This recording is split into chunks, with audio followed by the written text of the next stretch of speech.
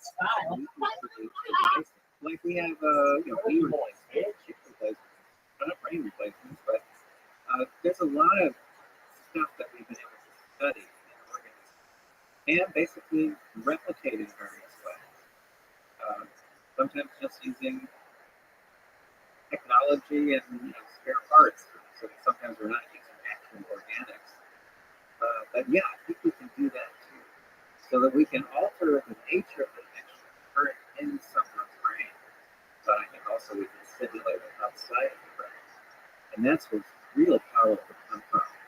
So when you say by stimulate it outside of the brain, what methods do you think would be efficient? VIP. Well, I mean, feeling this. Yeah.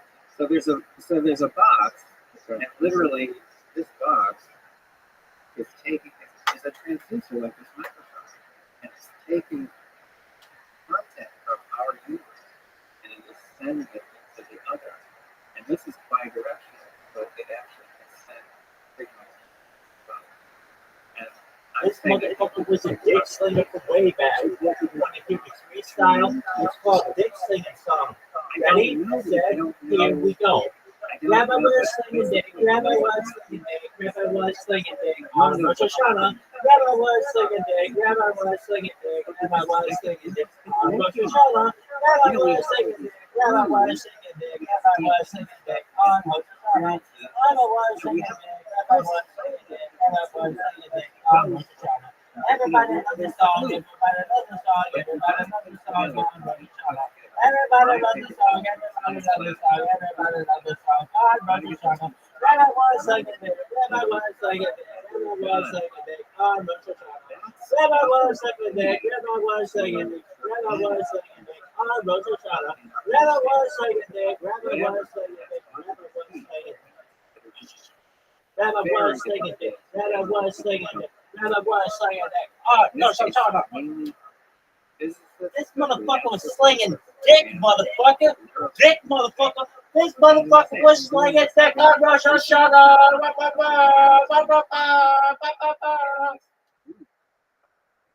Motherfucker, the greatest dick slinger in history of mankind, baby. I think we can. I think we're just going to have a ball, first of all. Just getting us all together and getting up into speeches about how you think you could test this theory. Maybe about how you think you could build an interface. I think we're just going to have a ball. What's important as sustainable research is that all of this would lead to an improvement in human communication, human community, the way we interface with each other, the way we exchange information, and the way we collectively act as a group. Whereas the manipulation of this information for political goals, for financial goals, for ideological capture, for manipulating the way human beings think about things, is really the contrary. It's the opposite. It's the exact opposite. And look, I am an idealist. I in my classes for years and years, just for fun, I would give a test of idealism. But I always wanted to see whether any student could score as I did, as high as I did. And I never found a student who could score as high as I did on the test of idealism. So that's, these things that I work on, they're all of that nature. And yes, if you can take this neurotransduction idea, think ahead a few years. This could be the key to telepathy, real telepathy. This could create a kind of unity in humankind that has never existed before. And it could also connect us more meaningfully with intelligent entities outside of Earth. In the early 20th century, when we first studied ayahuasca, they wanted to use the label telepathy for unfortunately, so, there's a scientific nomenclature of the term harmony. For these people that weren't aware that the harmony had been isolated, we're trying to call this stuff telepathy because in their experiences in the jungle, they were taking this stuff, they were experiencing this weird telepathic moments. And they had this idea of scientists. They decided that this was such a profound experience and so provocative that they that's really interesting. It really speaks to what you're saying. Well, it could be that we're on full circle here because DMT, which is, I guess, a key component of ayahuasca. DMT has got to be in Is this happening?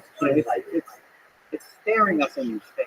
All these little pieces, in my opinion, are just there. They're just there. Well, it's in so many different plants that we have developed a thing called non-aiming oxidase that breaks it down in our guts so that we can get high from all the plants we eat. God, what the fuck? Which is pretty This shit crazy. sucks. Well, 40K? but again, it just drives the point home. No, yeah. Yo, Our yeah. world is kind of telling us that. We're telling us and the fact that this I'm up for These people have to absolutely just be which brings me back to the so because fucking that's sick. and that's starting all the discoveries of new forms of manipulation made possible by the internet and now the monitoring systems showing more and more detail that these techniques are actually being deployed on a massive scale. And again, it's the complacence. We're complacent about things. We don't need to be complacent about. We're complacent about how the mind works and how the brain works. And we're complacent about dreams. How could you be complacent about dreams? Dreams are so amazing. I've dreamt full-length movies that are better than any movie I've ever seen. And then, of course, I'm struggling at the end to grab onto little pieces. And the most I can get are a couple little pieces. But I know I can't the whole thing. By the way, that's exactly the same. Like those, Real psychedelic experiences are insanely they're insanely difficult to remember in the exact same way. Like when you wake up from a dream, you can tell me your brain. You can tell me your dream. Like you won't remember that. That's the same as psychedelic experiences. When they're over, everyone can try to tell you what they experience, but it's very difficult to remember the day later or a week later or a year later. You get like these little flashes, like almost like a slideshow, little slideshow. You don't remember the experience, which seems strange, because I remember amazingly profound experiences from my life in vivid detail, like interactions with my children that were just filled with love and happiness, and when they hug you and cry. It's like these moments you remember. Like, there's moments that I remember just with friends, loved ones, but not the dreams, not these crazy, profound, earth-shattering dreams that make you wake up sweating, go to the bathroom. What the fuck is that dream? That happens to me all the time. I have to sleep, and then the dream goes away. And then in the morning, I'm like, I don't remember that. I don't remember it. I don't remember it at all. I barely remember it's a slideshow. Your brain is protecting you somehow. There's something, and there was something that I was reading actually yesterday about forgetfulness, that it is not a flaw, but a feature. And that there's a mechanism that's going on that allows human beings to forget things. And that in doing so, it's very beneficial to not keep you occupied in those things and allowing you to concentrate on new things. So instead of just allowing you to have the free will to decide whether or not to think about the past or think about the future, it tries to get rid of it. Like, stop, get that out of here, so it kills it. It like throws those ideas away, and that this is actually a feature. Where people say, God, I'm so forgetful. But are you? I mean, some people are because they have a mental condition, right? They have Alzheimer's, dementia, they have real issues. But a lot of people, what they're really doing is thinking about other things, and that's what makes them forgetful. They're more concentrating on other things, and they can't remember. What did I say? Like my wife told me. She's like, I told you that. I'm like, why didn't you tell me that? Like, I told you that yesterday. I already forgot. because it didn't mean anything to me. So I have to filter through, and then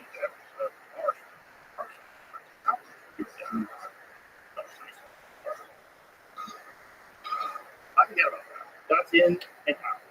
Because I have no room for that, right? But some people remember it forever.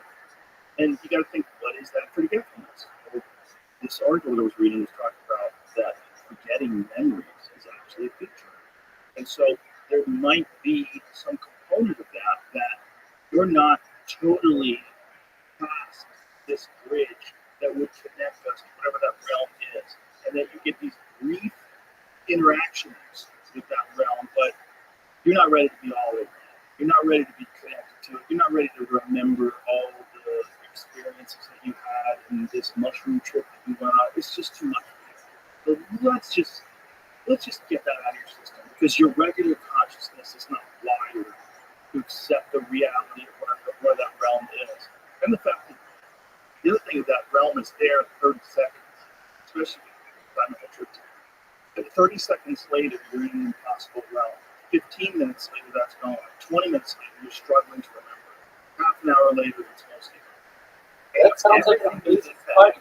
I'm just saying, I think this content it's nothing generated by our brain, and that's why we have so much trouble remembering it, because we weren't producing it. But it's not necessarily storytelling. It's just memories in general. There's a mechanism in telling you that's happening with psychedelic trips where it's almost impossible to remember them. And I think that's a feature. But I'm saying something far more radical. I'm saying there is no memory. There is no memory. Okay. But it's applied to everyday life. No, in a practical sense. No. Okay, so in a practical sense, when you say, who's the first president of the United States? Don't you think you have a memory that is George Washington? I think I might respond George Washington, but it's not stored anywhere in the brain. Well, of course it is, because that's what you learn. You learn that in high school or whenever you learn it. It's not. So how do you know if it's not in your brain? It's not stored in your brain. So, like, if I could ask you what your son's name is, you know what your son's name is because it's stored in your memory. There's nothing stored in my memory. Certainly not my son's name. So how do you know your son's name? Well, because I was exposed to it. I probably came up with it a long time ago, and under certain circumstances, if I'm asked his name is. Under certain circumstances, you don't remember his name? Yes, it happens to get older, especially with your kids. It's really embarrassing. And when you think that, well, I'm trying to say that there is no memory in the brain. I'm saying there's a transduction. Transduction is occurring, and when the brain gets damaged, the transducer, which smashes the microphone, the transduction process. right, but you're still avoiding the question of how do you know your son's name?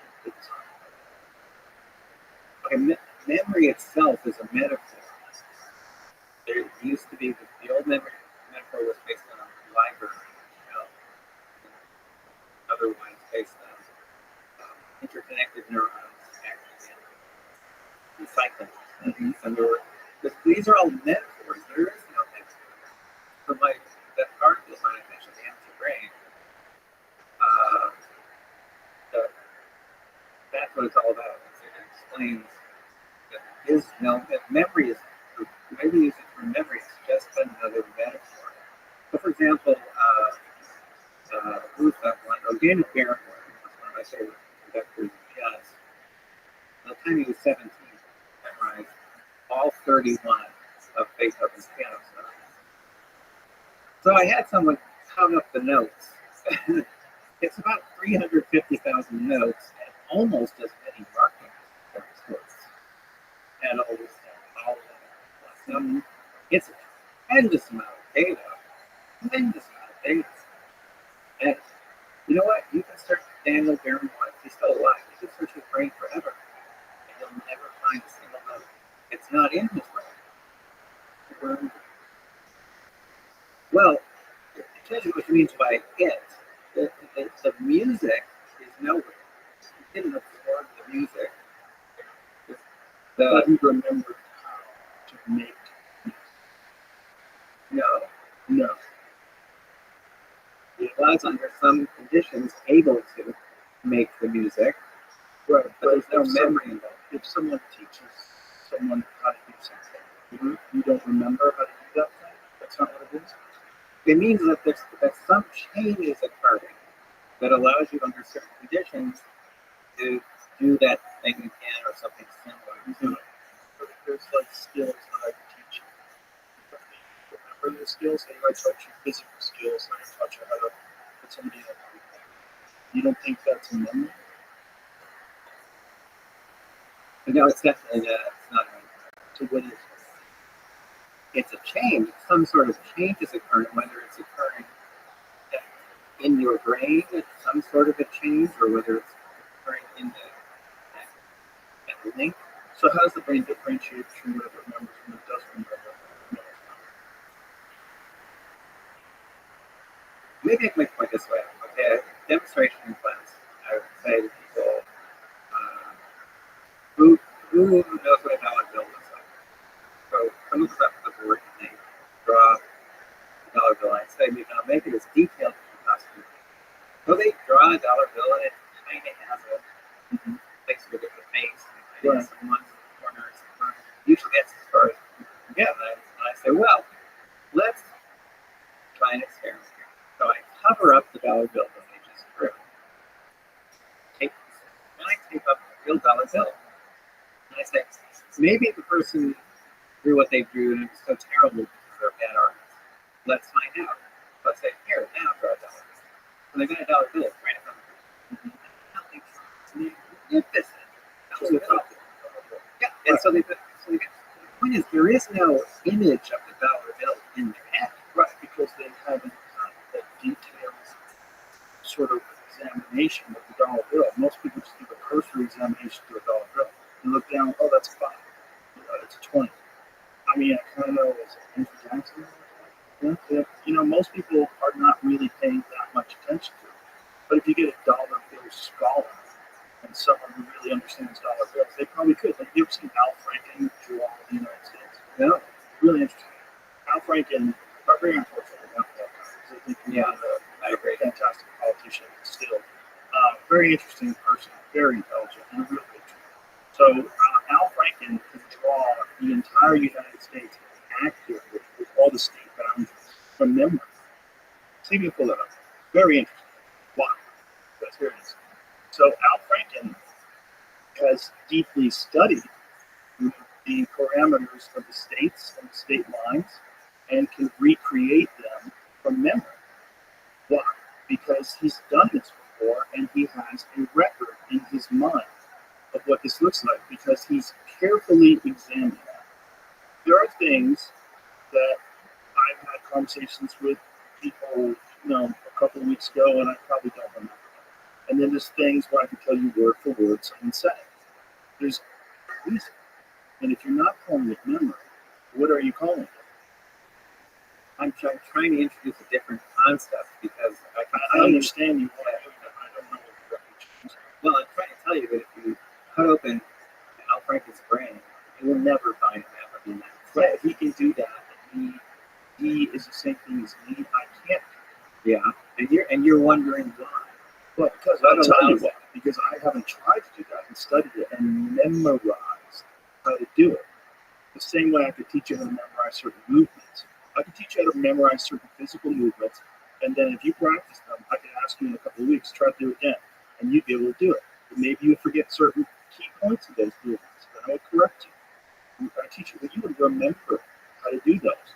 And then I would say, what are you supposed to do with your hand? Left hand up. That's right. Because you remember. Yeah.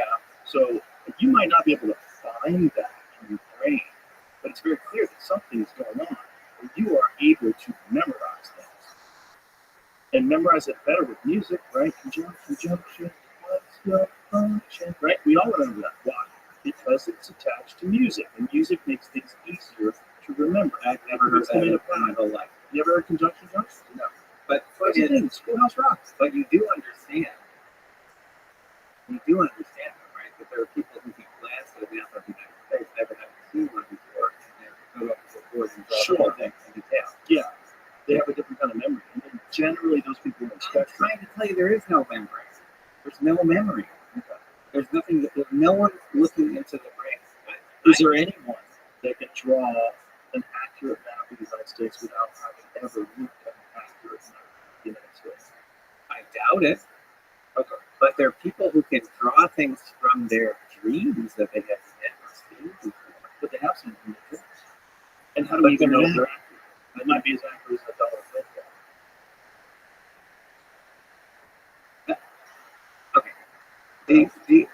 Are you open to the idea that memory in the brain is just a metaphor? Sure. Okay. So are you open to the idea that there is possibly no memory and we still could do all the things we can do, but there's no memory? Well, you're calling it memory, right? And I'm saying as a physical function, as a function of thing happening, you can memorize things. That's how you learn a new language, right? You memorize. That's how you do it. You remember, right? So you're saying that doesn't exist. I'm saying, what is happening? Give me some sort of a replacement. I'm giving you transaction. Right. But where is it stored? I don't know. Okay. I want to find out. That storage. Don't you think we should find out? Could you use the term memory and accurately describe that storage? It's not, but it's not in the brain. Right. So the people who are looking in brains and looking for memory, if they're not. Was it just that they haven't found it yet, or they don't understand that you're not going to be able to see it in the same way that you see cells? I've talked to some of the top neuroscientists who study memory, and the first thing they say is, "I can't find it because I don't think it's actually there." So let me ask you this: how do we know what size memory is? So, are they looking in the subatomic realm? Are they looking at particles that are quantumly entangled? How do they know what they're looking for? Is it simply that we have a limited amount of tools? Well, a much simpler idea. These are all very interesting concepts, right? But a much simpler idea is that the brain. Look at all this space with this microphone. This is very difficult microphone, and it takes a lot of stuff in there for it to work as well as it does. Right? So a much simpler idea, given that no one's ever found anything remotely like memory inside the brain. And I actually asked Eric Kandel, who was AIDS at the time, and who won a Nobel Prize for memory into a food shop. I said, how long do you think it's going to be before we understand memory? He said, 100 years. Meaning, we aren't. So, isn't a simpler idea that the brain is actually like this? That the brain is a transducer allowing us to communicate with higher intelligence in another universe. Isn't that a simpler idea? No, it's way more complex. No, it's super simple. It's way more complex than experiences being stored in a functional way so that you can benefit from it. Except that there's no evidence of any storage, and there never will be. How can you say there never will be if you said 100 years? 100 years is not never. 100 years ago, we were exactly the same species as we are right now. You had to be there. It was the way he said it. I understand. Yeah. I understand what you're saying. But before they understood spooky action at a distance, before they understood subatomic particles, if you had tried to explain that to someone from 1850, they'd go, "What the fuck are you talking about?" But now it's understood. It's measurable. It's something that we agree on. That subatomic particles, that atoms, that neutrinos, all these things exist. Bizarre things that we can produce neutrinos passing through us right now, right, from space. There's a neutrino detector in our brain. We know that there's these things that we didn't know existed exist.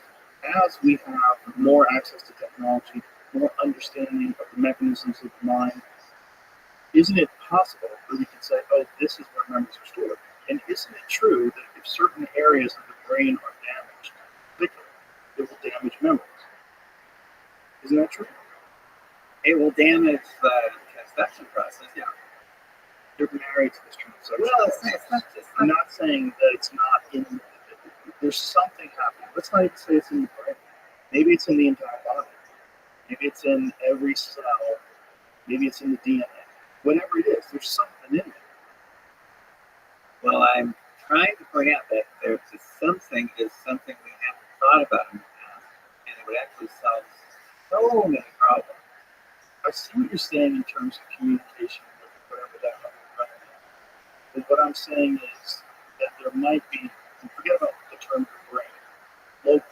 Let's just say local, okay? Because when I'm accessing, I know what if I press the turmeric button on the coffee machine, makes the coffee. That's locally stored. Other people don't know that if you use that machine, right? This is locally stored information. Forget about finding it in the brain. It might be in the DNA. You don't know where it is, but I know, how to start my car. I know how to put it in drawer. Yeah. None of it. Yeah.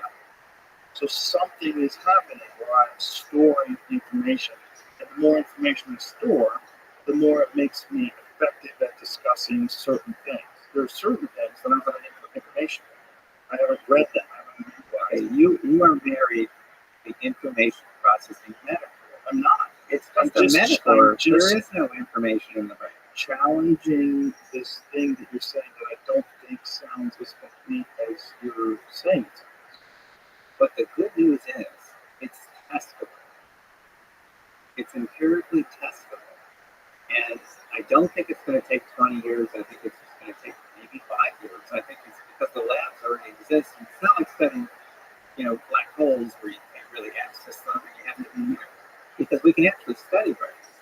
We have lots of great equipment. It's just no one's ever looked for what I'm talking about. And the point is that when I talk to more neuroscientists and physicists, they're saying the same thing. This has to be right. And we just need to look for it. We never have before. Let's speculate. Let's say that they start looking for it and they find evidence that this is actually occurring. Don't forget about crazy things that consciousness turns off. And consciousness turns on. Right. What? Right. What's this? Right. Well, What are psychotic states? yeah, but see, that I'm just saying it's just an interruption in the pathway. That's really easy. Right. Which makes sense for psychotic states, right? There's some sort of a disturbance. It makes the sense. way the system's running, and it's not tuning in to the other side directly. It takes care of psychotic states just like that. I mean, think of how useful, how it does. We gotta go back and read Darwin because that's exactly what Darwin was saying. It was eye-opening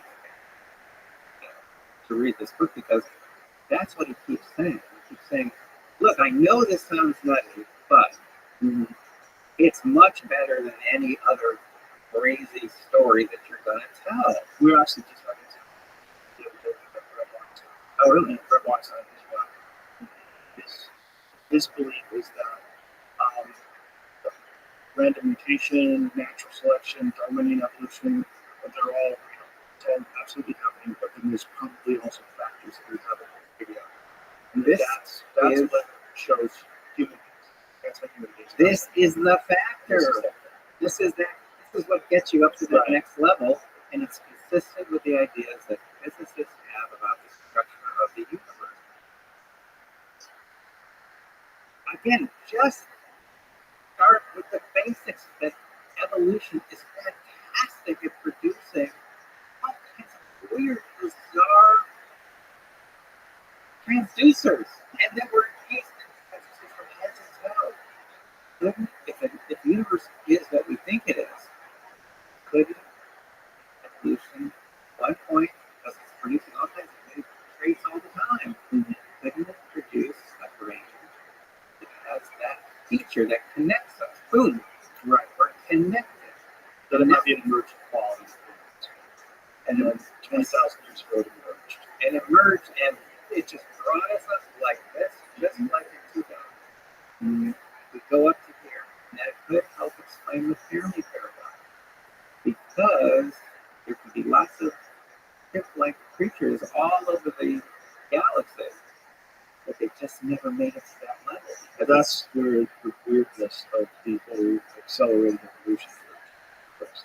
I mean, this is, you get into the kookiest of kooky stuff, the Anunnaki, and the Sumerian texts, and this idea that these lower primates were manipulated, and that something was introduced into group humans, that this something is probably some genetics from some superior race or some more advanced race, and that we took on that, made it became a part of us, and now it's in our shape food, and now we're moving in that general direction with this different connection. I've read some of these books. They're really fascinating. Really, they hold my attention. But page after page after page, I keep saying, yeah, but neural transaction theory is not simple. It's just one tiny little change that has I to don't think occur. they're mutually exclusive because neural transaction theory, as you're saying, if there's these primates on these other planets that never achieved this, and then there are ones that have transcended. But these ones that have transcended recognize this quality that's missing in these chimpanzees, and they introduce it. We don't need them. It's possible, but we don't need them. We have evolution. But that's why it's accelerated evolution. It's saying, look, they've concluded that primates right now enter extinction. Right? So they're starting to use tools. So it was really interesting, right? So if given enough time, give them 100 million years, who knows what a chimp is going to look like 100 million years from now.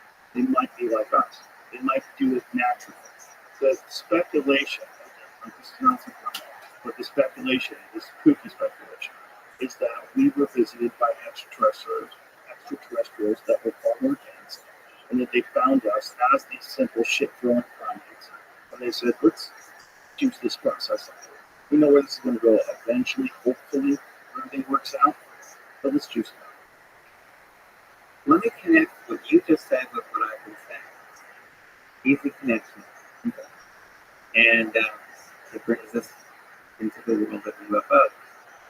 Because whether this capability arose on its own, which it could, or whether it was juiced up a little bit by some outsiders, which it could, then either way, we're now in a position where we could, in theory, communicate in more meaningful ways with extraterrestrials. We could. And we might, by understanding how transduction works, we might figure out how to do that. So not just communicating with people in another universe, but communicating with extraterrestrials. Some of these extraterrestrials, in fact, most of them, maybe all of them, have to have this ability. They have to have that transduction ability, or they never would have gotten above chimp level. So maybe this is our way to do that as well. And that we're on the path, but we're not quite there yet. We're not quite there yet, but I think we could get there really fast. And again, some of these neuroscientists that we're talking to, they're saying the same thing, because this is not like studying, I don't know, this is not like studying outside black holes again. But this is different because we've got thousands of labs, some of them extremely sophisticated labs. We're just not looking for this. What happens if we start looking for this?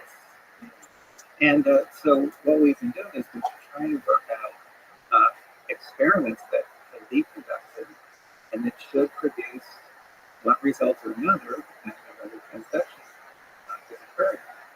That's the goal, is find empirical support for this type of theory.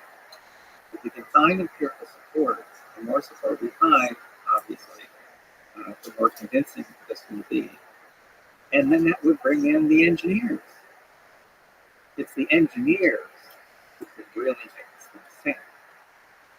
So it's another one of my intuitions, call it that. But I think that the data are all around us.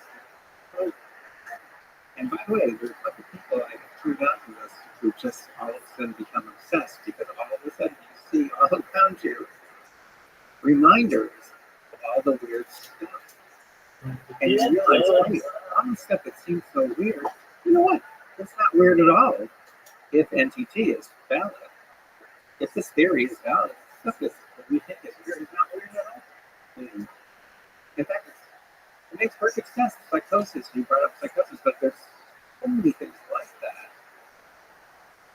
And all of a sudden they're not mysterious at all. They make very good sense. How about something, one of my favorites is deja vu. Or how about meeting someone that you feel like you've known them forever? I've had that happen. Sure. That's an amazing experience. It's visceral. It's so powerful, so strong. How could that possibly be? Well, see, if you've got neurotransduction theory there in your toolbox, you go, oh, that's easy.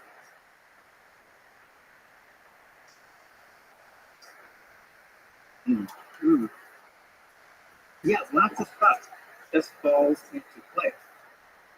Now, I have to point out that I'm wearing this idiotic barber set. Oh, every time you say it, I get the chills. Because I need help. I desperately need people's help. So we have spent $7 million building the world's first nationwide monitoring system that is doing to those bastards what they do to us and our kids 24 hours a day. We are surveilling them for the first time. We are finding overwhelming evidence that they are very deliberately and systematically messing with us and our elections especially. I personally believe that as of 2012, the free and fair election, at least at the national level, has not existed. It's just been manipulated since 2012. I say this in part because I met one of the people on Google's tech team, on Obama's tech team, which was being run by Eric Schmidt at Google at the time. I talked to him at great length for what the technique was doing. They had full access to all of Google's shenanigans, all of the manipulations. And one member of that team asked by a reporter how many of the 4 points by which Obama won, how many of those points did he get from the tech team? And the guy said, Elon Kriegel, I believe his name is. He was actually quoted. And he said 2 of the points came from us. Now, Obama won by 5 million votes, roughly, and 2 out of 4 points came from the tech team. That's 2.5 million votes. By 2016, I had calculated that Google could shift, it would be towards Hillary Clinton, of course, whom I supported at the time, that Google could shift between 2.6 and 10.4 million votes to Hillary Clinton in that election with no.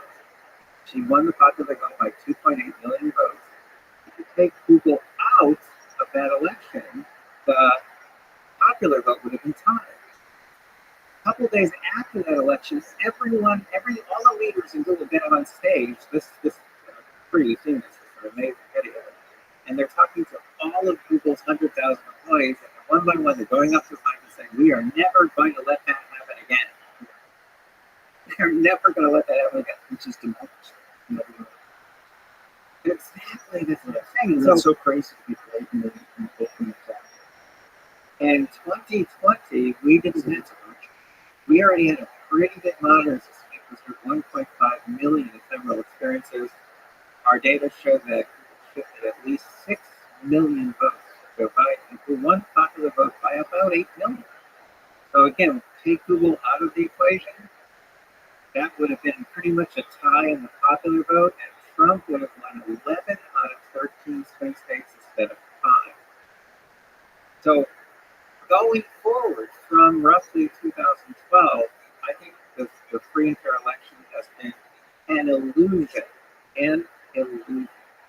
And this is something weird and kind of ironic, but this is something that Dwight D. Eisenhower warned about in that last speech of his farewell speech. He warned about the rise of the military-industrial complex, everything like that. But he also warned about the rise of a technological elite that could someday control public policy without anyone knowing.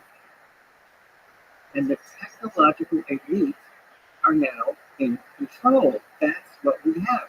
That's where I get back to my ranting and my pain, because I realize no one is paying attention. Eisenhower said we have to be alert or this will happen. We have not been alert.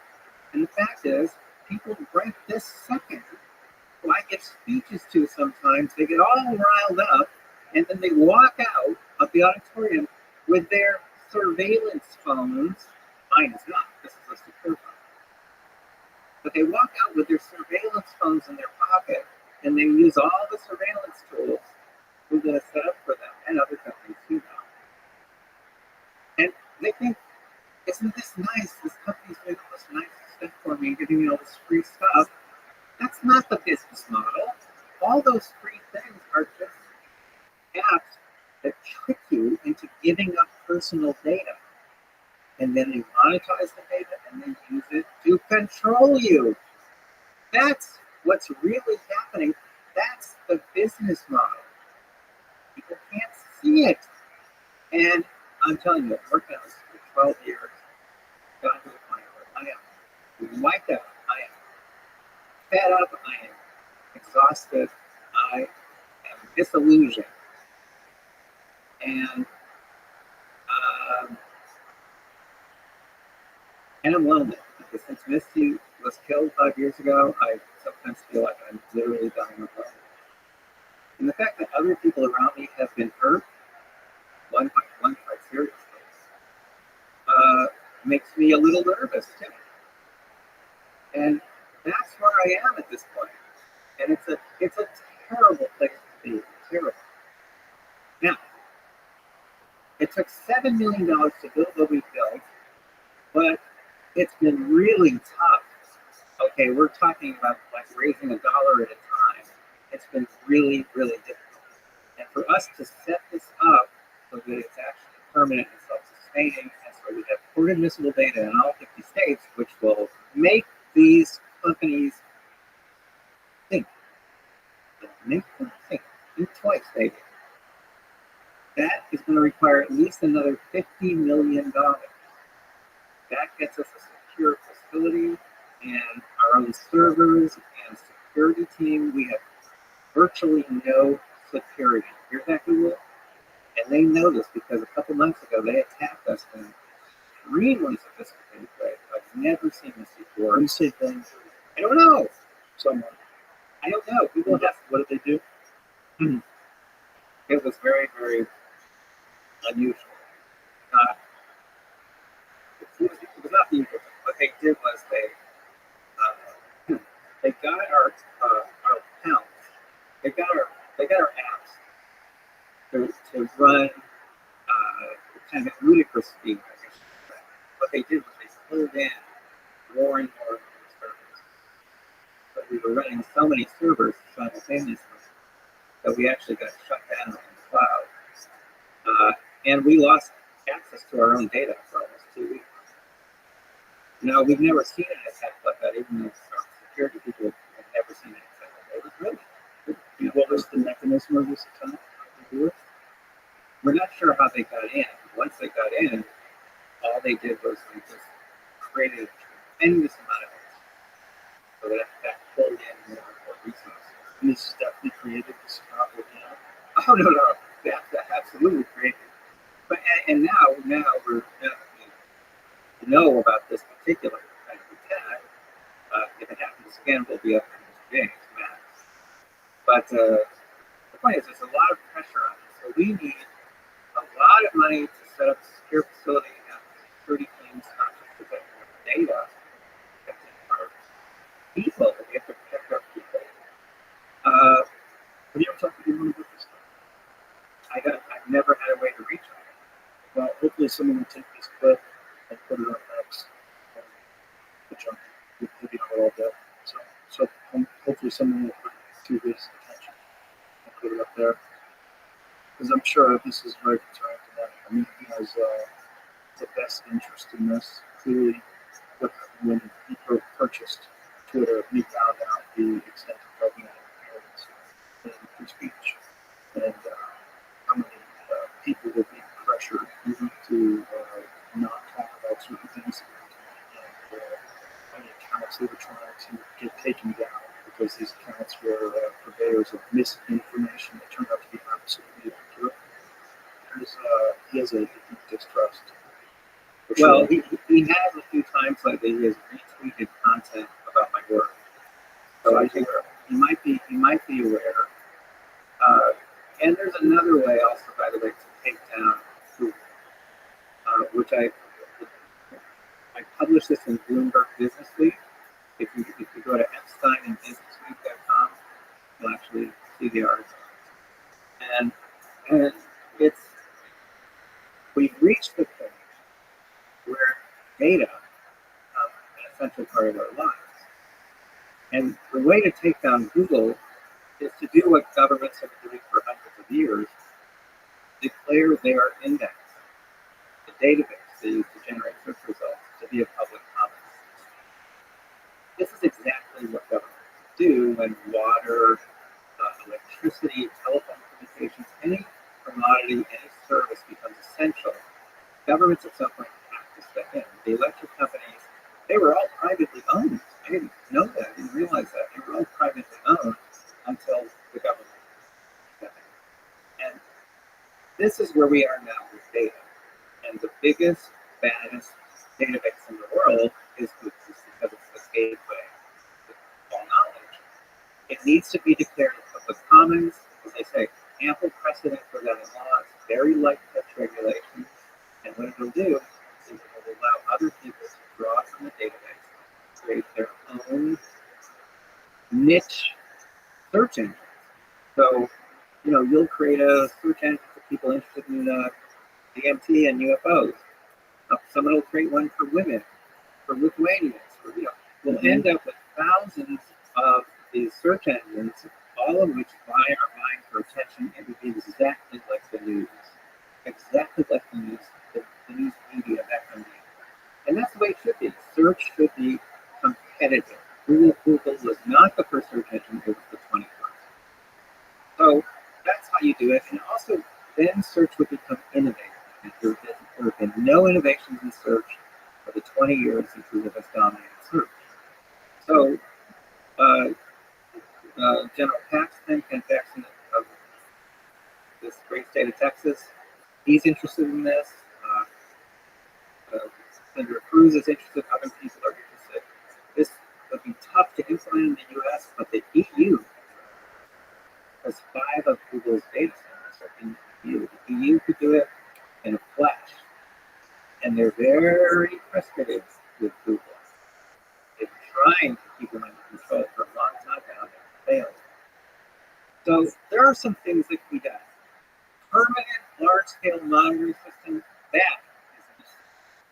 that must be there. Because if you don't have that, you don't know what these people do.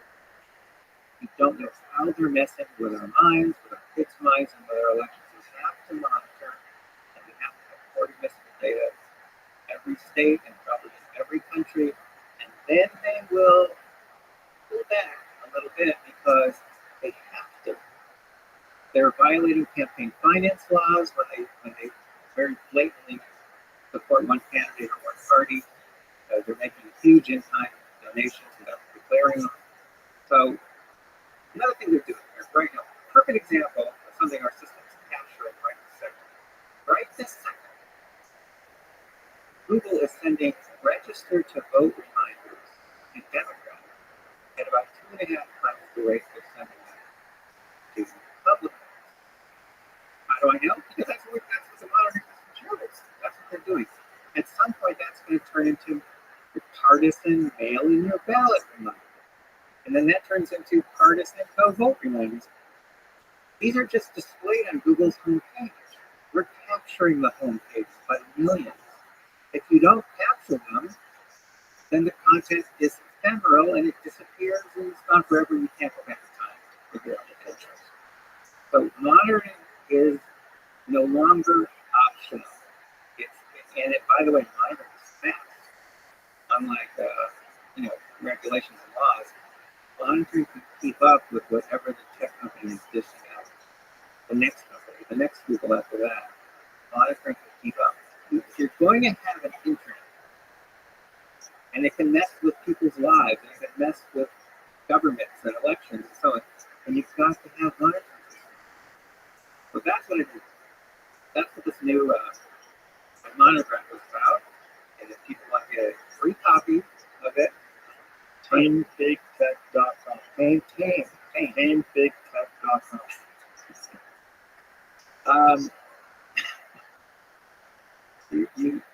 You crack me up sometimes, really. love to see the comedy retain. Listen, Robert, thank you for being here. I really, really appreciate what you're doing. If you weren't doing this, I don't know if it would get done. I don't know if we would know as much as we know. I think it would be speculative. I think people would have ideas. I think it would be impossible to prove. And I think what we've done is a tremendous service. But thank you very much. Cambridge.com. Thank you, but I'm still fed up, just so you know. Okay. Thanks, Robert. Yep. Bye, everybody.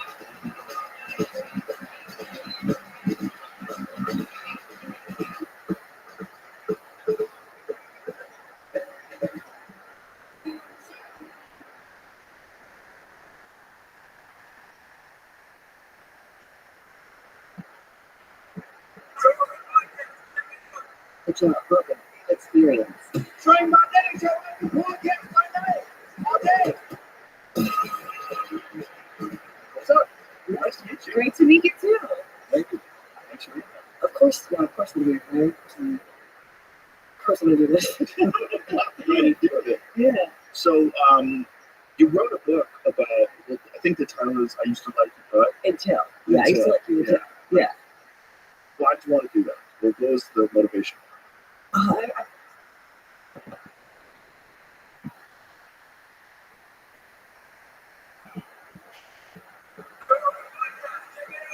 Good job. Perfect experience. Train my day, Joe.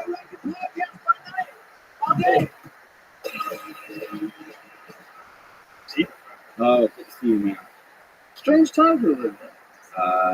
The strangest is getting stranger. Didn't some shit go down today? Didn't we steal the president of Venezuela's plane? Yeah, I think we just stole his plane. No, not us. Okay. The United States. So kind of plane, which is kind of an act of war. What is that? Was he in it? I don't think so. No. I think we just stole his plane. Oh, just like for a tour run? What's the story? U.S. seizes Venezuela's President Nicolas Maduro's airplane in the Dominican Republic. We said, no, we're stealing that. Banned from the How's that work? Damn. Even if you don't get You've on been phone, you're like president, how disrespectful is it to steal their plane? You're right, it's an act of war. Like, if imagine if Xi Jinping landed somewhere, you're like, we're going to steal your fucking plane. Yeah. No chance. That's a bully move. That's a move you can only do to a country like Venezuela. Yes, I'm trying to remember exactly what the story was. But there was a point where Ecuador was acting very courageously with respect to Julian Assange. And there was a question about whether the president of Ecuador could fly Assange out so that he could be outside of the embassy and inside of Ecuador proper. And I believe the reason was they couldn't do it because they expected the plane to be forced down. Same issue. So this says, Merrick Garland said that the Justice Department seized an aircraft we allege was illegally purchased for $13 million through a shell company and smuggled out of the United States for use by Nicolas Maduro and his cronies.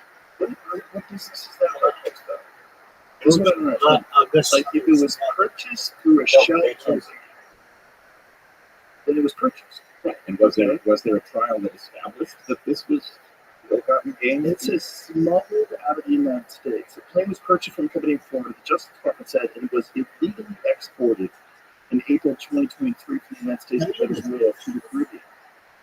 So we know that this is that what it is? Like, you can say it's about $13 million. Okay, so you get this $13 million plane. The Dassault Falcon 900EX, since been used to fly almost exclusively to and from military base in Venezuela. Justice Department said senior reached out to Venezuela government. It seems like there's more to it than that plane was illegal. Shouldn't have that plane. U.S. officials have sought to disrupt the flow of billions of dollars to regime. You talk about The second largest investigative agency in the federal government has seized dozens of luxury vehicles among other assets headed to Venezuela. So this U.S. sanction. Those are sanctions. The plane was seized in violation of U.S. sanctions with Venezuela. And other criminal matters that were regarding this aircraft. They have but they stole all the boats, all those Russian jets. Yeah. Sorry, if you're rich and you know Putin's, Right. I should give you a vote. Well, that's the thing. There's a hidden story for everything. This is about incentivizing the world to So I think now, though, most people, I feel, genuinely most people are aware of this story. Let me in on this bitch. Every time something comes up, people are like, what the Oh, baby. story? Hey, look. Well, I That's good. coined this term Cartesian crisis.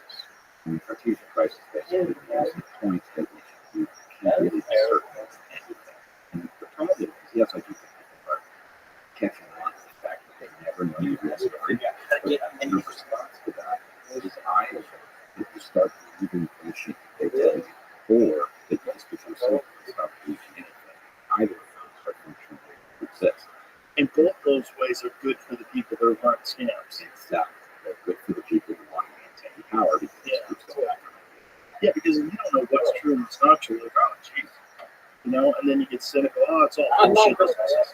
And you just go for that. right. And that's the thing that think you're striking and checking out of the system, you're actually doing favor. Right. It's actually beneficial to them because then you have a smaller number of people that are voting. So essentially, in the 2020 elections, it was the largest ever win, right? The Democrats got 80-something million votes, which is, so let's even if it was 50-50. So somewhere in the neighborhood of 160 million people. How many people are women and children? I mean, how many people are children? How many people are children? Oh, geez, I had no idea. Under 18. It's probably in the 30%. So that's a pretty high turnout. Yes, If it was real. yeah. That's probably there you have the problem with the whole cynical game. Because I'm not convinced. Yeah, you know why I'm not convinced? Because everybody wants me to be convinced. When they like yell at you if you ask a question, like, hey, but one of the things I always said, everyone sort of agrees with this. I mean, literally everyone. Even people that think that the election is 100%. The percentage of voter fraud is never zero, correct? And they're always like this. No one can say it's zero. It's not zero. There's a bunch of slippery people that get arrested on both sides of the aisle. Republicans and Democrats get arrested for election fraud. It's a real crime. The idea that they commit all of these other acts of fraud and deception, but when it comes to elections, right, that's a sacred institution that we don't violate in any case. Yeah, well, and the way they maintain that story is by ruthlessly punishing anybody who questions people. Questioning it obviously. Right. Because for one thing, elections used to be different, as you remember. Yeah. Right? First of all, you used to vote in person, and voting by mail was something you were very reluctant to do because you knew that if your vote got counted, it was going to be very late in the process. It wasn't really going to matter. It was mostly for soldiers serving overseas. Right, exactly. For people who just simply couldn't vote in person, in very rare cases. The disappearance of that, the normalization of voting by mail, the normalization of voting across a period of time so that you're not all voting on the same day, and the absence of exit polls, right? When everybody's voting from home or wherever, you can't detect fraud by virtue of the fact that the count that came from that precinct didn't match what the exit voters registered. Right. And so, I don't think we are wrong to imagine that we have lost the ability to check whether an election is fair and that that's not an accident. But that leaves the possibility open to cheat, and as you point out, they cheat in every other way. Are we supposed to believe that they won't do that because patriotism is so deep? I don't see any patriotism from it all. Well, not only that, it established this narrative that it's imperative that the Democrats win to save democracy. Right? So they've already made all of these statements that it's more important for them to win than anything. More important than having primaries, more important than letting people decide who the representative is, more important than having like live actual conversations, interviews that aren't edited on CNN. Instead, they have a 40-plus minute one that's edited down to 18 minutes. What? Well, and we just went through this with over COVID. Yeah. We know that when they think they're in the right, they feel entitled to lie about everything. They have the time to coerce. And so the idea that we're supposed to imagine that our elections are somehow different to them, I can't imagine how that would even work. It doesn't make any sense. It's one of those things again that you're forced into agreeing with just out of fear, because people get very aggressive with it. Just like people were super aggressive about the vaccine. You know, I hate seeing people die because they made a poor choice. But there's something insane about how many people were like pro-vaccine advocates that were shaming people and angry people, and now they're dead. And they're not dead because they ran their time and they got old and they died. And, you know, it's unfortunate, but it happens to all of them. No, they're dead young. Like a lot of people. Not one, not 20. They don't even know what the real numbers are. It's not something the mainstream media covers because they've all been vaccinated too, and they're probably freaking the fuck out too. Yeah, it's a huge number of people. You can detect that statistically. The trouble is that it's hard to find a case to whether or not Right. So, remember John Hoover? Yes. His company died of Rothschild. Yeah, did an episode of his radio with him. Super nice guy. Good guy? Yeah, Great guy.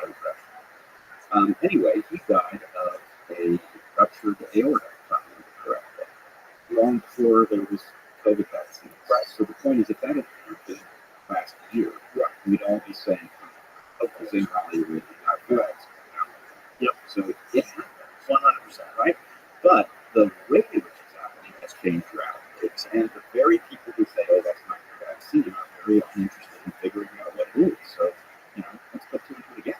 Well, they don't even want to consider the vaccine, which is so crazy. If you called it anything else, if it wasn't called the vaccine, if it wasn't for COVID, okay, that's because COVID became so, it became so politicized, and it was like culturally so polarized. Let's pretend it was for something else.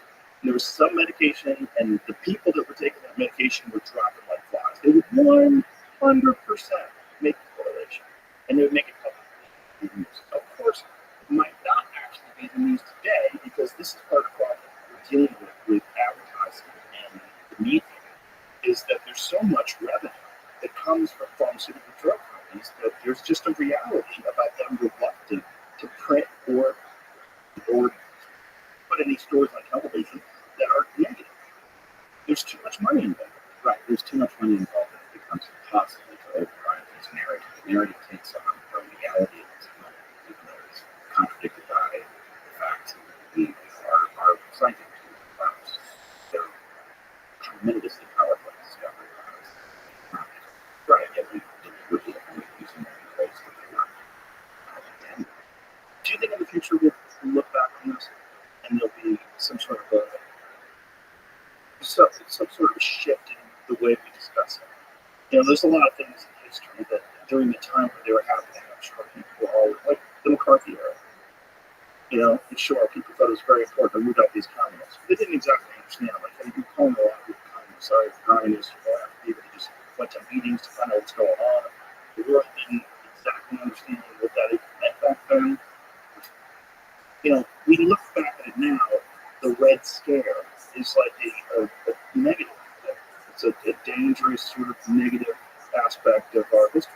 Yeah, although, you know, I'm sure you're having the same experience with lots of stuff that you learn as a clear narrative, like the Red Scare took over people, it was like a witch hunt.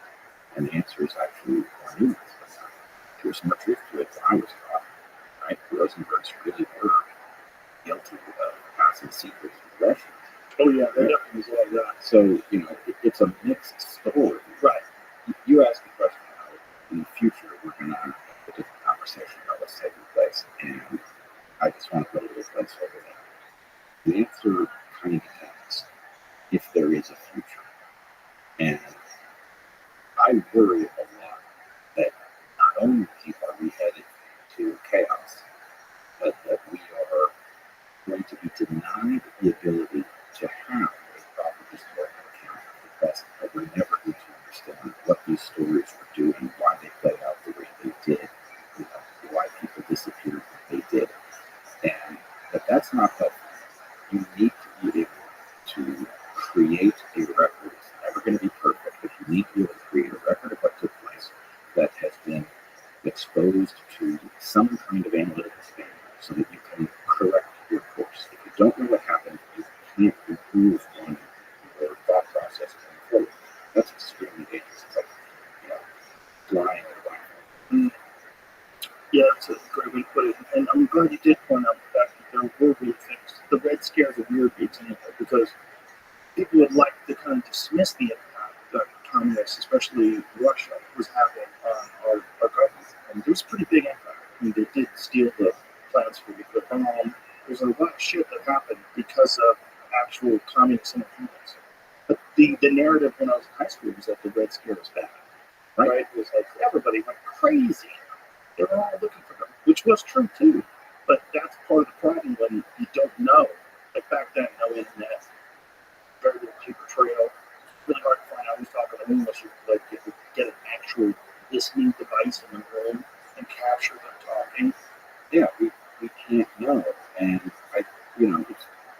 it's important to get your confidence on these stories. You grow up comfortable, you understand what happened with theirs, but then one day you do a little reading and you discover the story just isn't the one we're taught, and the more stories you dig into, the more free.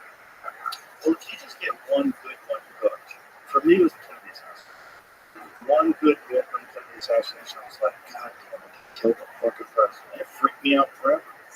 That was like, I literally had a giant shift in how I viewed the world after reading that book. Because before that, I was never a questioner of whatever you say, the news or whatever the narrative was that we were told about it. Oh, but I mean, I have exactly the same reaction to that story. I've been down the rabbit hole. I think you just ultimately left the question. Something happened in 1960. That's before I was. That thing, either lost the nation president, and the nation continued to be a Democratic Republic in the aftermath, or that was interference with democracy, and we don't know how to look at all of the seemingly democratic things that have happened since.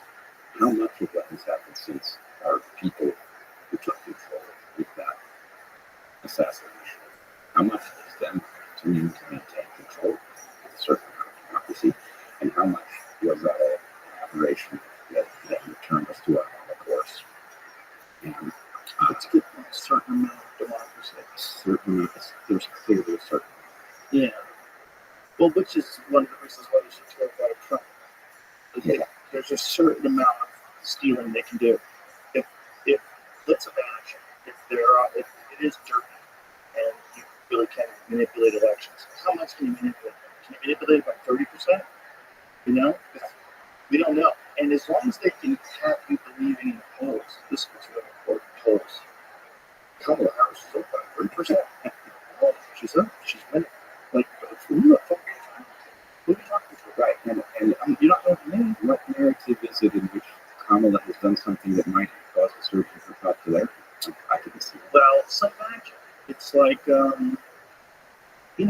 that theory, that concept about multiple dimensions, multiple universes. Yeah, this possibility that there's infinite numbers of universes all around us all the time and enter into a different timeline. We entered into a different timeline. Well, Clearly. I mean, Something happened. I think the multiverse thing is nonsense because an accounting scheme for figuring out how to deal with the fact that actually the universe is not deterministic, which people wrestle with because we don't exactly know why it isn't. But to your point about how much can they cheat, I call that factor. None of us can put a number on it. Maybe they can. Right. I call it the cheat factor, right? The cheat margin. And one of the things that I'm trying to convince people of is that it's not hopeless because they can cheat, but it means that you have to succeed at a level that exceeds their capacity to rise. Right, so that's what we're talking about. So we're talking about, like, maybe they could cheat by 10%. Right, and what we know, and I think actually we owe Trump a huge debt of gratitude for proving something that I couldn't have told you if it was true.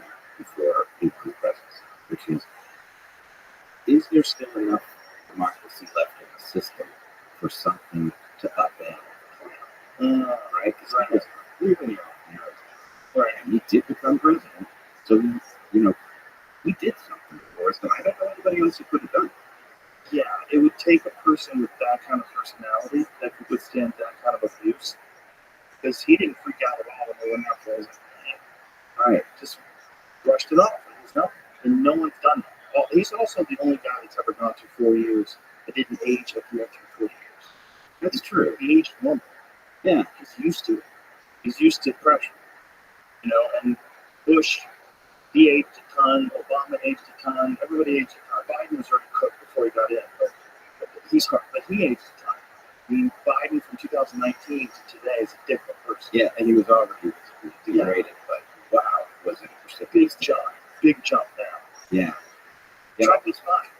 Yeah, Trump physically, and actually, I think he sounds better. I think, he drives me crazy sometimes when he talks, but I think he's getting better. He's trying to be a little bit more and trying to appeal to more people because of that, that effort to be more reasonable. But he's changed his mind about a lot of things. He's talking about legalizing marijuana. He's talking about all these different things that are like, you're going to get a lot of different responses from the hardcore Republicans for that. Any idea of abortion, the hardcore right wing are not interested at all. And any restrictions on abortion are all the hardcore left wing. So it's mostly the people in the middle. Abortion's good, right? Because most people are like, no one should be able to tell you what to do with your body. But also, aborting an 8-month-old fetus is kind of fucking insane. Yeah, I mean, the funny thing, I've been saying this forever, is that almost everybody agrees on the basics on abortion. We're supposed to not be able to even talk about it. Right. But most people believe that abortion is negative, that if you've got a blast tumor, right, it's not the cells, doesn't yet have a nervous system, you have the right to terminate that pregnancy. And the farther you go through that pregnancy, the less right you have. And most people are incredibly queasy about it, as they should be in the third trimester. And, that's what we agree on. And so it's really the extremists on both sides that we are up against. But to the question of what Trump is doing with an issue like this, I'll make a couple of points. One, I think there are two issues that are getting to him. One, I think he's politically going to some places that are not traditionally Republican, because I think he's destroyed the Republican Party. I just don't see the same Republican Party I remember at all. I see different things. It's a MAGA party. Yeah, it's a MAGA party. Right, exactly. And that's a very different thing, because I see MAGA as mostly the labor faction that was cut loose by the president. So they've now found a home under MAGA. Interesting. Right, because blue collar people were generally union people, which were generally Democrats. Totally. And then Clinton turned the Democratic Party into the second corporate party. Those people were homeless, and Trump picked them up as MAGA, and now under the Republican banner. But it doesn't read like the Republican Party at all. And now it's picked up I want to say technocratic, that's dismissive, but it's got this Silicon Valley component to it. Yes, that's recent. Yeah. That's recent over the last year. Yeah. It is interesting, right? Because we did growing up always associate unions, blue collar people with voting Democrats, because Democrats were looking out for the middle class, looking out for people's best interests, supporting unions and fair wages and funding schools and all that kind of stuff, keeping neighborhoods safe. And Republicans were more like small government, fuck you, figure it out, I don't want to pay taxes. Yeah, it's distinct. And they were the ones who were encouraging war. Yep. Which is crazy today, that you have this massive 180-degree shift, and the Democrats are talking about how important it is that we keep funding Ukraine, and that we have some sort of whether you're pro-Hamas or pro-Palestine, I should say, or whether you're pro-Israel, there's involvement. No one's saying no Democrats are saying we need to get the fuck out of there. Right? They're saying we need to free Palestine. Oh, okay. How are you going to do that? How are you going to do that? How much is involved in that? Are you going to bring in people? You're going to send people there? What are you going to do? Are you going to kill people for this? What are we doing? The Democrats you guys are looking war. You're not looking for peaceful solutions. Like, this is kind of weird. This is interesting. You know, we need to beat Russia. Are you out of your fucking mind? Are you serious? Do you know how big that is? Do you know how much force is behind Putin? What are you talking about? What are you talking about? Like, what if I just decides to go nuclear at any point in time? And he gets pressure to keep advancing further and further into Russia. And he's like, I'll just end this right now. I'll just turn Kiev into a fucking sandbox. Boom. Yeah. And then what do we do? No, it's insane. And the hardest part, I'm sure you probably people in your life too, but let's just take my parents for a second. Okay. My parents are lifelong Democrats. They live in LA, so they cannot see grasp that the party that they lived in is now doing the inverse of everything they signed up for. Exactly. Because the New York Times rephrases it so it seems like the values are still there. Right. Which is wild. It's crazy, and if you're not a New York Times reader, you can barely figure out what people are talking about. Did you see the article that I posted on my Instagram? It's a title of the New York Times article for today. Which one? I told this. I want to try to see this so you know this is real. This isn't the Babylon Bee. This is an actual New York Times article. You see it? This is so crazy. It's really hard to believe that someone would print this and the New York Times say, yeah, we like it. Put it out there. I'm not quite sure what to expect. Oh, yeah, of course. The Constitution is sacred. Is it also dangerous? Right. One of the biggest threats to American politics might be the country's founding document. What the fuck are you talking about? Yeah. One of the biggest threats to America's politics might be one of the great documents that any country could have founded on, if not the greatest ever. Mm-hmm. That could be a threat to America's politics. What politics are we talking about? How could you possibly gaslight me enough to go along with this? Yeah. It's incredible. I mean, it's on the one hand completely predictable, right? Because there's obviously an authoritarian force there that just grinds its teeth at night over the Constitution and the fact that it prevents it from doing things that it just wants to do last week, you know? And so, of course, they're like scratching their heads like, can we come up with an argument for why it might be trying to get rid of that thing? And of course, if you're a normal thinking person, this is complete insanity. But if you're a New York Times reader, I'm sure that fits the kind of ethos that's been cultivated. But this is why a person like Trump is so important. Because if you don't have someone that is imminent on the horizon in your minds, it's very difficult to justify that shit. So if you have Kamala Harris and she's competing against Ron DeSantis, it's just Kamala Harris and Ron DeSantis, and Trump doesn't exist. Maybe he died. Maybe he died in the last few years. How could you wouldn't be able to make that argument? You wouldn't. There's no imminent threat, right? Let's say someone you can more. You can't make that. You can't make that argument that we can't have a First Amendment because the First Amendment is getting in the way. The First Amendment is allowing people to say things that aren't true, misinformation, disinformation, and we're right here. We're September 2nd. I think yesterday was the first day where Brazil banned Twitter. So X is illegal to have in Brazil as of today, as of yesterday. And not only is it illegal, but you go to it through a VPN and they would charge you $8,000 a day. I know. It's incredible what we're watching. Insane. But I would remind you, they did put this stuff. It was meant when it was George W. Bush.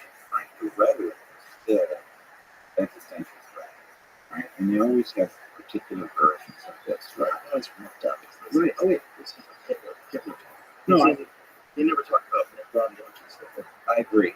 And as I've been saying since the beginning of this electoral cycle, they fear Bobby Kennedy far more than they fear Trump because actually Trump is the only argument for their existence that is functional.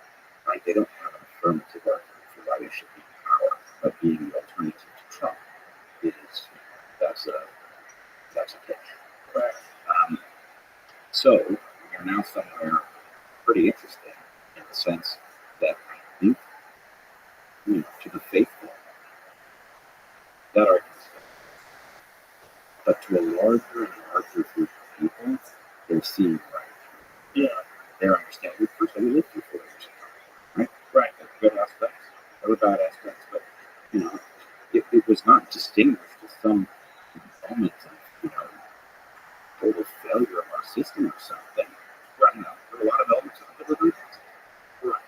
That's a and that's where a fun meme is. There's a fun meme someone made about how you're telling me that he's going to do these things that he didn't when he was in office, and you're telling me that you're going to do these things that you didn't do when you're in office now.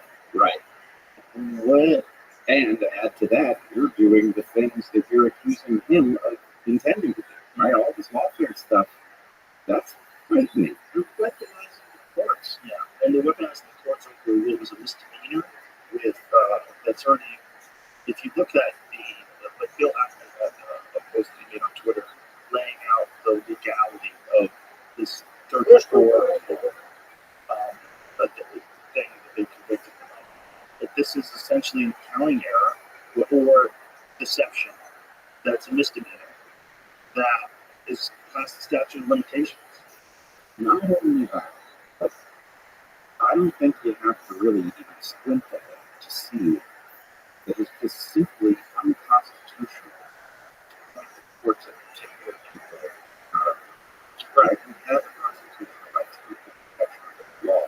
And obviously, they are setting a different standard for Trump because they want to keep him right up in court, because they want to lock him up, put him in prison. But whatever you do is un-American. And very dangerous because you've set a precedent. Now let's imagine, like we've gone through shifts in this country where we leaned heavily left. Our administration was run by serious lefty, and then what if now it is run by a hardcore right wing? What if there's some sort of an attack on American soil or ramps up patriotism and people get real angry and right?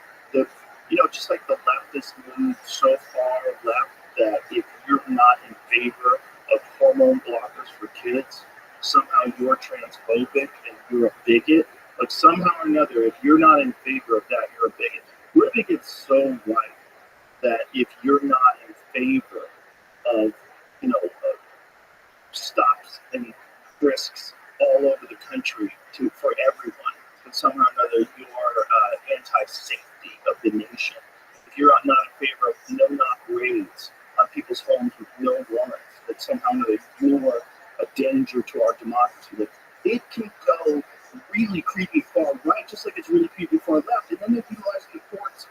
If they fill the courts up with a bunch of hardcore Republicans, now you're utilizing the courts against people in a way that you would find very offensive because you set a precedent. Right.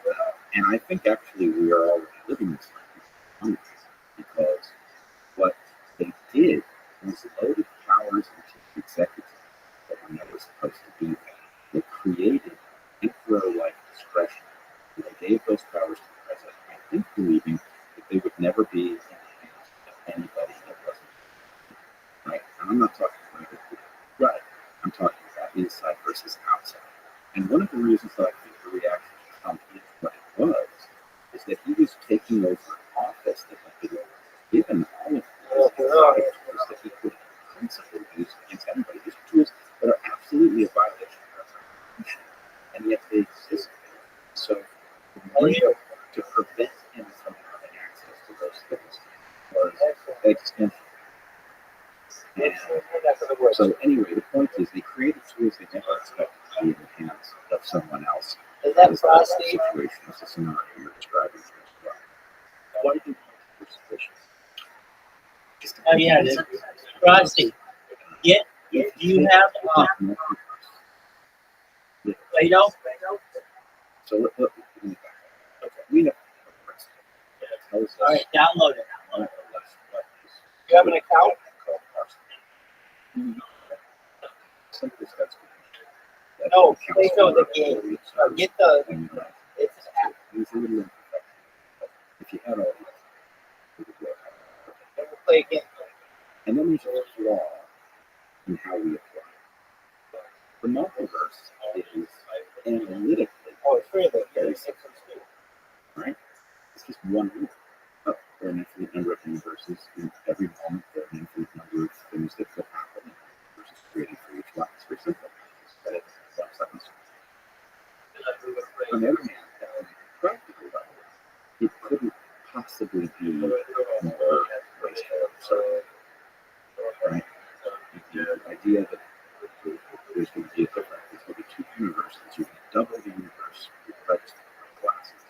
One universe affected each universe, which I did. Each of those universes is going to proliferate out. None. This does not make any sense. So I think what it is this is just part of the process of discovery.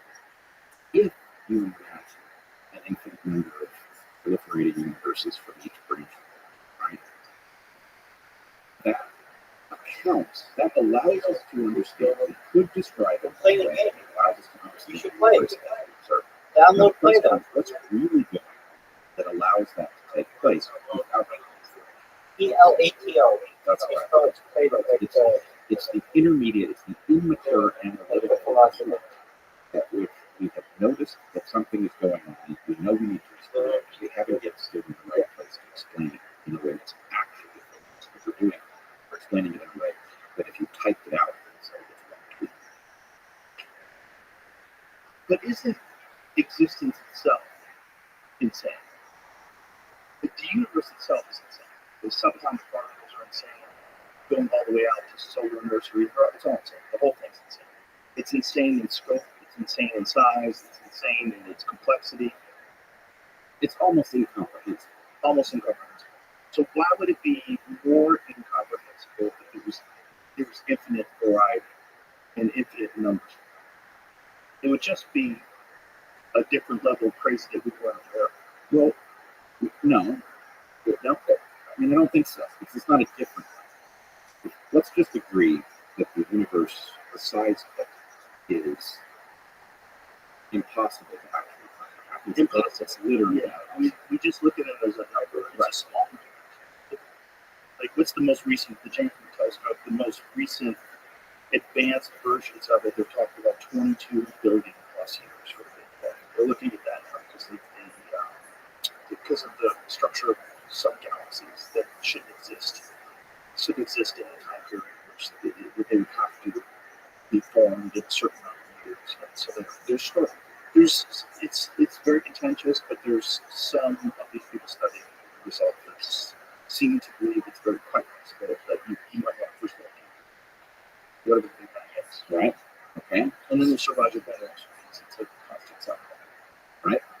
I'm open to all these ideas, except ones like the multiverse, because let's put it this way: you haven't solved the problem by invoking the multiverse. What you've done is you've caused a problem that is like the original problem that you had raised to the infinite. Right. And so my feeling is anytime you've made the problem, the philosophical problem you had that we all admit is really, really difficult, infinitely worse, you probably made it wrong. I don't know about that. I don't think that's necessarily true. Because just because we haven't solved the problem of this immense thing that's impossible to grasp, it doesn't mean it can't be way bigger than we even imagine in a concept that's impossible to grasp. And there's got to be some reason why so many people are entertaining this multiverse theory. It's not, well, we're not regular, just like ancestors and have limited tools to bring to bear. And this is exciting. Right, it's exciting. It's a good way to think of it. If you think of it as a temporary stand-in for whatever the answer is that's going to dawn on us at some point, it's fine. It's a good thought problem. But imagining that it's real, you said, maybe the problem is infinitely bigger than we thought. It's not infinitely bigger. It's the rate of growth of the problem. Every instant needs multiple universes for the most trivial ramifications, I'm sorry, that just doesn't seem like nature to me. I think it sounds like the universe, though. I don't think the universe necessarily sounds like nature. Nature is what we see here. But when we see everywhere, it's so bizarre. And black holes are so bizarre. Supernovas, they're so fucking bizarre. The fact that there's a giant black hole in the center of every galaxy that's one half out of the mass of the galaxy, and it might be another universe inside of that thing. But see, I actually think that one. I mean, I was waiting for that discovery for my whole life. But when I finally heard it, it was like, okay, now I understand why you've got this huge swirling thing. You've got this giant gravitational mass in the center that you can't see. That all makes sense. So that was like a simplified discovery. Well, the existence of a black hole, but the concept of a black hole being essentially a portal into another universe where there's hundreds of billions of galaxies, each one with black holes in it. You go through each one of those, you have hundreds of billions of galaxies, each one with a black hole in it. And you just keep doing that. Never. Is that Kind of. Well, let's put it this way. What about DOUNC? Like right. Things forever. But, well, it might be able to quantum computing? but the problem is that there's a physical reason. Same reason that light can't get out. Right. So, am I cool with the idea that maybe there's equilibrium, a black hole, once they're floating over that threshold, they never emerge again, they emerge somewhere else? Yeah, I could imagine parallel things that are entangled in this way. That does not sound inherently like sane cheap, because what we have is a mystery staring us in the face in every one of those massive black holes. What the hell is it? Right.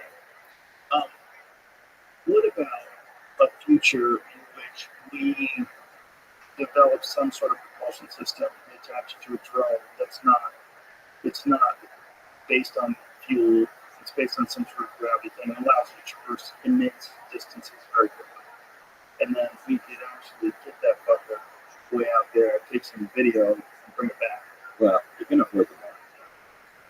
Well, it's okay. It's all funded by the government. All right. Get money. It's good checks. Oh, it's tax people and Blame the UFOs. yeah.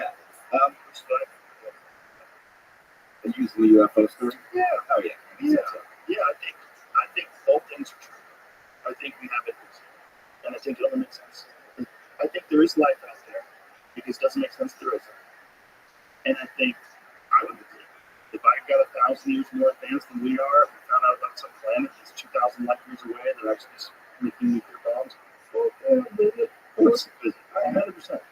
So of course they would visit, but of course they would want to protect us from the overwhelming shock to our culture that would undoubtedly be thrust upon us if we were confronted with a city-sized spaceship that's hovering over Detroit, just hovering over them. We would send the world into a massive panic.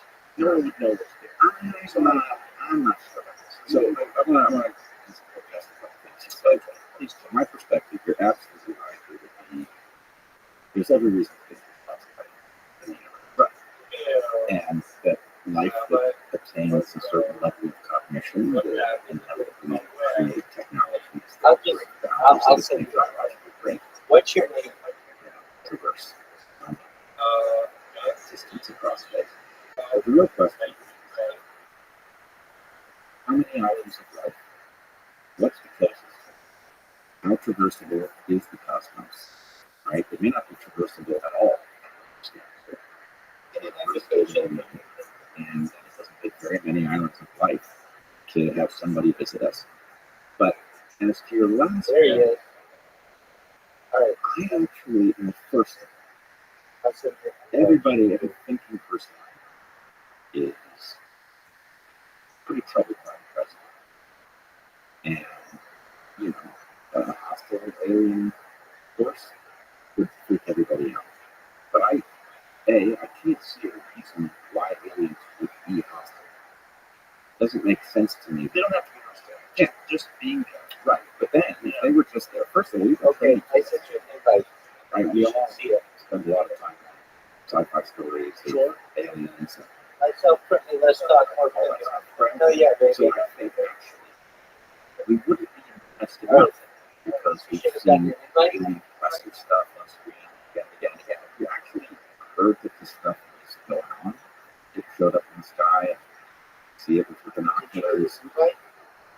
I think the question is, well, All right, baby. are they friendly? That's what you need. What do they actually say? We're about to need that, I baby. honestly don't think, I don't, if I heard about it, I would think All right, the way that you that's gotta play be good because Right, we're but to anyone in is you this should be a press on gigantic the threat. screen. To anyone trying There you to go. pass off some sort of Just like narrative that. this is You have to go up. we're unbelief what the moral high ground If you like bounce it.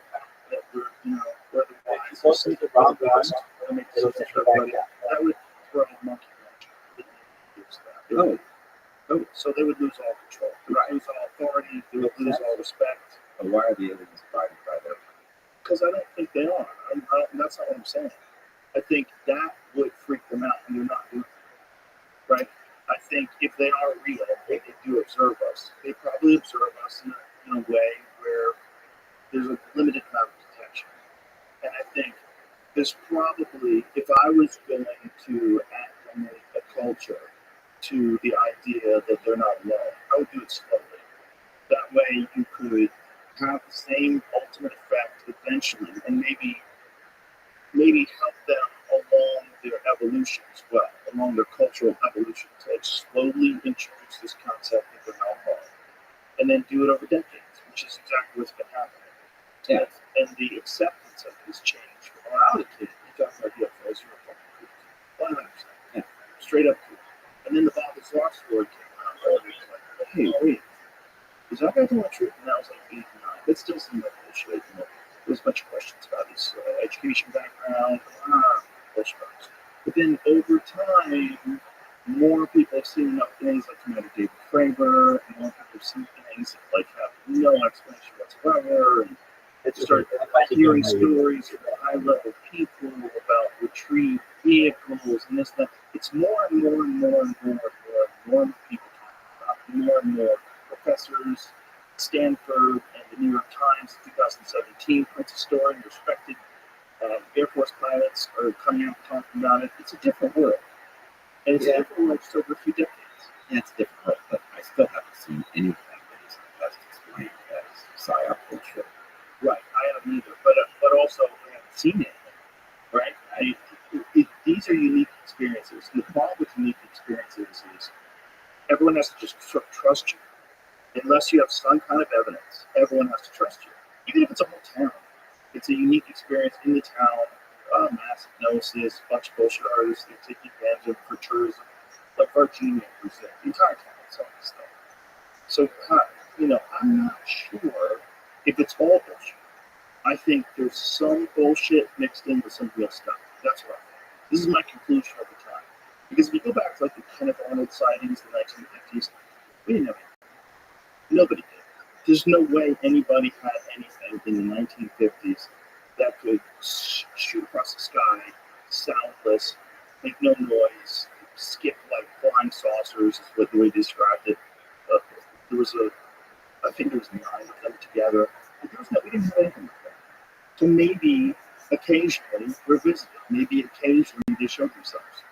And maybe they have been here. Tucker thinks they've been here all along. He thinks they're a part of this world that we live in. They hide from us. Maybe they live in the ocean. Yeah, I mean, my stock and trade is, and my feeling is I'm perfectly open to the possibility that there are alien intelligences in the universe, and I'm perfectly open to the possibility that they would stop by. But I'm going to need something like evidence that isn't better explained by terrestrial bullshit, because frankly, terrestrial bullshit is guaranteed. Right. If they had some sort of a drone that used gravity and could zip across the sky like 10x light speed, they wouldn't do it. Yeah, but I don't even think. I think the fact, and I think we may have talked about this before, but the fact that these things are All right, I'm going to send you an stuff invite. beyond terrestrial craft that we know of, and they're silent. That's because they're not craft. They're projected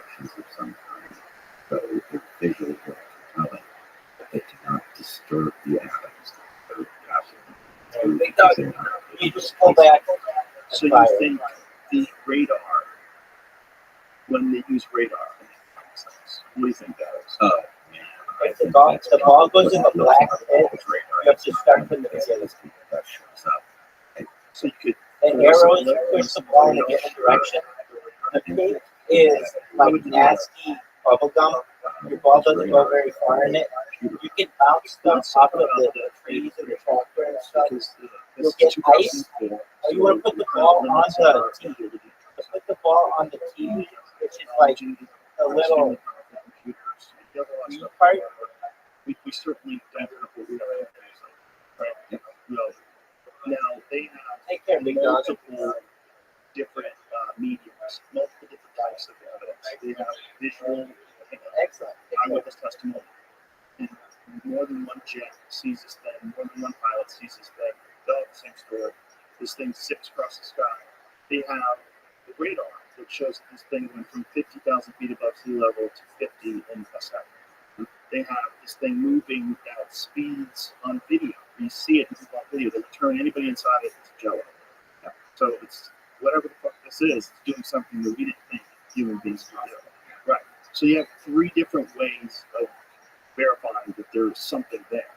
You have the radar, you have video, you have eyewitness testimony, you have this thing flying to the cat point where they were initially supposed to, when they were doing their training mission, they were supposed to meet. Yep. There's a lot of weird shit with that. Yep. But do you think they can fake that? yeah, I mean, I do think you could fake it because you just have multiple attack vectors. So how would you fake a visual sighting from trained fighter jet pilots over the ocean? A projection. A projection. And where would the projector be? Could be coming from space. Could be from an aircraft that's flying too high to see. I don't know. But how would you do that? What technology would enable you to make something? No, I mean, they even have a disturbance. Well, look who the fuck it is. What's up, you little bitch? What's up, you little bitch? Yo, can you hear me? You just missed. You just missed. Who's that? Frosty and I were playing this game. Dude, it's so hard. I'm gonna send you right on the book right now. Straight up. Are you ready to play? It's called Go Fuck Yourself, bitch. And you're invited. It's actually called Bounce. And I think you're very good.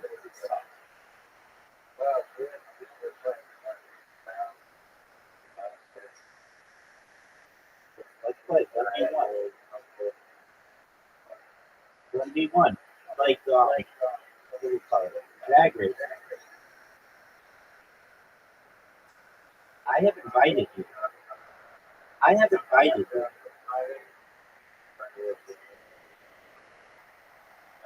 Dog, I saw the sickest fucking move in golf, and I'll show it to you. But play me about it.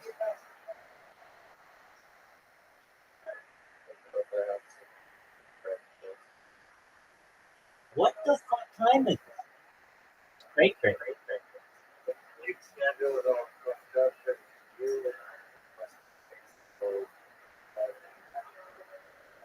Doug, do you know? But you know who Bob Lazar is now, right? You know who Bob Lazar is.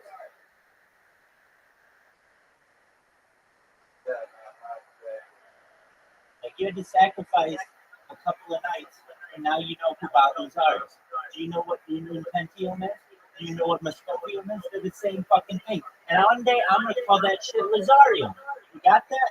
When I call the shots of the world, if I ever do it, we're renaming Muscovy, which is out at 115, which is Route 115, and we're gonna be naming Lazarium. Is that cool with you, B?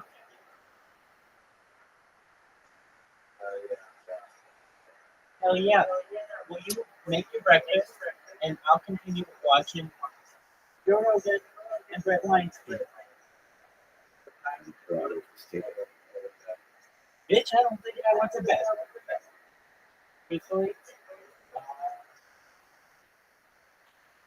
I think I went to the last side of the world.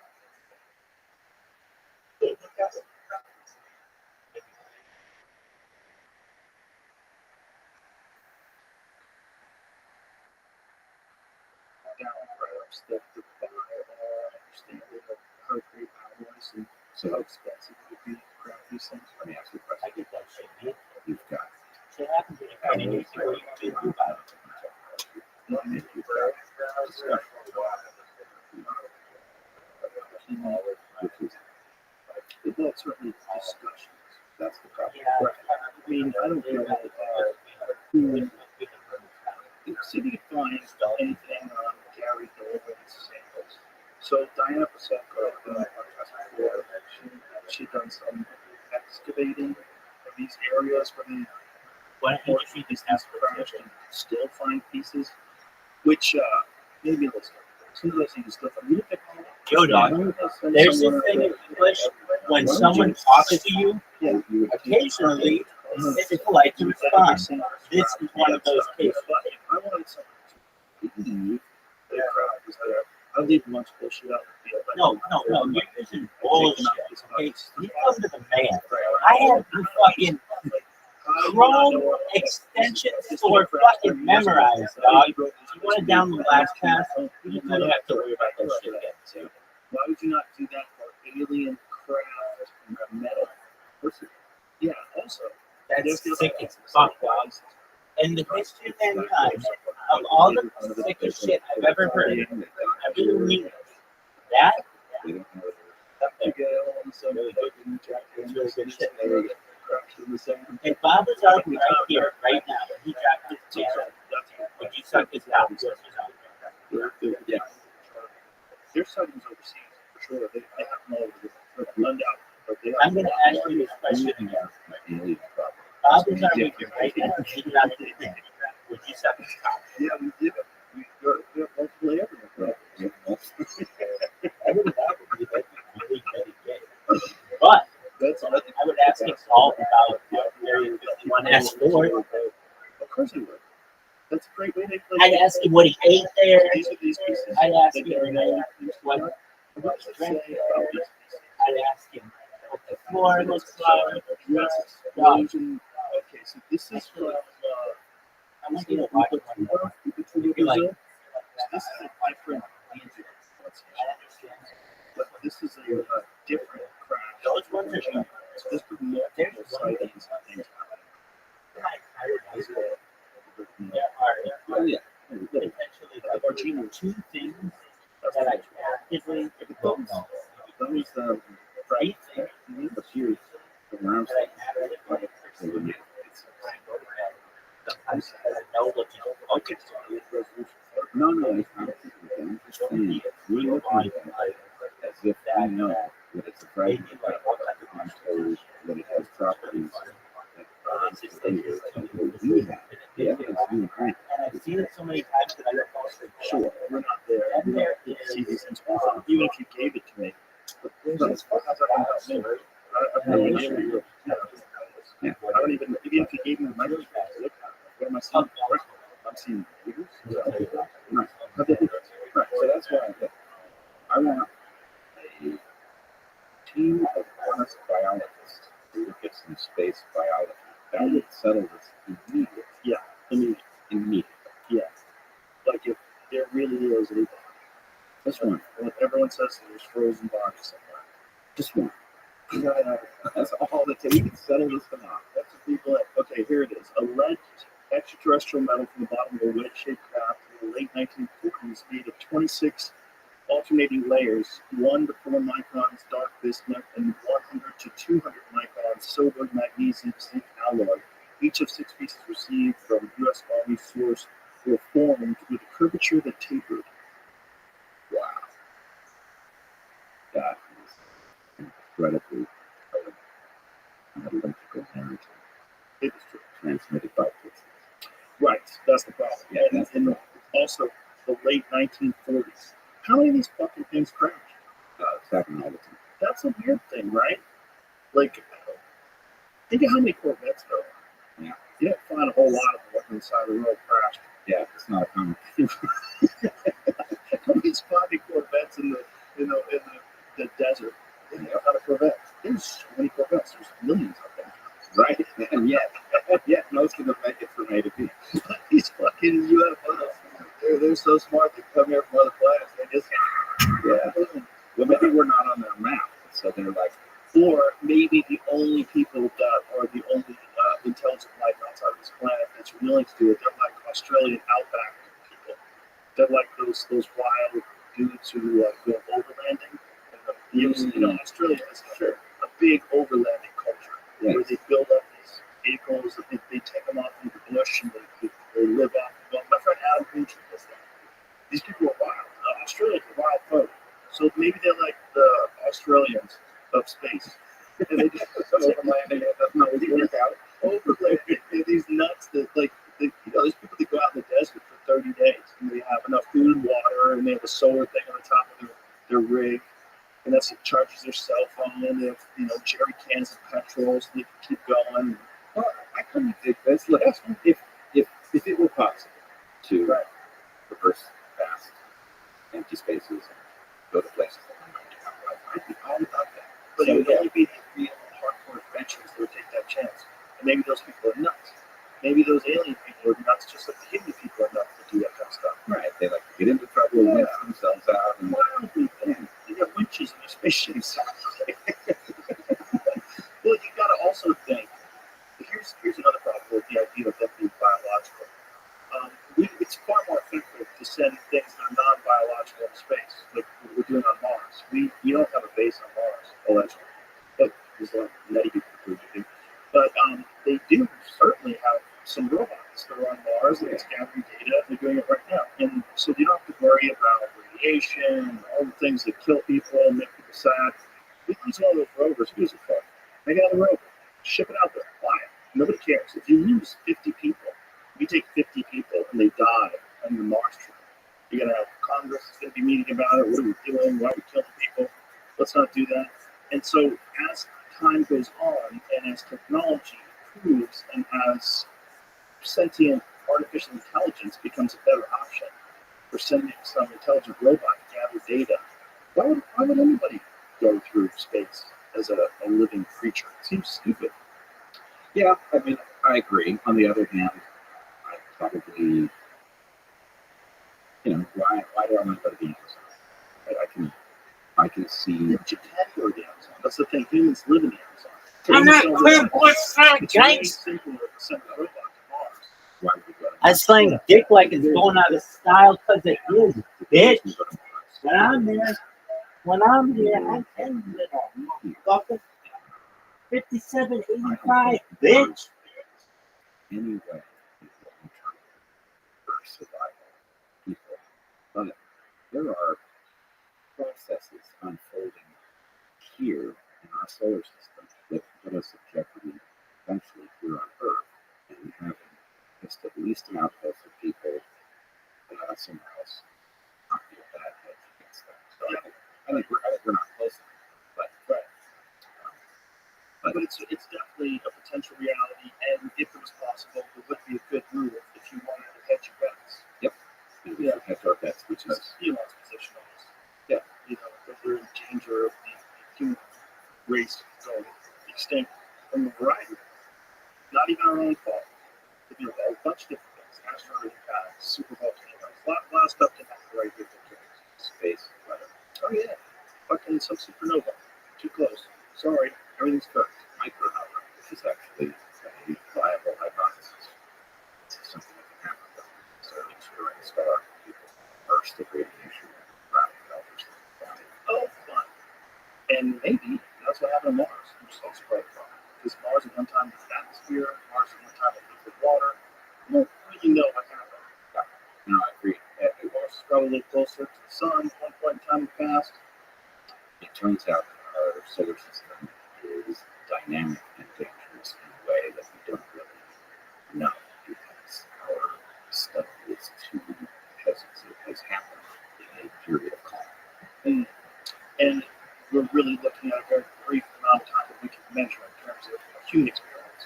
It's so brief. in terms of what we know about what human beings have experienced, and then we have to go back to like core samples. We have to go back to so it appears that there was Earth One, and Earth One was hit by another planet. That's how we get the moon, and then the moon. The moon's crazy. Yeah. What a crazy thing! This thing stabilizes us. It's in the exact same right position, the exact right size, to make sure that we can exist as we exist right now. It seems like somebody put it there. It's a beautiful thing. It's a beautiful thing, but it's kind of creepy. It's almost like someone put it there. It's very convenient. Yeah. Yeah. I mean, that's, of course, there's an instructive principle at play here as well. Westerners are weak here because we do have slightly black hole. You know, this planet has a lot going for it. And one way to think about that is, wow, that can't be, that's no accident. Or, no, we're here to talk about it because those accidents happen a lot. Right. Or, yeah, it's odd, but that's also why there's not life everywhere. Right. And this does happen, and when it does happen, then it's fine. Yeah. But until it happens, the variety of temperature changes over the course of the seasons is just too fast for what we understand as biological life to survive. But then, or at least intelligent. Right. See, it's not just biological. It has to be intelligent, it has to be able to manipulate its environment, it has to be able to record the previous thoughts, and it has to develop language. And it's really tough to do that if you're in an environment and you've adapted to an environment that can vary by 300 degrees. Right. No, you're exactly right. But the number of things that have to stack up before you get to the point that you're pondering why you're here. Yeah, man. You have food. You have to have food, you have to have your feet up. And go, why are we here? Yeah, I have to not be going routinely extinct because they suddenly go haywire. Exactly. This is why this kind of thought emerges once people sort of settle down. Yep.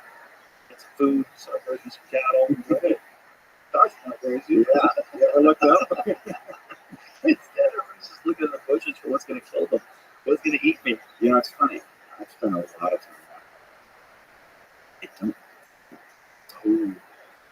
It is interesting. That is very interesting. It's very interesting. I mean, you know, I get it. It's not productive. Right. Get pretty deep into thinking about abstract things as a way of finding what you're not doing. Well, we look outward and we look inward, which is really like next level, right? Like we look at microscopes. Well, what is going on here? Right. We're all filled with bacteria. This whole thing's nuts. Because we're not even an individual. Right. We're an ecosystem. We're individual ecosystems. And the healthier your ecosystem is, the healthier you are as an individual because you're not an individual. So this is something Heather and I talk about frequently, is that we have more or less an epidemic of people who are maybe smart, but they don't know the difference between a complex system and a complicated one. And so they take their complicated system thinking into complex systems. What is the difference? Layers. Predictable.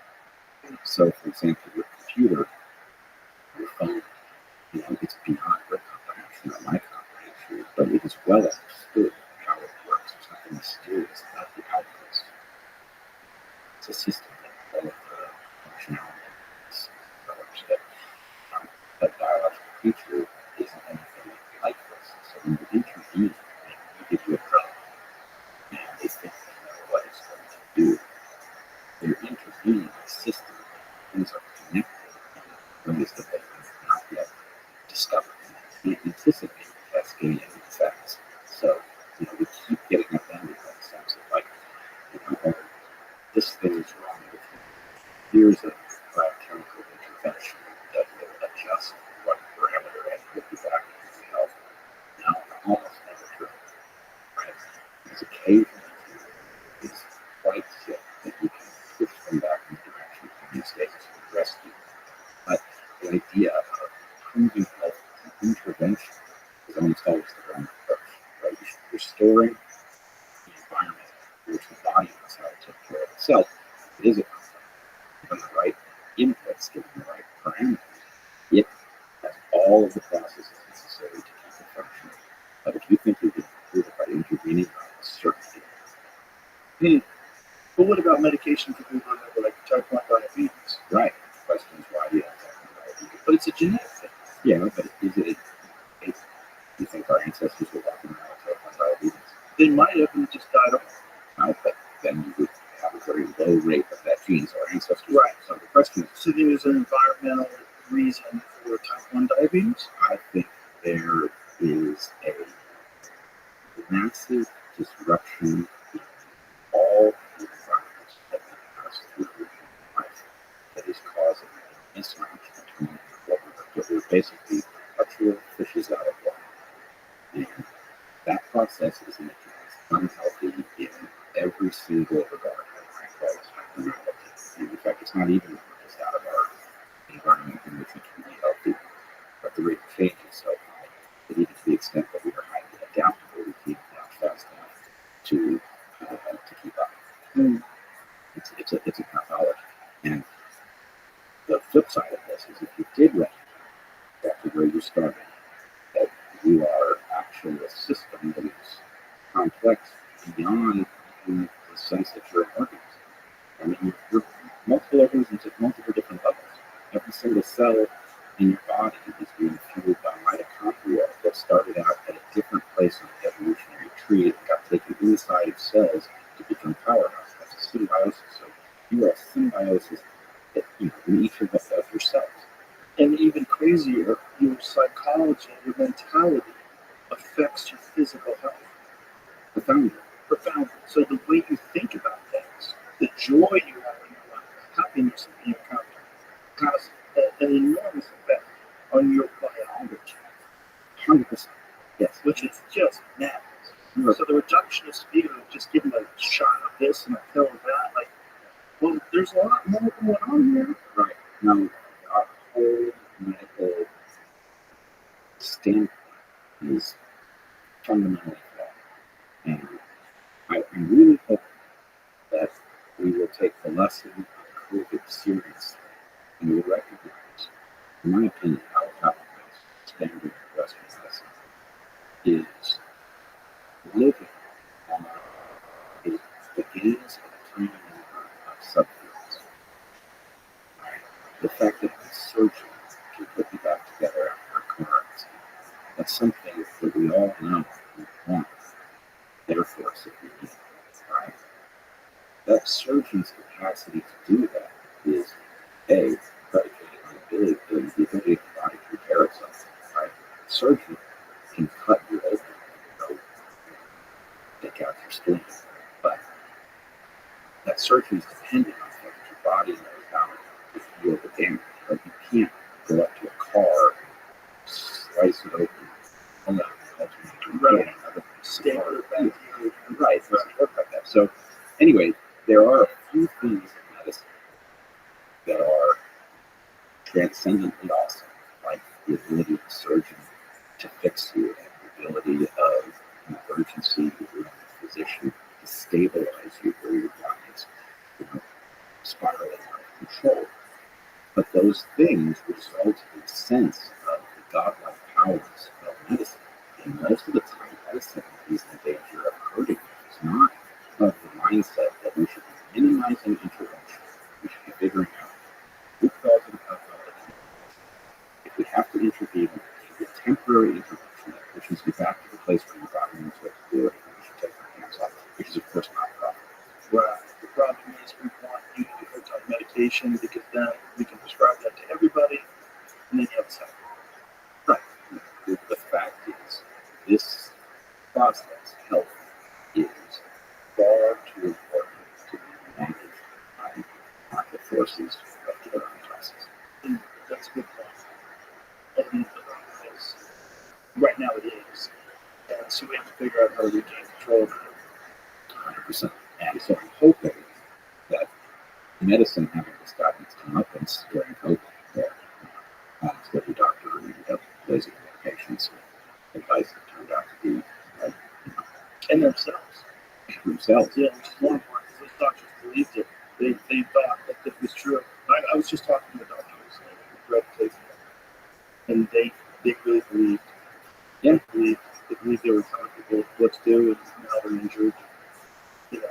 And then they have this practice where they told people this is what you should do, and a bunch of people did it and got all fucked up. And now they're in a situation where it's not just that they got fucked up, but like, how much time do they have?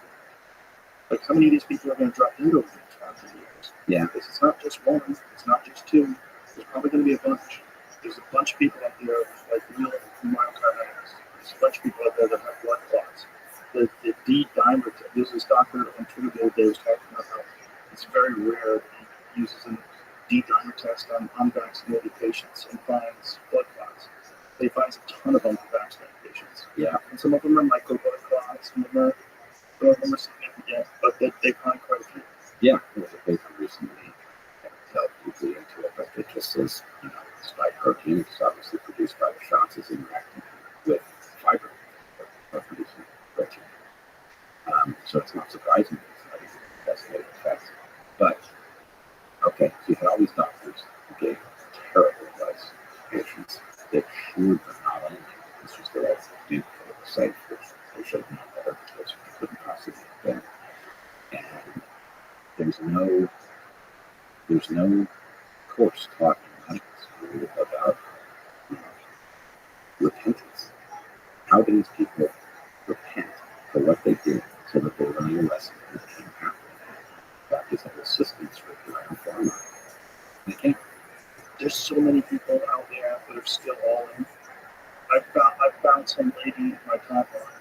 I don't follow her, but she was talking about how disturbing it is to her that children are not being vaccinated and COVID is killing kids, and the reports that she has of child death. And she was talking about how she wears a mask everywhere. And then there's all these people in the comments. They're commenting. I only go to places where I know there's going to be minimal amounts of people. I always wear a mask. And they were all like, it was some weird echo chamber where they're all terrified still of what is now cold. Well, I will resist portraying as a cold because I do think that ain't where we are. It's not good to you, right? No. You got it as well. I got something that was pretty rough. But let's put that aside for a second. Right. Let's say that this is not a very severe disease. By the way, I will just tell you at the risk of opening old controversies. It took me a long time to understand that ivermectin and hydroxychloroquine, they have broad applicability across our and many of them are non-viruses. Right? So there is a strong argument to be made that those who are now exposed to non-viruses, that acting quickly and taking those things is a reasonable thing to do. Hydroxychloroquine has more toxicity than ivermectin, what it does. But ivermectin is such a low toxicity that, from the point of view of not doing the damage to the body that comes from moving sick physiological agents, simply being flexible about taking this stuff quickly is something. And of course, what I just said is correct. You would expect pharma to do any rubber to take that. Right. Did you see Chris Cuomo on Patrick Bet-David's show at Midwest TV? I heard about it. He admitted his doctor has him on ivermectin for long COVID. He kept distinguishing between long COVID and vaccine. So he said that's some sort of a vaccine injury. Then he's talking about how ivermectin is not good for COVID, it's good for long COVID. And like, what is long COVID? Long COVID's not even a thing. Like, stop saying it. Like, you're fucked up because either of COVID or you're fucked up because of the vaccine. One of those two things happened where you got damaged. Calling it long COVID is weird because it's like saying you're still sick from COVID. That's not really what happened.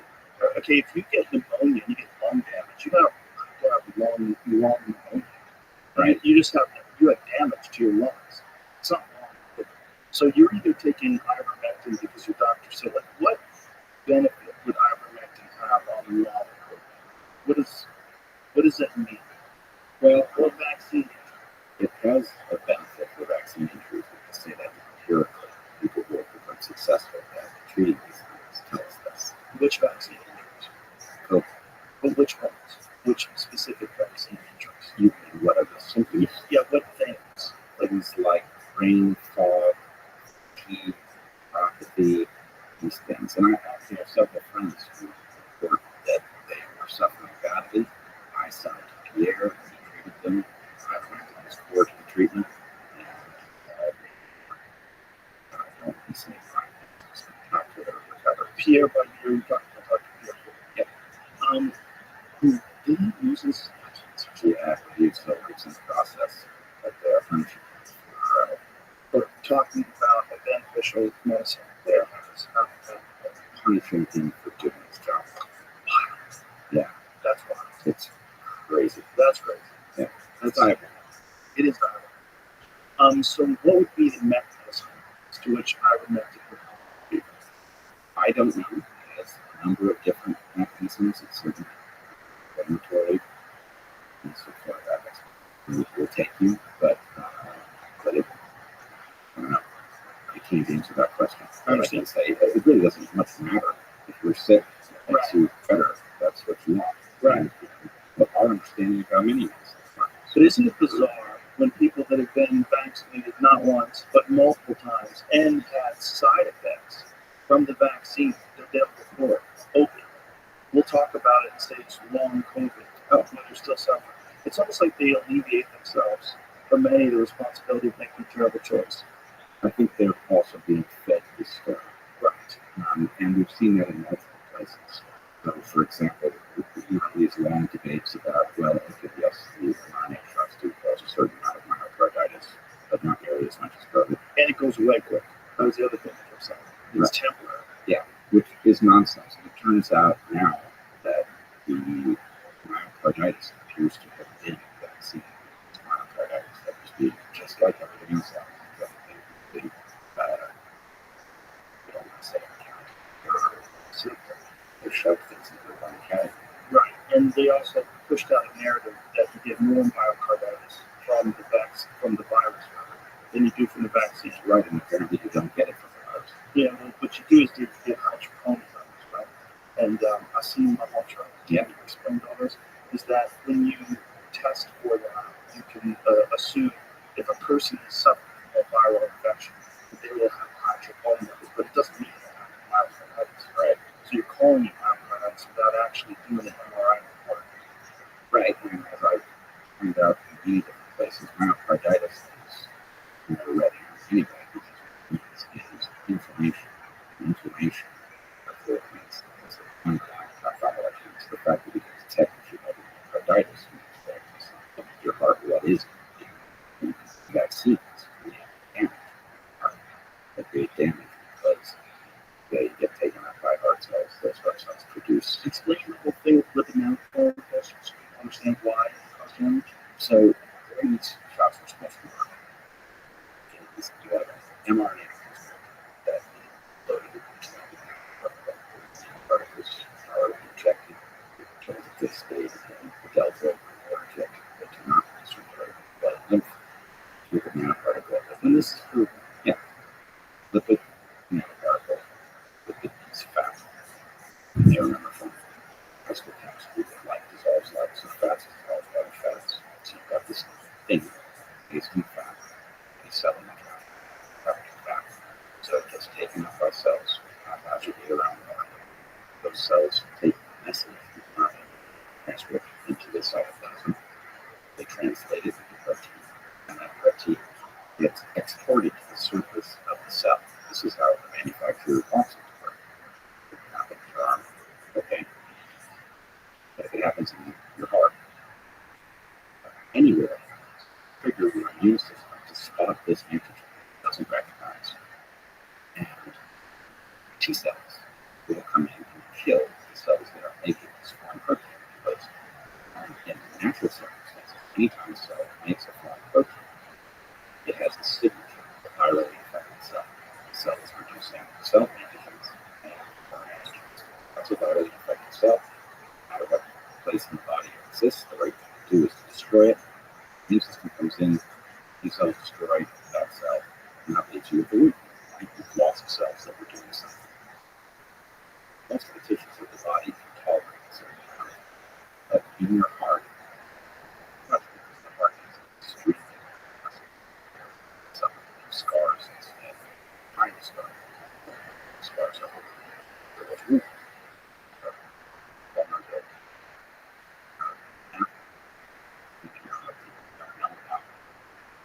Easily done.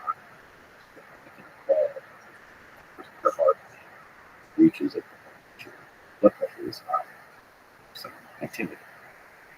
So my point is, when we say myocarditis, we are effectively accepting that in a place where there's an underlying pathology we have pathology and damage to the heart, which is very serious. It compromises your lifetime, your heart function, and in short term, it creates a substantial vulnerability to cardiac disease. And so these injections, which were supposed to stay local, is it because that they didn't aspirate, that they get in the blood vessels? Like what is the reason why it gets through the entire system? Well, the aspiration prescribed, I believe, is a contributor, but I don't think it is determined. So, in the case that explain what people were getting at, and he injects them, pulling back on the syringe allows us to see whether or not you accidentally in the inside a vein. You pull back into the blood, the tip of the needle is a piece of parchment, and to inject there doesn't go into the spaces between the cells and the muscle, it goes into your circulation. So that's a bad thing. Once the needle, you pull back on the circulation, and a plunger with some blood that can further to blood vessel. But we never saw that. In fact, we were specifically told not to do it. The rationale was they did not want to create vaccine hesitancy by putting it in the arm any longer than necessary. So they did end up doing a certain percentage of intravenous accidental intravenous injections, and that means that a glove of this stuff circulation and it went to your heart, things up there, not just this small number of cells, but a large number of cells. So that was completely unnecessary level of harm. Aspiration is the right thing to do. We should have done it. We didn't. And who knows how many people have died because they got a good dose of these where it was supposed to be administered. But that seems so straightforward that I can't imagine that they were showing people doing it any other way on television. Yeah. Even when they did the president, remember when they injected it on television? They stuck it right in. Well, there's a question about that, but yes, whatever. Are you suggesting that that was deception and they didn't give him this life-saving vaccine? Well, here's the problem. I don't know. It seems to me, let's just play this out sort of standard right. Inoculations cause a certain number of acute adverse reactions. These people wanted everyone injected. They didn't want us talking about injuries that right? They went out of their way to make sure that nothing caused anybody a sense of some problem. Do we really think they rolled the dice injecting an old man with an active shot on TV? I don't think so. I suggested it back then. I heard all the people. But I was talking about, there was a lot of people that were talking about being injured. Even, remember when they were going after Yeah. That's real vicious. they fully reoccurring him. He was hurtful words, anti-vaxxer, he's always been a terrible person. Yeah, the gaslighting, it's especially the vascular producer. There's always a person that's how is it that somebody who suffers from adversity don't understand? Yeah, And how do you turn vicious and how could you rationalize, how can you rationalize continuing with these companies exist? oh, you can't. It doesn't make sense. Yeah. Especially if they're that profitable. Because we know that they're profitable. Yeah, well, let me put it to you this way. I think it makes sense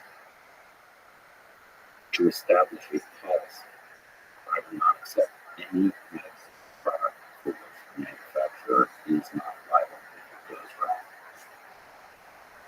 That's not medical advice, that's legal advice. Yeah. Yeah, because there's just too much room for fuckery and profit. When they know that something is profitable and they know they can get away with it because they don't have any liability at all, they're gonna fuck with you. They're gonna gaslight you. They always have. Because you have two different types of people, right? That are involved in any kind of medication.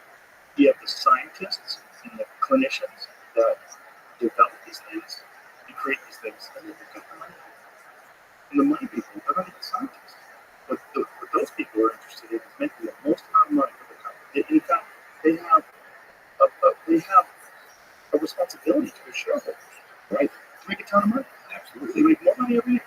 So if they know that they can get it, it's their job as CEO to push that shit through. Use it. Why do you have all these connections and all these relationships to be able to utilize them to help our company? Isn't that why you get a fucking gigantic salary every year as a CEO of a pharmaceutical drug company? And don't you understand the relationship that we have with the FDA and the CDC has been, we have cultivated this relationship forever, so we have a real everything do it, make it nice and easy. So the people that are in charge of regulation, they get a nice sweet job. Nice sweet job. We got it locked in. We got it locked up. Let's sell this shit. Sell it. Well, the fact is, if you understand how the market is supposed to do its magic, this doesn't work even in principle. Just simple evolutionary dynamics guarantee that corporations that are not responsible for the harm they do will start making profit by doing harm. Right? They will be outcompeted by other corporations who do if they don't. So it is guaranteed that they can be correct, which is why I say you should take any product produced by who is not liable for the harm that it does to you. It just doesn't make any sense. Yeah. Anything Across the board. Yeah. Yeah, it's just bizarre that we let that slip through because they decided at one time that vaccines create so many problems. There's no way they could sell these and be profitable and have the legal responsibility. And our government was like, Yeah, I know responsibility. I don't think most people know that the fact that you just mentioned that in fact they were granted immunity from liability. All they say is possible to make safe vaccines. Yeah, explain when this happened so they understand that this is an issue that came up because of problems with vaccines. Yeah, I believe it happened in the Reagan administration. They were reluctant to make vaccines. The Reagan administration wanted them to wrap up production. They said it can't be done safely, and they were granted this immunity. And the system, the very system was set up, and a special court was set up to adjudicate cases, and tremendous amount of evil has flown from that faith position and the proliferation of the childhood vaccines. Yes, which is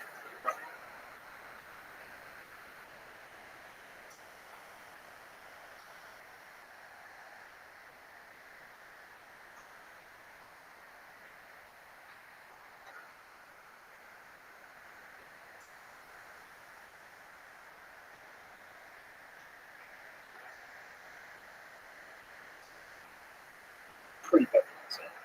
There's so many of them, we give them so quickly. But from the moment they're born, they're banging out with vaccines. And it's incredibly profitable.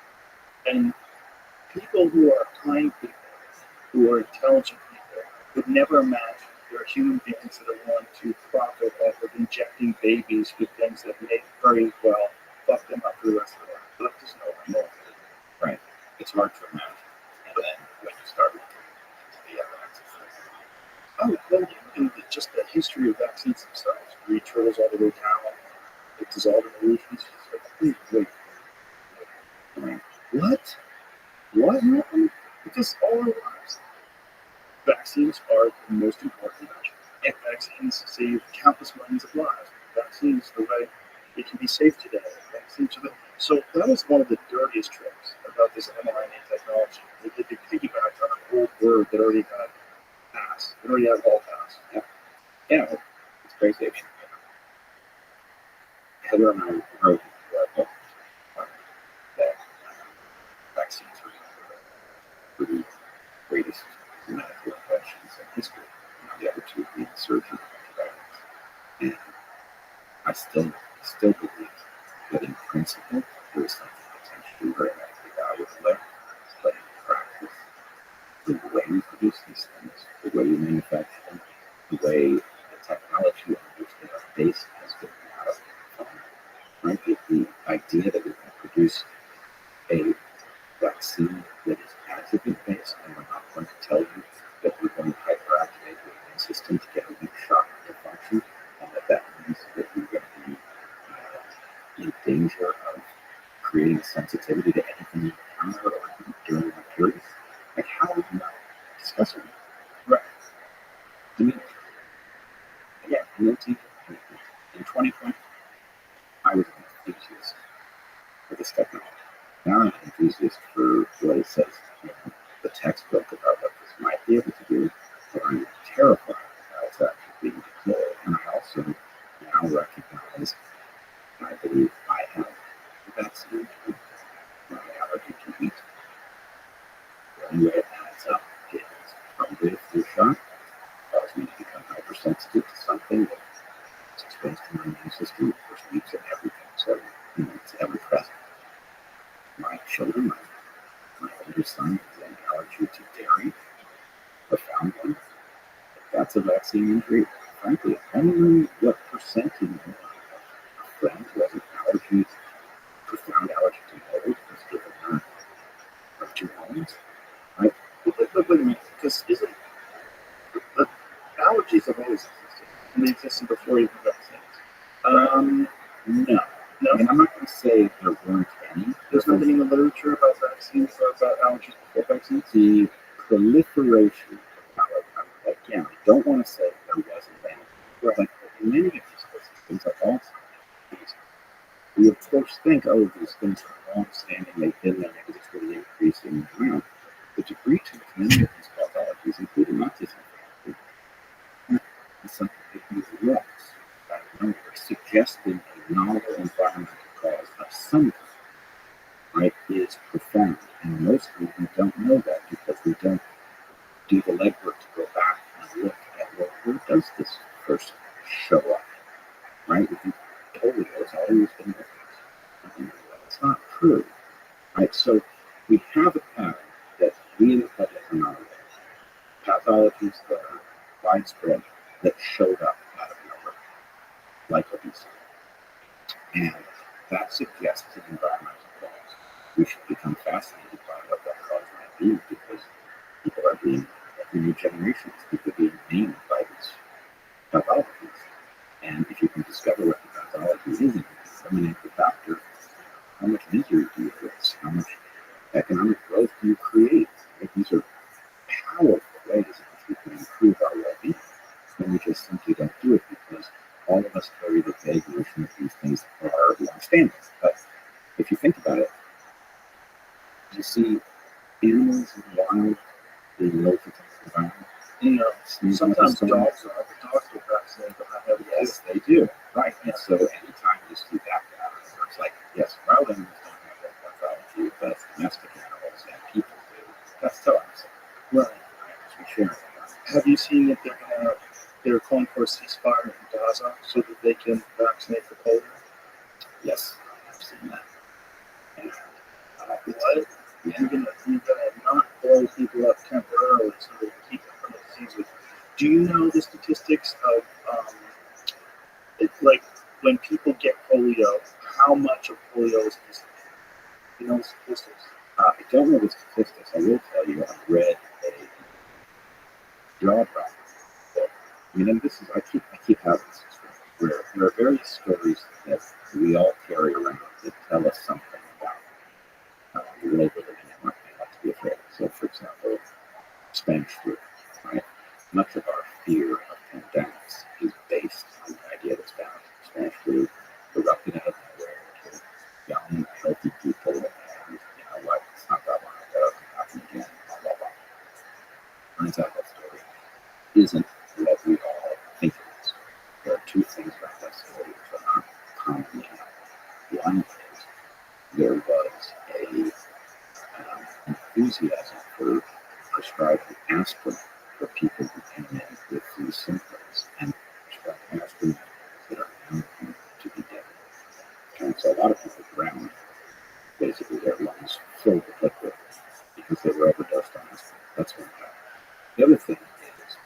bacterial pneumonia, which followed on the viral infection.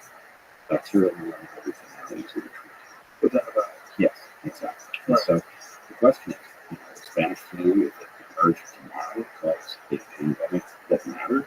No, it would. But we all think, oh goodness, it can happen because Spanish flu proves it. Right. Same thing happened with my understanding of polio. I was going to give you So 95 it million. is asymptomatic. Asymptomatic. Okay. Yeah. No, Do you know you know why? why? So I actually know, I think I know why they stopped the book Moth in the Iron. There is a virus involved in polio. That virus is not normally serious. It's a gut virus, right? It causes slight gut pathology, goes away at some point. What appears to have happened that caused polio to be a terrifying, debilitating disease is metal dust. Right? So polio turns out has some weird quirks. It affects the nerves in the front of the spinal cord, but not the back of the spinal cord, and affects children and not adults. And the argument that is made, and I think quite compelling, is that what's happening is the metals are causing that bacterium to, or the virus to leak out of the gut, and it can grow in neurological tissue. In a child, gut is sitting right in front of the spinal cord, and so it is affecting the motor neurons, but not the sensory neurons, which are on the back. The physical proximity of the gut to the spinal cord. And but as you grow, things separate, and so the susceptibility disappears. And it's the metal toxicity that is taking a non-serious pathogen and causing it to be serious, which makes for a very confusing story because you actually do have a pathogen, and you can actually prevent the pathogen with a vaccine, but the root cause is metal toxicity that is causing things to leak out of the gut and touch the spine. I read this thing that was connecting DET as well. Yep, DET is connected as well. And lots of cases of it in rural areas where people sprayed. Well, actually, that's what the book, The Moth in the Iron, amazingly tracks the history of this, where in fact you had a problem where the moths, the sulfur were not robust to predation. And so entomologists were looking for something to hybridize the sulfur moths that would be resistant to things like jays eating as caterpillars. And one entomologist had gypsy moths from Europe in his possession, breed sulfur moths. But nonetheless, one day he had them sitting in his kitchen window, and a wind blew and blew into his garden, and he tried to recover them. He couldn't find them all, so he knew that he had a problem. The local got local gypsy moth problem bad because of vegetation. In any case, they were unable to control the infestation. Right through after Oh my God, why didn't that guy torch his field? Well, right. If you understood what was going to follow from this, that would have been, it would not have been an overreaction. Right? Right. But nonetheless, what you have is something like an epidemic of polio. It's not really an epidemic of polio. You have an epidemic of gypsy moths that are being sprayed for with these toxic pesticides. Right. It's a crazy, crazy story. But the upshot is we all carry around stories like polio is a terrifying disease, it debilitated people, we have a vaccine that ended that horror, therefore, blah, blah, blah, blah, blah. That's not the story. The story is we actually have an epidemic of stupidity about industrial toxins, and in this case, they interface with a story about a vaccine and a pathogen, but the story isn't what I think. Right, it's a very strange set of directions. But once you start digging into these stories, you realize that all of them are, you've been told some fairy tale that makes us to a conclusion that just isn't right, then you have to start rethinking things. But of course, as you discover these things, people decide you're correct. But have you seen in New York City, they're spraying pesticide in the sky to kill the mosquitoes that might be carrying the West Nile virus? They're going after West Nile virus in New York. Mosquitoes. They're spraying pesticide. They're letting people know, we will be spraying at 8 p.m. Stay inside.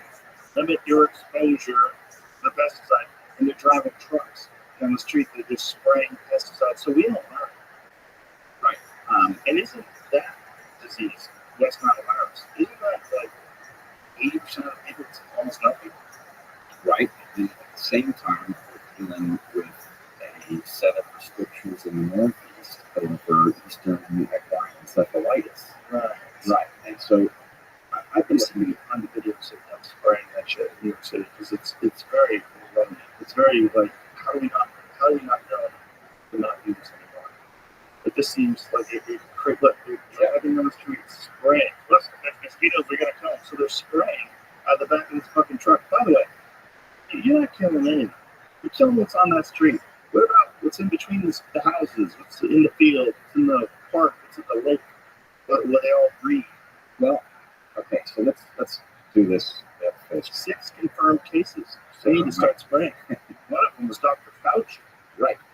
Well, look, He was hospitalized, right? I know. Yes.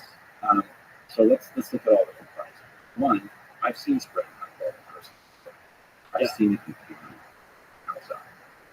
And Canal Zone is malaria free. I don't know what the cost of people living in Canal Zone. Americans live there. Well, the canal was in our possession in large numbers. I do think that the spraying kept the innocuous mosquitoes to a low enough number that malaria did not exist in the Canal Zone. But the cost of that, I also can't say. My guess is the cost of that was very high, but not much. The idea that we are now, why is it we are dealing with a simultaneous pandemic over Eastern equine encephalitis and West Nile virus?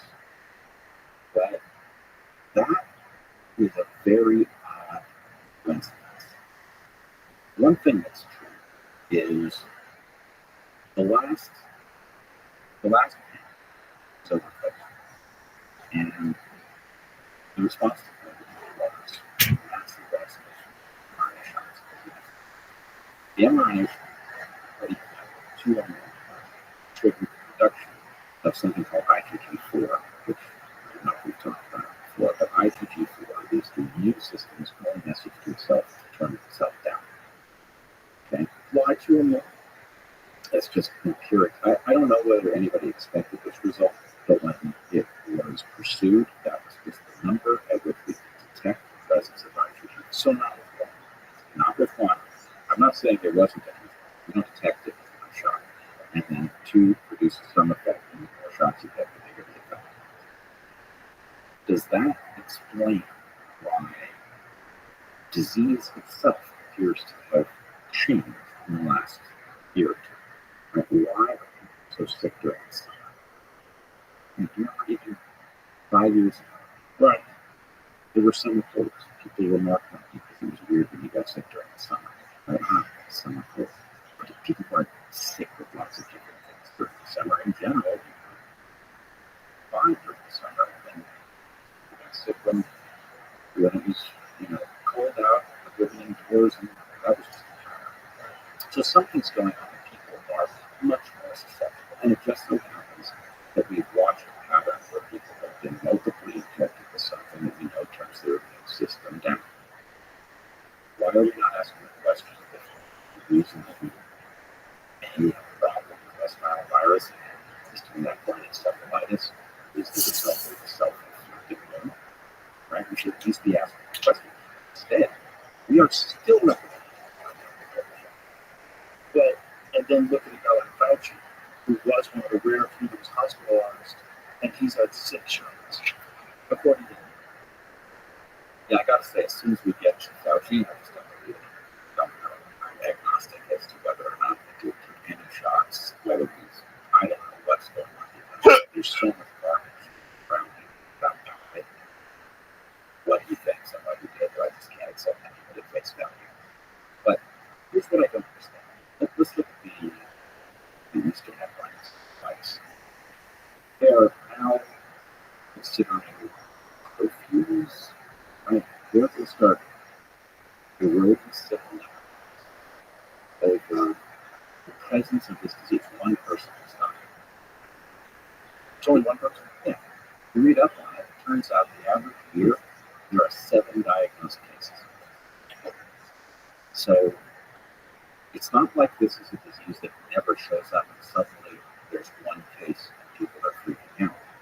There's apparently an annual rate of this. We have an annual rate that even if it's lower, this does not suggest the possibility of a massive disease spread. And if it did, you're still giving people a shot that causes their immune system to turn down. So can we at least stop doing that before we start panicking over new diseases? Because it sure looks like we are creating vulnerability to new diseases over here, recommending mRNA shots that people don't need, and then we are, having lockdowns. What is recommended for natural, which is the most bizarre. Of course. The most bizarre. Because there's no science that backs that up. It doesn't make any sense. And yet we're still saying Welcome, welcome. boosters. This IgG4, IgG4. What does that stand for? IG, blood. IgG, major plastic.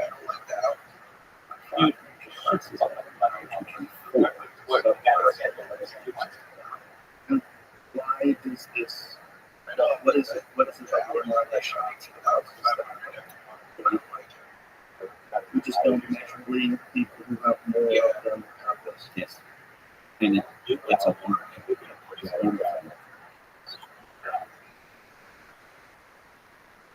I wasn't. I was really happy about this.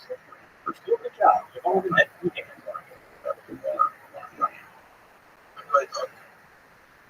Tell them. I really appreciate you giving me that moment. I haven't had this really good job here. And if I do, is there an opportunity that I can work on hours in the future? The excuse, but do use the sort of only allowed to do bioweapons research, and also research that might contribute to. So the excuse is how we work in well, the infant research is so that we can create pathogens of one that a expensive find themselves out of nature. This is a nonsense. It's not. People think that maybe It is not coherent to think that by creating some pathogen so you're going to learn something about pathogens that might know. One thing that pathogens you can I can find that out. But I needed at least 2 pathogens not safe that affect the person. Some pathogens. But then, if you let person die, it's better What's than this thing with viral? Very very, easy. very so it's not Get it. risk. And then you create the pathogen. But it's not relatively applicable. The same research on coronavirus is being done in the Design Institute, in Carolina. How much help did it give us? What did we learn from that research that protected us from COVID? It is nothing. Nothing, because it's inconceivable that it's good. So you're using the excuse of public health to do this weapons research. Here's the punchline. The vaccines are also a product of bioweapons research because they include spike protein, was the mutation that made the ancestor of SARS-CoV-2 into vaccines. In addition, the site to spike protein made this thing capable of spreading into humans. That spike protein is the core of the mRNA shots. Get 2 more of those shots. You create IgG4 shots of that. Was there any literature that indicated that this was going to have this effect before they rolled out the vaccine? Or was this just an unfortunate byproduct? I'm not aware of that, but notice the following. That IgG signal turned down is now connected to the presence of spike protein. That is, violence is triggered as spike protein to something else. Violence to create, first of all, just one of the things that are done, like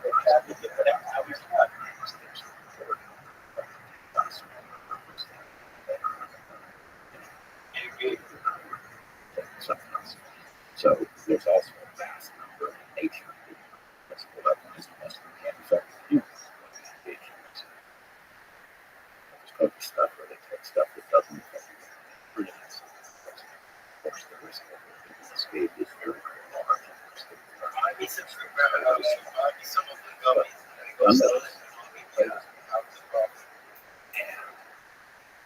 If they create something that is a frightening,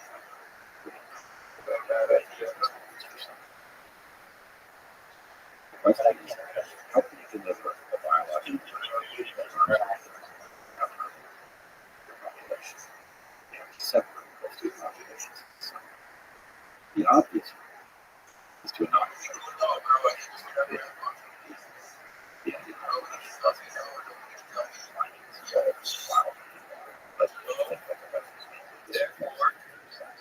But this is not the that's where the IgG because what they seem to the best case accidentally done is created a vulnerability to protect the environment. If there's not You trust it. and any time that shows up a spike, like trigger that's something I have in the past, and I'll tell you what, I've gotten buckeyes, so that's why I like the Chinese do Probably not trust someone. Because it's just so integral to just be like, dude, Rabbi doesn't know that. so He just gives me $5,000 stuff I could just vaccine stuff not effective, but doesn't create this effect as far as so with the Novavaxes. Novavaxes have not very so like if we met and I knew it, if I knew your family, sign up then yeah, absolutely.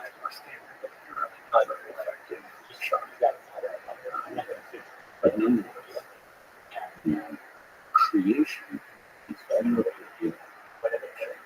If I give you $5 you graduate.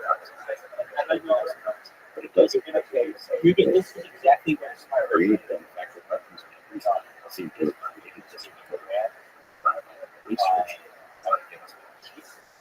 But So if the weapons manufacturers were involved yeah, I'm in sure. But that's what everybody knows. well, actually, especially the virus, So I don't know much like that. And what would be the instead of use of fucking telling these only girls that he's afraid of walking away with the town, I'm not saying I don't think you're saying it's bioweapons research that created this virus, but not the virus actually bioweapons. I do not know how crazy these people are and how right. It is obvious that something you don't it's got a job, it's true. by somehow our humans, researchers Celsius researchers. That's surprising. Yeah. Right. So the real lab was a Chinese-based bioweapons certain military, So here's what you do. but You take Head the moved to a laboratory question you just buy it, was trained by Ralph and sell it. You use the money So this is a for partner your that doesn't seem to make any sense given what we all think we understand about where the tensions are, who are the allies, and where the and where's that. and also the fact that this funding was stopped in 2014 here on the Obama administration. Write down every single day that you're awake and take a From picture the restart of the Trump administration. And there's no specified goal where in terms of like the benefit for society. Like this research is done, there's a huge possibility that it leaks and it's incredibly detrimental to the fish did. But there's also, even though they were working on this stuff for so long, there was no cure. For the things they created. So like, if you can create something that could potentially damage the human race you're worried about, and if we're not going to really want to get and then we need to figure out a way to save people. But there's no solution. They were working on this stuff forever, and they didn't have a solution. You get sick of that guy, and you get fucked up. So one day, someone comes, as I even say, what's the downside of this? Oh, you're a fucking huge target. You go to the wrong guys in the parking lot, and you're like, hey, you want to buy some special whatever, they buy you gummies or whatever. You're like, oh, you got gummies? Yeah, $20. Oh, okay, cool. They give you $20, you can go get the gummies. Fuck it. Blast you in the face, and just take all your money. Yeah, so like that, it seems like the everybody's case.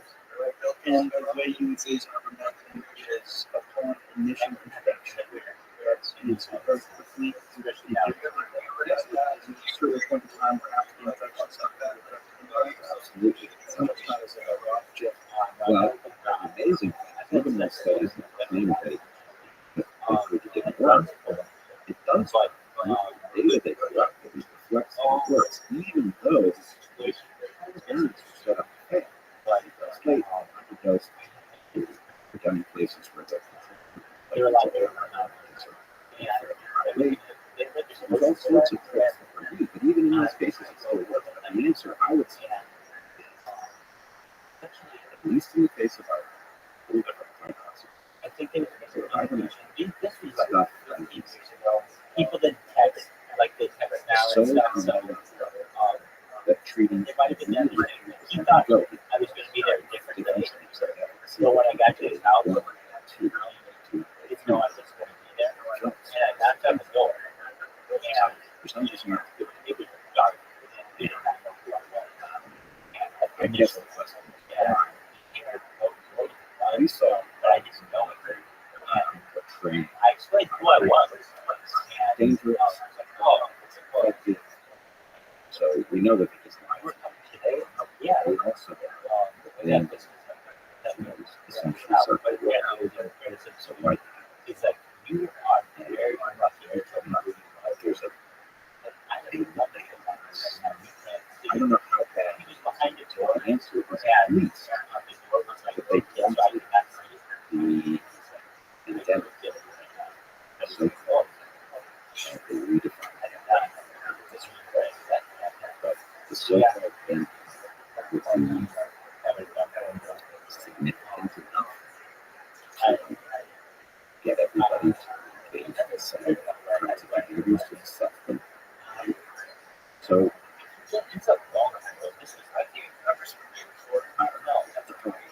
we're stuck in the same place.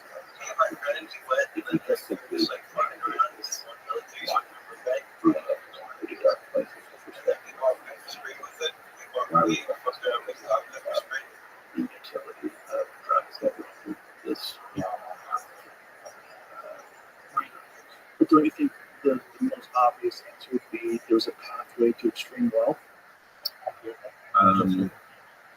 If you're going to have a vaccine that is paid for by the government, that not only the government profits off it, right? So they own patent, right? They own a piece of Moderna, right? Yeah. So they sold these vaccines to themselves, essentially. They made incredible amounts. They distributed them all over the world, insane amount of profit, and then forced people to take them, and then ignored all evidence that there was other medications, in fact, demonized those medications, public, like what they did on CNN. Yeah. That's the deal in Charlotte's eyes. When what they did on CNN and all those networks, when they were talking about Carney Christie, despite the fact that they won the Nobel Prize for use of humans, all that stuff is the most obvious answer to these topics, because you look at the amount of money that was generated, and it's how much money did they make? How much money was generated by Pfizer? Let's ask. Let's take a guess. How much money do you think was generated by Pfizer and Moderna between 2021?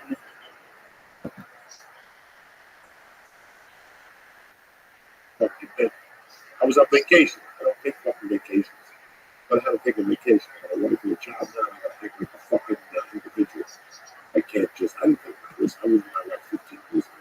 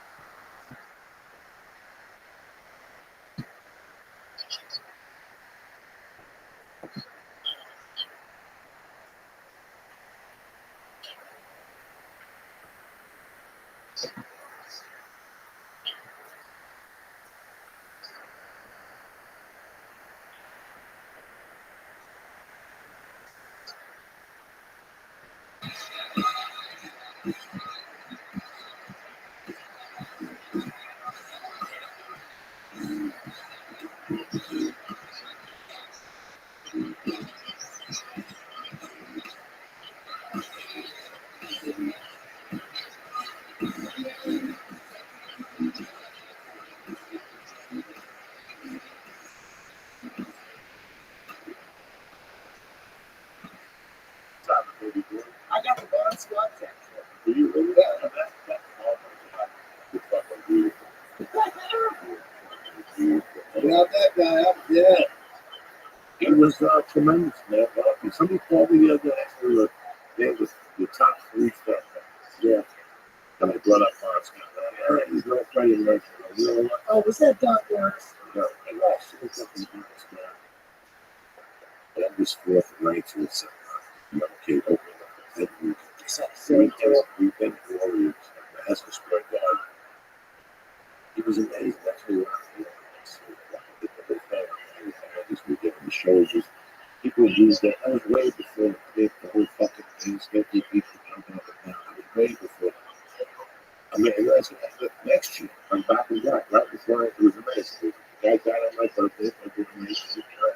And fucking, you know, I had Bruce Singer and Ray Rock. I think they were looking for Jewish priests when I saw it. Yeah. I saw a priest. I had to say that. Yeah, I saw a priest too. You know, I heard them in town 2 weeks ago. Just yeah, really good. Oh, man. There was, I was there because I did the Nokia Center 2 nights ago. The 2 nights before we wrestled Peters. So I'm backstage and there's like the GM. So I'm like, yeah, I really want to see the priest. And 2 nights later, he gave me this fucking envelope with seats and passes and shit. So I took Danny from the store. Yeah, I said, we're going priest, but we're going fucking luxury. And then they came on, they played like Jawbreaker, you know, Jawbreaker! Fucking killing, man, and love fights. They did a lot of stuff off the Defenders of the Faith. That's when I jumped off the bike. Yeah, that's the last one. I think I was there for, I had not been a highway. So yeah, the front entry, like, that's the Before the entry, and then the one after, who was there? I got to the highway, that was it. That's the entry after the Solar Angels. Yeah, I was done by that time. That time I was way done. Solar Angels. That case opened up. That's when they opened it. You came out. Listen, it was November. I mean, I lived in a friend of mine that said, Jesus Christ. The name of Jesus Christ, it's a Jewish Christ. Right? I go, what the fuck is that? And the next day we were studying on it. Next day he brought me 8 tracks of unleashed names. And I went through that motherfucker on. And it was, I didn't understand. I was still into, I was still with this organization. Yeah, that was it.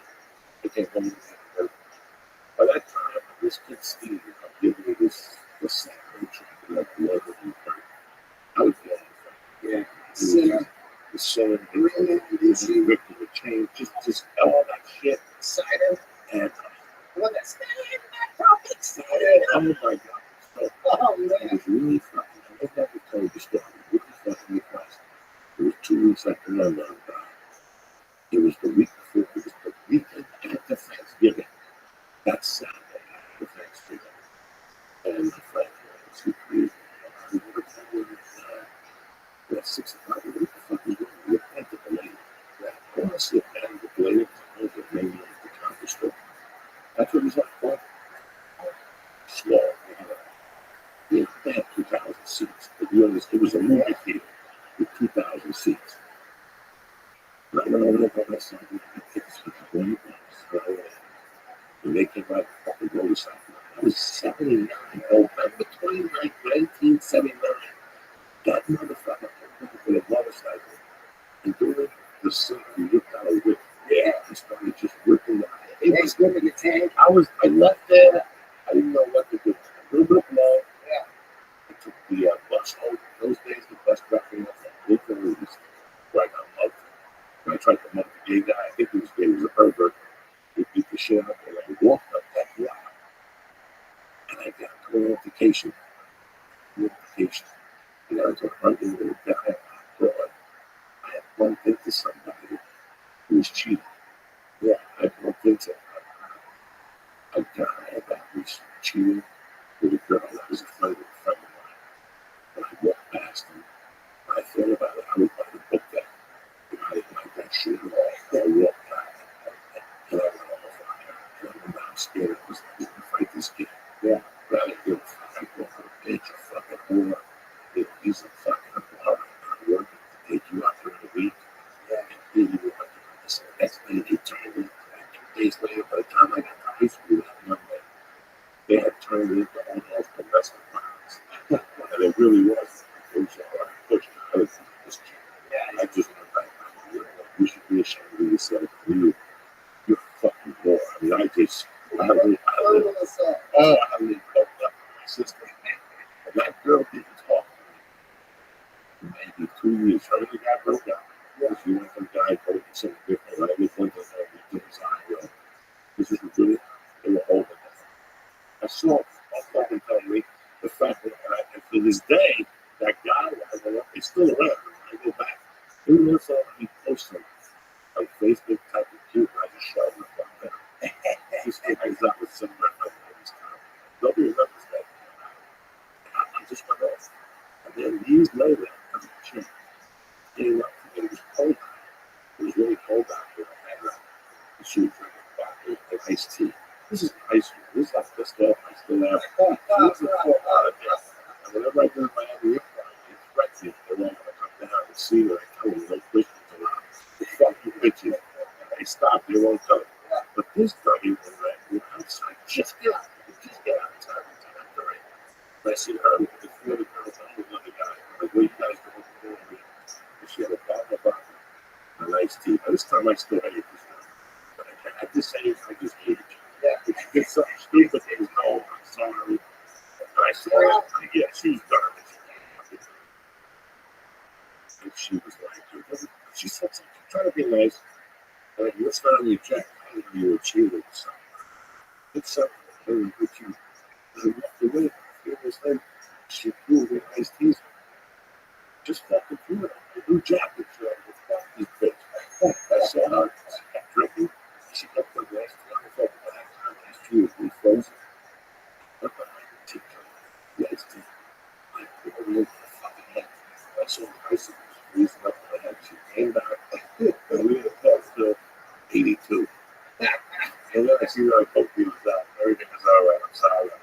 Yeah. When you see something at the dealers, once you see something at the dealer's house, everything's forgiven.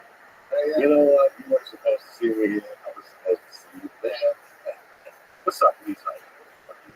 Big here, but I'm listening to my watch. I watch it already running through the North Star. I wanted to get your opinion on 2 things. First thing was, I've dealt with some people who have been addicts in my life, and a lot of them masters of talking their way out of trying to convince people that it's not as bad as it seems. And at that point, already clean for like 7 months. We look it up, it's like already heroin. Already does heroin and something. It's like 30 minutes long. Were you like that too? Would you talk your way out of any? Really? And when I got in a situation, I was talking my way out just so I could get out. You have no idea if somebody squashes you out.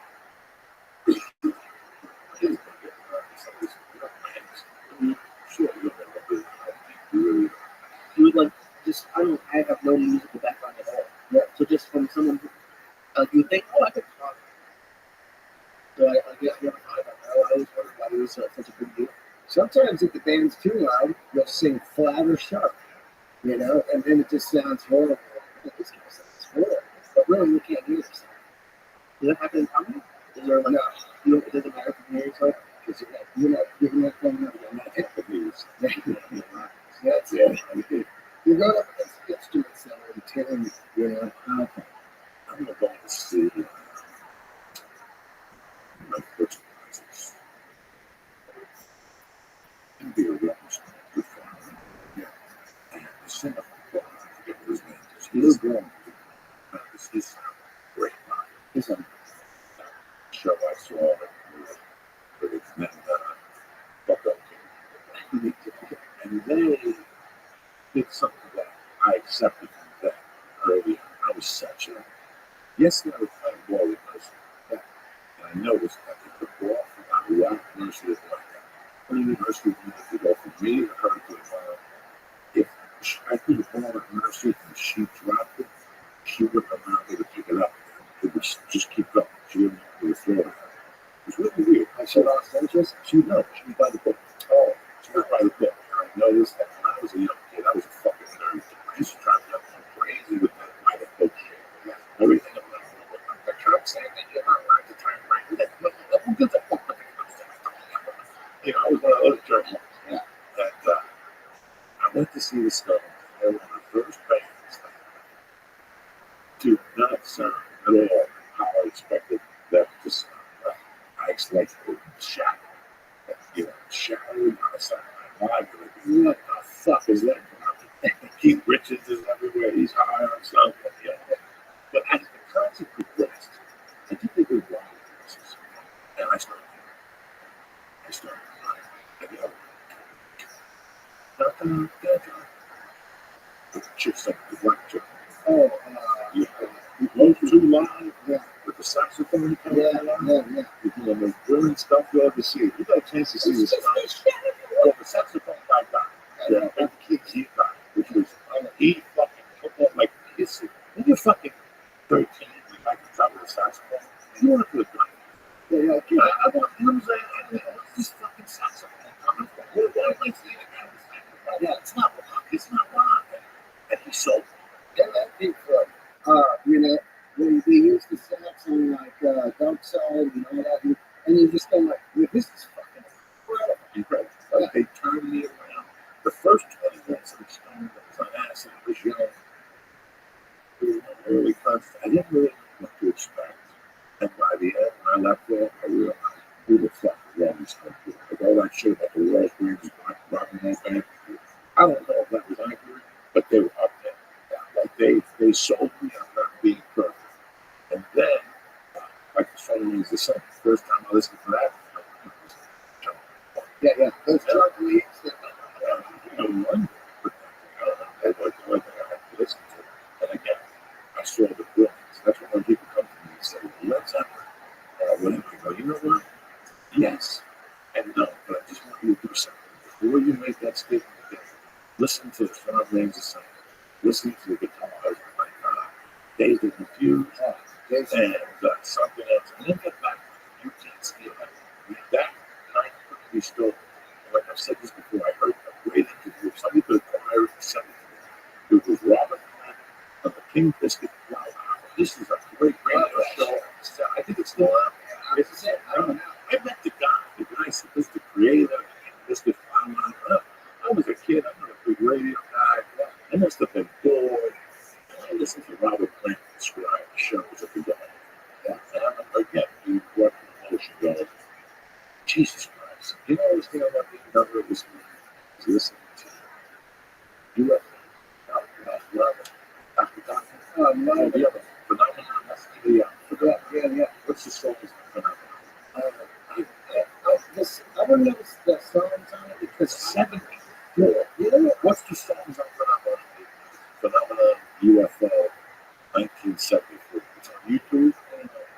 it's also, it's not Dr.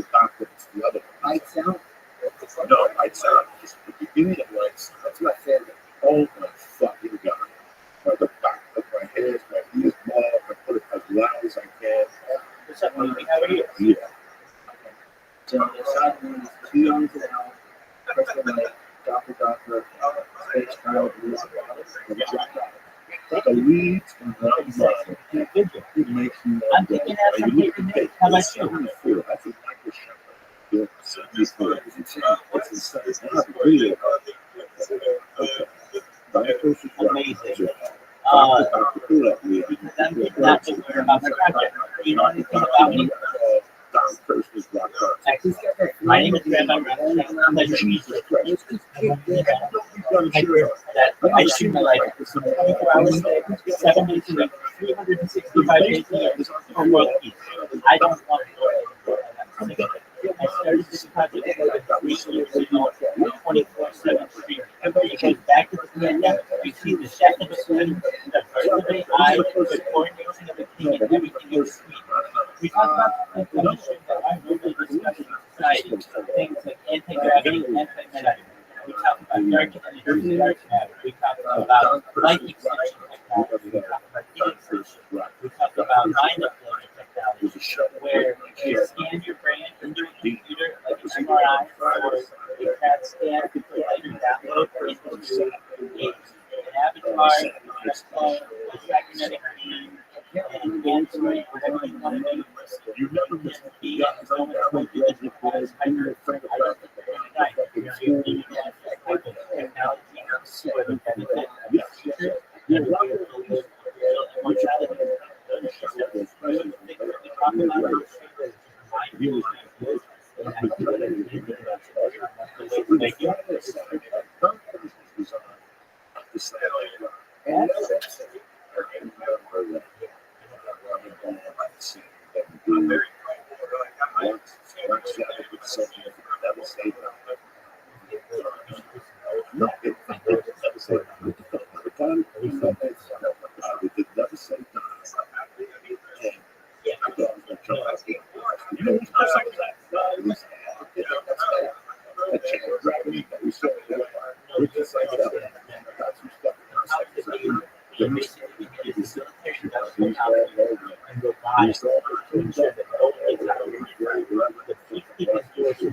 Crush any type of resistance, and it will be very stable against the common man. So there will be is a boogeyman. So I'm not saying that we won't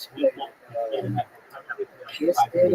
Is that what that did? Is that what Peter Grant's genius? He said, that was a video. This reminds me, little kid, I'm only so restricted. I look at vanilla kids. I never really separated.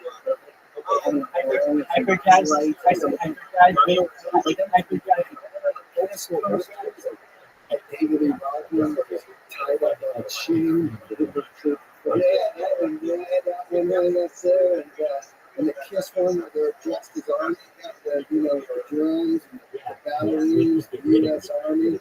All that's so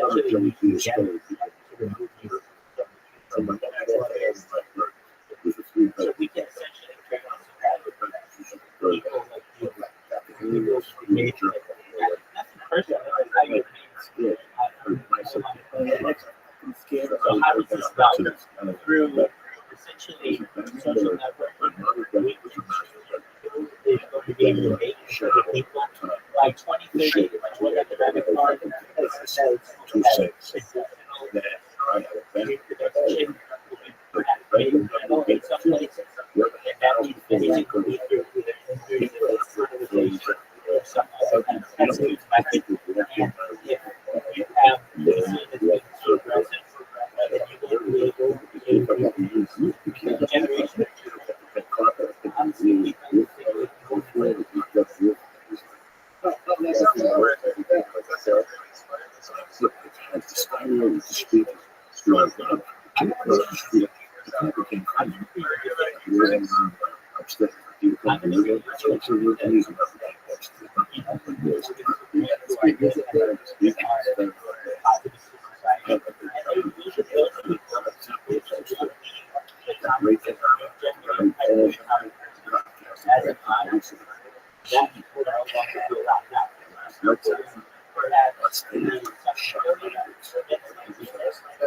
that aggressive trait,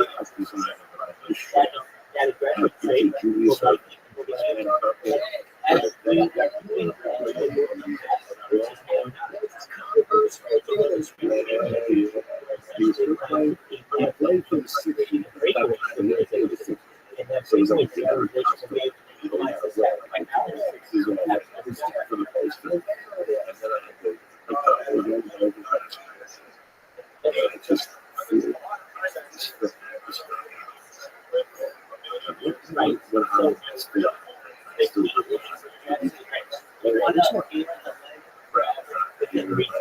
So, of course, you don't want to be able to live forever if you're being tortured the whole time, or if you're bored.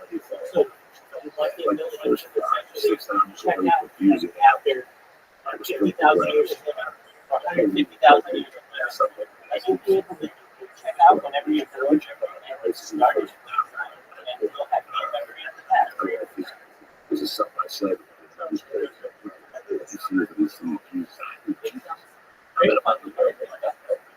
The idea that you'll be able to have sex with all the women in the world and eat all the vegetables, travel that places, be able to play the most fun games for as long as you want. That sounds really great. And then when you don't want it to be that way anymore, you can end it.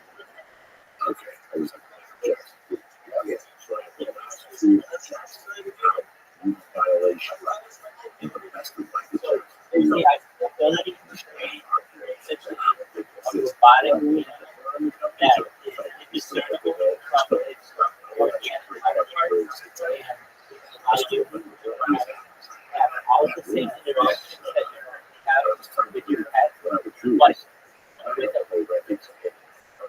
Android. You would never be able to do so you can adjust it. Be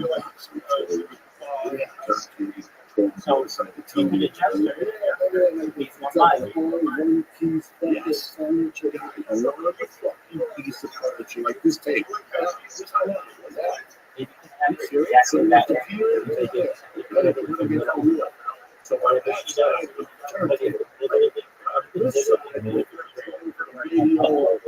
into that like robot, and you never know. I guarantee those things don't work. Oh, yeah. Those things will work for the I guarantee if you go on eBay, you go on sale, they're out there. And you're absolutely right. You could immediately see how they're going to get it. Yeah, I saw a Jerry. He did something that was so amazing. And he gathered it out. And then he and stuff. So when you look at it, it's straight 70. So then when you open it up, it's just all the great equipment and that was awesome. It just made it with new shit. It was killer. And while he's a project generation, you can put the new games and you won't have to think better than normal people. Some may say benefit of zero. So you guys have to we try to be able to communicate telepathically with animals. We may be able to perhaps utilize this type of technology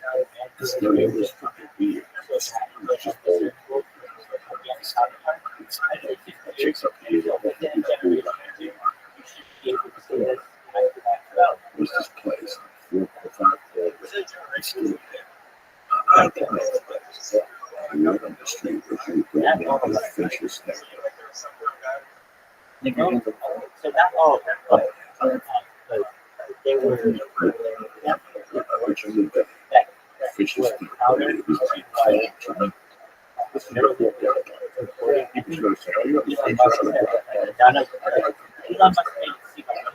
all these mentions are clean games and drinking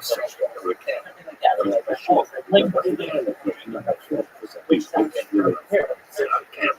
But they said none of them had been heard. And he also said that I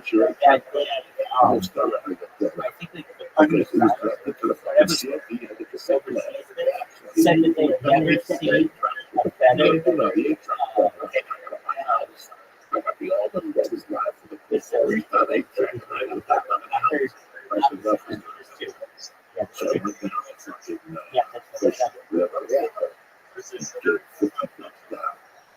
the whole thing came up. Those days we little kids, kids. That's it.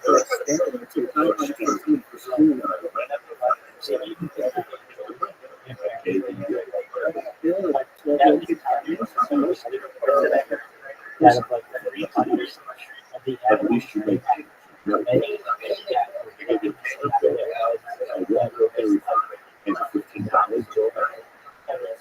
you felt good. This was it. I trusted and this was fucking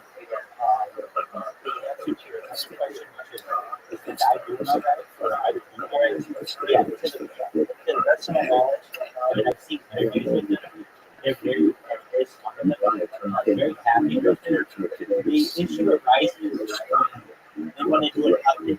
So, like, imagine you got this great technique. It's a great technology. And Neuralink doesn't do the update.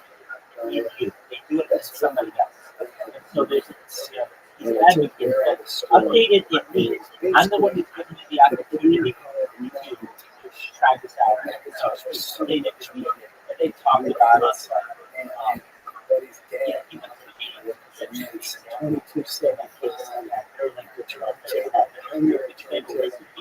So one thing, already got it.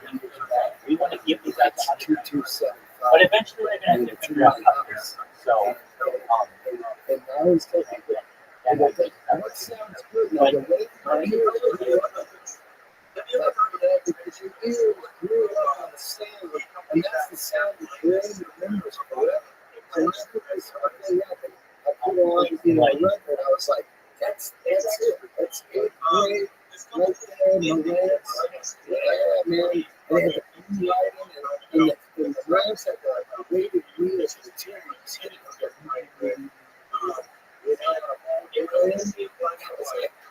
other turn, okay, this was the wheels,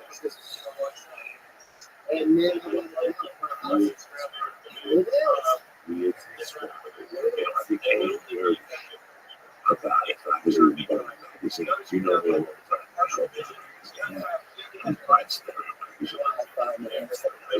it is.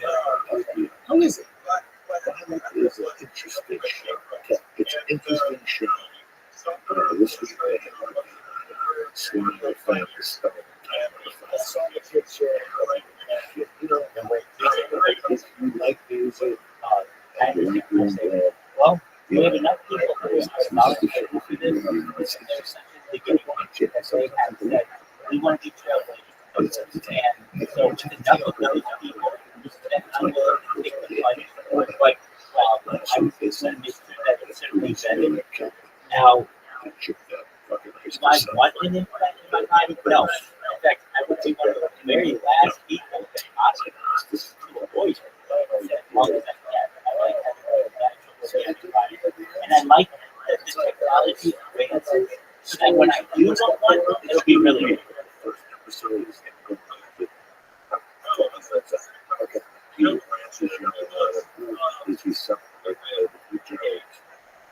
second episode, the Germans do just like the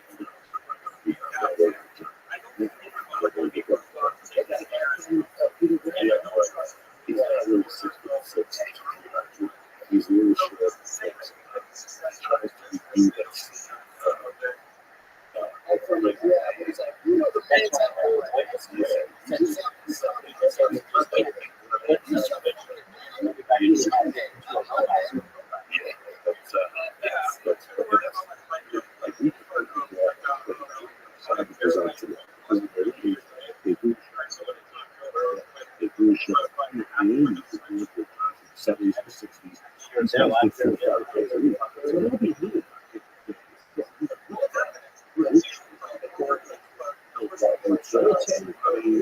facilitating stories about the way Essentially, it would probably be you would have to take care of it. So, like in a community, we have a little lab. Just spell out which idea before she restart. Generally, it's not going to smoke or anything like that. Now, let me see this. If you open one in the battery,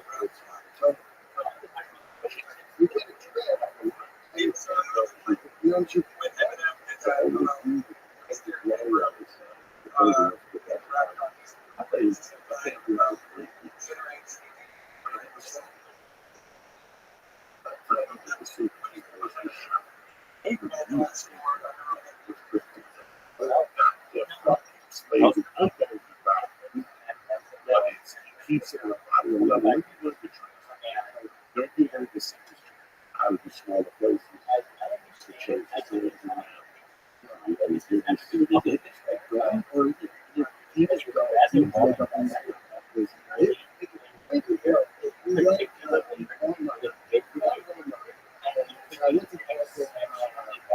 the reason why, if I recall, he did it toward and he accepted it like 2010 when no one was accepting it. Something like that. I heard you say. And then the company said, we can't do it anymore. So basically, he had all this fucking big fun from concert stuff. Whatever. It was like $5, $10, no big deal. He made a far more money than publicly done, which is fun. Okay, so what do I think about him? Very talented. Some of the street traffic, though, they're not exactly sure. I heard reports that next week is Next thing you know, It's tough enough. okay, that may be true.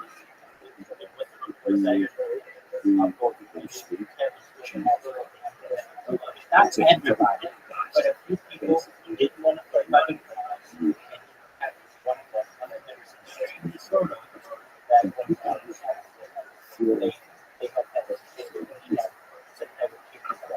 aside from that, I think that it's really great that he's trying to have a normal life. His daughter just got married, and it looks like he's just trying to be like a normal dad. And that's really cool to see. He's not trying to be anything that he's not.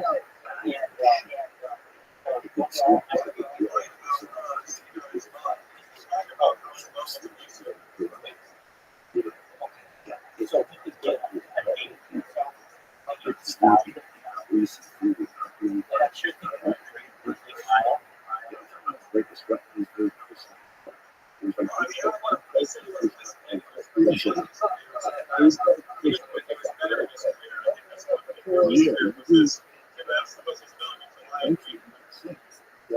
another thing, No celebrity has a bad but at least that's the worst thing what I think more true to talking out. What he's not giving out things perhaps others are just like he's trying to live his life in himself. As for these guys are constantly twirling their throats. And that's why a lot of singers drinking tea, grew up when he was and what is considered a blues today, that's what not considered today. And every time you hear spanking today is generally considered great. But in 1995, I like you.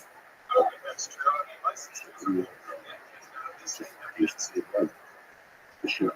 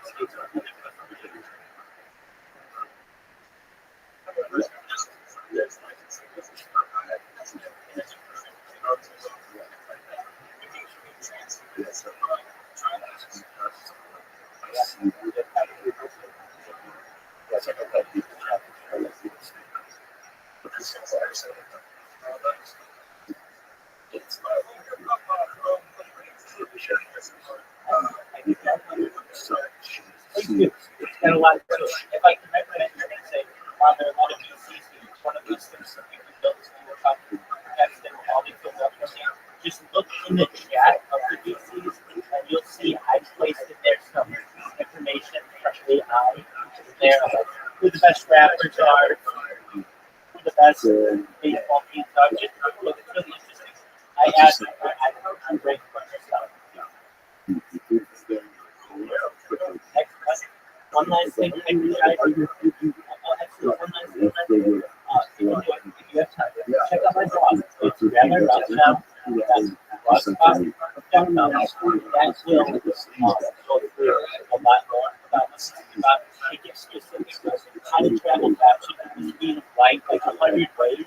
It gives 100 ways to extend a human being's life.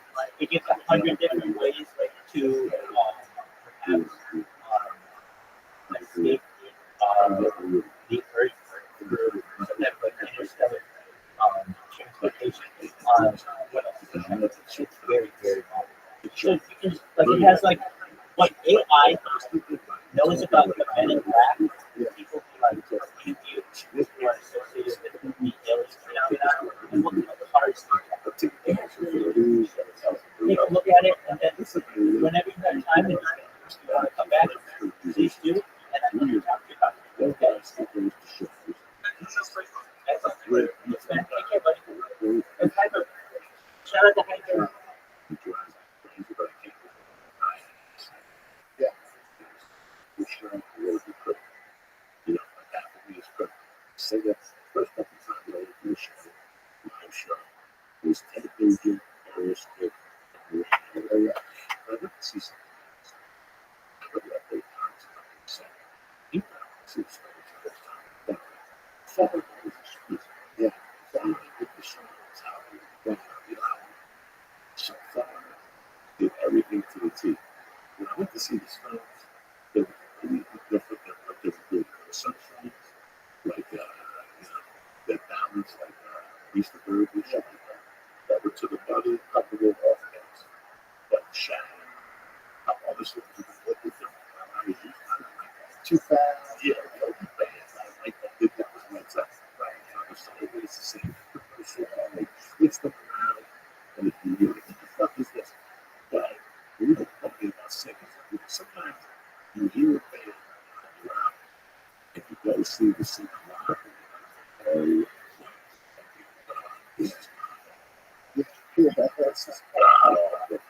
they had a lot of studio shit. This one, Yeah. Well, I mean, you spoke about last week. I forget the name of your book, the Praise or something. yeah. What would you prefer this week?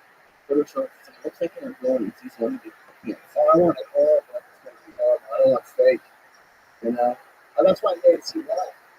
I'm there to see a live concert, and it's a lot like race or you know, motocross or something. It's either going to be spectacular or it's going to be a crash. You know, but the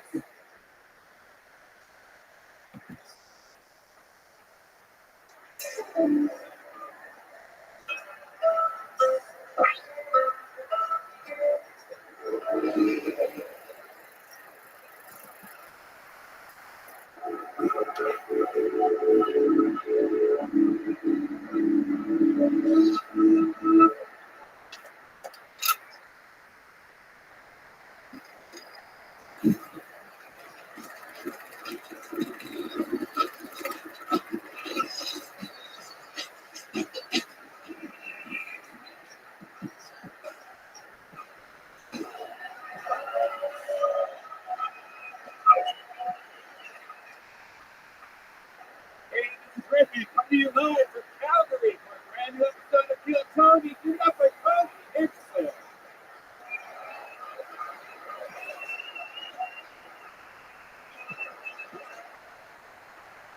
Calgary, Canada, make some noise, man. Fuck yeah. Hey, look, everybody, Brian Redman. Absolutely, doodly. How exciting is this? This is the first time, I believe, ever Kill Tony in Calgary, Canada, everyone. You did it. I've been doing stand-up here for years and years and years, and every time I do it, every single person afterwards says you have to bring Kill Tony. How many of you have seen me do stand-up here and told me to bring Kill Tony? There you go. Staying here all weekend for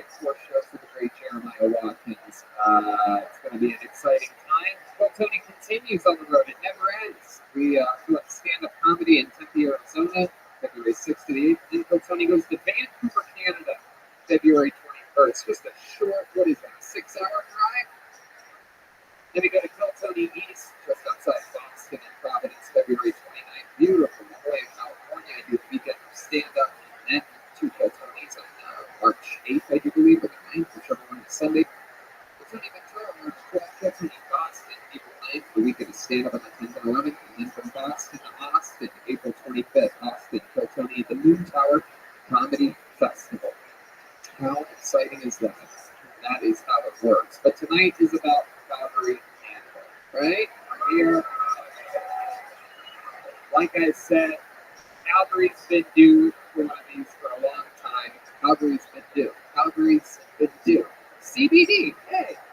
Today's episode is brought to you by Infinite CBD. Infinite CBD is here to help you stick to your New Year's resolution. If you're in the gym and feeling sore, get their freezing point topical cream. It's great and easy to use. I know from personal experience, whenever I apply the topical cream to any sore muscle, it immediately starts to feel better. Or if your resolution is to get more sleep or work on your anxiety, Infinite CBD has products for you.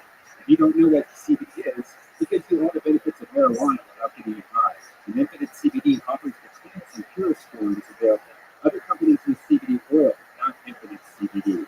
They use a double extraction method followed by refining their CBD, which results in products that are over 99% CBD and are third-party tested for guaranteed purity. CBD works for me and Brian, and if you go to infinitecbd.com, you can see which one of their products is right for you. I have a buddy that has Crohn's disease. Our friend Eddie Firth, the creator of Historical Rose, has horrible Crohn's disease. I give him some of this Infinite CBD. It says it's the only thing that helps him.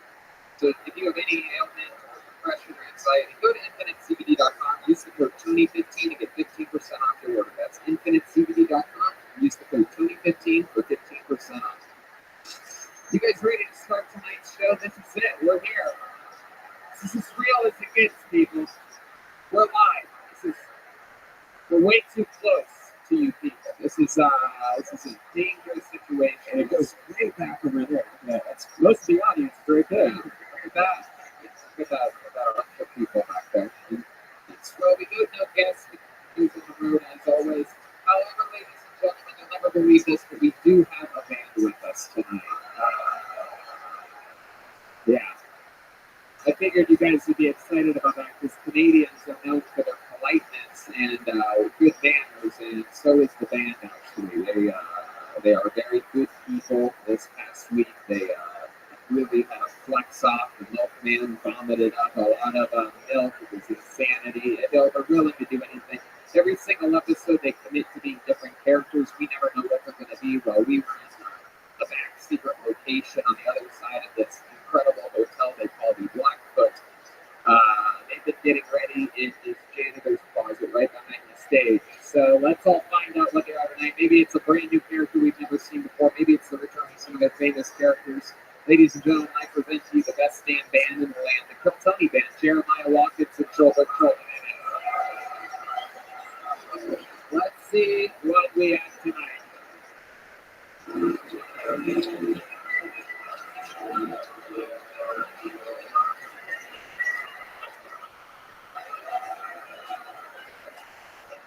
Wow.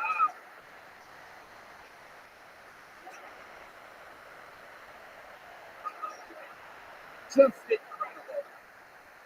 My mind is completely blown. This is incredible. This is very, very exciting. I know who they are. This is Ellen DeGeneres' wedding picture. No, this is incredible. This is Prince Harry, am I correct? Oh, hold on a second here. We're having a little bit. This might be the royal family might be sabotaging our show. Hello, it is Prince Harry. Oh, wow. And my beautiful bride, Martha, at his newest residence here. Wow, that's right. They are moving to Canada. I don't think you guys did your homework because there's no fucking way they're moving to Calgary. I think they're moving to one of these fancier cars. But this is great. We have a great Pocahontas Countess is here, everybody. Clearly, Meghan Markle, that she was Chiquita Banana Lady for Halloween. It's great. How you doing, David? Just happy to be here, Tony. Wow. This is lovely as the day I've had before. Shout out to the people that made buckets for us. This was a half an effort right here, and from the nice people over at Rebel State Designs. Look at this bad boy. It says Kiltony. It says Bucket of Destiny. I like it, so we put the names in that one. And a bunch of people signed up for their chance to get up here and make history. A lot of people that perhaps are not allowed in the United States of America, or perhaps can't afford it. This is their big opportunity to be on the #1 live podcast. But it's okay, Megan. You really don't need to touch anything on this table for the rest of the show. So they signed up, and if your name gets pulled out of the bucket, there's only one way up here, and it's right here. There's a secret stairway right here in the dead center. You can't miss it. So if you come from that way, come this way. If you come from that way, come that way. Don't go in between people's tables or anything stupid. Don't try to jump over anything. You get 60 seconds uninterrupted. You know your time is up, and you hear the sound of a kitten. That means wrap it up, Lino. We're trying to bring out the angry, twisted elements there. Very good. And then I interview you and we talk with you about your life, try to figure out more about you, if you have anything special about you or something that's extra Canadian about you. We want to figure that out here tonight, and we'll all get through it together. You guys ready to start this fucking show live from Calgary, Canada? All right. Then let's do it. We have the royal family. We have Red Man. We have the Bucket of Destiny. I'm pulling out the first name, and the show will begin with the comedy silence of Brian Dyke. Could be real. Let's see what happens. Here he is.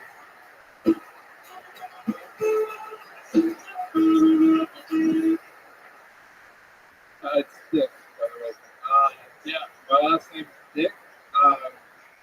And my defense is spelled with a Y, not with an I. But where I'm from, the Dyke, like here they pronounce it Dick, so I'd rather be a Dick than a Dyke. Yeah, but that's not the worst part about my name. My middle name is actually Jonathan, so the fact that the name that came up with me for in high school, the DJD, aka Blow Drop Dick. Right. Fuck school.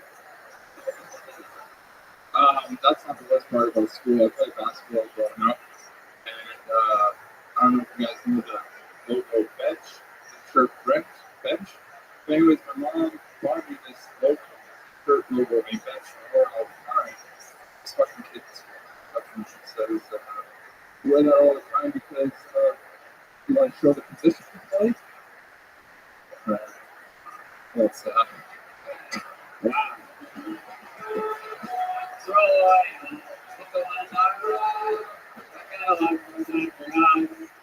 Please step back from that ledge. All right. So, Brian Dick.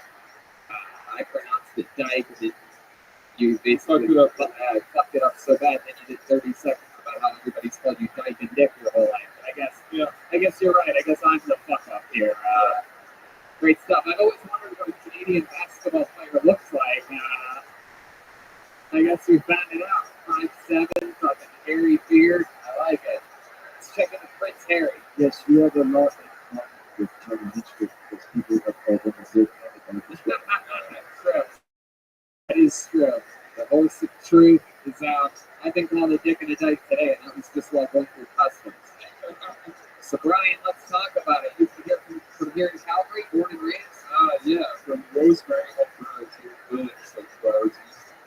Is that anywhere near Stu Hart? His entire setup.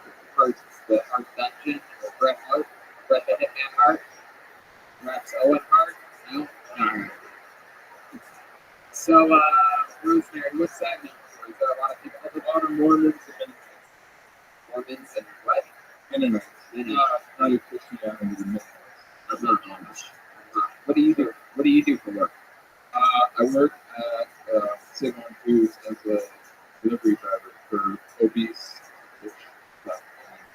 obese, rich, and fat people. Wow. Yeah. My goodness. Wow. So you deliver to a lot of people like that, huh? Yeah, mostly rich and obese. Right. Is it at the same time of the rich and obese? Yeah. Something. Do you just think they're rich because you're delivering their groceries? Yeah. You think there's a chance they're just middle class, but since you're the delivery driver, like all these rich fucks? Yeah. They're 2-bedroom apartments. The way they look at me. How long have you been delivering groceries for? For about 2 months now. 2 months. What did you do before that? I worked at a trailer park company living in Baltimore. Jesus Christ, this is the same story as the beginning of the documentary about Kid Rock or something like that. You know, I've built trailers, I've been working my way up to grocery store delivery driver, and all with the ball, dude. So Brian, what do you do when you're not working? These extremely brain using jobs that you have. Must be draining. I'm trying to figure out what I'm doing. How old are you? So what do you like to do for fun? You have any special skills or talents or anything like that? I have two cats. You do? Let's see what Canadian big cats look like. Let's see what's going on. Baby got How do you think you got cats like that? Genetics, and I walk on my toes. You walk on your toes? Yeah, What the fuck are you doing? I don't try to, just how I walk. Oh my god, bro. So you try heels? It sounds like you're a cross dresser. You wear heels all the time. Yeah. There's a little laptop for you. Wow, that is interesting. Is walking on your toes something that you've always done? Yeah.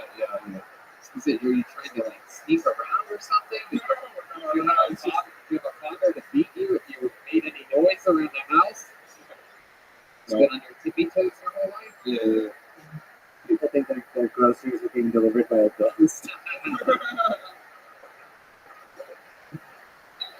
Right, good. Well, you're the guy. Wow, very interesting, Brian. So your special skills and talents is that you walk on your tippy toes. Therefore, due to that, you have larger than normal calf muscles. Yeah. Does the ladies ever compliment that, or they're ever like, "Oh, Brian, my God, your calf muscles"? Yeah, my girlfriend knows sometimes. How long ago did you girlfriend? Like 2 years. Wow, you throw your dick in that guy?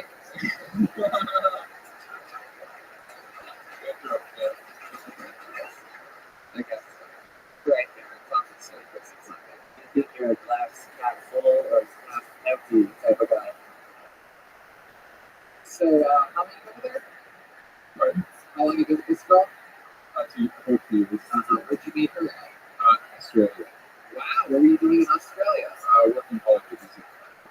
You were what? Working holiday visa for 2 years. What were you doing out there? Working and partying. I understand that you were working, Brian. What kind of job were you doing in Australia? It's like labor jobs, hostile jobs. Oh, you use labor job. That's good.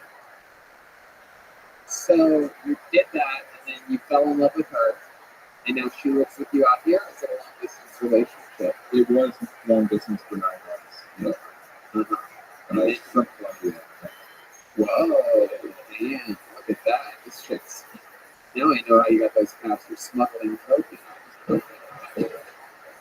Yeah, I just walk on my tippy toes a lot. No big deal.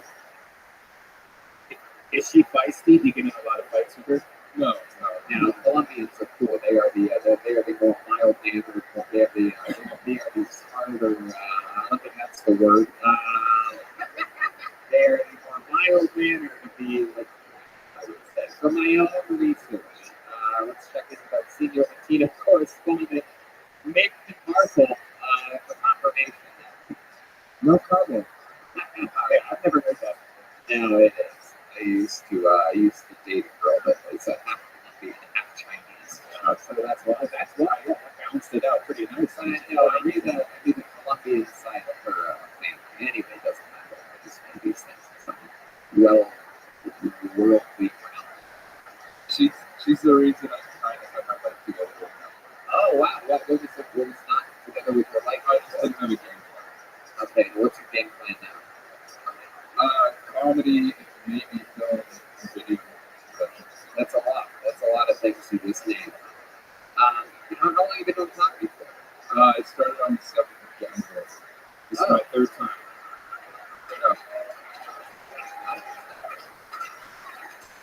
Here we are. Here we are, 20 days later, and it's still at it. Fucking incredible. How did it go your first time? What was that like? It was good, but I said like the majority of the time. What? I said majority of the time. Oh, that's okay. Yeah. That is that how you talk in real life? Yeah.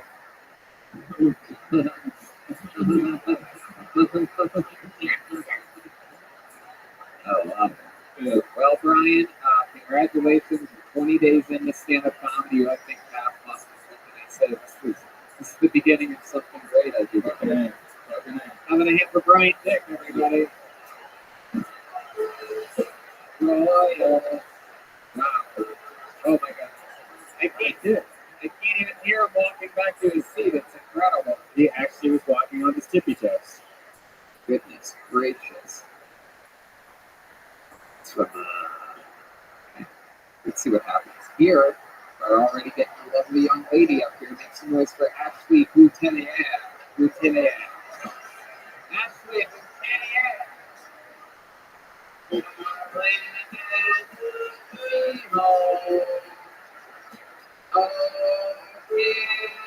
One more time for Ashley, everybody.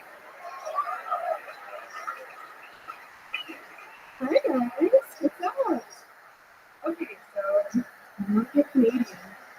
I'm like almost Canadian because I'm so nice. I was voted most nice in high school. You know, it's me. I'll tell you one story. What else? I'm sorry. At my first job, I had like this really crazy boss that was like super intimidating. And one time I knew it was too nice because he ended up telling me, stop saying sorry. I was like, okay. I was like, what am I supposed to say to that? What do I say to that? Anyways.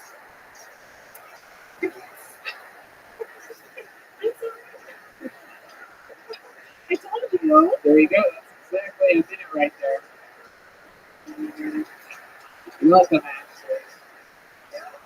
So, wow, that was as Canadian as it gets, right there. My goodness, is your first time doing stand-up comedy? Please. Okay, thank you, thank you, thank you so much. Wow, and you gave it a shot today. Is this your idea? Oh, that's great. Is that true? I don't know about that. For example, these two people I know for a fact, I remember they've been here almost every time I've been here for the last 5 years. But you're telling me you're my biggest fan? I think so. Am I right? You guys have seen me multiple times. You always sit at that table, right? Or just last year? Oh, well, my memory is a little different. I have different fans. They all look like you. Ashley, let's find out more stuff about you other than the fact that you're nice. What's the meanest thing you've ever done to somebody? There must be something that's once happened. You once caught a girl, trying to jerk off your boyfriend or something, and you're like, oh, I'm sorry, but you're not allowed to do that. Thank you. Something like that. Great technique, though.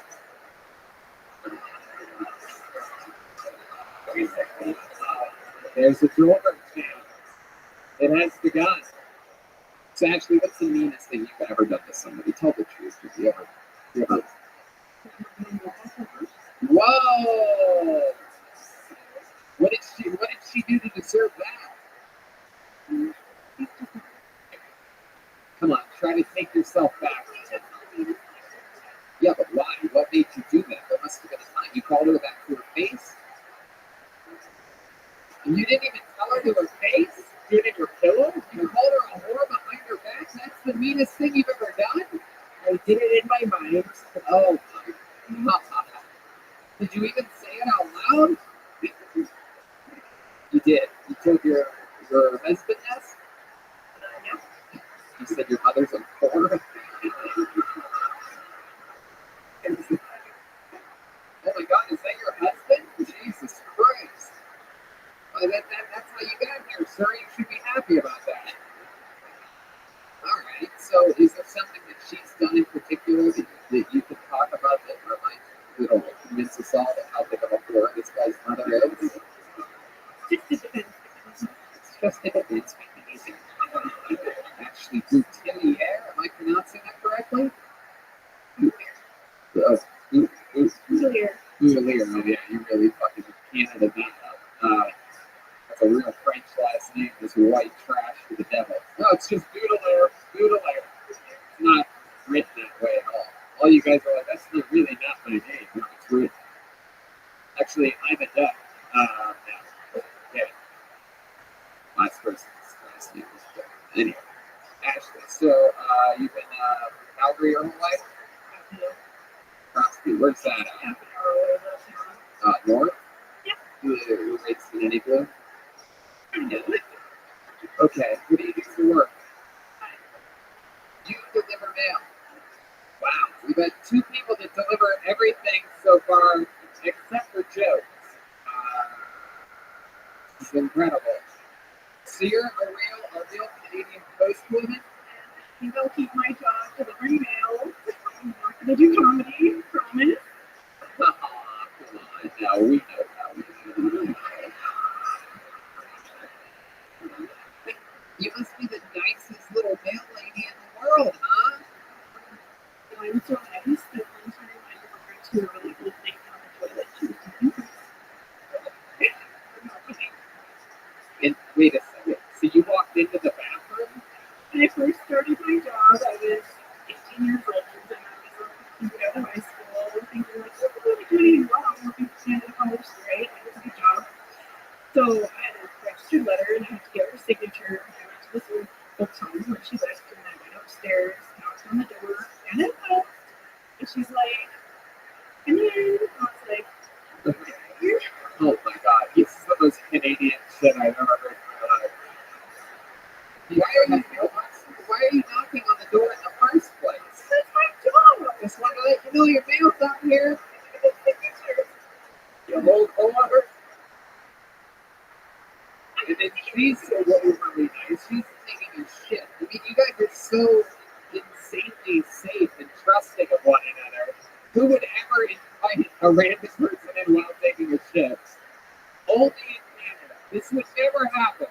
Let me remind you, we have done over 420 episodes of this show in the United States of America.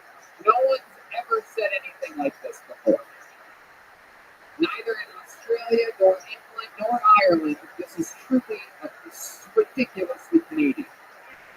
Got your mail here. Come on in. In the most vulnerable position one could be in. And Okay. I was Jesus. more embarrassed at that than I was. So then, hold on. Let me ask you this. So she says, come on in. And then you go in. And then what? Do you knock on the bathroom door? Oh, come on in. Keep coming. I'll paint a picture. I walked in, she said, come in, opened the door, and I saw her little old lady recliner chair straight across.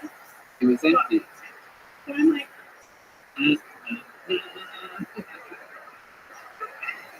and there was a light shining to my left, and she's like, I'm not here, and I just was like, okay. And I was just like, oh. And then I turned around, and she was just like, it's okay, dear. She's like, I'm sorry. And I was like, no, I'm sorry. What the hell? What's going on? And you're like, no, I'm sorry. Seriously, I am sorry. So is it common to deliver the mail inside the house? Why didn't you just be like, hey, I got your mail. I left it. I mean, there were flags sticking up on the back of the door, so she should do it. Normally we don't go inside, but this is I was brand new. I was 18. I had just started, so I didn't want to do anything wrong, so I went in. Isn't that bizarre? I found out it was very serious.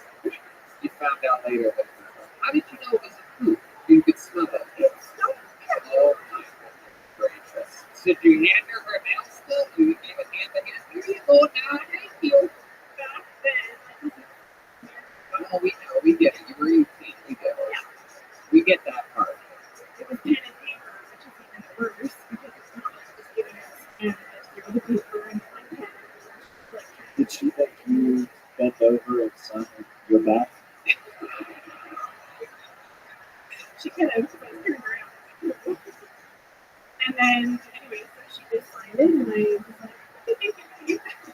she was like, oh, Bills, and she left her house with it. Wow. Well, actually, you gave it a shot here. It's clearly not that easy. You know, you blanked out a little bit, but you definitely know you came up with sort of a brand.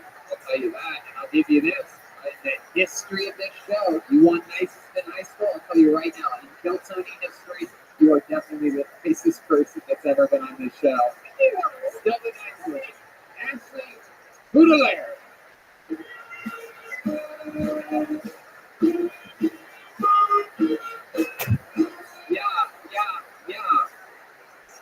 And your next comedian goes by the name of Graham Templeman, everyone. Graham Templeman. Someone's very excited about this. Here he comes. Come on, everybody. What looks like for Graham Templeman? How's it going, guys? So, recently broke up with my, I guess, lady. We were together for about 5 years. And, didn't really have sex for the last year of our relationship. It's kind of like we broke up. But during that time, I had to figure out some interesting ways to masturbate. And, we'd lived together, we'd worked together. She would come home, immediately go walk the dog. I'm like, I'm going to go take a shit. So I go sit on the toilet, thinking to take a shit, and then I jerk off. So I have this problem. Every time I take a shit at like 2 or 3 in the afternoon, like, I don't know what to do. I have to. Doesn't matter where I am.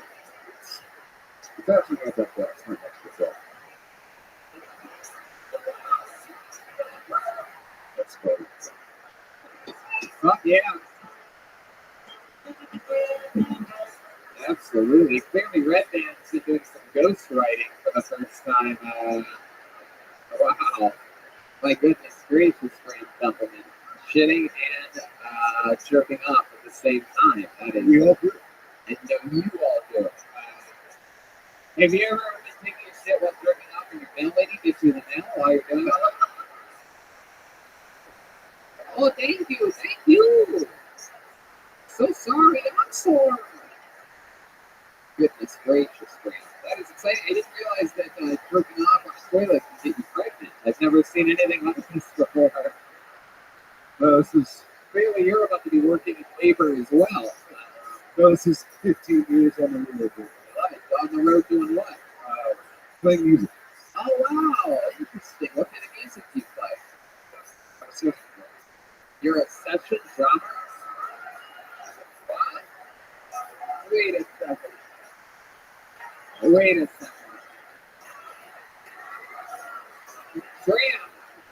are you a fan of this show? Do you know what that means? Yeah. So you understand?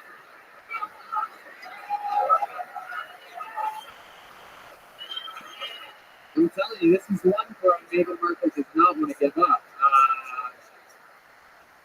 So, all right, just in case someone brought their girlfriend here, perhaps, who doesn't know what is at stake during this part of the show, we do have a segment called the Mexican Drama, and we are about to have one here.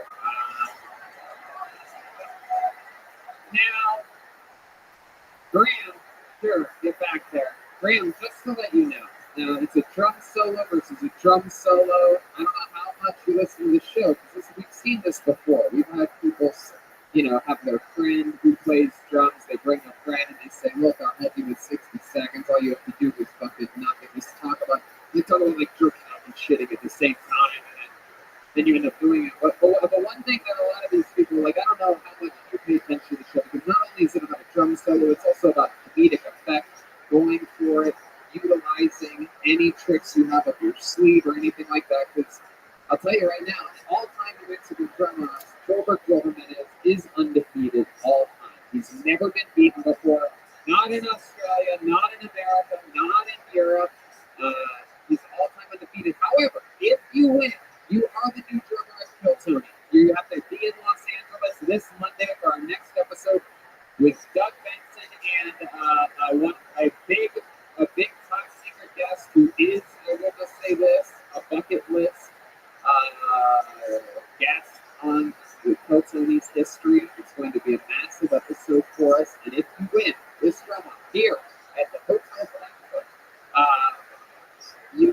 new drummer at Kiltony. That means you also have to get ready to keep going on that road. So going to Vancouver, Kiltony East, La Jolla, Ventura, Boston, and Austin. So if you think you're pregnant now, you're going to be looking like you're going to have triplets by the time March comes around. But before we do this, let's check in with Prince Harry. Yes, you will also be having sex with me later tonight as my wife. You will be the new Meghan Markle. It's going to be Prince Harry meets Prince Scary over here. So here we go. With no further ado, this is the Mexican drum off, and this is the defender, Graham Templeman. Underneath this leg right now.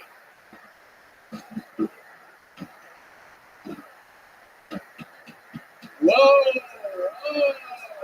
Whoa!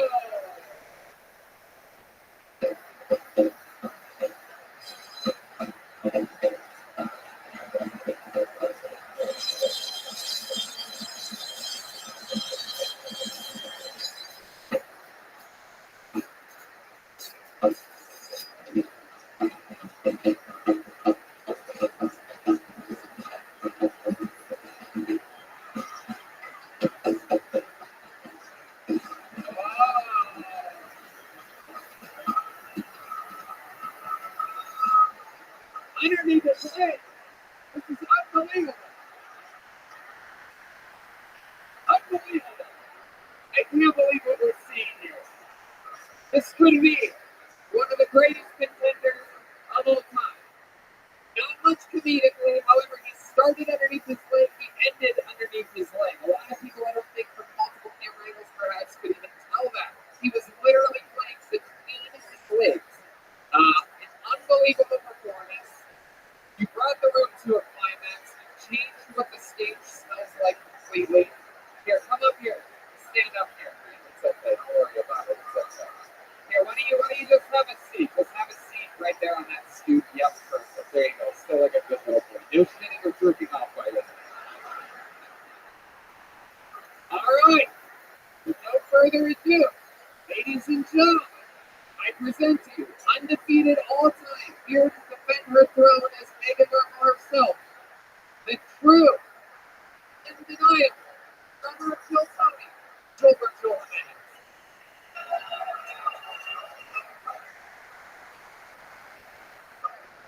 He's got a tombstone! Oh my God! He's got a tombstone! He's got the purple dildo! He's got the regular average size dildo around his head! You have to hold out to this, you cup. He just called Graham a cup. Well, I've never battled a homeless before. He's got the unicorn style average size dildo around his head. He's wearing all the way from Hollywood. Wow, he's playing underneath his leg. Oh, a fucking idiot. He brought out a tombstone, ladies and gentlemen. That's the first time we've ever seen Gilbert bring out a tombstone before. He's got his foot all the way behind his head. His foot is behind his head. Oh my God, he's got his other foot behind his head. Ladies and gentlemen, I present to you, defending his throne, Gilbert Jordan.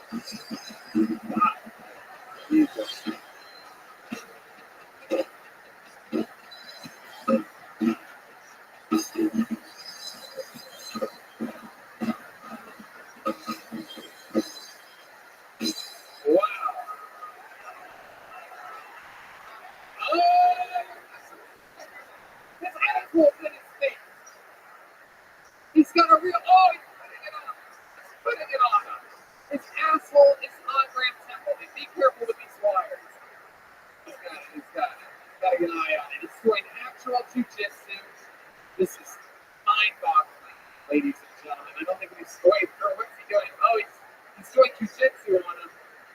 No, we've never seen this before. He's got him in some type of leg lock. There you go. Wow.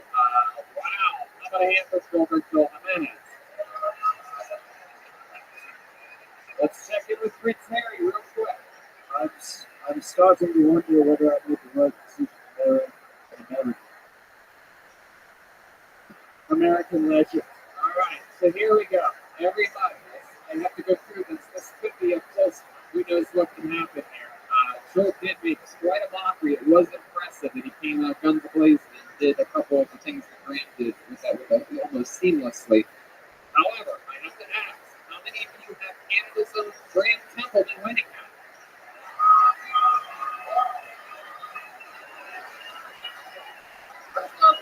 Wow, that's a lot. That's pretty loud. All right, here we go. How many of you have Gilberto Jimenez winning?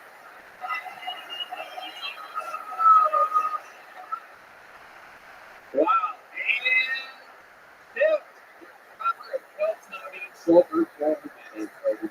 two. However, I will tell you, Grant, all time in the history of the show, that could be one of the better performances. It probably was definitely, according to the audience, we know how Canadians like their own a lot. You definitely garnered a lot more applause than anybody else ever has competing in this show. So congratulations. Fun stuff. Next time we're around town, let's sign up again. There you go, Grant Templeton, everybody. He's on social media, Instagram of Air. Right, good. Gracious. Drama out of the way. You guys having fun out there? That was really close. Yeah, that was the closest one. Yeah, that was great. Okay, I don't think I'm going to say this right because I don't know what this third letter is, but we're going to try our best. Tig short, Tig shirt, TK, perhaps it's a Q, TK, short. Here we go. Teak short. Teak short, everybody. Hello, Candy. So as a young man, I love to suck dick. It was my own dick, but I was still a little cocksucker. Before one of these girls out here judge me, you gotta know that every time I see was trying to suck me dick. And if they admit they're nice, or they're too fat to touch the toes. But as I grew up, I had to quit that bad habit. I couldn't look at myself in the mirror anymore. Not from the guilt, not from the shame, not the cover my eyes. Now, and what's next? Do I start trying to eat my own ass? Like, that's just gross. See, sure. Oh, yeah. How do you feel about it? Is that your first time? Yes. Wow. I'll tell you right now, that's very good for a first time. Is it Teague or Teague? What is this stuff? Ty? Tige is Ty here. What the fuck is that in your people's names? Not French, not a dyke, I'm a dick. I couldn't say it's short. Oh, okay. All right. So let's talk about it. Ty. I'm just gonna write Ty down. Wow. So Ty, first time going stand-up. How old are you? 47. Did you think saying it like Hulk Hogan would make it cooler? Yes. Wow. So you're 47. You just said your first time ever doing stand-up. You are wearing a T-shirt of my favorite album of all time, Dark Side of the Moon by the great Pink Floyd. I like everything about you. Tell us more about your life. 47. What have you been doing up until this point? Other than sucking your own dick? Working. Yeah. What do you do? What do you do for work? I'm a client maintenance man. So you're basically a person. Yeah. fishing? Are we talking about ice fishing? That too. Wow. Wow. How often do you get to do that? Yeah, but 4 months is what? For 4 months. But how often do you go to that for once? Once a week? And that's for sure. Fishing is one of those things. Fishing might be the only thing that we don't have in California. I really wish. Like Deep sea fish. yeah, we could do that. We could catch a fucking. We could end up catching something. Looks like this dude. Mexican cartel. Oh, all right, Ty. Fun stuff, man. Very exciting. You ever catch anything crazy in a Canadian stream? You ever catch like a? Aha! Look at that. Aren't you a little cutie pie? So let's talk about you sucking your own dick for a second here. Did you really do this? And how old, if you had to guess how old you were, what are we talking about? 15, 16, 13? Right, flexible. And you would actually like suck it, or you would just look at the tip, like just like that. That's enough. Yeah. I can only kiss the tip of it, and that's even there. You know what's funny is, you know, like my real friends for 20 years, and my in-laws, and they never heard the story. They never what? Heard that story. Oh, wow. This is my coming over. My goodness, that's very exciting. Well, you might be single now. That's great. No, I'm just kidding. She loves you. She just sucks the tip of your dick too, doesn't she? Mm-hmm. So you do that. Did you ever really come on your own face? Actually, no, I was too young. I was just too close. Right. Really? Hey, shooting blanks. A late bloomer. Wow. So you just have a high-pitched voice. You're sucking on the tip of your dick. My goodness, that is a late bloomer. That's interesting. When was the last time you actually succeeded in something like that? Probably 13 or 14. Yeah. I don't think you have a long career. They don't have your number and last name retired somewhere in a. Right. Now everybody can suck their own dick. Like it's not. Now they have Instagram filters for that. Wow. So Ty, where'd you meet your girlfriend at, or your wife at? How long have you been married for? Oh, you said in-laws. Oh, we just call them in-laws here in Canada. Right. So, you've been with a girl 20 years. Yeah, they're in there. Wow. 20 years, so that's almost fresh off of you sucking your own cock. My goodness, you guys went to school together? Wow. So when did you guys first kiss? Like right around then? A long time ago? Or more than 20 years ago? You've never been with anyone else? Oh. Let's check out the friends here. Did you actually sucking with turkey? Yes. I think they have a patch for that if you strung with nicotine. Cigarette. So Ty, what other than fishing and what any other fun facts about you or your life or your family or you smoke pot? You excited that pot's now legal here in Canada?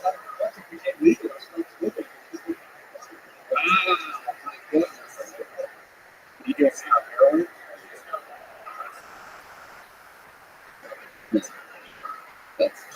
Is that your wife? Seems like everybody here in Canada, the people, if you know the person got pulled out of the bucket, people here in Canada think you're allowed to yell out whatever you want with your friends on stage. Is that why you're not marrying her? So you can shut the fuck up? Yeah. Yeah, my mic's fixed. Yeah, you need to shove the tip of your dick back in her mouth. You know what I'm saying? Get that mouthful. Yeah, there you go. Still got it, Ty. All right, well, man, I'll tell you this. Congratulations. It's not just that you told a silly, dorky, sucker your own dick thing. The material itself was sort of wanted me, but you delivered it like a fucking champion. I wasn't even gonna guess that this was your first time ever doing it until you, as soon as the 60 seconds was up, you looked at me like, wow, you just accomplished something insane. Which you did. It was a great first time. You should be very proud of yourself. Yeah, you know, you're the sweetest thing I've ever done. But I don't get it to people. Well, you should try drum battling homeless people. I'm glad that you faced your fears here tonight. Did a great performance, perhaps even the center of the next so far. How about a hand for Ty Short, everybody?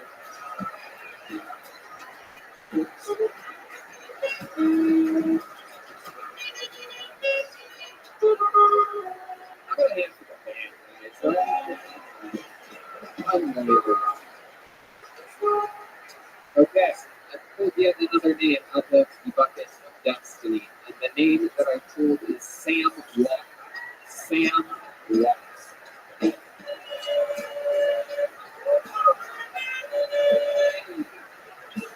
Come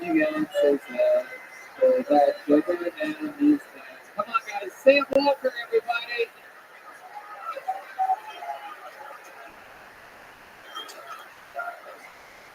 Excited to be here. This is a good-looking crowd. I haven't seen this many good-looking people in one place since the judge called all the witnesses at my indecent exposure trial.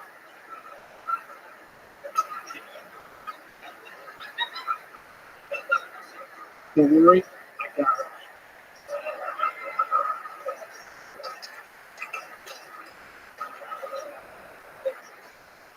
Little bit help me. I like to walk the streets at night. I'm pleasantly surprised people by not attacking me.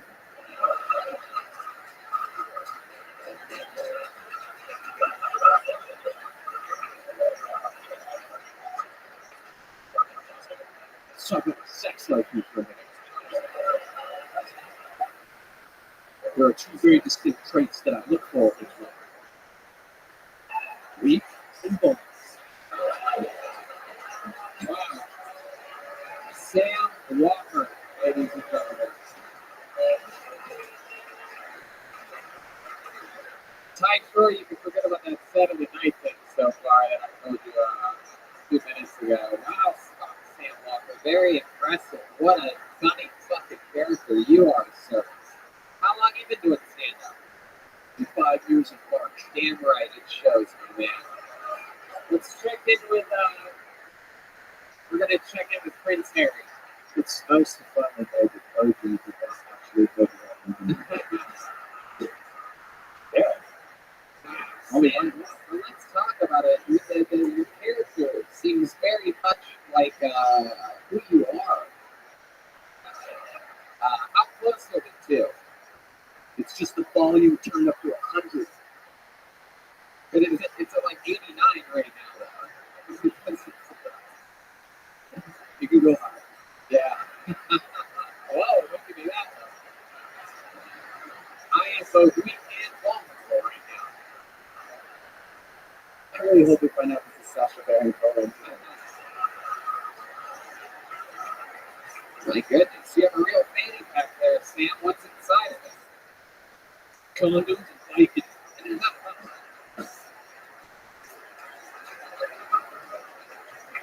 Wow.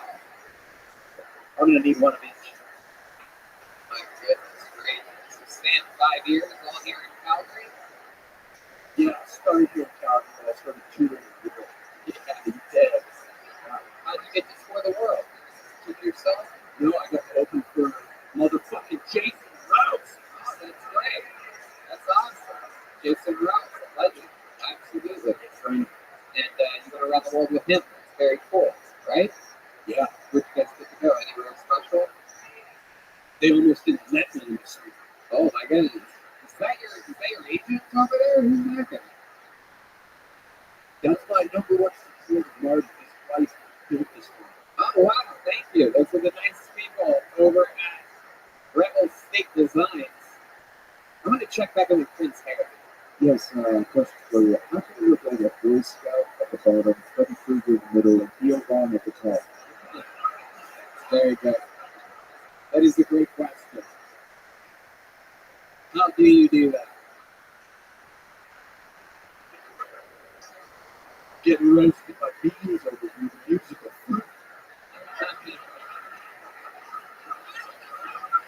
Wow.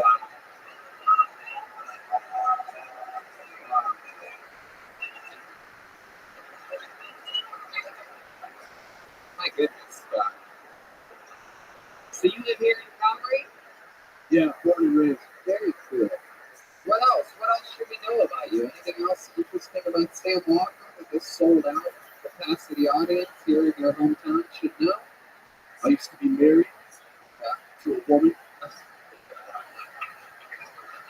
What happened there? Where was the body?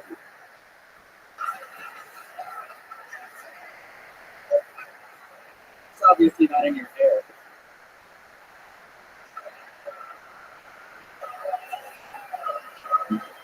No one talks about a man like that. You come at thieves, you come at the royal company. It's a revolutionary war happening out there right now. There's fair.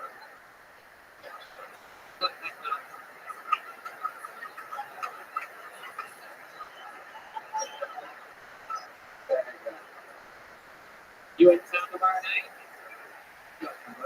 How about you come here? I can stand up here. You open it for me? You in the club? There you go. How about that? So we'll see you tomorrow. 7 to 10 p.m.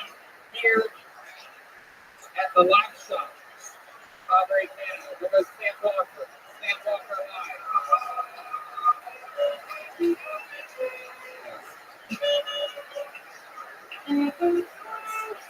That was awesome. Tomorrow night, that guy will have a new biggest credit. Well, the name of my next comedian, clearly anything can happen. His name is Tim Andrews. No one gives a shit.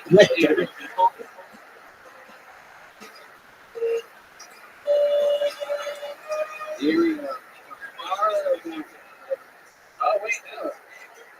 Touch on it, maybe. Here he is. Tim Anderson, ladies and gentlemen. Here we go. Everybody, come on, one time. Make some noise for Tim Anderson.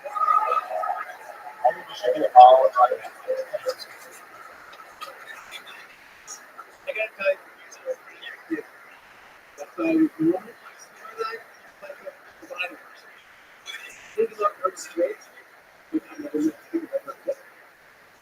What's your orgasm? I have a straight nose. We can block it.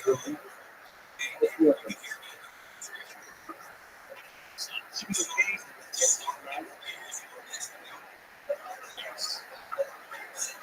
Not so good corrections, like that. Just for the next few days.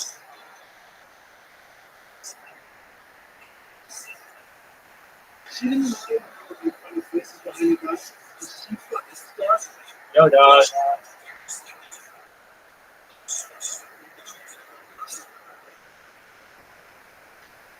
She like that.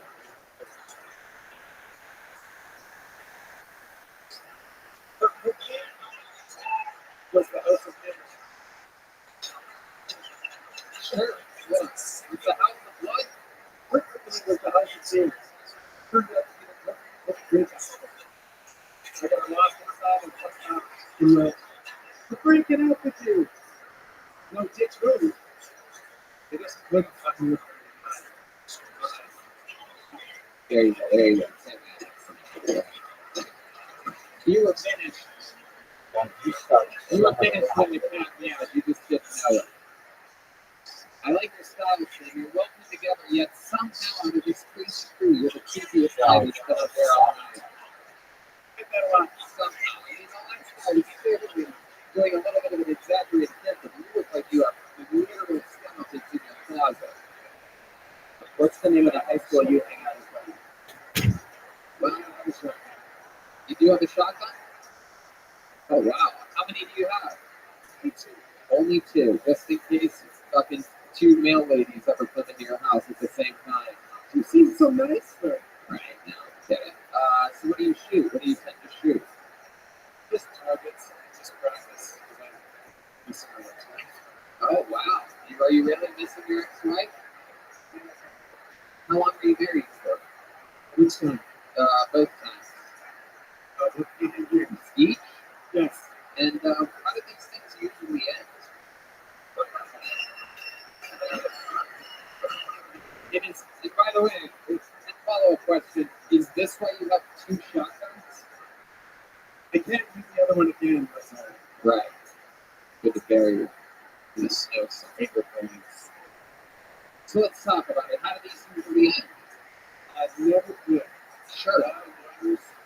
But what makes it, how does it usually, okay, so what's happening in year 8 in these relationships? Just to fucking, what's going on, Tim? Be honest here. Just to let it out. It's going to make you feel better afterwards. Number one, Yeah. it's just a really bad choice in life. Number two, was also really bad choice. I just didn't realize that medication was right. Their medications. Oh, right. You got tolerance to it. What kind of medicine did you have? Chloroform? With you. They were on a little bit high. Right. So, but this is what you fell in love with eventually, right? You guys were at the beginning of these relationships, you guys are drinking, you're having fun, things like that, right? Am I close to right about I was that? better on medication to get a medication. Talking about, I just asked you a specific question. In the beginning of the relationships, you guys are having fun times, partying, drinking, right? Right. And then it starts to fade a little bit, and then they get on medicine, right? No, I'm telling you about you, and it's bothering the fuck out of you right now. It's great. But yes, I know all of these things from life experience. You are correct. However, this is about your life. You seem a little bit shy if you're talking about it. So, this most recent one, when did this divorce happen? Everything happens at 9 for you. Goodness gracious. All right, then. So, what do you do for life? You're a private investigator. What? I have to work for my company. You want to blood out of stuff, or what? I manage people. What do you do with laundry? I just really fast to What do you mean? I'm the boss, and I tell the guys what to do. I help them. I hold a lot of hands with guys. They don't know how to do laundry. It sounds easy, but You ever think about hiring women for this job? I want to get divorced. I mean, if I was going to start a dishwashing company, I wouldn't have a bunch of fucking dicks working in it, you know what I mean? It's always a different kitchen there. Absolutely. No, I know. I'm kidding. They work hard. The basic fact. Women with their old dicks, they come in with a brace on their wrist 2 weeks into the job. I'm gonna need workers' comp for this. I mean, I only want equal things. Anyway, just kidding, ladies. That's a joke. I love you so much. But I know how insane the relationships with this guy. So, Tim, worked in laundry for how long now? 7 years. Oh, that's a cool load. So, laundry jokes. I don't ever get to do it. It's so boring. And before that, did you enjoy doing the extra bowling leagues? Or Yeah.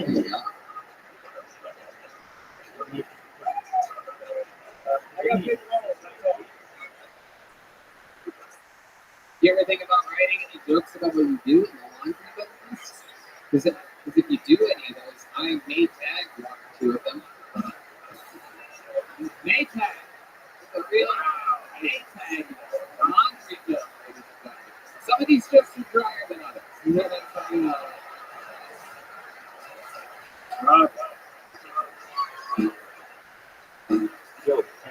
I was passed out trying to think of more laundry jokes. Wow. Get in there. Get in the wax fire. What up, mate? I think we should talk about how this look at this crowd. No one knows more about life than you do, right? There, perhaps you can go to Vancouver for some colors.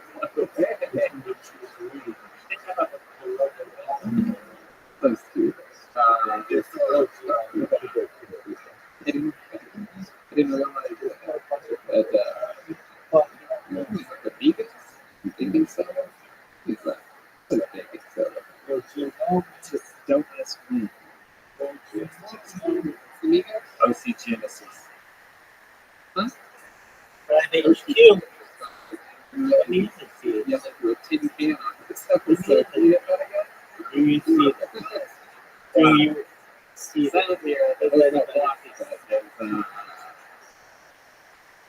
Anyway, Tim, anything else crazy to know about you? Any fun facts about you or your life? Anything that you've ever accomplished, done? Any special skills or talents? Any crazy story about your family? Anything we should give them to anybody that's ever been on the show before? I guess we did it. Family first. Even try to collaborate with very serious. How long did you have it? Why do you not like your family? What's the first thing that pops in your head when I ask that question? Related. Terrible. What makes things so terrible? Can you give us one example? Because I'm the youngest and I have You have to do everything. Like what? Other than the laundry. We know you're doing the laundry. What else? But I have two sisters and they're all older, so They just hung you out to dry. How you living, pimp? What's good? It's the man that makes the legend flags. Hey, it's Rabbi Rothschild. I was just watching.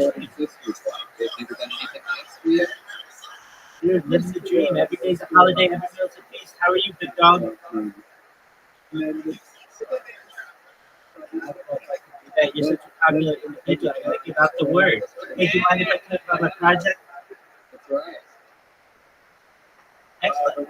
I stream it like 24/7, 365 people piece. I don't want to worry. Some of the things that we talk about on the stream that aren't really talked about in society are things like anti-gravity, antimatter.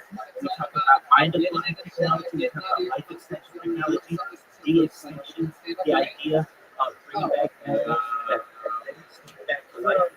We've already successfully done this with the irony and ibex. That happened in 2003. Fast forward to 2021, a company called Colossal Bioscientific is founded. They have made their goal by 2028 to bring back the woolly mammoth, followed by the Tasmanian tiger, followed by the dodo.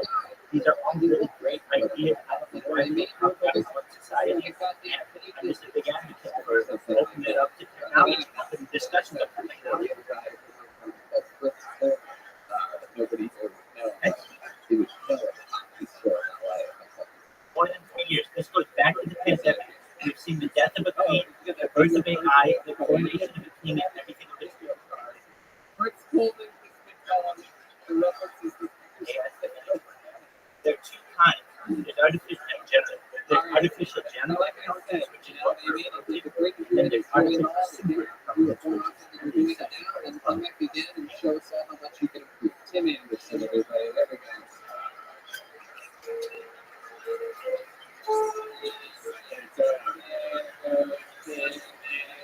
You know, the guy that was on before that, I asked Jason Rouse, and he funny talks about it. He goes, "Oh yeah, his dad was a cop. I found out later in his life that he was a stripper." So basically, it's going to be able to replace Is that true, Sam?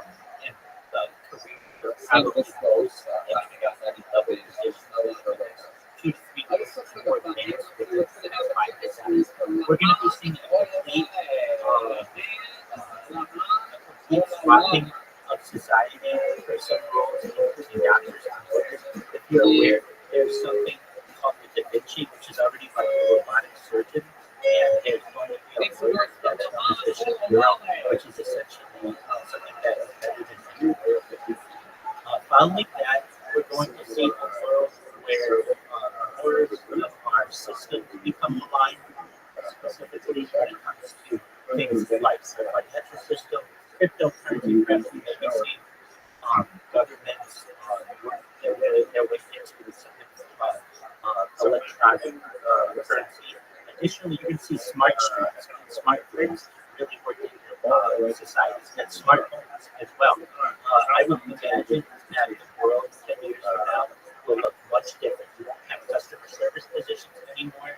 You won't have people who are working at any fast food anymore. You can have wait staff. That will all be replaced by robots and AI. Essentially. One last one. This is the dark one. So Jeffrey, so right.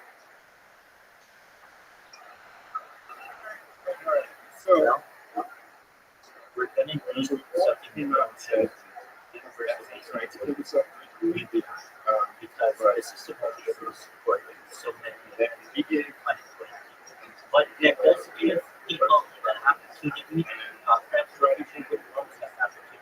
I believe art created by humans will have much more value in the future than it currently does because so many things will be made in the future by robots and by AI that people will want, people will hunger for real art. So that means that musicians and people who do pottery and people who do performance art as actors and perhaps other aspects of society, real life art may actually have a resurgence.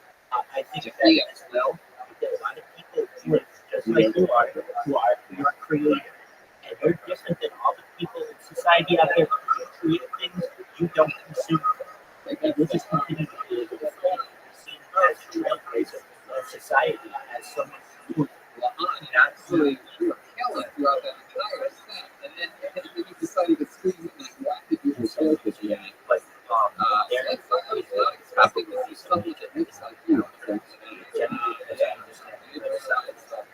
Carefully, at least they'll make you guys sit back or something like that.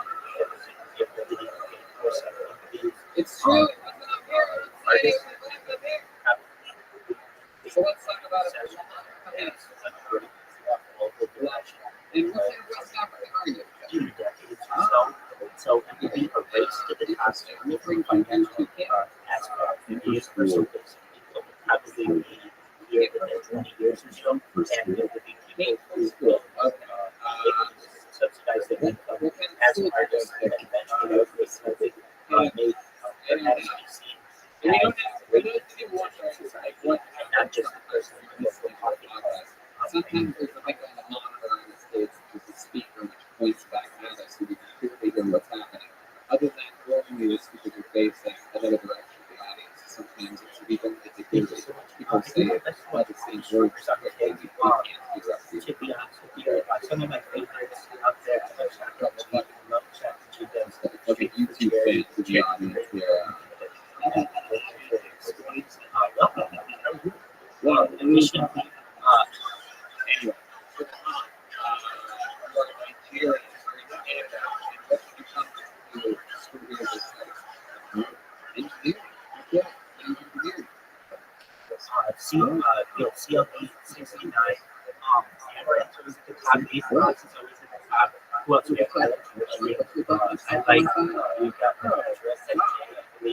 he's great. Hey, what's going on? Really good.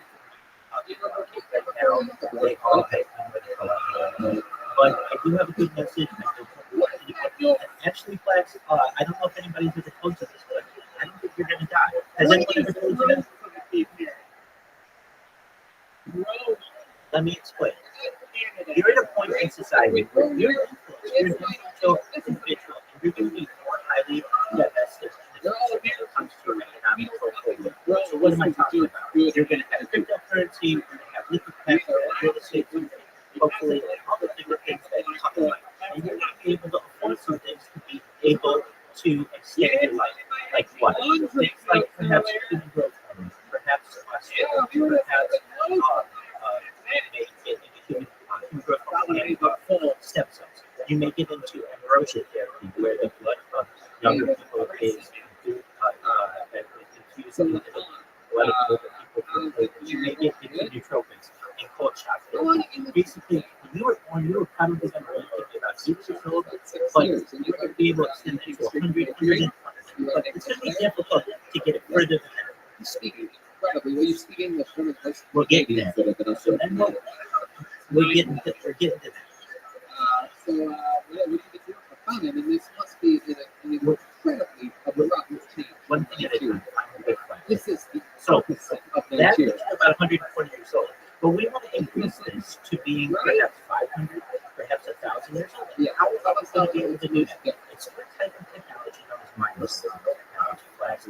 That's where you scan your brain and your body, essentially getting where every atom is in your sense nervous system, and you store that into a computer, or later download as an Android, as an avatar, as a cyborg, as a clone of yourself, as a cybernetic being, as a robot, as whatever you want it to be, as an ethereal being. The possibilities are endless. And then with time, if you want, you'll be able to live thousands or tens of thousands of years, if not longer, in a digital immortality. And then when you're done and you don't want to live anymore, Have you never seen it? end it all. Nigeria, they just have openings. Right? That's absolutely true. But I want you to know that those are decisions that have to be made by the next generation or so. And they're really exciting. One last thing, and I'll leave you with this, is I think we but the ability of humanity to have people back down from the dead. And there's a way to have bring back people from the dead as well. Okay, I'll get you the time. It's known as revivification technology. Revivification technology is the idea of bringing back people who were once dead back to life. This is a real technology, and it can be done in multiple ways. But I just want you to know, if there's anyone out there who you perhaps lost, if there's anyone you love, any loved one that you ever had, don't give them up. Don't give up hope, because there may be no chance one day that we may be able to bring them back. And so if you're able to live a very long time, technology may be able to advance. So if anyone's out there hearing this right now, I really mean this, with enough time and enough technology, we will not only be able to make everybody here live forever, but bring back your loved ones. And with that flashlight, I'm gonna let you go, my man. It's been a pleasure to be here. We got a full house. Thank you so much. Always leave them with one more. Thank you for the opportunity to be here, everyone. Happy New Year.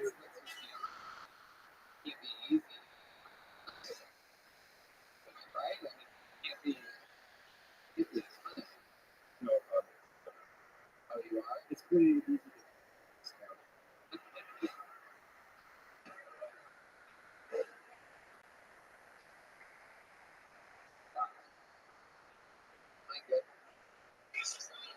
Did you say you guys sports or something like that?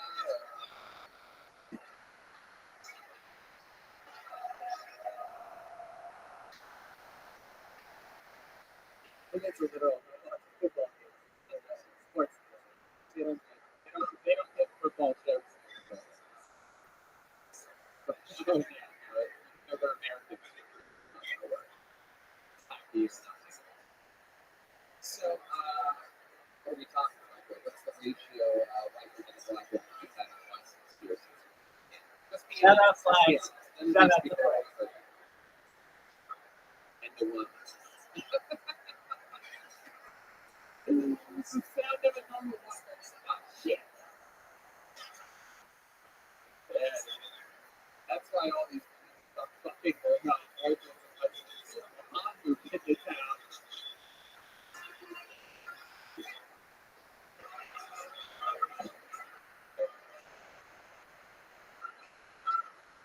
Why would they fuck their parents' laundry during husbands and make it fucking work?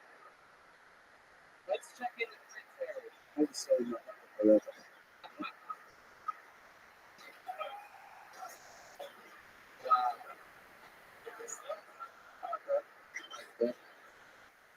So have you been in a relationship? Hell yeah. Hell yeah, dog. Shout out to Flag Strike. This my motherfucking pimp. This is a pimp, kids. This is what a pimp is. Psych, right here, babe. Some of them, if they were slower like that,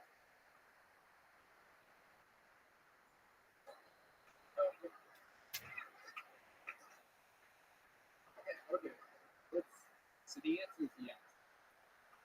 Get out of here. Yeah. You go slower, you fucking upset.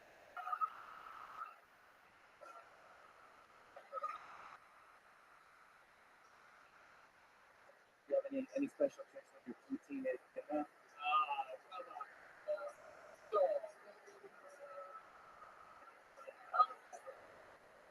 There's one thing, trust me, I've tried. There's one thing I will not let you joke about, and it's poutine and the way they say, what is it? Sorry? Yeah, whatever that is, yeah. That's the best blueberry check. I don't give a fuck.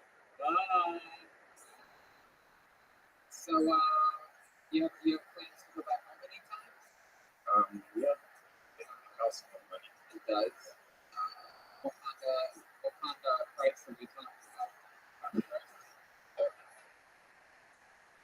You don't even have to answer that. It's a joke. It's just for the joke. I said Wakanda price are we talking about? So much fun, man. Anything else we should know about you before we let you go? Any fun facts about you? This is my first time to see. Get the fuck out of here. Get the fuck out of here. Really? Wow. I almost didn't sign up. Literally, was not going to. But my time literally Wow. Oh, yeah. Good job. Imagine this. And that's why the bucket of destiny is called the bucket of destiny, because of moments and through things like this. Lamont, you are an incredibly great spirit and very, very, very natural. Congratulations to you. Come back. Hell yeah. Come back again anytime. Lahan Olawale, everybody. There he goes.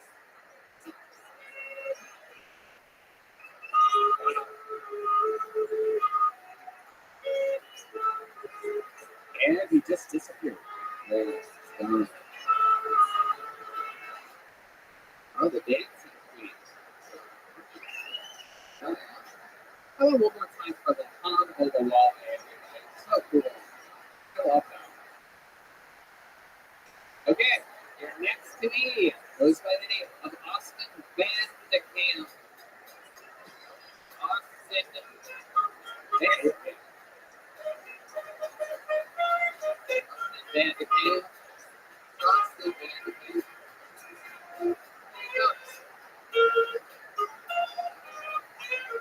One more time, Calgary, for Austin Van de Camp.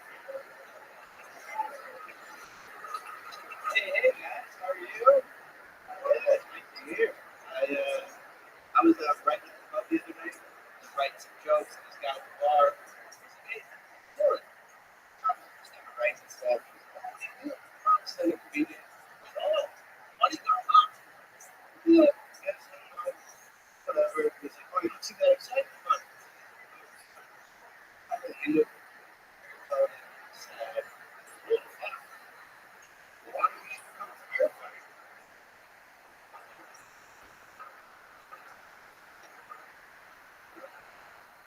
I was like, "No, this is pretty good at fight." Yeah, you're right. I should just give it all up. What the fuck am I doing? Why am I here? I should have been there. And he goes, "You know why I should be a firefighter?" No, why? It was because if you're a firefighter, you can fuck anything that moves. Boy or girl, it's all in the house. Like I said, guys, I couldn't help but think this is some of the best advice I've ever gotten in my goddamn life, alright? This is my last step today. I'm going to say. I got a friend who's just Austin Van de Camp. There you go. Welcome, buddy. Welcome. Hey, how long have you been on stand-up comedy for? I've been doing it for like 2.5 years. 2.5 years. How old are you? I am 24. Yes. Very cool. Very cool. Started here in Calgary? Yeah. Oh, yeah. That's legit. The birthplace of one of my favorite mentors and friends, the great Rabbi Piker. He was born there. Legend. One of my favorite human beings of all time. Great. To be elephant on Rabbi Piker. Happy to keep the whites of my eyes. Yeah. Wait, he's one of the eyes? Yeah. He does the Visine thing, probably. Clear eyes. Clear eyes. It's not boy, though. It's just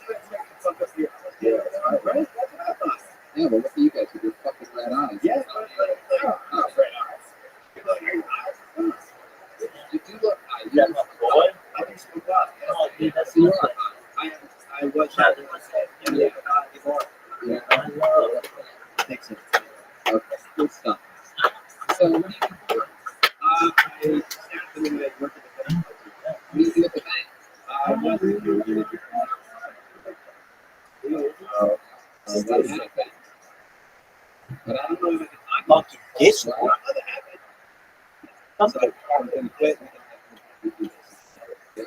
Very excited. In comedy still good for you? I think so. I don't know. That's, what do you mean? You getting gigs? Are you doing good at open mics? Feel good about it? I feel good about it. I do my own show.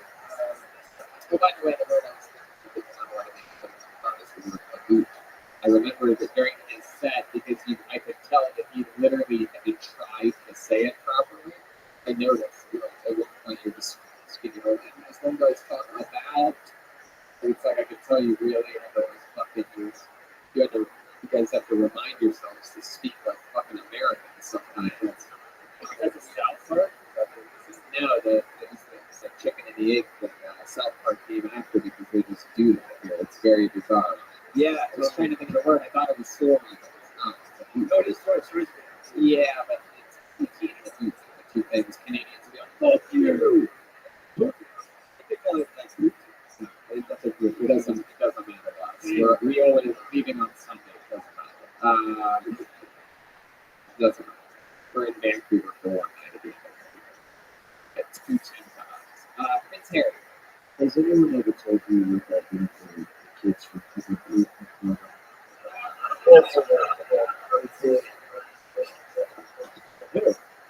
you just got that show, remember? Hey, or Sean for the electric world. You guys don't have really sorry. Hey, I just want to do I don't know what those things, but to me, you look like you take 6 naps a day. That's what. That's the joke. If I were going to make a joke about it, that's the joke. Yeah. You always look like you should sleep up. In your car. You nap in your car a lot? That's right. Thank you very much. Let's check in with Prince Harry. That's a good one. I agree with that. You look like you have fine hair, but no. What do your parents do for work? My dad's a manager at a grocery store. And my mom, Oh, your mom just became a doctor. What kind of doctor? she's like a general physician. And also she does like a bird down. She's sitting there for the pills. Yeah. It's kind of Oh, what did you feel like? Any hobbies other than comedy? I say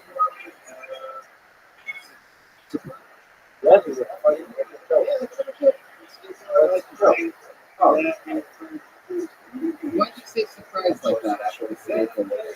You think you look like a skateboarder? I look like a failed skateboarder. Yeah. Somebody's like, I'm trying to go pro. I hear about snowboarding. That is so fucking funny. They do that. I'm checking in with Prince Harry. I need to tell you this is not very complicated, but I do would like sponsor That's true. I agree. You do look like you got a sponsor. For being honest. Who is your sponsor? It's CBD? It might have been, yeah. I think it's really good for anxiety and depression. Absolutely. You can go to infinitecbd.com. Yeah. And save 15%. Yeah, I like my shoe the other day. Yeah, and now it's no longer broken. It also makes you have huge calf muscles. You said your dad manages a grocery store? Are they married delivery drivers? Maybe. What kind of grocery store? What's the name of the grocery store? Superstore. Right. Superstore. a TV show. It is a TV show, yeah. They start. That's what It's silly. Right. Yeah, no, it's a great one. So, anything else interesting we should know about before we let you go? Your little Harry Potter after LASIK eye surgery?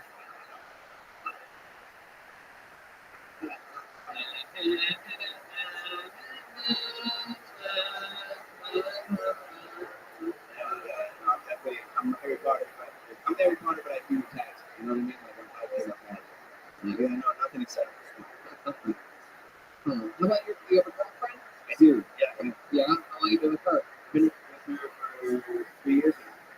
Yeah, you did. Or what's the thing you like the most about it?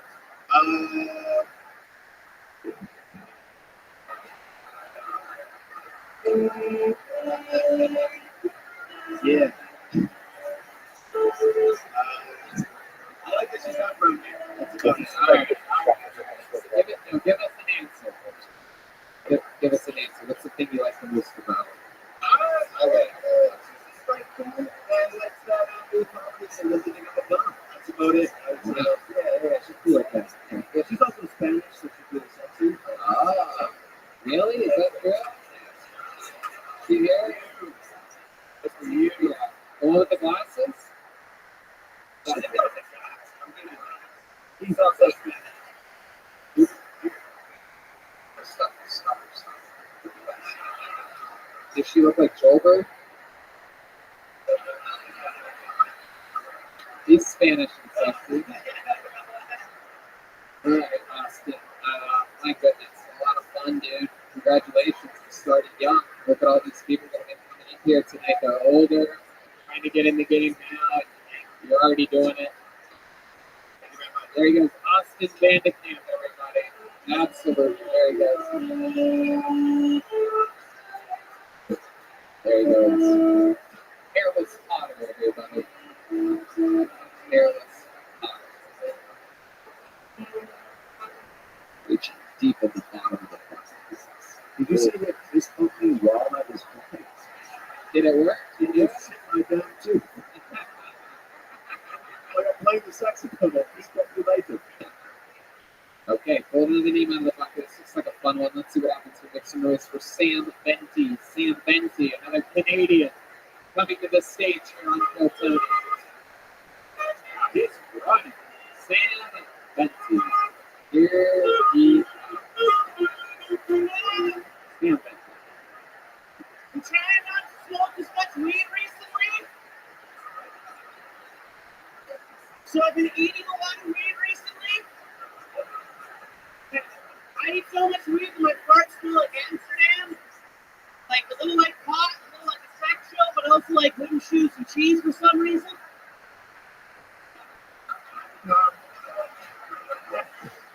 I've still been smoking a lot of pot. And that's because I got given a real crystal ball for Christmas. I know it's real crystal because I do the wine glass test where it goes around the rim and it's like, but it's a real crystal ball. It's a ding, ding, ding, ding, ding, ding. No way! It's real crystal! Yeah.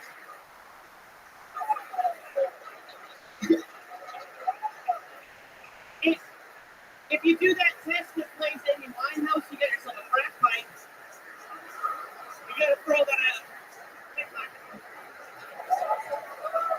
Wow. Sam Bentley. That was great, dude. Congratulations. Look at that. Real performer. Came up and performed, enunciated, projected, wrote properly. Yeah, I got a drama degree, so I better use it. Hell yeah. Absolutely. Why would you study all that drama? You're not going to use it for something. So Sam, welcome. How long have you been doing stand-up? Like 7 years. Very cool. Hell yeah. You're from here in Calgary?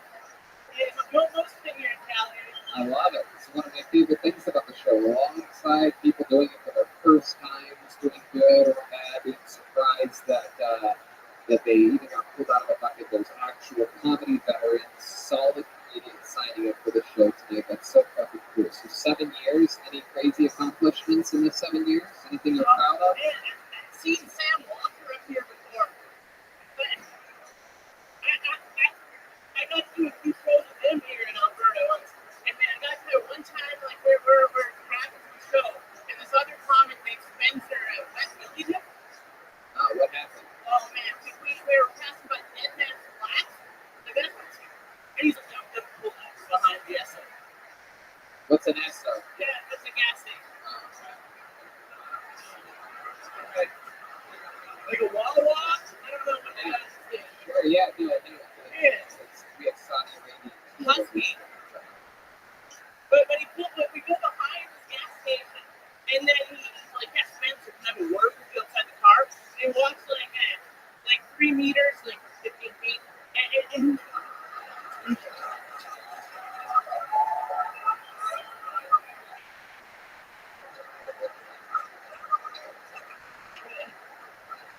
but he starts talking, and he's like shouting at him, and then all of a sudden they're hugging. And we come back to the car, and it's still another half an hour till we get to the game.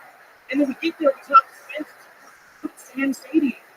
He's like, dude, if you ever put a finger on me again, you better find a dinner first. That's simple. And you would consider that one of your major life accomplishments?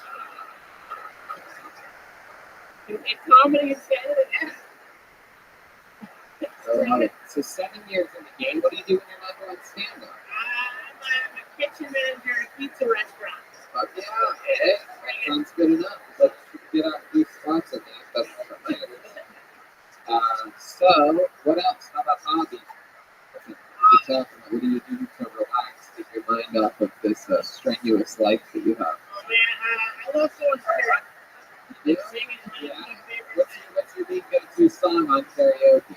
I like doing like each morning I get up, I die. And I'm gonna stand on my feet.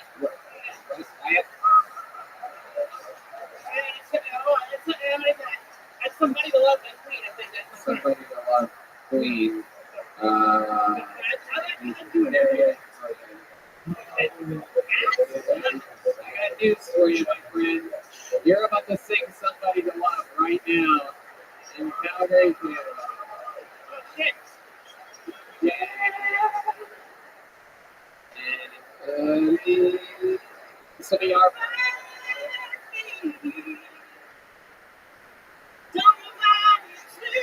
You fucking podcast. Fuck yeah, Sam Betsy, ladies and gentlemen. Live in Calgary, Canada. Each morning I get up, I die. And I'm gonna stand on my feet. She's angry. I felt my ears leaving you, but I just can't get away from somebody. Somebody. Find me. What is this bullshit?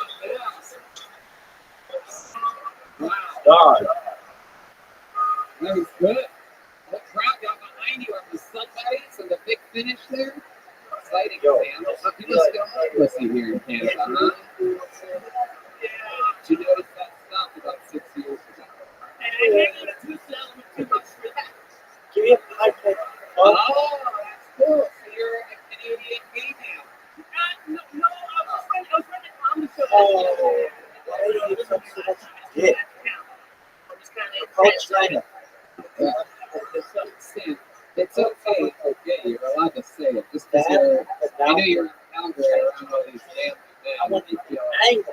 But I mean, if they're dragging anybody that you trust in it, it's probably Rashawn or wherever it's called. What is this? And while you grow, he's laughing, you fucking idiot. While you grow, he's laughing. Let's go let you fucking weirdos. But yes, grown away. You're so sad. Jesus, sounds like you're getting out, man. My goodness gracious. A lot of dudes did I do back when you used to run that show at the Christian Element? A couple. Yeah. Yeah, I had a mustache for November, so that was bad, yeah. Oh, give any rides? It depends on what the entertaining. I don't know. Alright. Wow. Well, fun times, dude. Unbelievable sets. Really great stuff. Congratulations to you. How much time do you have? You think total? I had half an hour. I did Oh, that's great. You want to do 5 minutes on the 2 shows I'm doing here Saturday night? Saturday. Thanks a lot, guys. You can be here Saturday? You can make it here Saturday? Yeah, I can do that. 7 and 10. There you go. Sam Betsy, everybody. There you go. He's on Twitter at Sammy Ray Benson.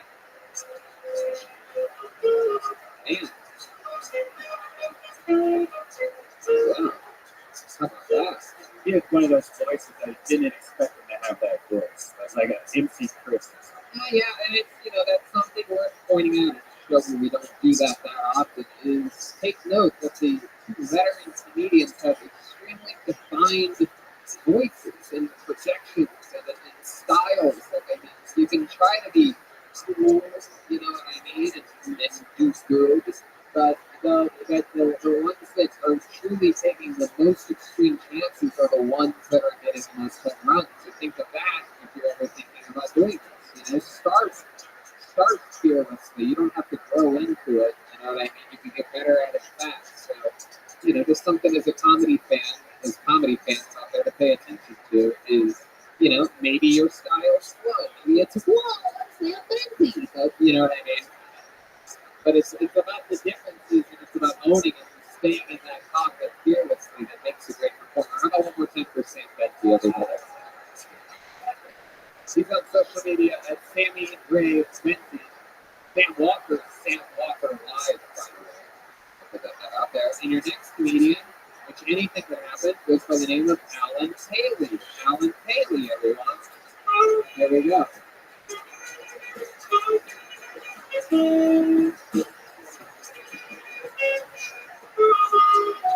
There he is, Alan Paley, everybody. Come on. Thanks for the warm welcome, everyone. Looking at me, you might have a few questions. Is he some kind of asshole hipster? Is he a terrorist? Is he a Buttergust orange? That's the one. Yep. Talk out there. Try to find a use to get out of bed. For me, lately, it's been cuisine. It's true. I mean, when it's tough to cook, drugs and alcohol, that's a little expensive. The cost of cuisine is $4.07. All the calories you need for a day are worse. But the subject of drugs, I've done it lately. Never done meth, but every time I see someone with sunken eyes wearing a hoodie, pedaling a really small, ice-cold speed down the sidewalk, I think it's pretty awesome. I got divorced a little while ago, and I like to live in a warehouse.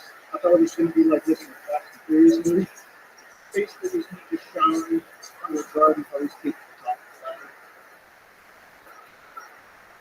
of the Okie dokie. Alan Taylor. Hi, Alan. Welcome. How long have you been doing stand-up for? First time. Very good, Alan Taylor. Congratulations. Hell yeah. How old are you? I just turned 38. 38 years old. Like last week. Oh yeah, you only get a day over 56. That is awesome. Incredible. 38 years old. And what do you do for a living? Well, as a unemployed oil crew mainly, but when you're out the door, I'm a separate technical consultant. That's a show technical himself. Watch the others. Guys losing their minds back there. Oil. Because I literally cheer for a substance that comes out of the ground. That's incredible. Yeah, up here. I'm going to start an auto starter truck. Jesus. Top guys out there in Calgary. And then there's St. Bentley. Yeah. So, Alan, this is fun. You look like Jimmy Kimmel after he retires. It was like Letterman style. Just like grows out his beard, doesn't give a fuck anymore. Like, really textbook. After he retires, he's already older than you, so it's actually a huge insult. Probably won't retire for another 20 years. I'm putting you at about a 70-year-old Jimmy Kimmel is what I just told you. Anyway, but you said nice, so I'll wrap it up as nice. Me being a nice guy. So Alan Paley, you work in oil, but now you're unemployed. Why are you unemployed? It's just tough. I mean, when oil patch slows down, you don't. What is oil patch? Like this time of the year or something? Oil patch is a colloquial expression for the energy sector here in the province. I mean, when the oil goes dry. Well, it's Jesus Christ, listen to the oil guys losing their mind. What do you mean you don't know? Fuck you. Tesla, baby.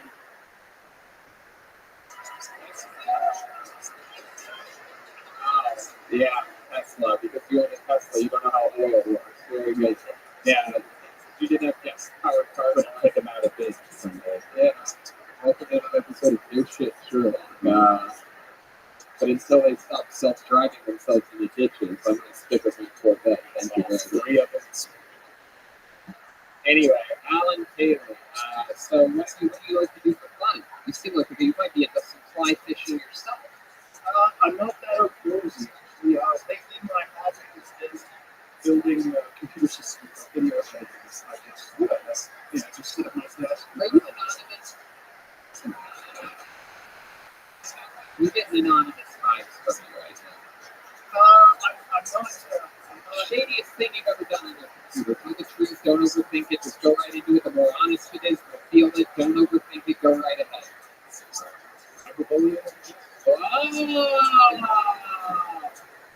All right, here's the big follow-up question. Again, I implore you not to hesitate. Straight from your gun, just let it rip. Who have you cyberbullied that we would know? Who? What? There's a person in the media who's got headlines here. A transgender, like really gross transgender woman, who insisted that she get her balls waxed by spa people. Oh my God! All right, you know what? Maybe you should have thought about it a little bit before.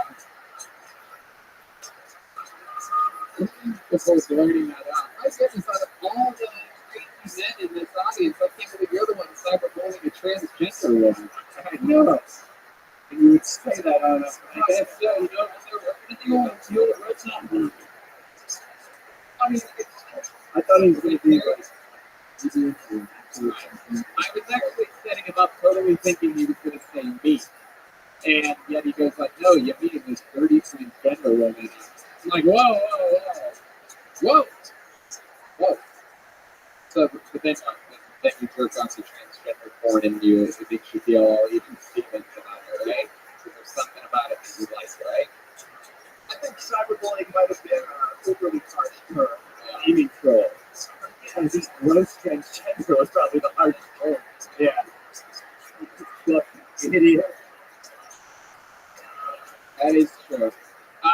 So, what makes her a gross transgender woman to you? Are you all transgenders gross to you? I think this one in particular got a little bit of heat for being icky. Why she icky? Because the meme was, as a whole, creeping on 14 and 15-year-old girls. When he was a kid? When he was a grown man. But he was over 18. Yeah, stuff like leave voicemails for girls like, I don't want to see your titty bounce up and down, up and down. Wow, what do you know about all that? Right. Were you checking their voicemails or something? Does no one? I was pretending to be a 16-year-old. Hold on, I want to know what that one lady right over there just yelled. I'm just curious. I couldn't hear you, but you said it with a lot of passion. What did you say? Yell it again. It's okay. Wherever that came from, the one lady that just yelled. Everybody knows who you are. That's the girl from the 20-year-old wife. Okay, let's give her a chance. Okay, forget it. That was the same lady. It was another lady. Everybody put this together. She was a section around people that perspective. So what's the kind of thing that you did to her online or get from her? I posted a picture of Rachel Knockley and said, this is the meme on the face app. Oh, Jesus, sir. No one cares we did. You need more attention over there, buddy? Okay, everybody relax. Everybody relax. Always bad. Yeah. My bad for asking. No one cares about your opinions back there. Yeah, right there. It's something like a gross transgender. Alright.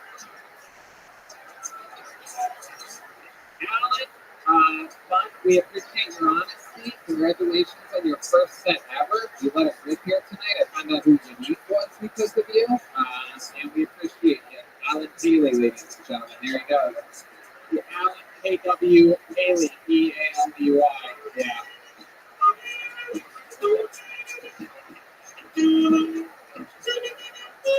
Man, time is just flying here this episode. You guys think we should squeeze one more out of here? No?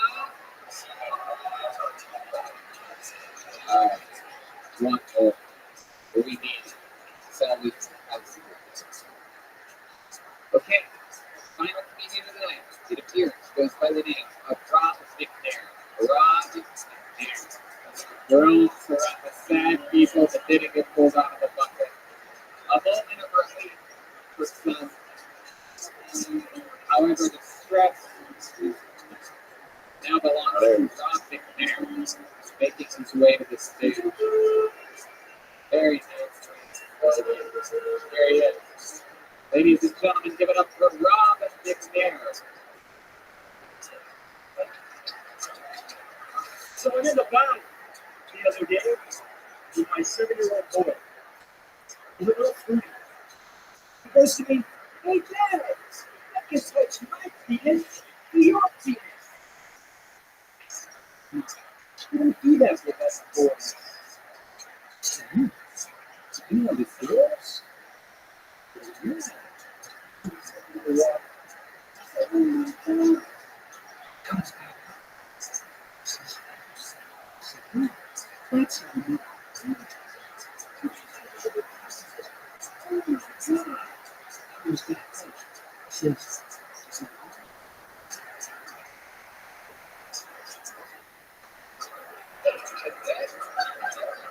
There you go, 49 seconds for Rob McNair.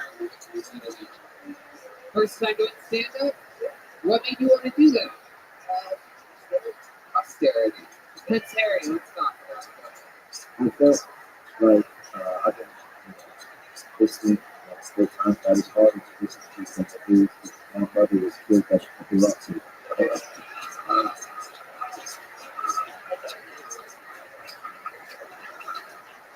My goodness. I didn't know Canada had a New Jersey.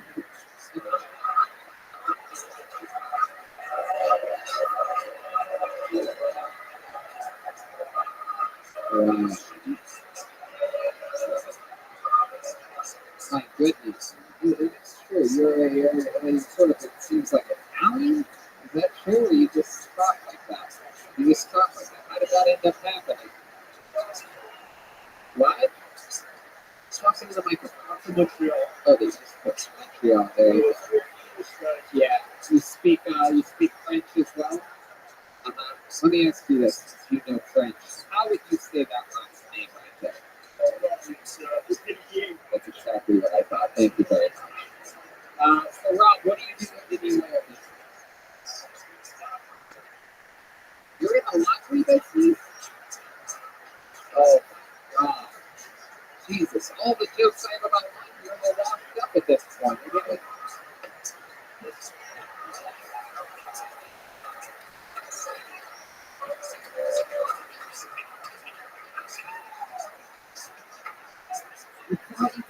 This is what stuck his name? You didn't think I had more? Yeah, do it again.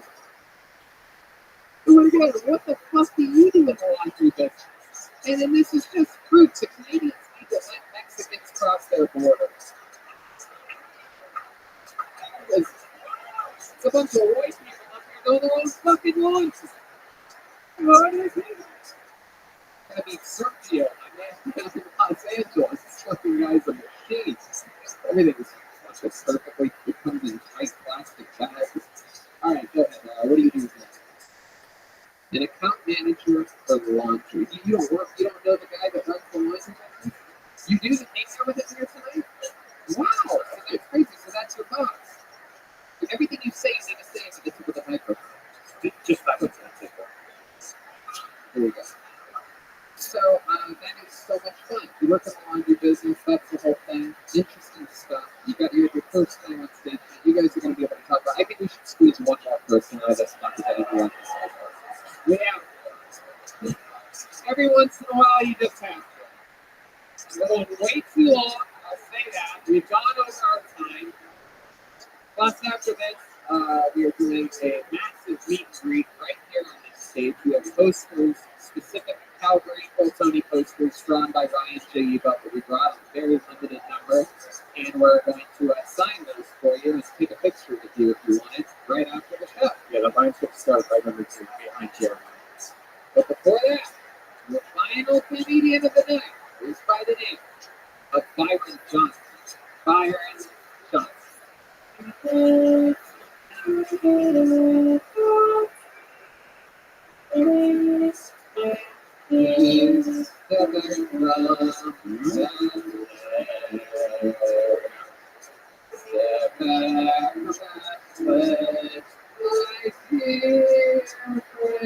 it is, Byron Johnson, everybody. Guys, this is it, your final comedian of Calgary's first ever Tony, Byron Johnson. All right, Prince and I'll destroy the relationship between me and my mom. It's a weird story. Neither one of my mom or myself did it, but when I was having when my wife was having my little baby girl, she couldn't handle it after about 30 minutes of pain, which is understandable. So she cried out for the old Rothschild / and so after my little baby girl was born, she I know that's pretty crazy too. She cried out for the fentanyl and she got it. My little baby girl was born, and I'm looking around and like something every time. My wife looks at me with her little fruit syrup in her, and she goes, "Jesus Christ, Brian, it's not hereditary. Your fucking mother didn't rule you. That's why you have a script thing."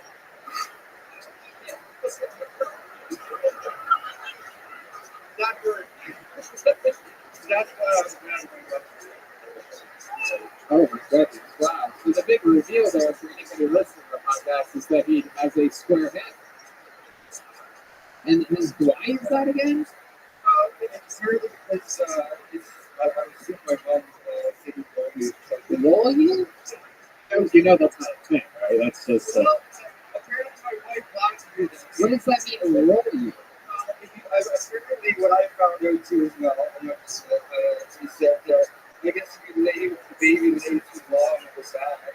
Oh my god. And I have two older brothers, so In fairness, you know this? He's confirmed it. I can confirm this. We hit a lot of royal truth in the bastards. This well is so. Yeah, that Prince Andrew's into that type of thing, isn't it? It turns out. They should have banished you to pineapple under the sea, man. Yeah, you do. You're SpongeBob head. There you go. There it is. I've known this Scrimmage thing because I have a friend of mine, his dad. For some odd reason, like I moved here in Alberta 16 years ago, and every time I go back, I see his dad. Every time he sees me, he's hey there, Brandon. You know that rolling is still a real thing. You know what, Ryan? How do you know that? What did you think of that? Dave, like the regular. Dave thinks lines are baby minutes, but he thinks that's real. That's a man being. No. This is different. So you think if a baby lays too long on its back, that he's going to have a square head? I think that the point isn't exactly that he's laying there. I don't think that makes the head turn into a square. But I think there's something sort of fucking off about this guy, and everything goes back to parenting at the end. You know, It's leg on his stomach too long, back of oxygen. I just thought that maybe she brought all my two brothers, like three of the brothers, and I thought, okay, maybe she was just scared to pick me up. I don't know. Anyway, Byron, what do you do in the oil? I don't work here. You laundry doing motherfucker. Let's talk about it. Let's do it. I think I just found out why your head is shaped like a box of bleach.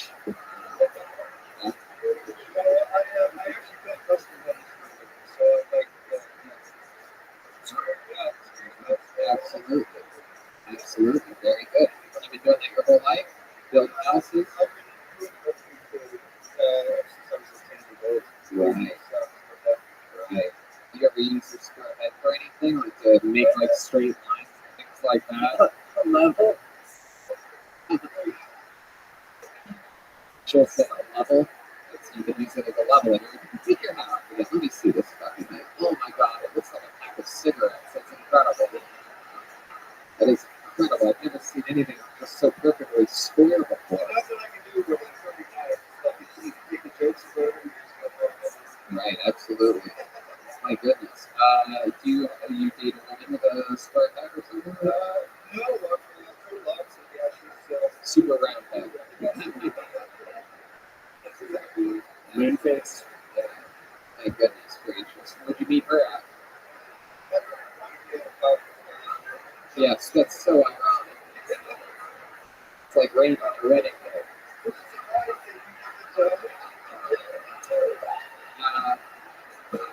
It's okay.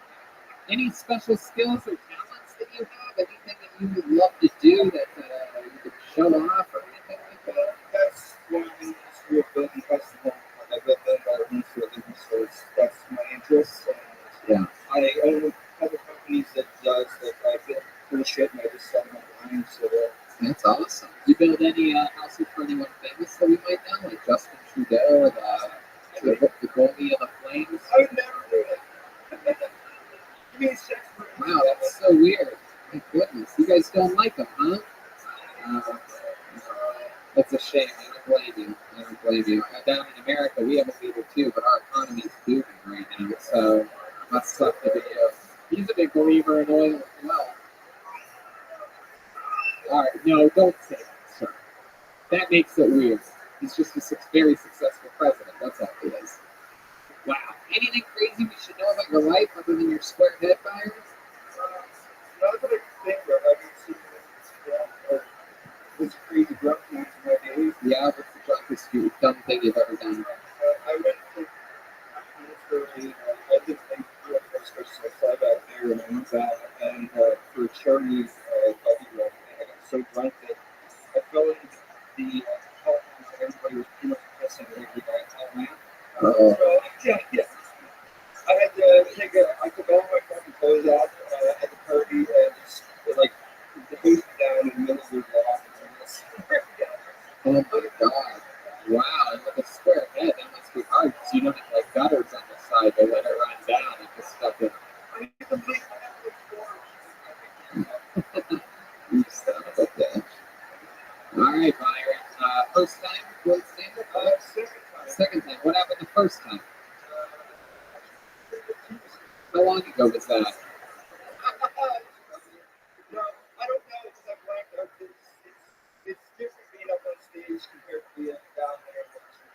So, and I wasn't going to sign up tonight, but my wife said, "Hey, you always think you have nothing to lose." Wow.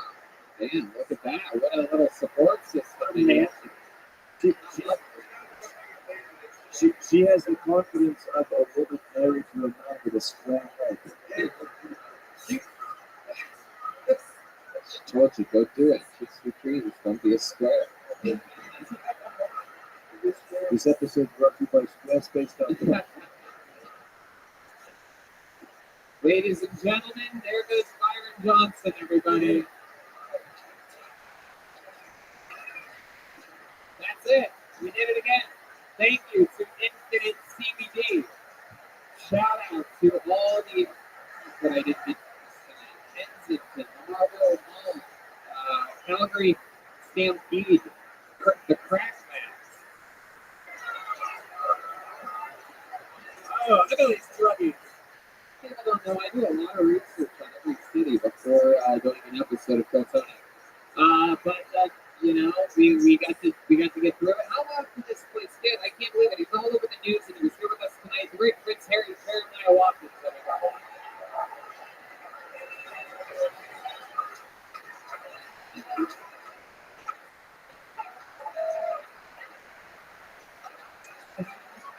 Why don't you turn around? Do one in so everybody can laugh at what Joel and I are laughing at. Come on, show them. It's so clearly a costume. We have a little opening in his back. Come on, show them. They're gonna love it.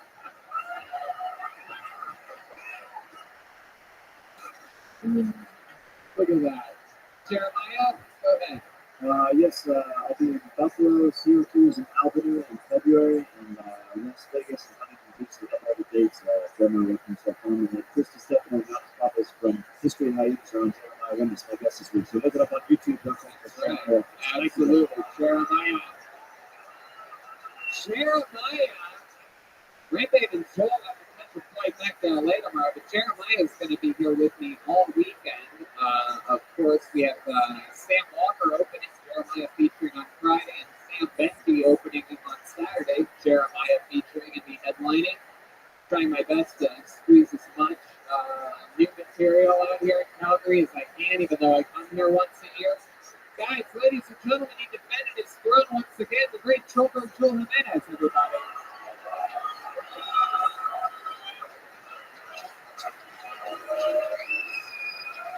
He's sorry on social media. He's an official Ludwig artist. Joel, first time in Calgary, Canada. What are your thoughts? So look, thanks for coming out. There you go. The fun train just keeps moving along for these roadkill townies. We're going to Vancouver, Swansea, La Jolla, Ventura, Boston, and Austin coming up. Some other major announcements coming up. Other than that, Kill Tony in Vancouver. Vancouver has always been our probably our biggest market almost anywhere in the world. And you guys have a very special treat coming February 21st. That's at JFL Northwest in Vancouver, a giant 1,300-seat theater that is almost already a month out, completely sold out. Just a couple hundred tickets left there. And so, Canada, we always love you. We support the hell out of we thank you for supporting us, and we love you. Thanks, guys. Love you guys. Thank you, guys. Good night.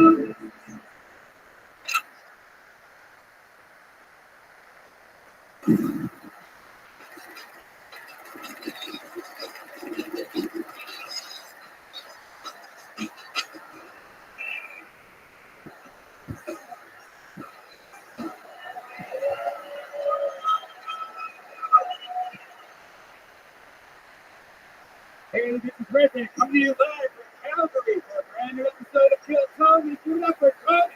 It's there.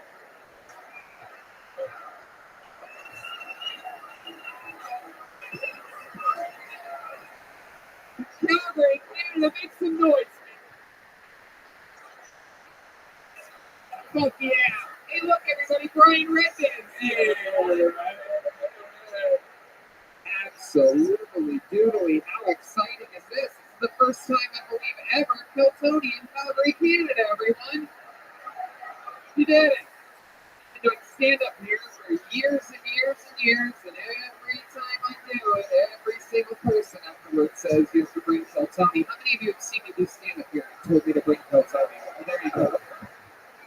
Staying here all weekend, doing 4 shows with the great Jeremiah Watkins. It's going to be an exciting time. Kill Tony continues on the road. It never ends. We do a stand-up comedy in Tempe, Arizona, February February 6th to the 8th, and then Kiltony goes to Vancouver, Canada, February 21st. Just a short, what is it, 6-hour drive? Then we go to Kiltony East, just outside of Boston and Providence, February 29th. Beautiful La Jolla, California. I do a weekend of stand-up, and then 2 Kiltonys on March 8th, I do believe, or the 9th, whichever one Sunday is. Kiltony, Ventura, March 12th. Kiltony, Boston, April 9th, for the weekend of stand-up on the 10th and 11th. And then from Boston to Austin, April 25th, Austin, Kiltony, the Music Hour Comedy Festival. How exciting is that?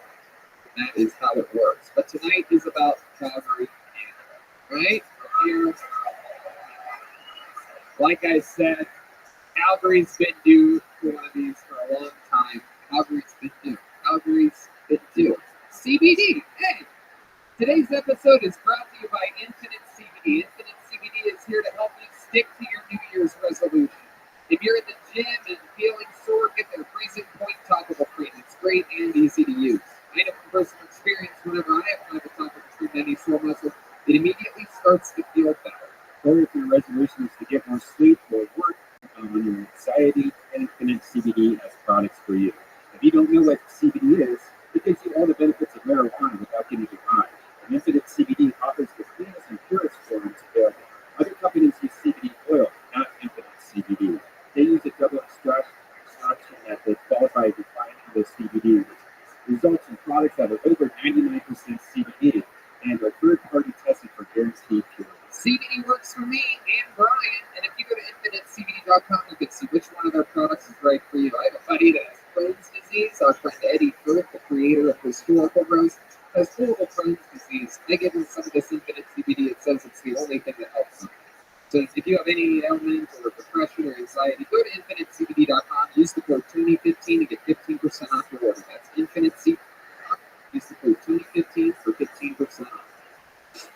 You guys ready to start tonight's show? This is it. We're here. This is real as it gets, people. We're live. We're way too close to you people. This is a dangerous situation. And it goes way back over there. Most of the audience is right there. Look at that. Look at that bunch of people back there in the darkness. Well, we go no guests for these shows on the road, as always. However, ladies and gentlemen, you'll never believe this, but we do have a band with us tonight. Yeah. I figured you guys would be excited about that because Canadians are known for their politeness and good manners, and so is the band, actually. They are very good people. This past week, they really had a flex off. The milkman vomited up a lot of milk. It was insanity. They're willing to do anything. Every single episode, they commit to being different characters. We never know what they're going to be. While we were in a back secret location on the other side of this incredible hotel they call the Blackfoot, they've been getting ready in this janitor's closet right behind the stage. So let's all find out what they are today. Maybe it's a brand new character we've never seen before. Maybe it's the return of some of their famous characters. Ladies and gentlemen, I present to you the best damn band in the land, the Kiltony Band, Jeremiah Watkins and Trouble. Let's see what we have tonight.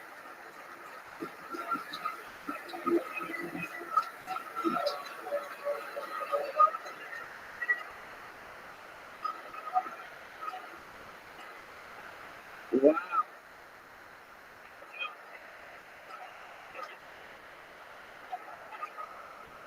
Just incredible. My mind is completely blown. This is incredible. This is very, I know who they are. This is Ellen DeGeneres' wedding picture. No, this is incredible. This is Prince Harry, am I correct?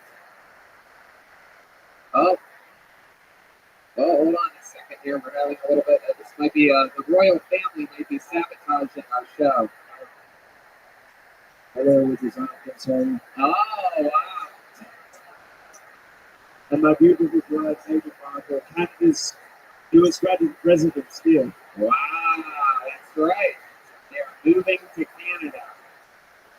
I don't think you guys did your homework because there's no fucking way they're moving to Calgary. I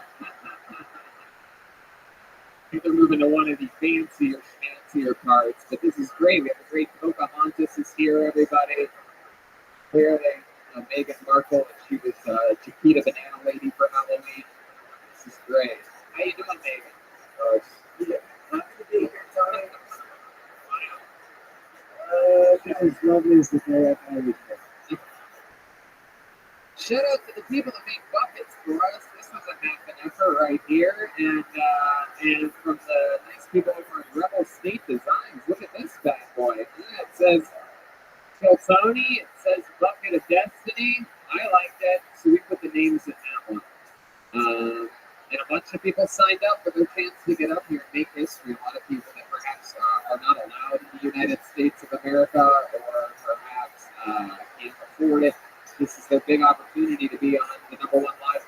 You know what? It's okay, Megan. You really don't need to touch anything on this table for the rest of the show. So they signed up, and if your name gets pulled out of the bucket, there's only one way up here, and it's right here. There's a secret stairway right here in the dead center. You can't miss it. So if you come from that way, come this way. If you come from that way, come that way. Don't go through those tables or anything stupid. Don't try to jump over anything. You get 60 seconds uninterrupted. You know your time is up when you hear the sound of a kitten. That means wrap it up in, or else you're going to bring out the angry, twisted element there. There you go.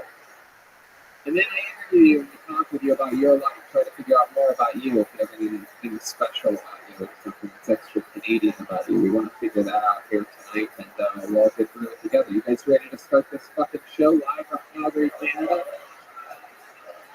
All right. Then let's do it. We have the royal family, we have Red Band, we have the Bucket of Destiny. I'm pulling out the first name, and the show will begin with the comedy style of Brian Dice. Could be real. See what happens. There he is.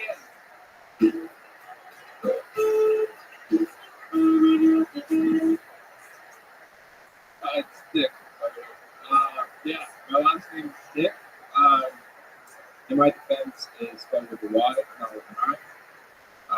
Where I'm from,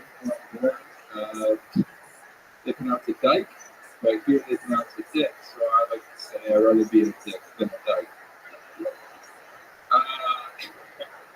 Yeah, but that's not the worst part about my name. My middle name is actually Jonathan, so you can imagine the name that they came up with me for in high school, a BJD, aka Blowjob Dick. Right. Fuck school. That's not the worst part about school. I played basketball growing up, and I don't know if you guys know the logo bench, the shirt bench. But anyways, my mom bought me this logo, this shirt logo on my bench. I wear it all the time. This fucking kid in school comes up to me and says, you wear that all the time because you want to show the position you play? Oh, stop. Wow.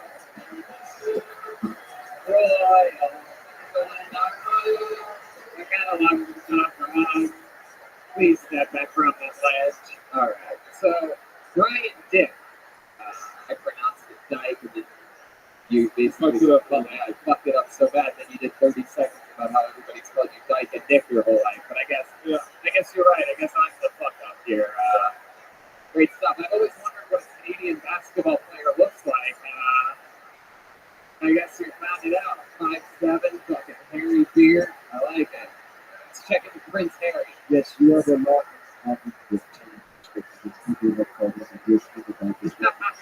True. That is true. The horse of truth is out. I've been called a dick and a dyke today, and that was just while going through customs. So, Brian, let's talk about it. You from here in Calgary, born and raised? Yeah, from Roseberry, Alberta, to this village, like 2 hours east. Is that anywhere near Stu Hart? His entire setup. The Hart Dungeon, or Bret Hart? Bret the Hitman Hart? Perhaps Ellen Hart? No? Alright.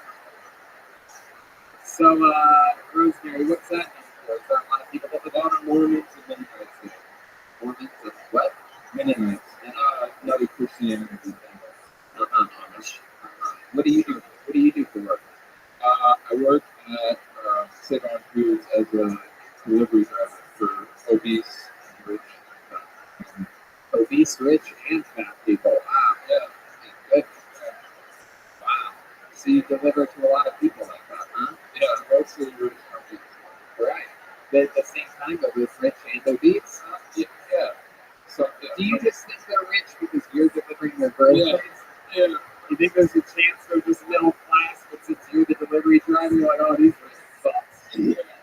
They're 2-bedroom apartment. The way they look at me, How long you been delivering groceries for? like 2 months now. 2 months. What did you do before that? I worked at trailer park company, big in Marker Homes. Jesus Christ, this is the same story as the beginning of the documentary about Kid Rock or something like that.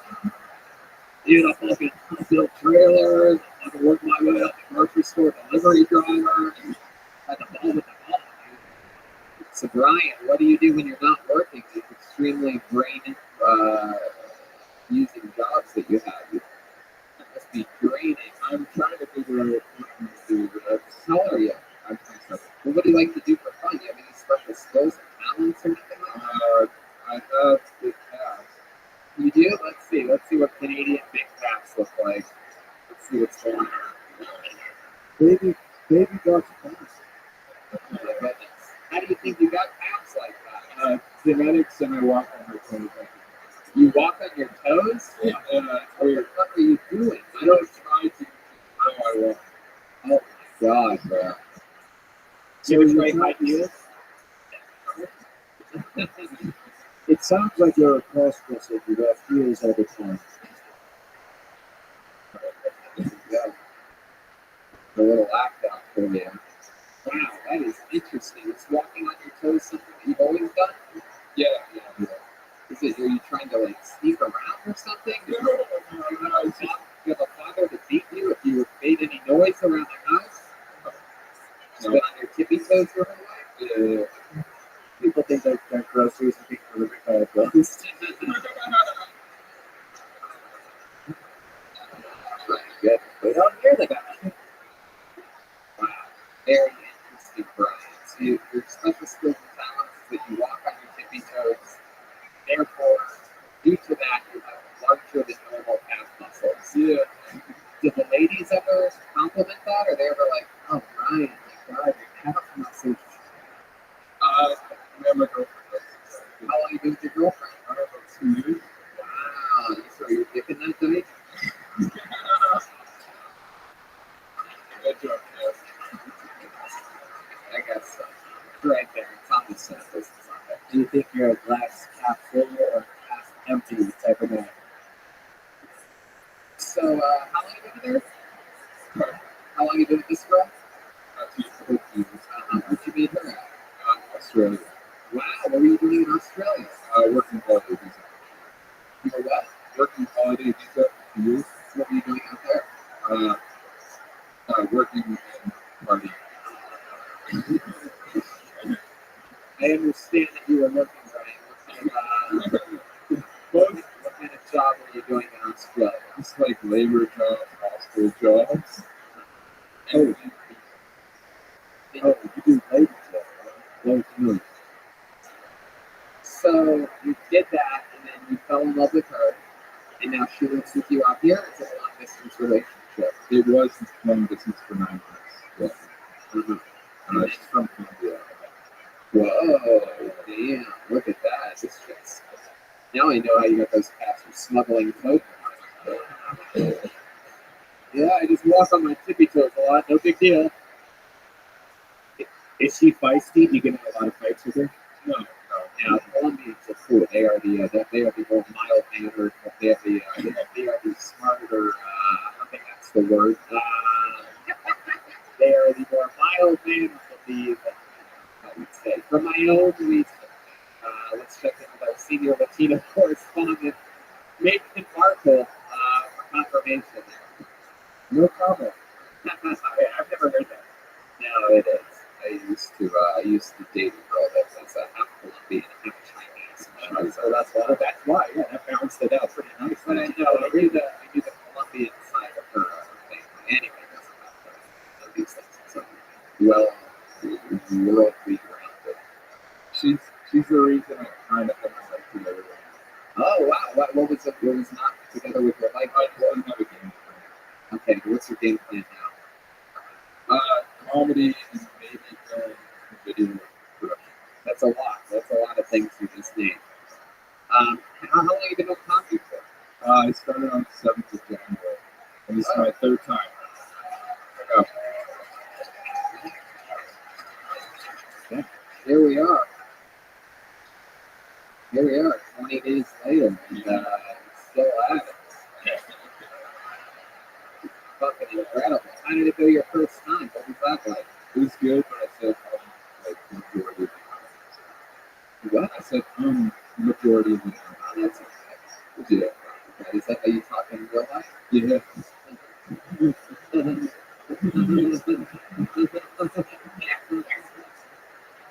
I love it. Yeah. Well, Brian, congratulations. You're 20 days into stand-up comedy. You have big calf muscles. What can I say? This is the beginning of something great, I do. Okay. Okay. I'm going to hand for Brian Dick, everybody. Royals. Wow. Oh, my goodness. I can't do it. I can't even hear him walking back to his seat. It's incredible. He actually was walking on his tippy toes. Goodness gracious. It's from, let's see what happens here.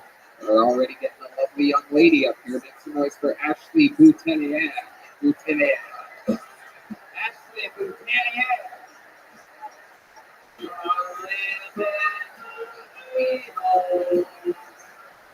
Oh, yeah. One more time for Ashley, everybody. Hi guys, what's up? Okay, so I'm gonna get Canadian. I'm like doing this Canadian because it is so nice. I was good, most nice in high school. You run into me, and I'll tell you I'm sorry. Yes. I'm sorry. and my first job, I had like this really crazy boss that was like super intimidating. And one time, I knew it was too nice because he ended up telling me, I'm sorry. He was like, okay. I was like, what am I supposed to say to that? What do I say to that? Sorry. I can't help it. Anyways. I'm sorry. I told you. There you go. That's exactly a minute right there. Welcome, Ashley. So, wow, that was as Canadian as it gets right there. My goodness, is your first time going to stand-up comedy, please? Okay, thank you so much. Wow, and you gave it a shot tonight. Is this your idea? Oh, that's great. Is that true? I don't know about that. For example, these two people, I know for a fact, I remember they've been here almost every time I've been here for the last 5 years, but you're telling me you're my biggest fan? I think so. Am I right? You guys have seen me multiple times. You always sit at that table, right? Or just last year? Oh, well, my memory has it all different. I have different fans that all look like you. Ashley, let's find out more stuff about you other than the fact that you're nice. What's the meanest thing you've ever done to somebody? What must be something that's once happened? It's not a girl, trying to jerk off your boyfriend or something. And you're like, oh, I'm sorry, but you're not allowed to do that. Thank you. Something like that. Great technique, though.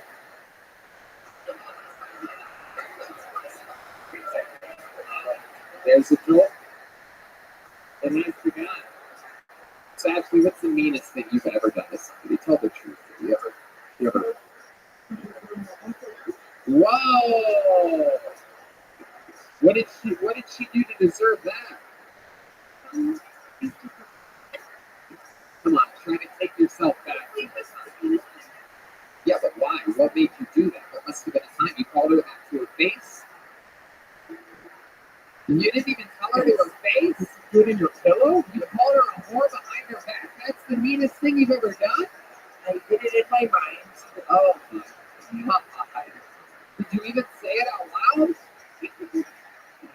You did. You told your husband this? You said your mother's a whore? Oh my God, is that your husband? Jesus So you should be happy about that. All right. So is there something that she's done in particular that you could talk about that reminds you, that will convince us all that how big of a whore this guy's mother is? Just a defense mechanism. It's just a defense mechanism. Actually, Guinness, am I pronouncing that correctly? Oh, Guinness. Oh yeah, you really fucking Canada that. That's a real French last name because you're white trash to the devil. No, it's just Goodelaire. It's not written that way at all. All you guys are like, that's really not my name. It's written. Actually, I'm a deaf. No, get it. Last person's last name is anyway. Ashley, so you've been from Calgary your whole life? Rothschild. Where's that at? North? You were raised in any place? No. Okay, what do you do for work? You deliver mail.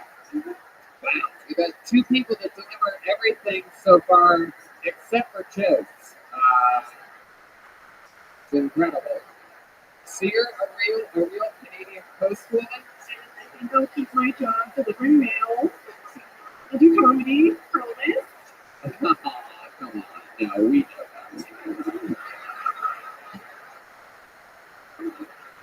You must be the nicest little mail lady in the world, huh? I'm so nice. I delivered to a really nice little toilet. She was And wait a second. So you walked into the bathroom? When I first started my job, I was 18 years old and I was on after high school. I was thinking, what am I doing wrong? I was just kind of the post, right? That's a good job. So I had a registered letter and I had to get her signature. And I was just on the time where she lived. And I went upstairs, knocked on the door, and it post.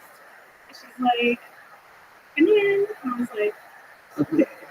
Oh my god, this is the most Canadian shit I've ever heard in my life.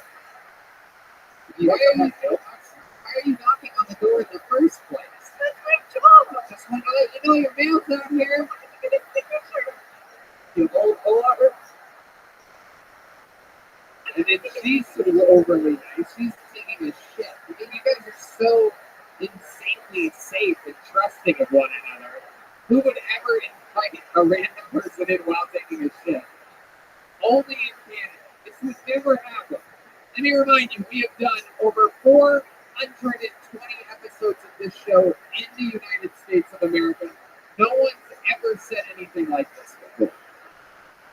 Neither in Australia, nor England, nor Ireland. This is truly ridiculously Canadian. Got your mail here. Come on in. In the most vulnerable position one can be in. Okay. Jesus. I was more embarrassed than that. So then, hold on, let me ask you this. So she says, come on in, and then you go in, and then what, do you knock on the bathroom door? Oh, come on in, keep coming. I'll paint a picture. I walked in, she said, come in, so I opened the door, and I saw her little folding recliner chair straight across. It was empty. So I'm like,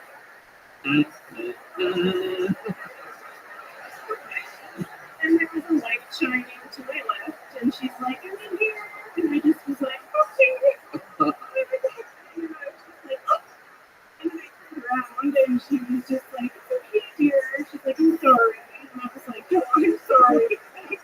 What the hell is going on? And you're like, oh, I'm sorry. I'm sorry. So is it common to deliver the mail inside the house? Why didn't you just be like, hey, I got your mail, and I left it? I mean, there was a flag sitting up in the bathroom door, so she's good. Normally we don't come inside, but this little lady was brand new. Or had just started, so I didn't want to do anything wrong, so I did. Isn't that bizarre? I found out it was very You found out later that it was wrong. How did you know it was approved? You could smell it. Oh my goodness gracious. So did you hand her mail still? You gave it hand to hand? Here you go now, thank you. Back then, like this is 16 years ago. No, we get it. You were 18. We get it. Yeah. We get that part. It was pen and paper, which is even worse because it's not like just giving her the scan. You have to grab the paper and then the pen. It's just like trying to she make you bend over and sign on your back? She could have like turned around. And then anyway, so she just signed it, and I was just like, oh, thank you, really. And she was like, oh, bills. And then she wiped her ass on it. Wow. Well, Ashley, you gave it a shot here, and it's clearly not that easy. You know, you blanked out a little bit, but you definitely know you came up with sort of a brand. I'll tell you that, and I'll give you this. In the history of this show, you want nicest in high school? I'll tell you right now, in Kill Tony history, you are definitely the nicest person that's ever been on this show. Still the nicest. Ashley Boudelaire.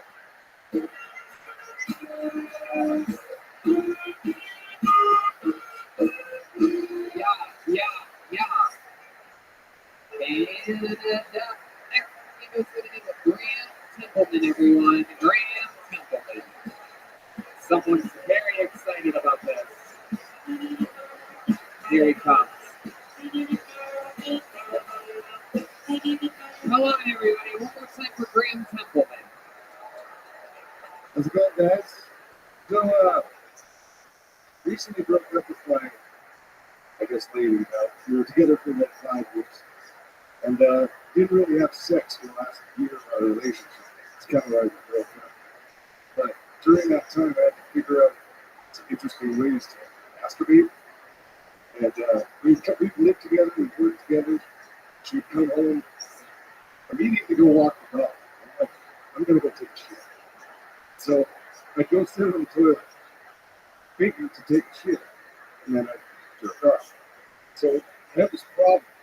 Every time I take a shit at 2 or 3 in the afternoon, like, I don't know what to do. I have to. Doesn't matter where I am. It's actually not that bad. It's not that bad.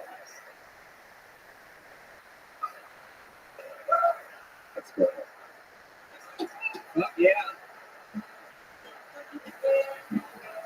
Absolutely. Clearly, Red Band's been doing some ghostwriting for the first time. Wow. My goodness gracious, Graham Templeton. Shitting and jerking off at the same time. That is, We all do it. and no, you all do it. Have you ever been taking a shit while jerking off and your nail lady gets you the nail while you're doing it? Oh, thank you. So sorry, I'm sorry. Goodness gracious, Graham. That is exciting. I didn't realize that jerking off on a toilet could get you pregnant. I've never seen anything like this before. Well, this is Clearly, you're about to be working in labor as well. this is 15 years on the road. Love it. Go on the road doing what? Play music. Oh, wow. Interesting. What kind of music do you play? I'm a session player. You're a session drummer? What? Wait a second. Graham,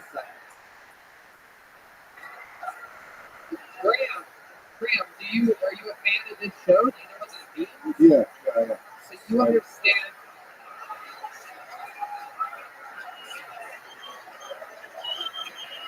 I'm telling you, this is one where Meghan Markle does not want to give up. So, all right, just in case someone brought their girlfriend here, perhaps, who doesn't know what is on at stake during this part of the show, we do have a segment called the Mexican Drama, and we are about to have one here. Now, Graham, sure, get back there. Graham, just to let you know, it's a drum solo versus a drum solo.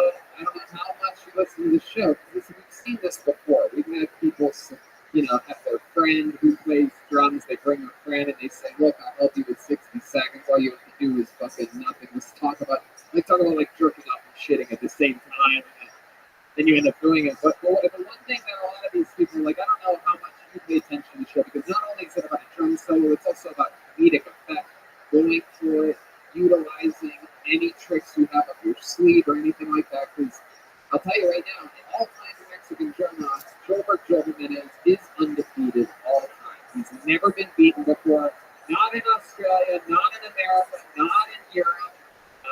He's all-time undefeated. However, if you win, you are the new drummer of Kill Tony. You have to be in Los Angeles this Monday for our next episode with Doug Benson and a big top secret guest who is, I will just say this, a bucket list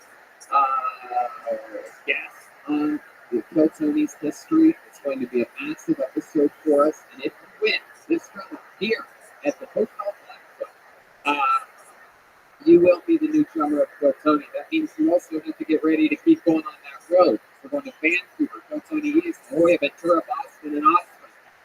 So if you think you're pregnant now, you're going to be looking like you're going to have triplets by the time March comes around. But before we do this, let's check in with Prince Harry. Yes, we will also be having sex at the 11th time as my wife. You will be the new Meghan Markle. It's going to be Prince Harry meets Prince Scary over here. So here we go. With no further ado, this is the Mexican drum off, and this is the defender, Graham Templeman. Underneath his leg right now.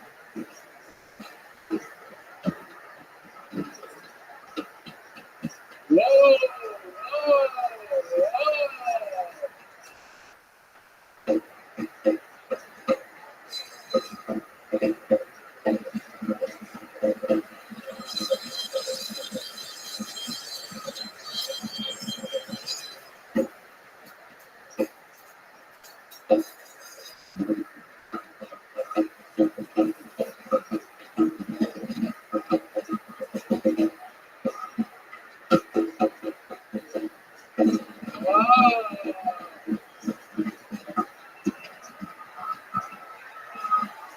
Underneath his leg. This is unbelievable. Unbelievable. I can't believe what we're seeing here. This could be one of the greatest contenders of all time.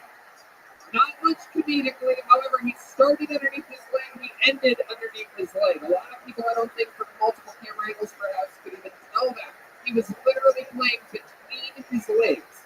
An unbelievable performance. You brought the room to a climax. You changed what the stage smells like completely. Here, come up here. Stand up here, Graham. It's okay. Don't worry about it. It's okay. Here, why don't you just have a seat? Just have a seat right there on that stoop. Yep, perfect. There you go. Still like a good little boy. No shitting or jerking off by you. All right. With no further ado, ladies and gentlemen, I present to you, undefeated all time, here to defend her throne as Meghan Markle herself, the true, undeniable drummer of Kill Tony, Gilbert Jimenez.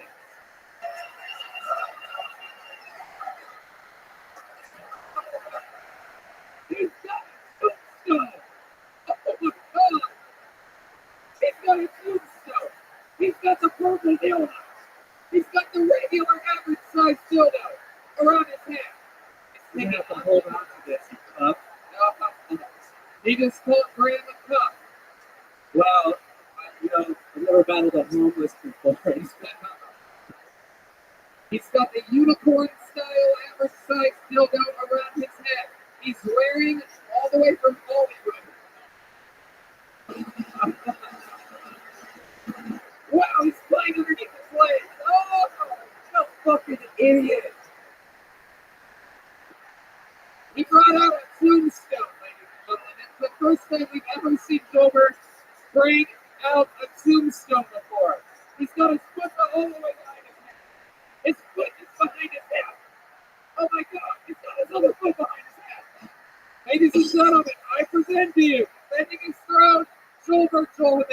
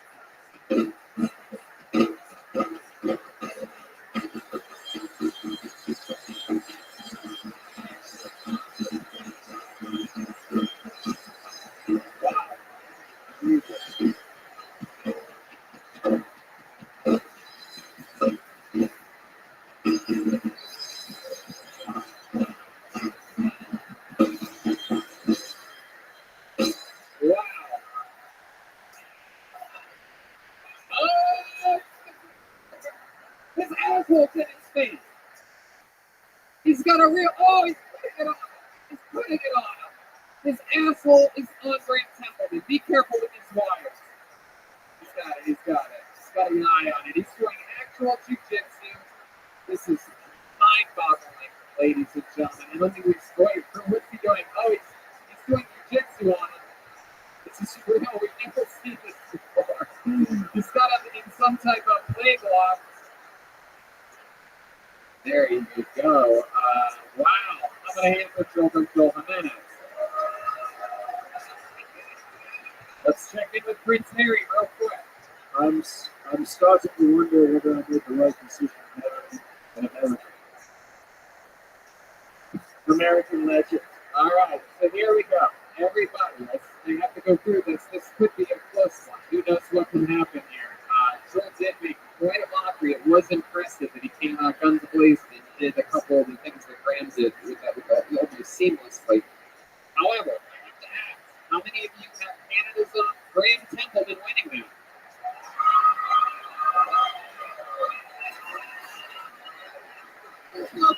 Wow, that's a lot. That's pretty loud. All right, here we go. How many of you have Joel Jimenez winning?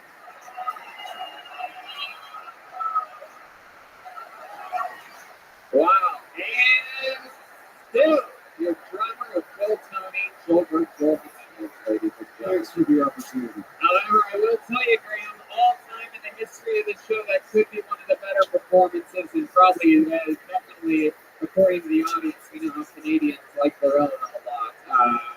You definitely garnered a lot more applause than anybody else ever has competing against this, so congratulations. Fun stuff. Next time we're around town, come sign up again. There you go, Graham Templeton, everybody. He's on social media, Instagram of Air.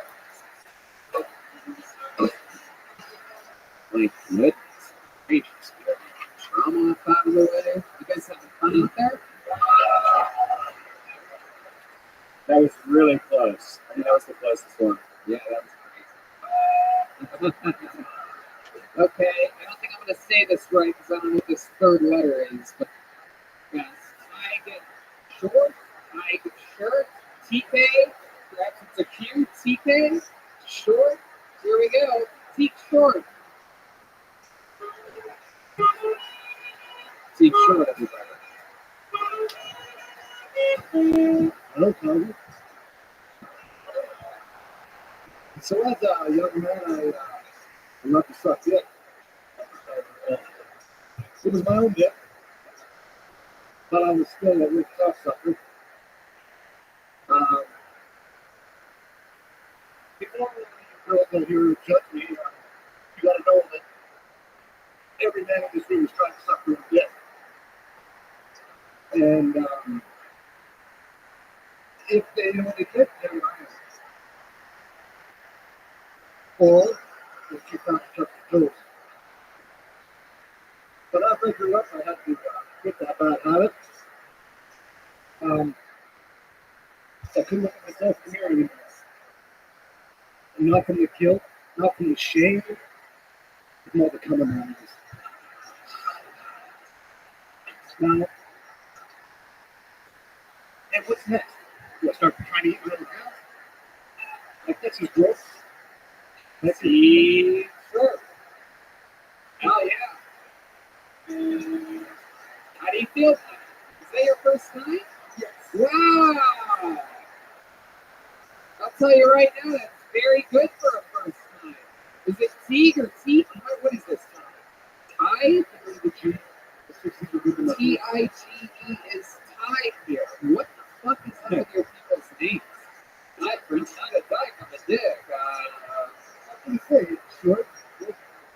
Oh, okay. All right. So let's talk about it. Tide. Let's go right Tide out. Wow. So Tide, first time doing stand-up. How old are you?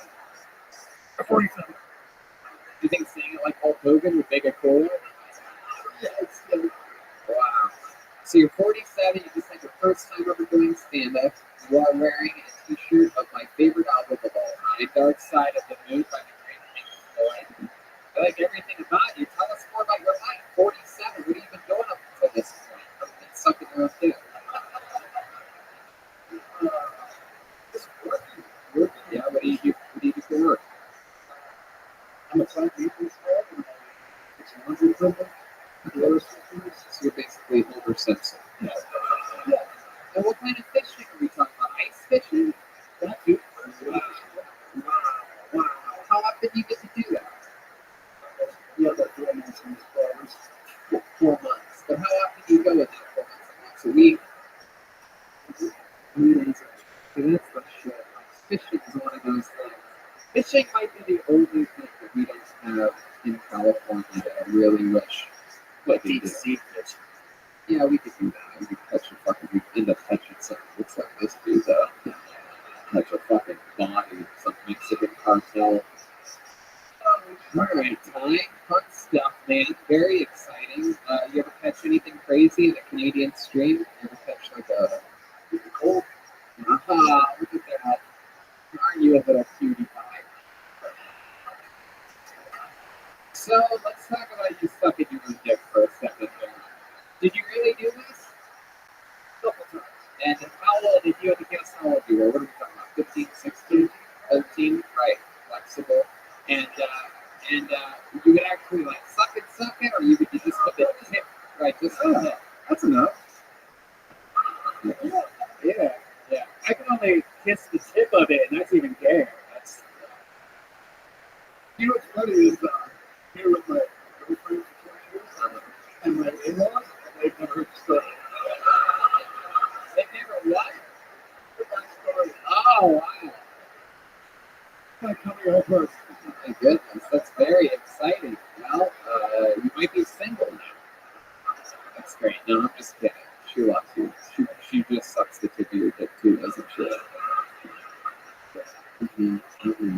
So you do that. Did you ever really come on your own face? Actually, no, I was too young. She was. Right. Really? Wait, cheating twice. I'll leave him. Wow. So you just have a high-pitched voice of sucking on the tip of your dick. My goodness, that is amazing. That's interesting. When was the last time you actually succeeded in something? Probably 3 or 4 years. Yeah. I don't think he had a long career. He's got a shape for him. They don't have your number and last name retired somewhere in a. Right. Now everybody can suck their own dick. Like it's not that. Right. Now they have Instagram filters for that. Wow. So Ty, where'd you meet your girlfriend at? Or your wife at? How long did you get married for? No, we just But you said in-laws. really not what I'm married Oh, just all the in-laws here in Canada. Just make shit up. Right. So, you've been with her for how long? 20 years. Yeah, we're in Yeah. It's over. What's the years? reason? That's almost fresh off of you sucking your own cock. Actually, I do what it's done.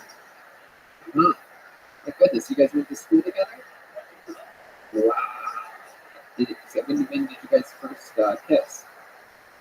Like right around then? A long time ago? Or more than 20 years ago? You've never been with anyone else?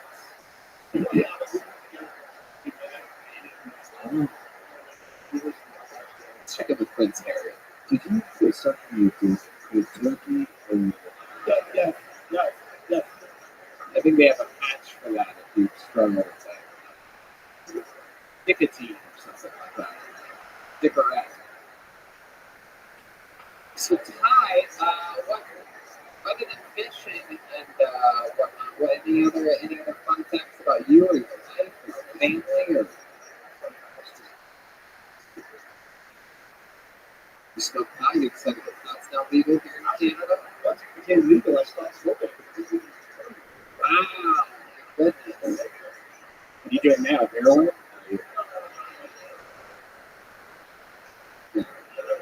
That's tough. Is that your wife over there? Seems like everybody here in Canada, the people, it seems like if you know the person who got pulled out of the bucket, these people here in Canada think you're allowed to yell out whatever you want if you're a friend or something. Is that why you're not married? When you shut the fuck up? Oh, yeah. Yeah, my wife spits. You need to You know what I'm saying? Keep that mouth full. Yeah, there you go. You still got it, time. All right, well, man, I'll tell you this. Congratulations. It's not just that you told a silly, dorky, sucker your own dick thing. The material itself was sort of wannabe, but you delivered it like a fucking champion. I wasn't even gonna guess that this was your first time ever doing it until as soon as the 60 seconds was up, you looked at me like, God, like you just accomplished something insane. But you did. It was a great first time. You should be very proud of yourself. Yeah, yeah, yeah. It's the greatest thing I've ever done. But I don't get people like this. Well, you should try drug battling homeless people. I'm glad that you faced your fears here tonight and a great performance. Perhaps even the set of the night so far. How about a hand for Ty Short, everybody?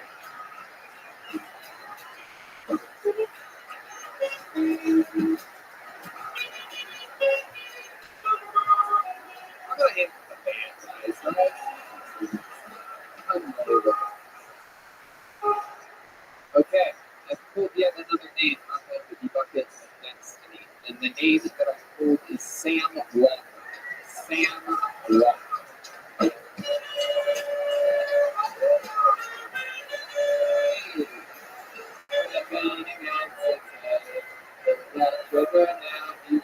Come on, guys. Sam Walker, everybody.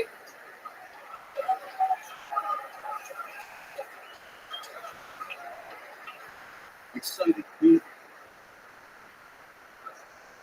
This is a good looking crowd. I haven't seen this many good-looking people in one place since the judge told all the witnesses had made decent exposure.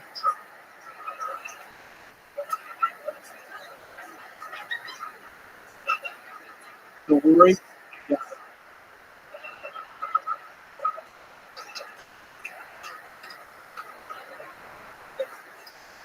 A little bit about me. I like to walk the streets at night.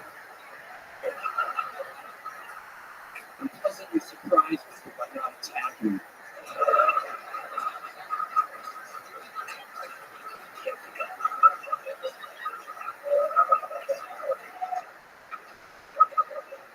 Talking about sex life here for a minute. There are two very distinct traits that I look for in a woman. Weak and bold. Wow. Sam Walker.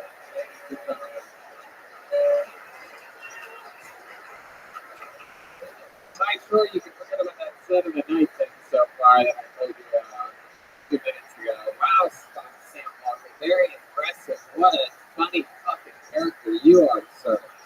How long have you been doing stand-up? 5 years in March. Damn right, it shows, my man.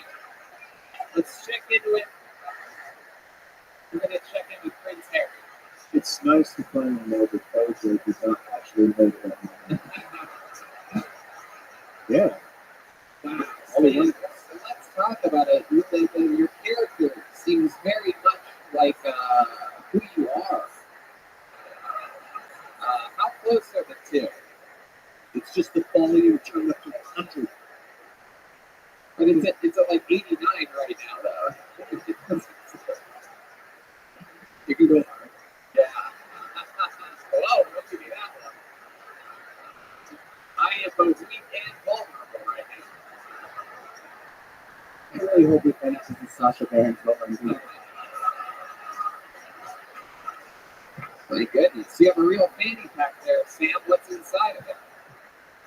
Condoms and biking.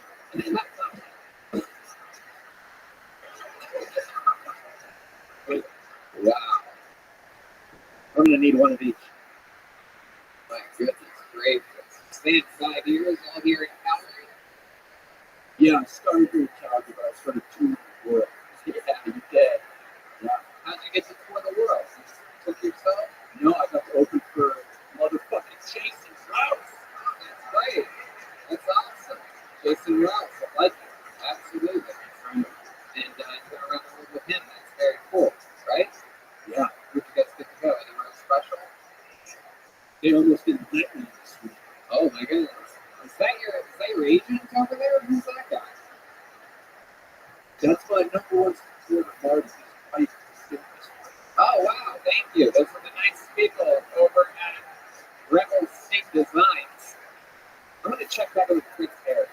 Yes, question for you. How do you refer to the scout at the bottom, 33 years middle, and he at that at the top? Very good. That is a great question. How do you do that? Getting roasted by beans over here, the musical fruit.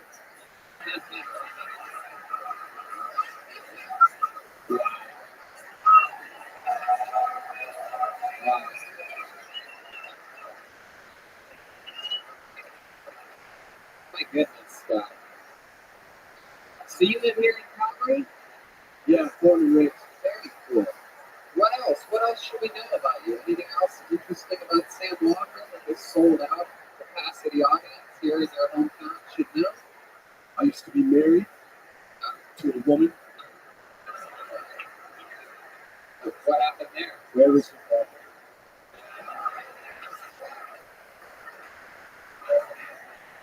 It's obviously not in your hair.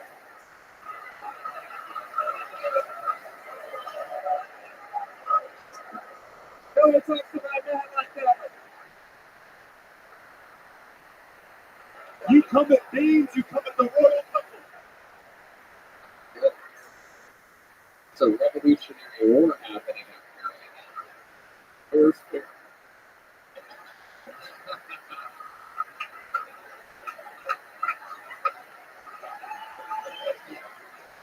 Very good. You in town tomorrow night? Goddamn right.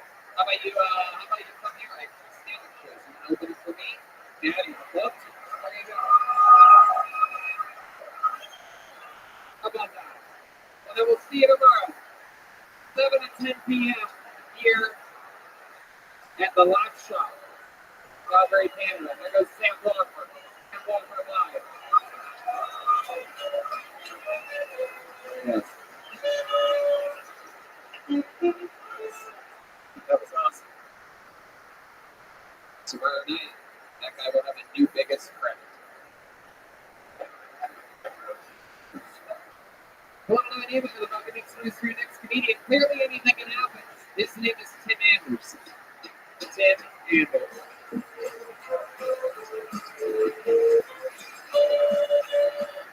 Here we are. Far back in the room. Oh, wait, no. Stunt double. Maybe here he is. Tim Anderson, ladies and gentlemen. Here we go.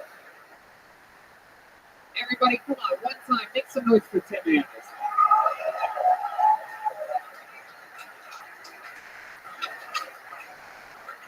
I got tired of my school being kid. I thought it was normal. And I like to find making up for it was great. Every time I went to speak about my look. What's your orgasms? Yeah, I would straighten out. And you get block eyes. That's working. She was amazing at texting and driving. Not so good at directions, though. Wait, what? Just give me next 2 months.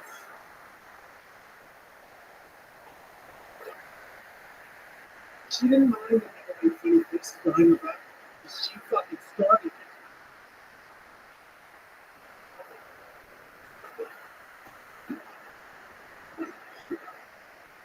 You like that? Good. Her kryptonite was the House of Guinness. Sure. Hold on. It's the house of what? Her kryptonite was the House of Guinness. Turned out to be the perfect cook drink I spilled. I got her lost inside and fucked up and yelled, "I'm breaking up with you." Dick moved. I just couldn't fucking look her in the eye. There you go. There you go. Tim Anderson. You were finished. You were finished when you found him. You just didn't know it. I like your style, Tim. You're well put together, yet somehow out of this crazy crew, you're the creepiest guy that's been up here all night. I get that a lot. Somehow. I mean, the last guy was clearly doing a little bit of an exaggerated character, but you look like you are literal skeletons in your closet. What's the name of the high school you had? What? I have a shotgun. You do have a shotgun?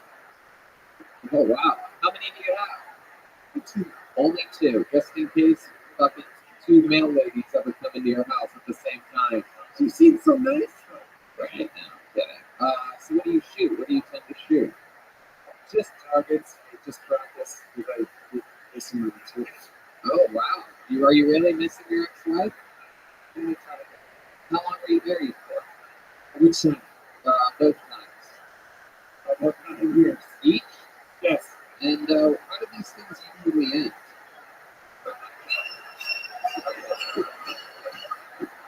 And by the way, follow-up question, is this why you have two shotguns? I can't use the other one again. That's all. Right. For the berry one. The snow something.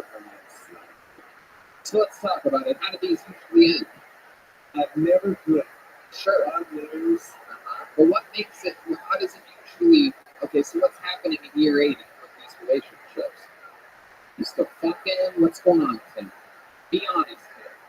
Just let it out. It's going to make you feel better afterwards. Number one, Yeah. just a really bad choice in life. Number two was also a really bad choice in life. I just didn't realize that the medication actually worked. Their medication. Yes. Oh, right. You got tolerance to it. What kind of medicine did you have them on? Chloroform? Vicodin? Yeah. Philippians, they were on they were a little bit bipolar. Right. So, but this is what you fell in love with eventually, right? You guys were at the beginning of these relationships, you guys were drinking and having fun, things like that, right? Am I close to right about that? Better on medication. I'm talking about, I just asked you a specific question. In the beginning of the relationships, you guys are having fun times, partying, drinking, right? Right. And then it starts to fade a little bit, and then they get on the medicine, right? You're telling me about you. No, I'm telling you about you, and it's bothering the fuck out of you right now. It's great. But yes, I know all of these things from life experience. You are correct. However, this is about your life. You seem a little bit shy of who you're talking about it. So, this most recent one, when did this divorce happen? About 9 years ago. Everything happens in 9 seconds. Nine. Goodness gracious. All right, then. So, what do you do for work? You're a private investigator. What? I also work for an RV company. You want any blood out of stuff or what? Manage people. What do you do with laundry? I just really fast. What do you mean? I'm the boss, so I tell the guys what to do. I help them. I hold a lot of hands because You don't know how to do laundry? sounds easy, but it's easy. You ever think about hiring women for this job? I always get divorced. Okay. I mean, if I was going to start a dishwasher company, I wouldn't have a bunch of fucking digs working in, you know what I mean? It's always a dirty kitchen. Absolutely. No, I know. I'm kidding. They work harder. So basic fact. Women with they come in with a brace on their wrist 2 weeks into the job. I'm going to need workers' comp for this. I don't even want equal pay. Anyway, just kidding, ladies. That's a joke. I love you. I love you so much, but I know how insane the relationships that this guy's been through. Tim, you've worked in laundry for how long now? 7 years. Wow, that's a full load.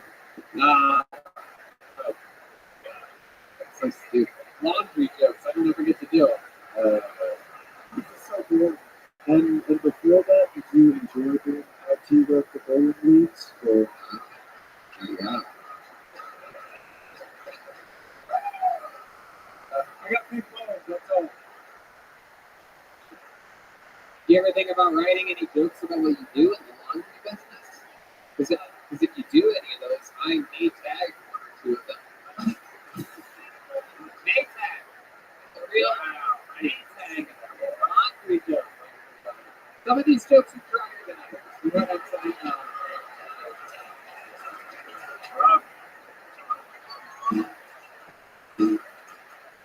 I was passed out trying to think of more laundry jokes just then. Wow. So, but no, you never thought about the Not yet. Right. I think you should. I think you should talk about what you know. You know what I mean? And look at this crowd. No one knows more about whites than you do, right? Very, perhaps you can go to Vancouver for some color blood. So stupid. Oh, wow. I didn't realize that who was it, the Migos? Baking soda? Who's that? Who's baking soda? Don't ask me. It's the Migos? OC Genesis. Huh? OT Genesis. Wow, I didn't realize this yelling through a tin can on this episode. Do you know that? Wow. The sound here at the hotel block is, anyway, Tim, anything else crazy that we should know about you? Any fun facts about you or your life? Anything that you've ever accomplished or done? Any special skills or talents? Any crazy story about your family that you think makes you different than anybody that's ever been on this show before? It doesn't make me any different, but family is over first. That's why I live in Calgary, in Vancouver. It's very safe distance. How long did you hang out with them? 2 nights? Why do you not like your family? What's the first thing that pops in your head when I ask that question? We're related. And terrible. What makes them so terrible? Can you give us one example? Because I'm the youngest and I have to do everything else. You have to do everything. Like what? Other than the laundry. We know you're doing the laundry, but what else? Definitely doing the laundry. But I have 2 sisters and they're all older, so it is easier. And they just on the Arctic Drive, huh? Yeah. How long?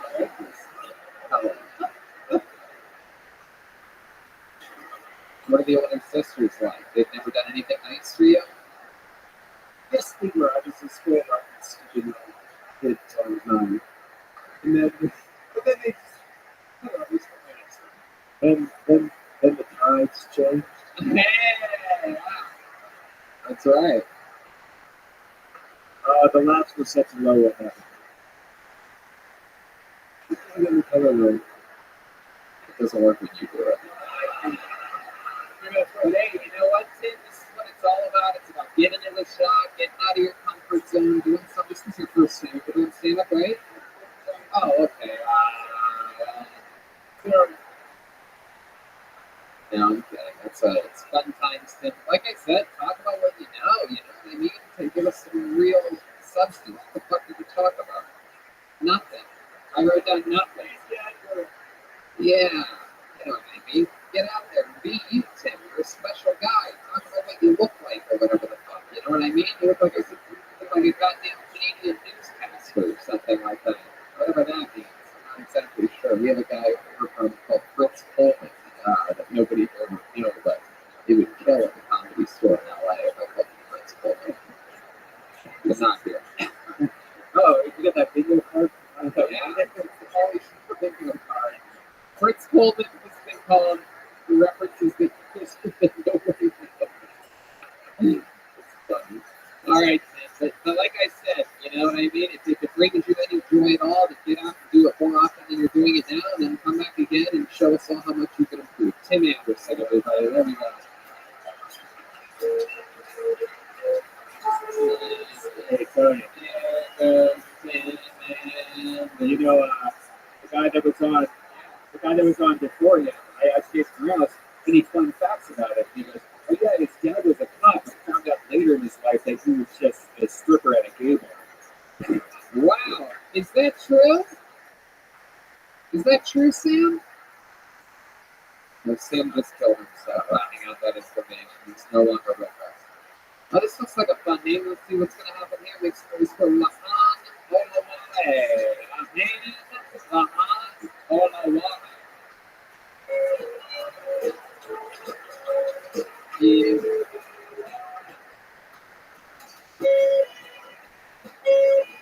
Make some noise for Lahan Olawale. Thank you. So, this surveyed 100 women with the crossing of the UP in the Atlantic shower. 100 of them said, what do you do in the shower? empty. So I'm African, West African country, and I have a lot of friends, and all my relatives ask me, hey, Khan, how do you tell the difference between Africans?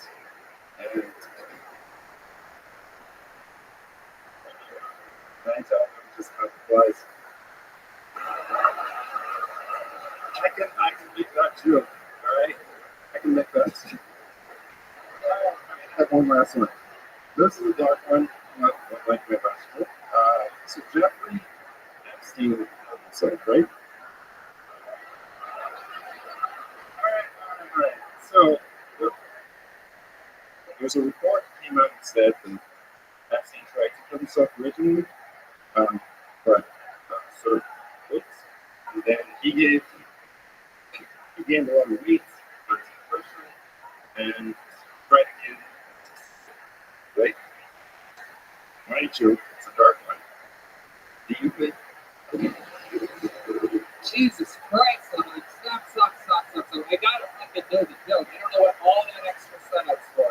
I have no idea what you're thinking. You just did 35-second long setup, and then you said, now back to the joke. There's no way you needed that, but go ahead, just do the joke.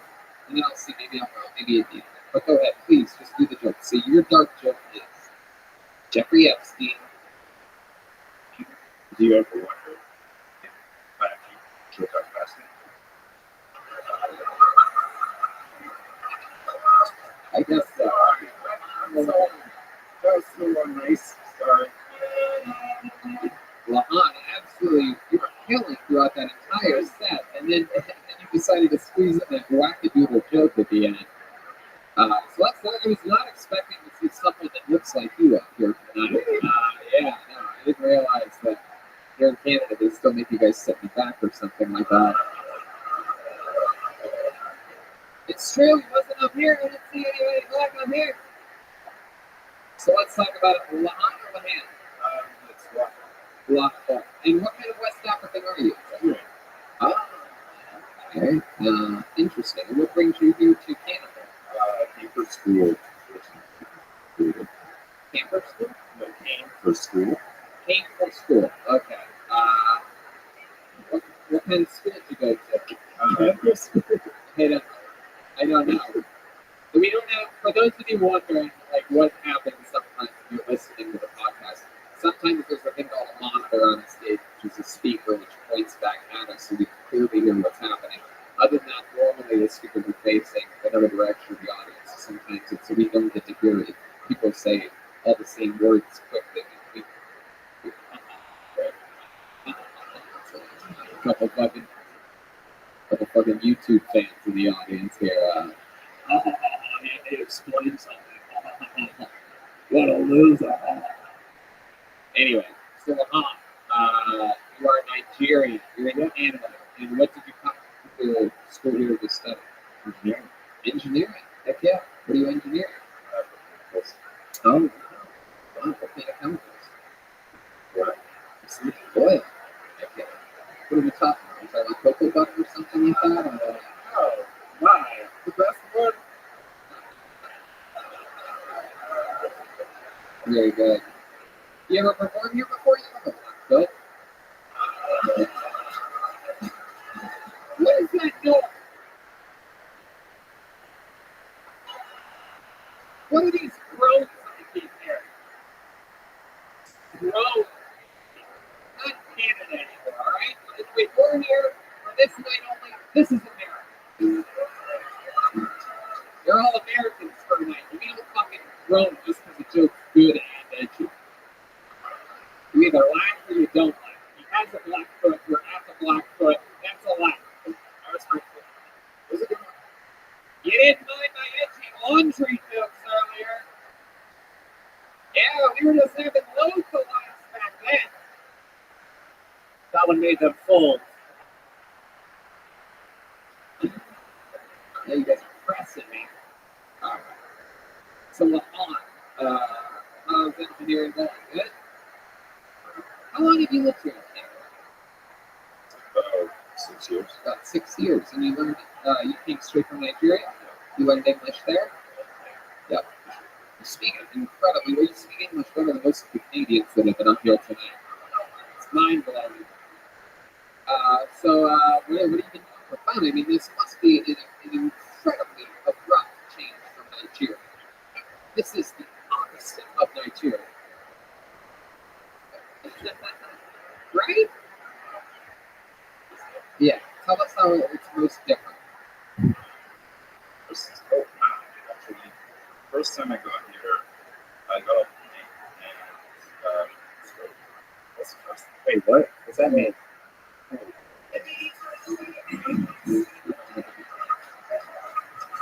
All right. Classic. Yeah, it's a classic indeed.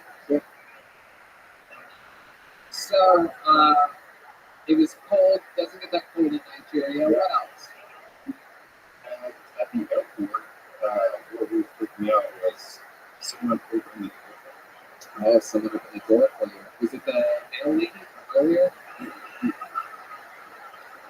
Have you never seen a door before? Nigeria, they just have openings. Right? Nothing. They just have mosquito nets. You do. I do. So, in what ways is it the same? Let me ask you that. Which ways is Calgary like Nigeria? Just so that all the racists in the room can really hate themselves for a little bit. There's no way we're the same as them. We got better blood running through our veins. That's my impression of you guys, not me, by the way. Let me remind you, that's me as a Calgary manly man.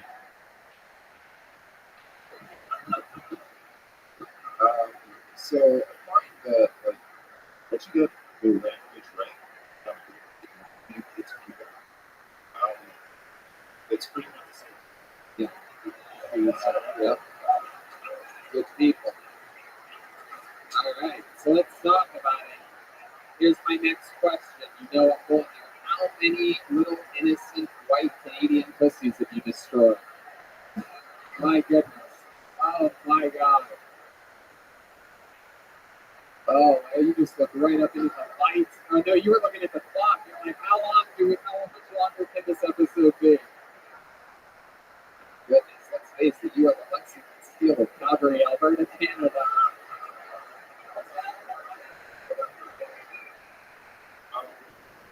I mean, because let's just be honest, right? I mean, it can't be easy even trying to find a black girl in these parts, am I right? I mean, it can't be a ton of it. We all have it together, so Oh, you are? It's pretty easy to find in this stuff.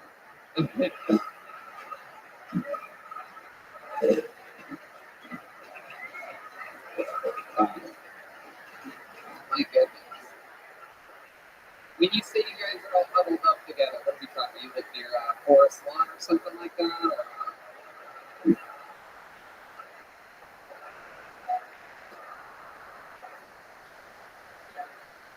I think it's a literal football game.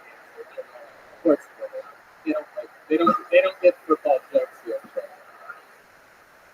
Oh no, even though they're Americans for the night, it's not gonna work. It's hockey or nothing. So, what are we talking about here? What's the ratio white women to black women that you've had in the last 6 years since you've come to Canada? Just be honest. Just be honest. None of these people are gonna hurt you. There's one. And the one. The sound of a normal mic. Oh shit. Yeah. That's why all these women start fucking their boyfriends and husbands here. Lahan moved into town.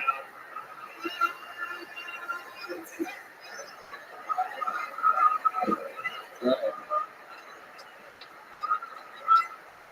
Why would they fuck their dirty laundry doing husbands when they can fuck you? Let's check in with Prince Harry. I just say, I think it's a little bit.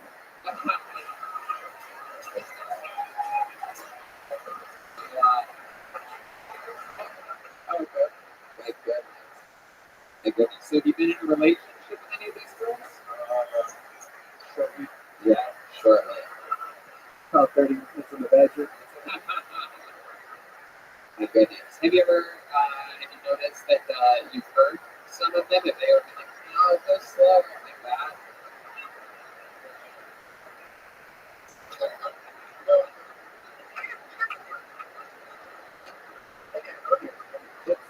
So the answer is yes.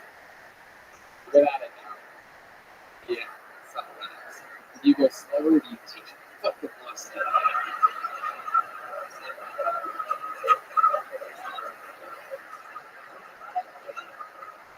You have any special tricks when you're poutine in them? How much? So,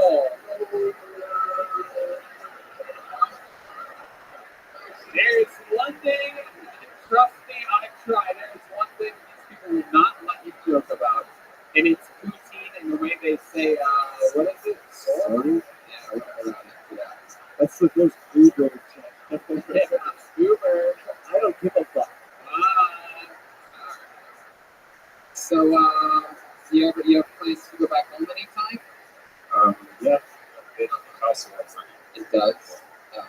What kind of price are we talking about?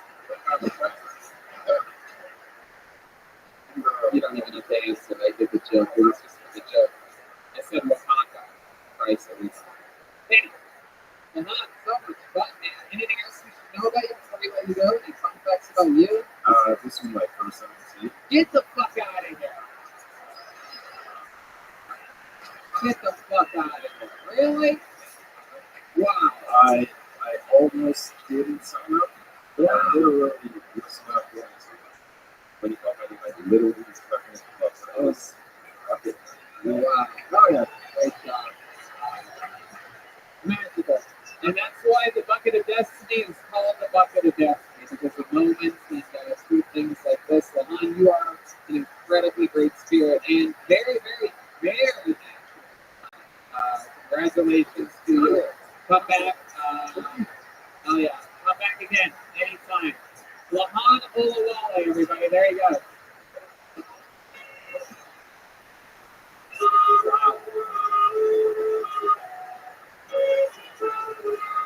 And he just disappeared. Yeah, it's done. Oh, the dancing queens. Okay. Tell me one more time for Lahan Olawale. So cool. I love that.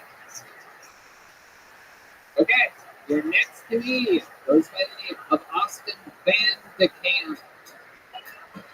Austin Van de Kamp. Austin Van de Kamp. Austin Van de Kamp. Here it comes. One more time, Calgary, for Austin Van de Kamp. Hey guys, how are you? Good, nice to hear. I was right with the pub the other day, writing some jokes, and this guy at the bar was like, "Hey, what are you doing?" I'm just kind of writing stuff. He's like, "Oh, what do you do?" I'm a stand-up comedian. He's like, "Oh, funny guy, huh?" Yes, I don't know. Whatever. He's like, "Oh, you don't seem that excited about it." I'm not really into it. About it. And, oh, fuck. Well, I don't become a firefighter.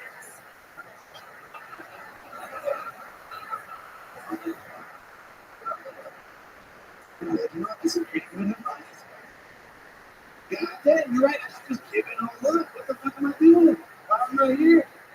Right then and there. And you know, I should be a firefighter. No. What? It was because if you're a firefighter, you fuck anything that moves.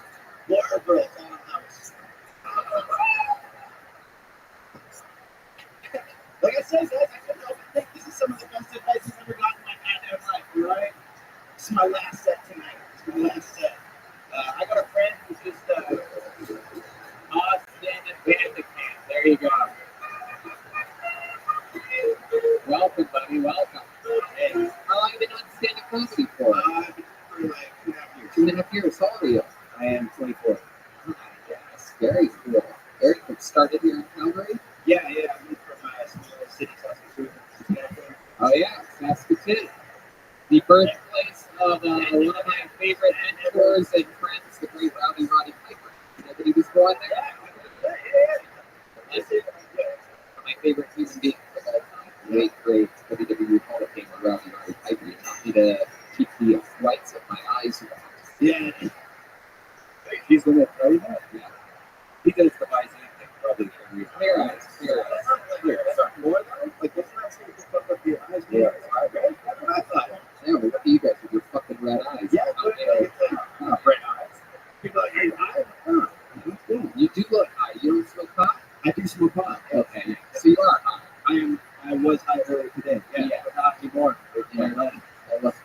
think so. Okay, cool stuff.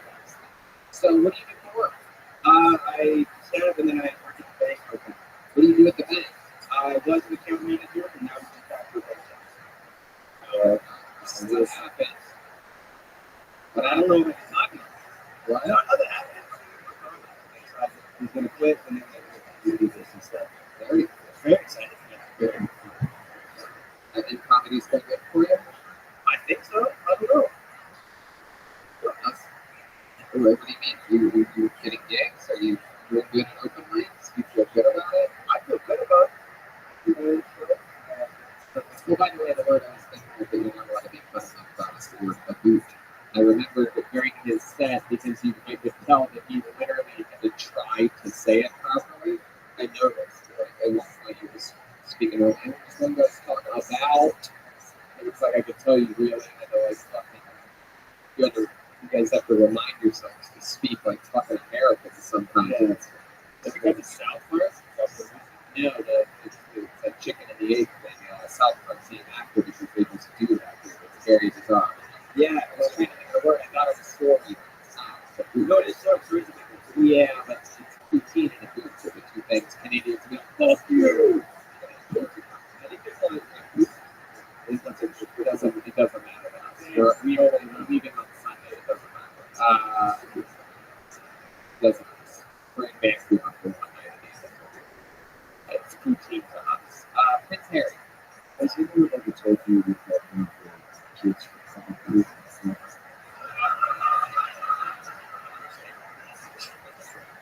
dude, just got that shit. I think. Or Sean from Levinsville. You guys don't have that on your phone. I don't know what they're saying, but to me, you look like you take 6 naps a day. That's what that's the joke. If I were going to make a joke about you, that's the joke. Yeah. You will always look like you can wake up from a nap. In your car. You nap in your car a lot? That's right. Thank you very much. Let's check in with Prince Harry. Yeah, he looks like Donnie Darko if he was a lesbian. That's a good one. That's good. I agree with that. You look like you have a hair, but I've never or one. What do your parents do for work? My dad's a manager at a grocery store, and my mom just became a doctor 2 years ago. Oh, he's a doctor. What kind of doctor? She kind of does, she's like a general physician, and also she does like a murder family, all that. No, she's in it for the pills. Yeah. I don't get it. So it's kind of, Oh, what do you like to do for fun? Any hobbies other than comedy? Yeah, I skateboard. Yeah, kind of good. Skateboard, I like to ride. Hang with friends. Well, why do you say surprised like that after the skateboard? You think you look like a skateboarder? I look like a failed skateboarder. Yeah, like somebody's like, I'm pretty good pro. Out here, is it called snowboarding? They do. They have that. We're checking in with Prince Harry. I hate to tell you this, you don't look like a skateboarder, but you do look like you got sponsored for being on school. That's true. I agree. You do look like you got a sponsorship for being homeschooled. Who is your sponsor? Is it CBD?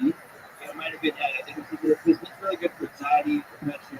Absolutely. You can go to infinitecbd.com. Yeah. So go 2015 and save 15%. Yeah, Right? that's like my shoe the other day. Yep. And now it's no longer broken. It also makes you have huge calf muscles. You said your dad manages a grocery store? Yeah. Are they hiring delivery drivers? Maybe. What kind of grocery store? What's the name of the grocery store? Superstore. Yeah, Superstore. It's like a TV show. It is a TV show, yeah, but they started first. That's what it's Right. Yeah, they should. Yeah. It's a great idea. So, anything else interesting to show away before we let you go? Your Harry Potter and LASIK eye surgery. Yeah,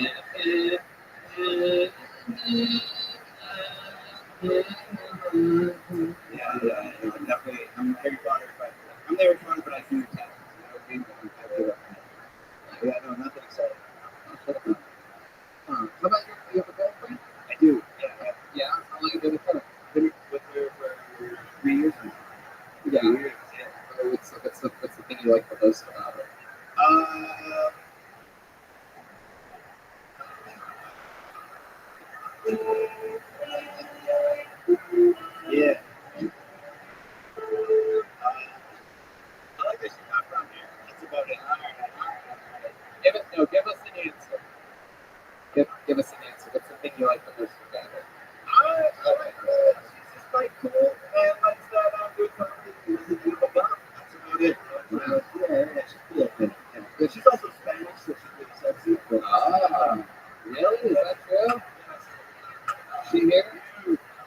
That's for you. Yeah.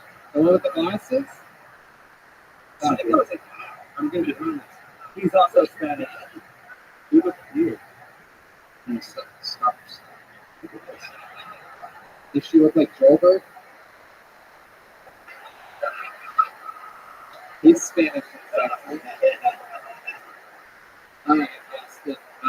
My goodness, a lot of fun, dude. Congratulations, you started young. Look at all these people that have been coming up here tonight. They're older, trying to get in the game now. You're already doing it. Thank you very much. There he goes, Austin Van de Kamp, everybody. Absolutely, there he goes. There he goes. Hairless Potter, everybody. Hairless Potter. People. Did you see this whole thing while I was playing? Did it work? He just sit like that too. Like I'm playing the saxophone at this point later. Okay, pulling the name out of the bucket. This looks like a fun one. Let's see what happens. We'll make some noise for Sam Benty. Sam Benty, another Canadian, coming to the stage here on Phil Tenney. Wow, he's running. Sam Benty. Here he is. Sam Benty. Trying not to smoke as much weed recently. So I've been eating a lot of weed recently. I eat so much weed that my farts smell like Amsterdam. Like a little like pot, a little like a sex show, but also like wooden shoes and cheese for some reason. I still been smoked a lot of pot. And that's because I got given a real crystal ball for Christmas. And I know it's real crystal because I do the wine glass test where it goes around the rim and it's like, but it's a real crystal ball. And so ding, ding, ding, ding, ding, ding. It's real crystal.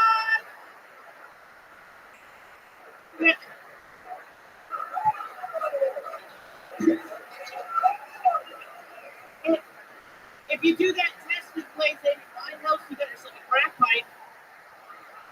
You gotta throw that out. Wow. Sam Benton. That was great, dude. Congratulations. Look at that. You're a performer. Came up and performed, enunciated, projected, wrote properly. Yeah, I got a drama degree, so I better use it. Hell yeah. Absolutely. Well, on that dream, we're not going to use it for something. So Sam, welcome. How long have you been doing stand-up? Like 7 years. Very cool. Hell yeah. You're from here in Calgary? Yeah, most of it here in Calgary. I love it. It's one of my favorite things about the show. Alongside people doing it for their first times, doing good or bad, being surprised that they even got pulled out of the bucket. There's actual comedy veterans, solid comedians signing up for the show tonight. That's so fucking cool. So 7 years. Any crazy accomplishments in the 7 years? Anything you're proud of? Man, I've seen Sam Walker up here before. But I got through a few shows with him here in Alberta once. And man, actually one time, like we're driving to a show, and this other comic named Spencer wet weed. Oh, what happened? Oh man, we were passing by Dead Man's Flats. And that's what's I usually get them pull over behind the Esso.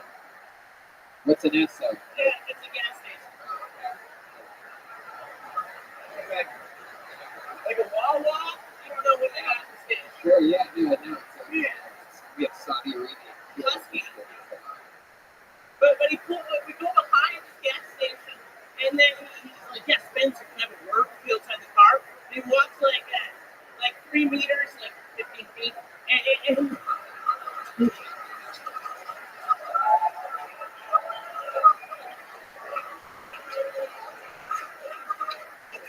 But he starts talking to this guy, and he's like shouting at him, and then all of a sudden they're hugging. And then they come back to the car, and it's still another half an hour until we get to the game. And then we get there, we talk to Spencer. What did Sam say to you? He's like, dude, if you ever put a finger in me again, you better buy the dinner first. So, you would consider that one of your major life accomplishments? In comedy in Canada, yeah. I love it. So 7 years in the game, what do you do when you're not doing stand-up? I'm a kitchen manager at a pizza restaurant. Heck yeah. Hey, that sounds good enough. But you should get out 2 spots in that. That's all that matters. So, what else? How about hobbies when you're not working? What are you talking about? What do you do to relax, take your mind off of this strenuous life that you have? Oh man, I love going to karaoke. You do? Singing, man, Yeah. that's my favorite thing. What's your main go-to song on karaoke? I like doing like that. Each morning I get up, I die now. Get up and stand on my feet. What? What is that? That's Somebody to Love the Queen. I think that's Somebody to Love Queen. I like doing that. Well, I got news for you, my friend. You're about to sing Somebody to Love right now in Calgary, Canada. Oh shit. Yeah.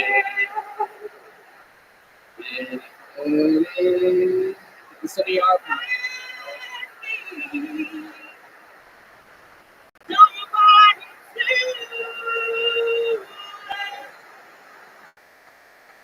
Up here, Sam Benty, ladies and gentlemen. Live in Calgary, Canada.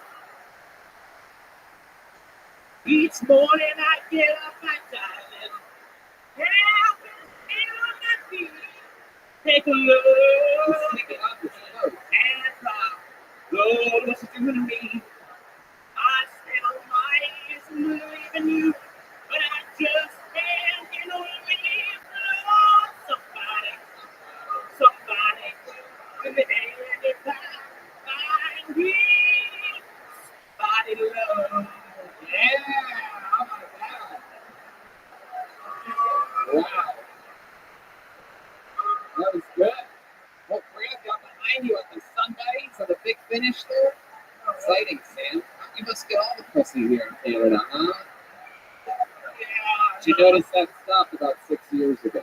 I hang out at Twisted Element too much for that. Oh, that's cool. So you're a Canadian gay man. No, I was running a comedy show actually the other day when I was living here last time. I just moved back to town. So I'm just kind of in transition. Yeah. So, Sam, it's okay if you're gay. You're allowed to say it. Just because I know you're in Calgary around all these manly men. You feel like, I mean, if they're dragging anybody behind their truck tonight, it's probably Lahan from earlier.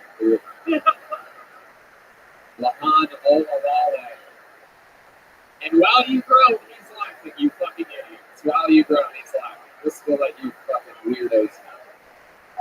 But yes, roll away. You're so polite. Jesus, sounds like you're gay now, Sam. My goodness gracious. Well, a lot of dudes hit on you back when you used to run that show at the Twisted Element. A couple. Yeah. I had a mustache for November, so that was bad, yeah. Give any rides? It depends on whether they pay me. I don't know. All right, Sam. Well, fun times, dude. Unbelievable sets. Really great stuff. Congratulations to you. How much time do you have, you think, total? I had like a half an hour. That's great. You want to do 5 minutes on the 2 shows I'm doing your Saturday night? Saturday. Thanks a lot, guys. You can be here Saturday? You can make it here Saturday? Yeah, I can do that. 7 and 10. There you go. Sam Benty, everybody. There you go. He's on Twitter at Sammy Ray Benty. Damn. Yeah. How about that? He had Toyota voice, and I didn't expect him to have that voice. Like an MC Chris or something. Yeah, and it's, that's something worth pointing out. So we don't do that often. Is take note that the 2 veteran comedians have extremely defined voices and projections and styles. I mean, you can try to be cool, you know what I mean, and do good, but the ones that are truly taking the most extreme chances are the ones that are getting the most home runs. So think of that if you're ever thinking about doing this. Start start fearlessly. You don't have to grow into it. You know what I mean? You can get better at it fast. So, you know, just something as a comedy fan, as comedy fans out there to pay attention to is, you know, maybe your style's slow. Maybe it's baby, but you know what I mean? But it's about the differences and it's about owning it and staying in that pocket fearlessly that makes a great performer. How about one more time for Sam Benty, everybody? He's on social media at Sammy Ray Benty. Sam Walker is Sam Walker Live, by the way. I got that out there. And your next comedian, which anything can happen, goes by the name of Alan Haley. Alan Haley, everyone. There we go. There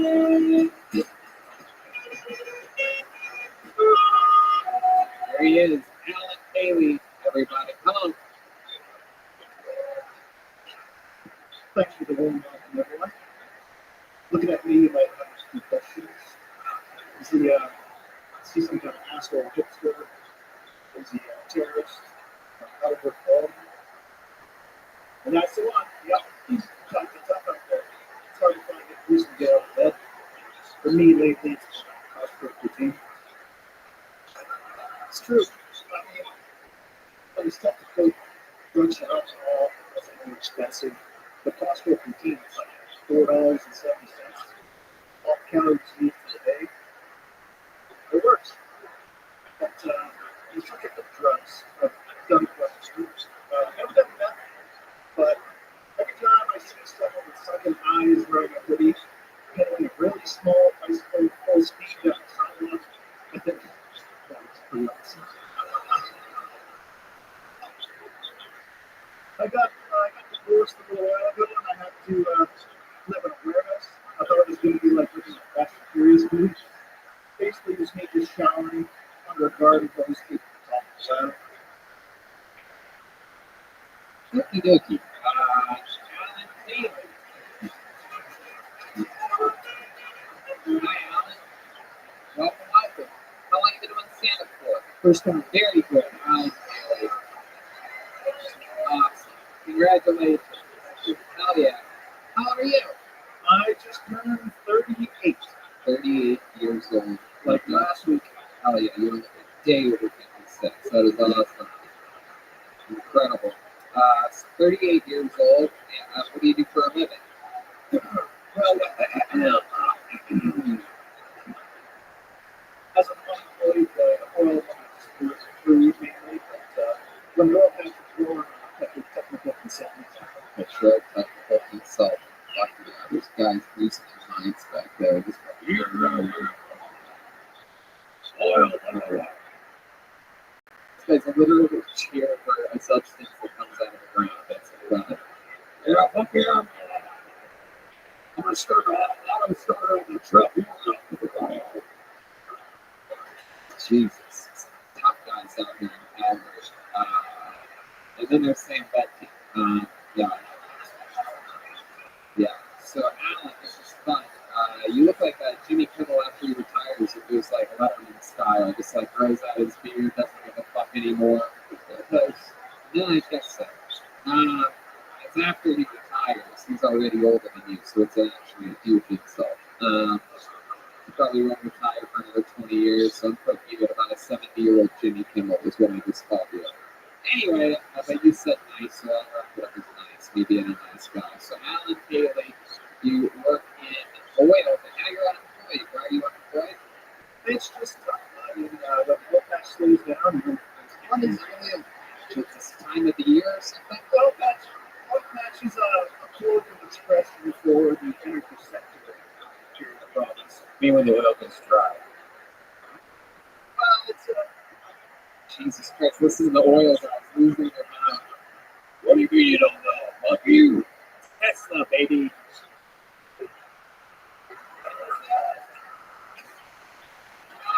Yeah, Tesla, because you own a Tesla, you don't know how oil works. So, like, yeah, she did not get power carbon and take it out of business. Yeah, welcome to another episode of New Shit Sherlock. But until they stop self-driving themselves in the ditches, I'm going to stick with my Corvette. Thank you very much. Anyway, Alan Haley. So what do you like to do You might be into some fly fishing yourself. I'm not that outdoorsy, actually. Lately, my hobby has been building computer systems for video editing. I just, just sit at my desk. Are you anonymous? We're getting anonymous vibes from you right now. I'm not. Shadiest thing you've ever done on your computer. Tell the truth. Don't overthink it. Just go right into it. The more honest it is, we'll feel it. Don't overthink it. Go right ahead. Cyberbullying, I guess. Oh! All right. Here's the big follow-up question. Again, I implore you not to hesitate. Straight through your gut. Just let it rip. Who have you cyberbullied that we would know? Me? Who? What? There's a person in the media who's got some headlines here. A really gross transgender woman who insisted that she get her balls waxed by spa people. Oh my God! All right. You know what? Maybe you should have thought about it a little bit before blurting that out. My goodness, out of all the crazy men in this audience, I can't believe you're the one cyberbullying a transgender woman. I know. And you would say that on a. I guess so. You know, you're not blocking. I thought he was going to be like a comedian or something. I was actually setting him up, totally thinking he was going to say me. And yet he goes like, no, you mean this dirty transgender woman. I'm like, whoa. So then what? Then you jerk off the transgender porn and it makes you feel all even Stevens about it, right? Because there's something about it that you like, right? I think cyberbullying might have been overly harsh. You mean troll. The gross transgender was probably the hardest term. Yeah.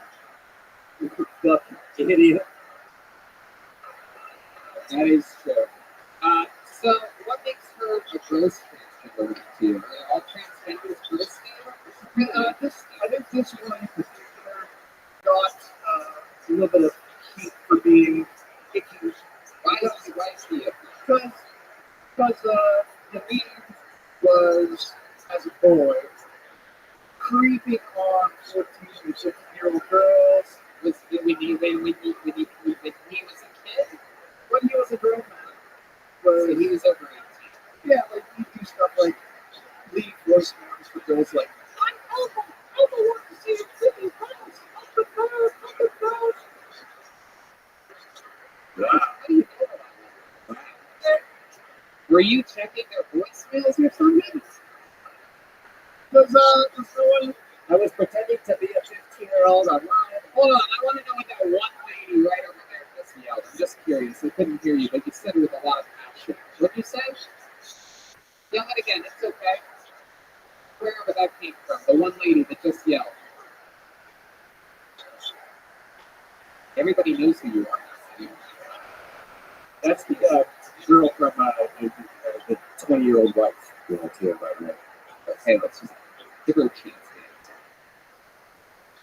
Okay, that was the same way that there was another movie. Everybody's perspective. She has a section around people that respect her. So what's the kind of thing that you did to her online? Yeah. I posted a picture of Rachel Notley and said, "This is Yamin on the face app." Oh my God, Jesus! So no one cares you're wearing it. You more attention over there, buddy. Okay, everybody relax. Always bad. Yeah. My bad. No one cares about your opinions back there. Yeah, like that. The sounding of a gross transgender. All right. Alan, fun. We appreciate your honesty. Congratulations on your first set ever. You let it rip here tonight. I found out who Unique was because of you. And we appreciate it. Alan Paley, ladies and gentlemen. There he goes. Alan A.W. Paley, P-A-L-E-Y. Yeah.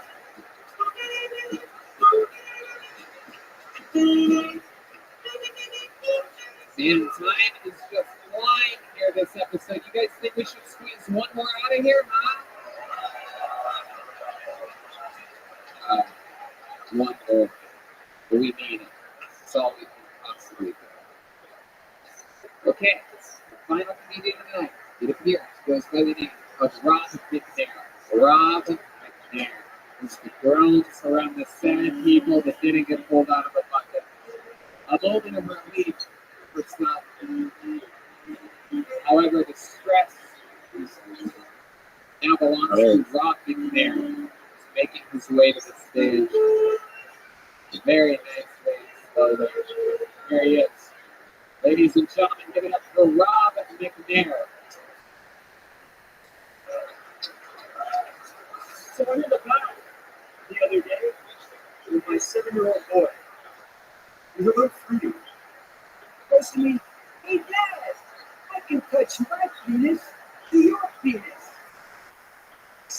You don't do that with other boys. I said, "You do that with girls?" Yeah. In the water. Oh my God. Comes back. Says, "That's not it." Oh my God. Comes back. Says,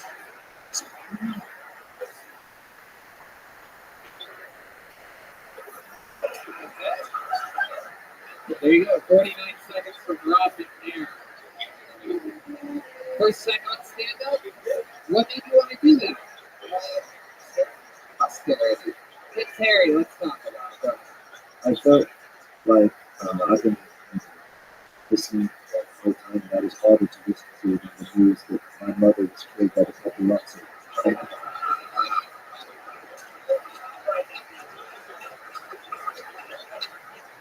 Good goodness. I didn't know Canada had a New Jersey.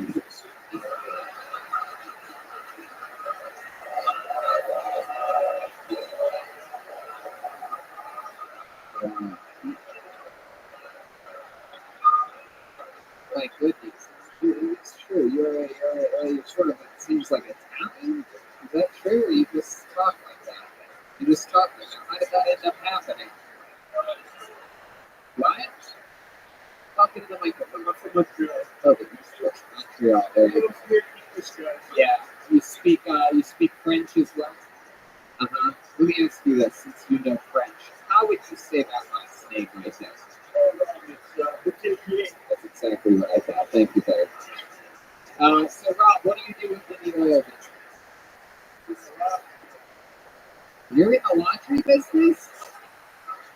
Oh, my. Because all the jokes I have about laundry are all washed up at this point. I guess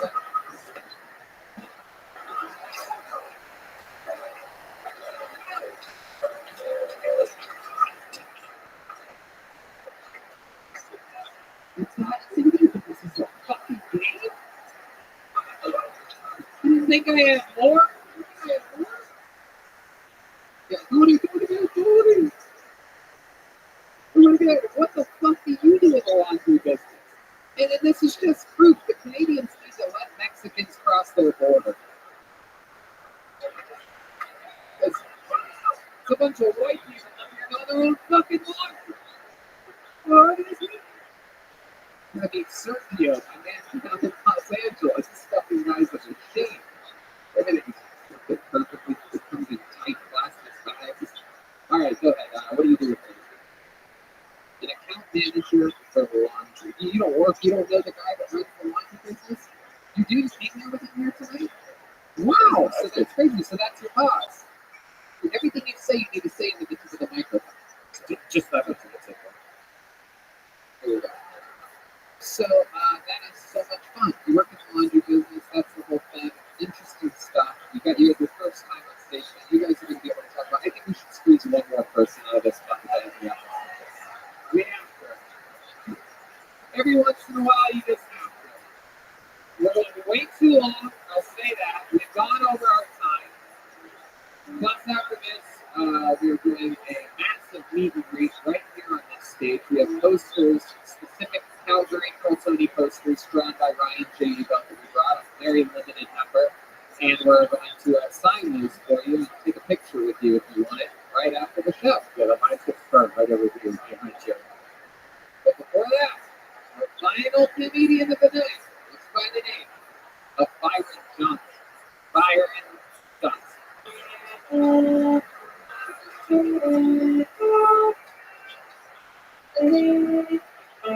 Please step back from that. Step back from that. Like here, friend. Here he is, Byron Johnson, everybody. Guys, this is it. Your final comedian of Calgary's first ever Coach Tony, Byron Johnson. All right, fentanyl destroyed the relationship between me and my mom. It's a weird story. Neither one of my mom or myself did it, but when I was starting with my wife, when I was a little baby girl, she couldn't handle it after about 30 minutes of pain, which is understandable. So she cried out for me with a true story / fentanyl. And so after my little baby girl was born, she I know, that's pretty crazy too. She cried out for the fentanyl, and she got it. My little baby girl was born, and I'm looking around and I'm looking at her head. My wife looks at me with her little true story in her, and she goes, "Jesus Christ, Brian, it's not hereditary. Your fucking mother didn't roll you. That's why you have a square head." Yeah. That hurts. That's why I was graduating. Oh my goodness, wow. So the big reveal there for anybody listening to the podcast is that he has a square head. And why is that again? It's fairly, I'm assuming my mom difficulty or something. You know that's not a thing, right? That's just. Well, apparently my wife lied to them. What does that mean, roll you? Apparently what I found out too as well, I'm not sure, is that I guess if you leave the baby laid too long in the back. Oh my god. I have 3 older brothers, so. Prince Harry, you know this is confirming. I can confirm this. We've hit a lot of golden truth with asses. With square legs. Yeah, that Prince Andrew's into that type of thing, isn't he? It turns out. We should have banished you to pineapple under the sea. Yeah, you do. You're SpongeBob then. Yeah. There you go. It's You know, I've known this swearing thing because a friend of mine is dead. For some odd reason, I hear it over 15 years ago. Every time I go back, I see his dad. Every time I see him, he starts with it. He never swears. You know the rolling is still not a real thing. Why? You think what? Dave, Dave thinks lines are baby things, but he thinks that's real. That's a man being. Yeah. This is different. So you think if a baby lays too long on its back, that he's going to have a square head? I think that the point isn't exactly that he's laying there. I don't think that makes the head turn into a square. But I think there's something sort of fucking off about this guy, and everything goes back to parenting at the end. You know, Like a stomach too long, back of box. I always thought that maybe she brought all my other brothers, like 3 of my brothers, and thought, okay, maybe she was just scared to pick me up. I don't know. Anyway, Byron, what do you do in the oil business? You laundry doing motherfucker. Let's do it. I think I just found out why your head is shaped like a box of bleach. No, I actually know much of things, so I'm like, Absolutely, very good. You've been doing that your whole life? Built houses?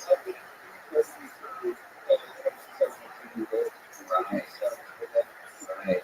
Do you ever use your square head for anything? Like to make like straight lines and things like that? A level? Oh. Just at a level?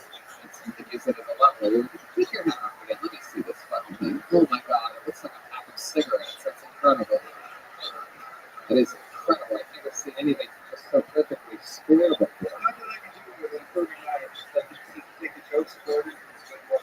Right, absolutely. My goodness. Do you date a woman with a square head or something?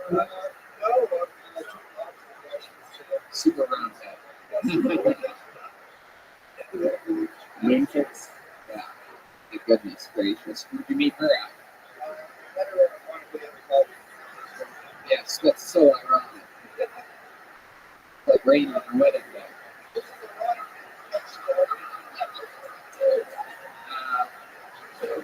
It's okay. Any special skills and talents that you have? Anything that you would love to do that you could show off or anything like that?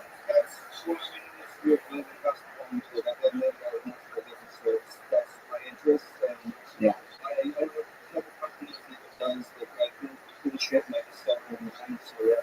That's awesome. Do you build any houses for anyone famous that we might know, like Justin Trudeau or the Goldie of the Flames? I would never get that. You mean sex room? Wow, that's so weird. My goodness, you guys don't like them, huh? It's a shame. I don't blame you. I don't blame you. Down in America, we have people too, but our economy is booming right now. So that's something to hear. He's a big believer in oil as well. No, don't say that. That makes it weird. He's just a very successful president. That's all he is. Wow. Anything crazy we should know about your life other than your square head there?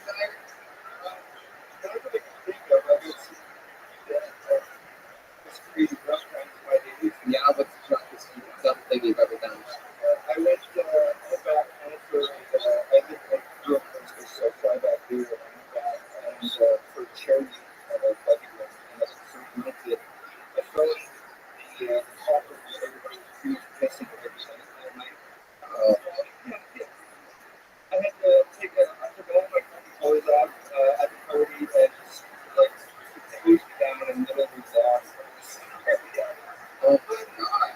Wow, and with a square head, that must be hard because you don't have like gutters on the side to let it run down and just fucking. I had to think You son of a bitch. Alright, Byron. First time you go stand up? Second time. What happened the first time? How long ago was that? No, I don't know if I playing up. It's different being up on stage compared to being down there and actually doing this year. So, and I wasn't going to sign up tonight with my voice and hey, just you've always been good enough to lose. Wow. Damn, look at that. What a little support system. She has the confidence of a woman married to a man with a square head. She told you, go do it. Chase your dreams. Don't be a square. This episode brought to you by Squarespace.com. Ladies and gentlemen, there goes Byron Johnson, everybody. That's it. We did it again. Thank you to Infinite CBD. Shout out to all the references that I did use tonight. Kensington, the Marlboro Malls, Calgary Stampede, the Crack Packs. Oh, look at these drummies. A lot of people don't know I do a lot of research on every city before doing an episode of Kentucky. But you know, we got to get through it. How loud can this place get? I can't believe it. He's all over the news and he was here with us tonight. The great Prince Harry Jeremiah Watkins.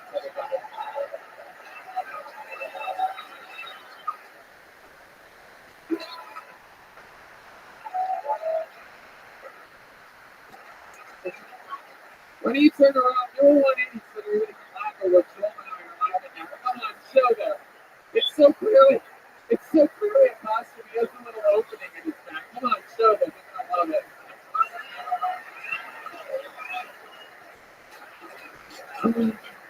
Look at that. Jeremiah, go ahead. Yes, I'll be in Buffalo, Syracuse, and Albany in February. Las Vegas and Huntington Beach and a couple other dates. Jeremiah Watkins.com. And Chris Stephan and Mountain Papas from History and Halloween on Jeremiah Lynch my guest this week. So look it up on YouTube. Contact us. Absolutely. Jeremiah. Rabbi and Joel have to catch a flight back to LA tomorrow, but Jeremiah is going to be here with me all weekend. Of course, we have Sam Walker opening, Jeremiah featuring on Friday, and Sam Benty opening on Saturday, Jeremiah featuring and headlining. trying my best to squeeze as much new material out here in Calgary as I can, even though I come here once a year. Guys, ladies and gentlemen, Independent is grown once again. The great Children Jimenez, everybody.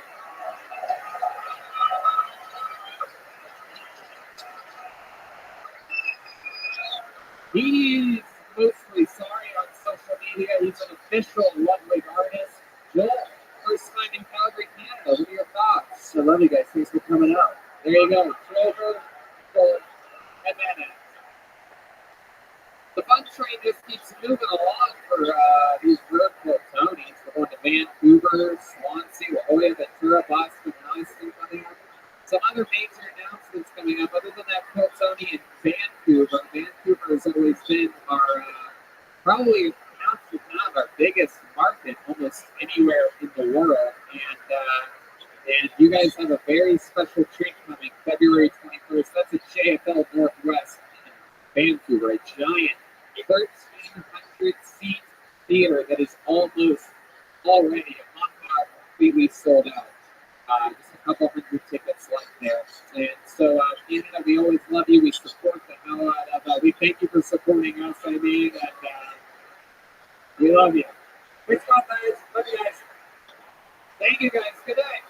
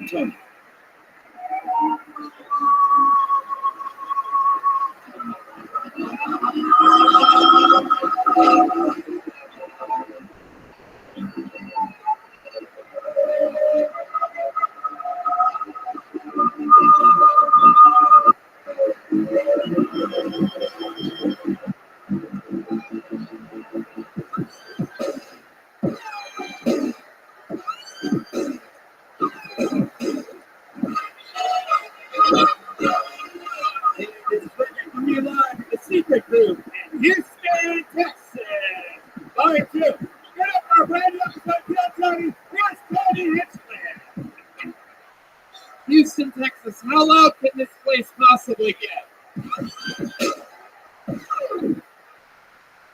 Yowie, wowie, look everybody, it's Brian Redman! Hey! What's up, guys?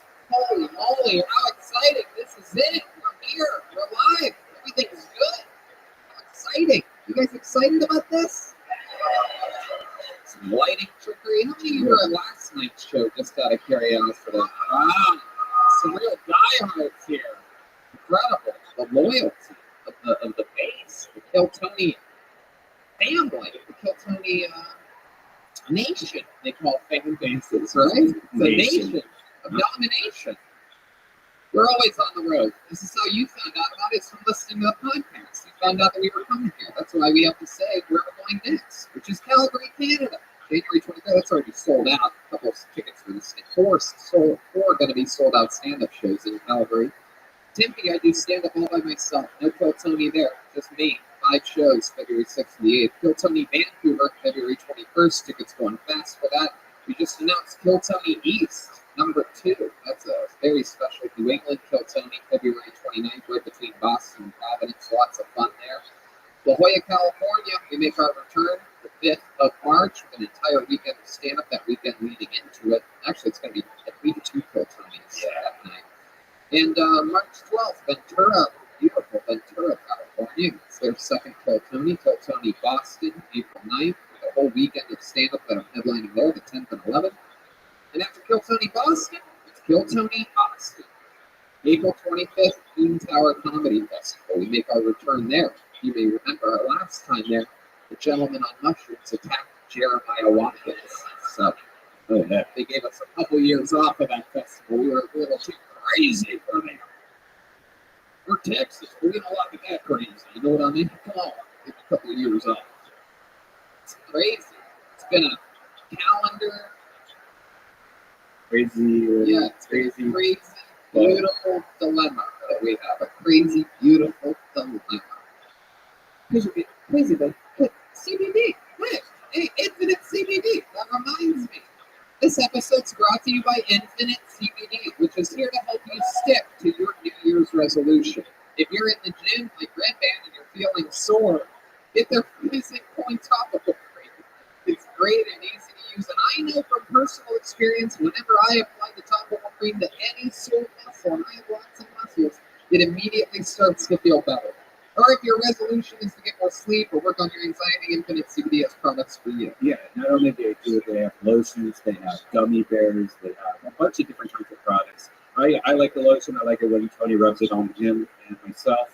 If you warm it up a little in your hands, I think that's so great. It puts it right on your shoulders. It feels nice. I warm it up in a little frying pan. Yeah, and it sizzles it up a little. Don't try that at home. Don't put it in a frying pan. Yeah, if Infinite CBD is unlike the other guys, they actually have a third party to test all the purity from their stuff. So it's legit CBD. There's so many companies nowadays that have CBD. Make sure you get the good stuff by getting Infinite CBD. That's absolutely right, Brian. And if you go to infinitecbd.com, you can see which one of their products is right for you. Or perhaps your girlfriend or your boyfriend or a member of your family.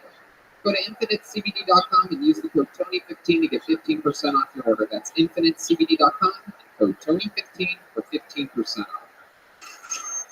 And also a special shout out to the Lyric.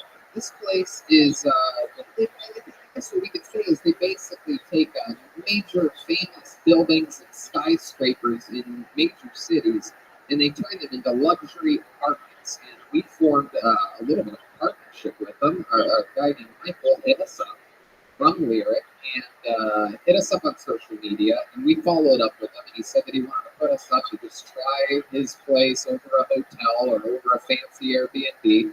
And we tried it. We absolutely fell in love. We're staying in a Lyric right now. There's one in Houston, Texas. It is unbelievable. It's right next to the baseball stadium. Yep. Seriously, you just go out on your balcony and you just see the High ceilings, giant windows from ceiling to floor. It's unbelievable. Highly recommend it if you guys ever want to get out of your house or something like that and stay at a place like some type of like weird Houston honeymoon bullshit or something. Stay at the Lyric. Look it up. Go to lyric.com. There's no promo code or anything. We're just big fans of them. They're not even an official sponsor, but we just absolutely believe in their stuff, and it makes Airbnb look like an Air POS. That's what I always say. You know what I mean? By the way, the barbecue. It's a hotel, but like a no-tell. And the barbecue we had was incredible. That was from the Pit here in Houston, Texas. The Pit Room. The Pit Room. Unbelievable. We are just as fat as we've ever been. Some of us more than others. Hey, I hear those joints cracking. Some Infinite CBD on those things. Anyway, we're here. This is about to go down. You guys ready to start the show? Very good. Well, here we go.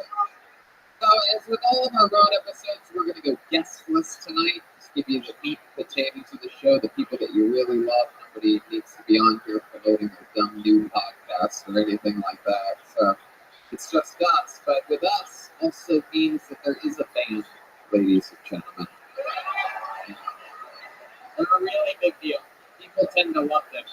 They are some of our funniest friends. Every single episode of the show, they commit to being different characters.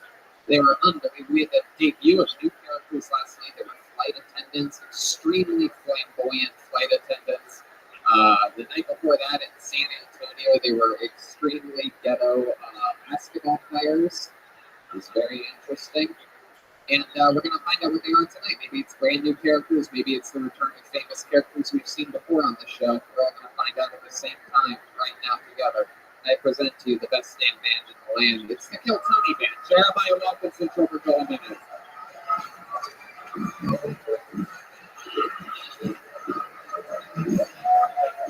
Oh, look at this. Here they go. No idea what the music is from. They're Russian breakdancers, everybody. Dancing with no music. Yay. Yippee-doo-dah-day. Here they are, everybody. We've seen these guys before. Very famous characters in the history of the show. And you're here, Houston, Texas, live at the Secret Booth. Welcome back. Hello, my name is Rothschild, and I'm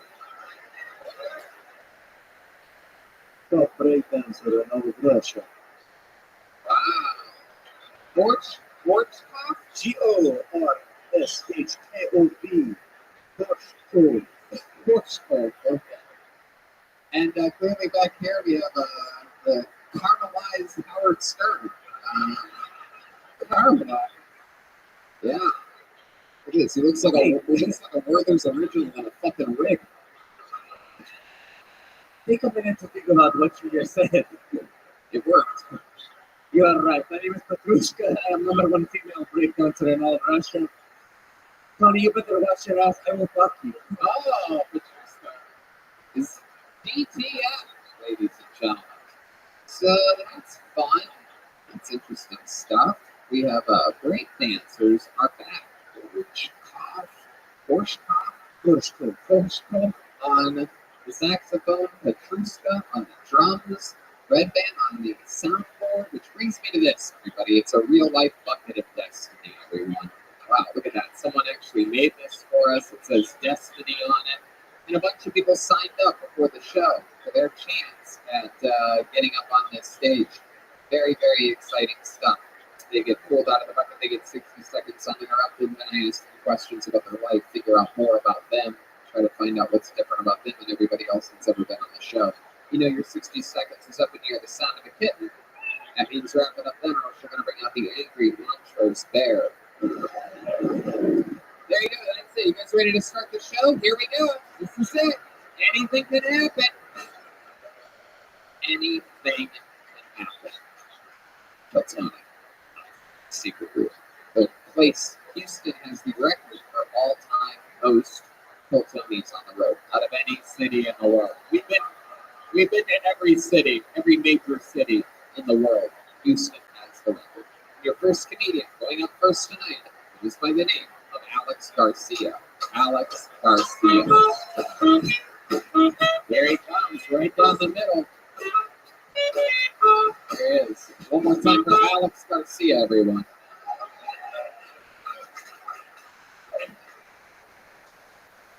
There is in this room, when a girl tells you she has a boyfriend, she knows. But you're not even interested. It happens to me every day.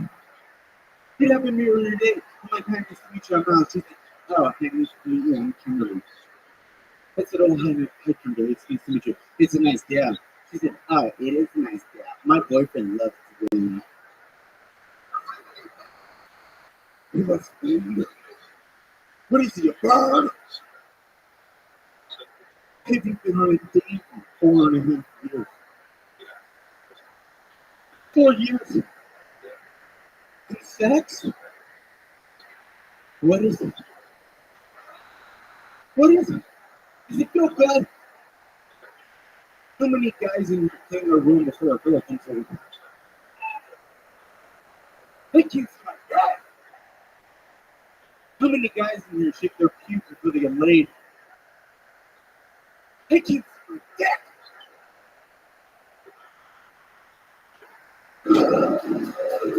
All right. Alex Garcia bringing up the Rothschild here to start the show. Oh, yeah. All right. So, Alex, let's talk about it here. Welcome. You want to go first, Korshkov? Yes, I don't know how to put this up again. I am from Russia, and even me was sad during the stint. Yeah, it's hard to make a Russian sad. I don't know if you know that. We are always sad. Rest in sad face. Oh, that's right. That's right. You made me sad. I got my stereotypes confused there. They're always sad. They're always sad. You make me sad. So, Alex, let's talk about it. Is any of what you just said true? Yeah. Really? Yeah, I haven't been on a date in 5 years. Why is that? Do you really think? Not trying to be funny, why do you really in real life think that is? Should be an easy answer. Yeah, I'm kind of awkward. So when it comes down to it, even if it's kind of always for me. Kind of awkward. That is the understatement of the century. What do you mean you're kind of odd? What do you mean by that? Like, what's some examples of times that you've actually blown it in front of a girl? Every time. So, like, what? What do you do? What has happened in the past? It gets awkward. And, like what? Like fucking what? I'm asking you for an example of what is awkward. You answered it by saying it gets awkward. You fucking fuck. Last night. Last night. Here we go. What happened last night? Are you pointing at a girl right now? Yeah, I was talking to someone. You pointing to the girl that's next to this fucking actual tough Russian guy? Whatever. So real Russian. Stand up, look at these people. Take a bow. Wave to the audience. You, sir. Yes, you. Yes, you. Look at this fucking guy. Big guy. You're pointing at the girl sitting next to that. Oh, yeah. No, I was just sitting around there. It's just like, okay, so. Sitting next to Andrei Arlovsky from the UFC. We call him Airflow in Russia. So what happened last night with this girl? Tell me. No, nothing. It was just like, I was like, I don't know, should I walk away? She said, well, if I wanted you to walk away, I would tell you that I'd really bad for you. And then I just said, I don't know. It's just like, kind of, I'm really awkward. Bro, you're a fucking pussy, bro. My God. When's the last time you actually had sex with a girl? I have never had sex with a girl. Seriously. You're lying. I will fuck It's you. not for what you think. Seriously. You're lying. No, I'm serious. It's not for what you think, though. I salute. You've never had sex Yeah. with a girl. I've had a chance with two kids. So, like, I couldn't get home. why couldn't you get hard? I had two chances. So you couldn't get I hard? don't know how you guys do it. It's just so refreshing. It's probably all the overacting. All these girls probably are like, get the fuck away from me, you know? I mean, like, because it seems like you're trying to be funny, yet nobody's laughing. Do you notice that? So, like, why would you keep trying something that's not working? I'm just being honest. Okay, so let's be even more honest. Okay. Okay? Yeah. So, when you couldn't get hard, what happened? There was too much pressure. Too much pressure. Yeah, It's just, you think that this is something that's always going to just build? Like the pressure? Because now you're, how old are you? I'm 31. 31 years old. And you're telling us that you're a virgin? Yeah. But I had chances. I just blow it. I could probably blow it too. Maybe you should be blowing something else, my friend. 'Cause I think you might be gay, dude. If you can't get hard every time you're about to have sex with a girl, have you ever tried anything with a guy? Yeah. Oh, voice is cracking up. Uh-oh. No, I haven't. I just never got out of it. I have the feeling that's not the only crap that's going to end up in your mouth. I'm talking about a butt crack, bro. All right, well, I mean, have you ever done anything with a guy before? No. Is there a guy out there that wants to kiss No. this No. Come on. Nothing against everybody else. I'm good on that guy. No, I think it's going to happen. No. Is there a hideous woman who would like to kiss this I'll man? tell you a hideous woman. I Okay. can't. I'm sorry. When's the last time you kissed a girl, Alex? Kissed a girl about a month or two ago here. Yeah, how did that happen? You know, I came out From the closet? Yeah, basically. Wow. No, yeah. It was just Emo and it was sitting here, and I kissed her, but that was it. I didn't have sex with her. Did you run away screaming after you kissed her, or like what happened? No, it was nice. Oh, but she did slit her wrist afterwards. It was nice. Evil no. I can get close. There you go, bro. Alex, are you from Houston? No, I'm actually from Glendora. What? Glendora. California? Yes. Okay. What brings you to Houston?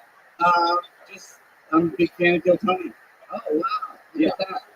The number one podcast for 31-year-old virgins in the world. People know that, but we're number one. We're number one. We're Yes. number one. I have a buddy in one too, and No one asked you about this. all right.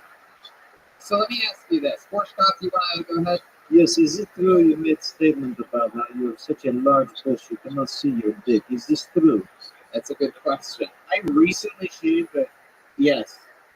Oh, recently shaved. Yeah, I recently shaved. I used the 4 clippers, so it's still kind of like at that mark. Wow, that's a shame because I don't know if you know this, but our friend Gorshkov over there has famously Down syndrome-esque pubes that for some reason he does not maintain whatsoever. He has the pubes of a 90-year-old divorcee.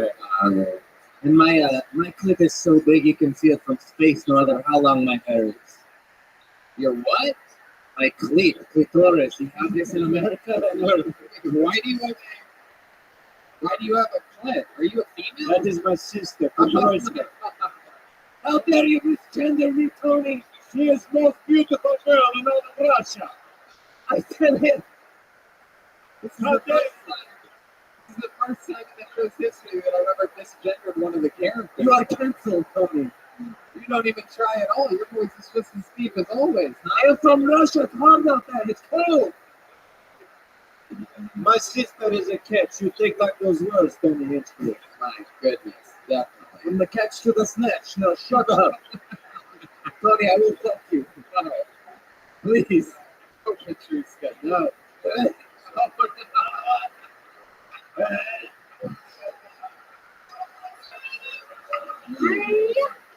crowd goes wild. Petruska showing signs of old Daryl from North Carolina. You know this guy? I have no idea what you speak about. I'm on it. Alex, you shut the fuck up. What's going on? What do we build? Too much momentum? Is it too awesome up here right now? You don't know what to do with all people laughing in room? You get confused? All right. Alex, what kind of porn do you jerk off to? You jerk off to fucking...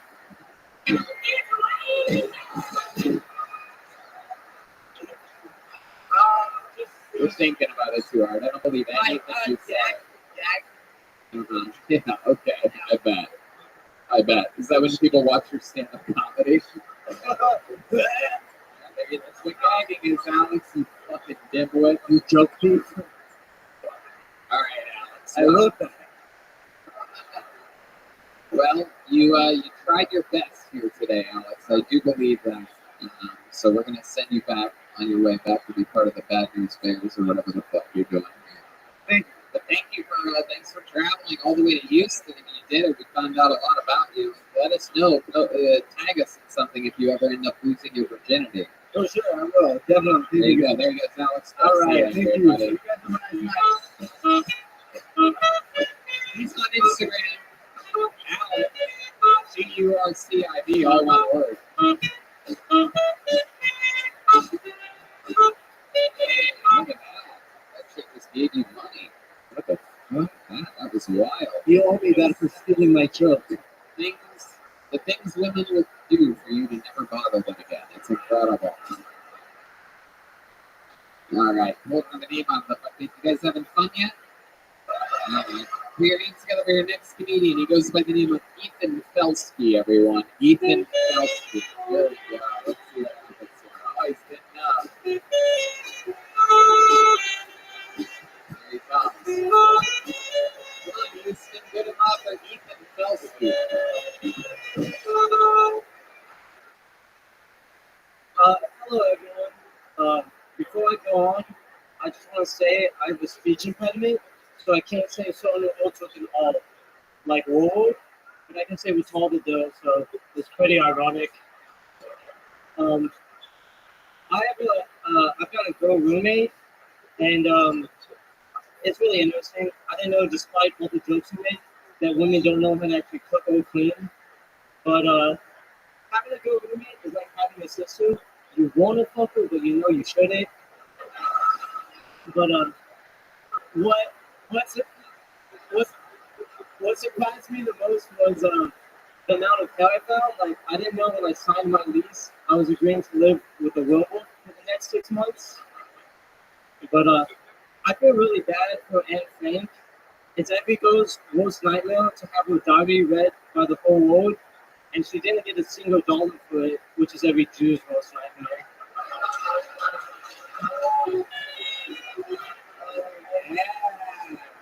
Wow. Oh, that's a damn good joke you got there, buddy. Look at you, Ethan Belsky. Fuck yeah, man. Welcome to the show. How long have you been on stand-up comedy? About 6 months now. About 6 months. All of it here in Houston? Austin, Texas. A very good comedy scene up there. Heck yeah. How old are you? I just turned 21. 21 years old. Fuck yeah. And let me ask you this. This is the $1 million question, Ethan. You're not a virgin, is that correct? I love dive a lot. God, no wonder you can't use your tongue properly. This guy eats more pussy than anyone I know. You must have a lot, but you still haven't put your wiener into a vagina? Oh, no, for sure. You have? Yeah. I mean, I'm trying to try Austin's pretty freaky. I'm trying to try some other things, but Yeah, like what? I'd be down for some blood stuff sometime. Yeah, you would be? I mean, your butt or their butt? I mean, if the night goes by, you know, Yeah. experience. You're ready to party. Let's check in with George. I would like to offer my sister services to you. To take it. I would also like to offer my services to you. Okay. Yeah. Oh, Jesus. I love it. So let's talk about it, Ethan. You are a fun little dude. 21, you said? Yes. Oh, so how long have you been 21 for? I turned 21 on December 21st. I love it. Oh, yes. This is all new to you. What are you sipping on there? What's that? Oh, is that some sissel? What do you got? That is some whiskey sour. Whiskey sour. Crown Royal. I thought it was Crown Royal. Why do I think if you said white power, it would be cute on it? Yeah. Exactly. He can even say the N-word and get away with it. No hard R's going on over here at all. You ever do it? You ever say the N-word before, Ethan? This is recorded, so I'm gonna say no. Oh, okay. Oh, yeah. You're from Texas. I do. I've been trying to do some raps lately, though. Oh, yeah? You do some rapping? Can we hear some of your raps? You want a beat? You want to totally down a beat? Oh, okay, hey. It ain't no debate. Public don't seem to take. I'm the substrate of this rap game, playing with these other rappers like who do they make? You better wait. I'm the cheapest state. Step into my city. He's honestly.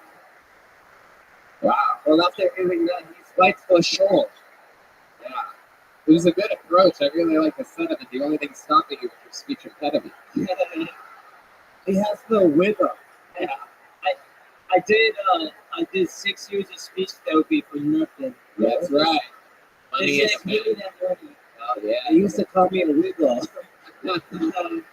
My goodness. Heck yeah. So, wow. Ethan, what do you do for work? Do you go to school? What's your I go to UT also. I'm trying to be I'm a chemistry major, but a what? Chemistry. Kimchi. I love it. Yeah. Delicious. The goal is one day not to be a pharmacist, but to like be in the lab making my own drugs. Just like Dexter's laboratory. Yeah. Absolutely. Oh, my goodness, Ethan. Wow, how exciting is that? So, this is fun. You've been doing stand-up for 6 months. You have a lot of friends in the scene over in Austin? The the first time I did it, I said that the Anne Frank joke. Some guy came up to me after, and he was like, "Let's collab and whatnot," but not really. Not in the stand-up scene. Uh-huh. Do girls find your speech impediment like sexy? I bet you probably looks, right? They do. I usually say I'm from like England or Australia. Oh, but you're hey, yeah. Look at you.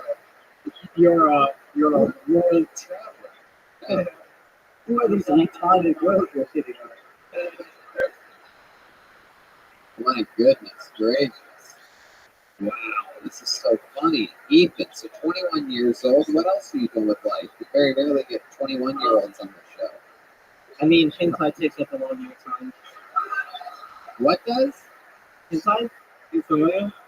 I'm not familiar at all. Kind of like, What is it? Say it again. hentai?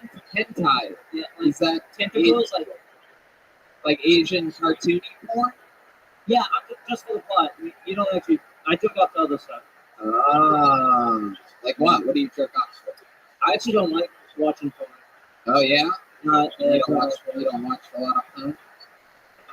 I get pussy. So, Damn, I love it.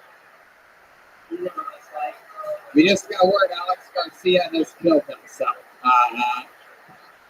Ethan and his accent pushed him over the ledge, my friend. There it is. He's in the bathroom. He's in the bathroom cutting off his tongue.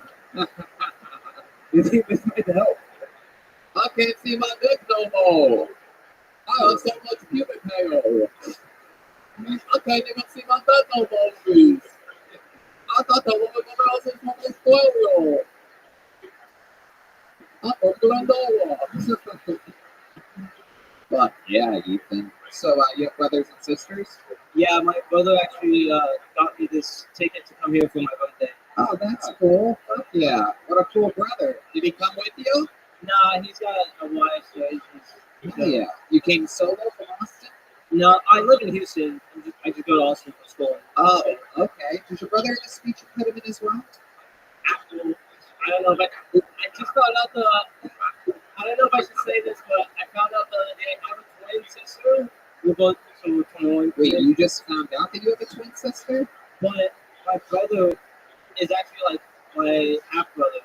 Like, no one actually told me until like a couple weeks ago. Yeah, that's how life works. We all have half brothers and half sisters we don't know about. Our parents lie to us forever, and then they let the guilt overflow, and then they get cancer in the 50s and 60s. Let's check in with Borshka. Yes, what does your brother think of your sister incest jokes? I haven't done any stand-up in front of my family, so when they see this, I don't know what they think. So you've always known that you got a twin, right? See. But you just found out that your brother is only your half brother. Yeah. Did that affect you deeply? Nah, I didn't really care, to be honest. My mom was calling me crying and shit, and I thought like the dog had died. But I didn't really care like when she was like, "Oh, it's your half brother," whatever. Oh yeah, no one cares. But he came out of her vagina, right? Yeah. It's a different dad. Was she with your dad when that happened? Or was she cheating on him? Was it the milkman's baby or something? What are we talking about here? The way I see it is like she had the kid, and then my dad came to Chicago. He was like, "I don't give a fuck." Right. Let's just say it's my baby. How about that? She's like, "Oh my God." That might be a little cockish, but I don't know. Yeah. No, it is. Your father is Cock of the Year. That's what they say. All right, Ethan. Well, unbelievable performance. Really good, Anne Frank. Thank you. Ethan Felsky, ladies and gentlemen. There you go. That's it. That's how the magic happens. Sometimes to get a ticket to kill Tony, you have to have your bastard half brother buy a ticket for you. 6 months. Yeah. Hey, it's a one-word name. Let's see what happens here. Put your hands together for Bronson, everyone. Bronson is next. Let's see what happens here. Oh, wow. Here he is. One more time for Bronson, everybody. So my cat needs a pill twice a day, and it's been that way a few years now. But early on, the process is I'll give him his pill, They swallow it, walk off, get behind the curtain, and they look at me like, fuck your mother. I could wear him down until he caved, but now he's on another level. I feel like I created what can only be described as a furry little David Blaine. My wife had to step in because now anytime I face him, he just punts me. I'll watch him swallow his pill. 2 hours later, I'll find it in my jacket pocket stuck to a silver dollar. What the fuck? And a little note that says, gotta like it's bitch. Wow, look at that, Bronson. You little joke you got there. Fuck yeah. Look at you. I like your style, dude. It's not too often we have gay magicians on the show anymore. Wow, looks like we have this flight attendant 2 nights in a row. Bronson, Gorshkop, what do you think about this guy? He looks like a stretched out mortician. He does. He does sort of have that look to him. You had a good joke, though, man. I mean, you made that work for you. You're working beats in here. You're taking your time. You're executing it. How long have you been doing stand-up? First time. First time, everybody. Look at that. Wow. Very exciting. Sort of reminds me of me, Mike, right? Your appearance reminds me of me. You're like trying hard, even though the pieces don't fit at all together. You have like a bunch of your shirt, you're like trying from the waist to the neck, and your pants don't fit properly. You have too much shit in your pocket. It's all shit you figure out as time goes on, but you try hard from the waist to the neck. You have that cute little Michael Jackson nose going on. You have a little tiny nose. Has anyone ever told you you have a tiny nose before? Can you smell things? Yeah, I can. You have a notoriously tiny nose. My nickname in middle school was Half Pipe. Half pipe. Because it looks like a half pipe. Oh, is that what it is? Let me see. Let's see your profile. Let me see. Whoa, look out, Tony Hawk. Here we go. Yeah, that's fun. How adorable. That was your nickname in middle school. Did you get bullied? Yeah. Oh, you did? What else did they make fun of? Just that? Did you have any bastard half siblings or anything? Yes, give Tony more ammo. It was just one kid in middle school that like called it out. It's like Crony friend. He's what? He's like Crony friend. Right. Do you know, let me ask you this. How old are you now? 31. 31. Do you know what now their lives turned out? Have you ever followed them or updates with them? You ever see them working at a Buc-ee's or anything like that? No, I'm from the Bay, like up in California, but I was just like Harvard Buc-ee's. Okay, but you're 31? These were your classmates? My guess is that maybe one of them's a fucking virgin. You know what I'm saying? Alex Garcia, 31 years old. Anyway. What is your cat sick with that you have to give it pills? His thyroid is fucked up, so he takes some things like that. Yeah, everybody's having pussy problems up here tonight. Thyroid's fucked up. What's your cat's name? Rocky. Rocky. You only have one cat? 2. My cat's name is Adrogo. Okie dokie. What's your other cat's name? Bronson. Tiberius. But my fiance calls him, or my wife calls him Taco, and I call him James. Who calls him Taco? My wife. Oh, your wife. How long have you been married for? My wife, just recently. But we've been together since 2012. Just recently, 2012. Very cool. Where'd you meet her at?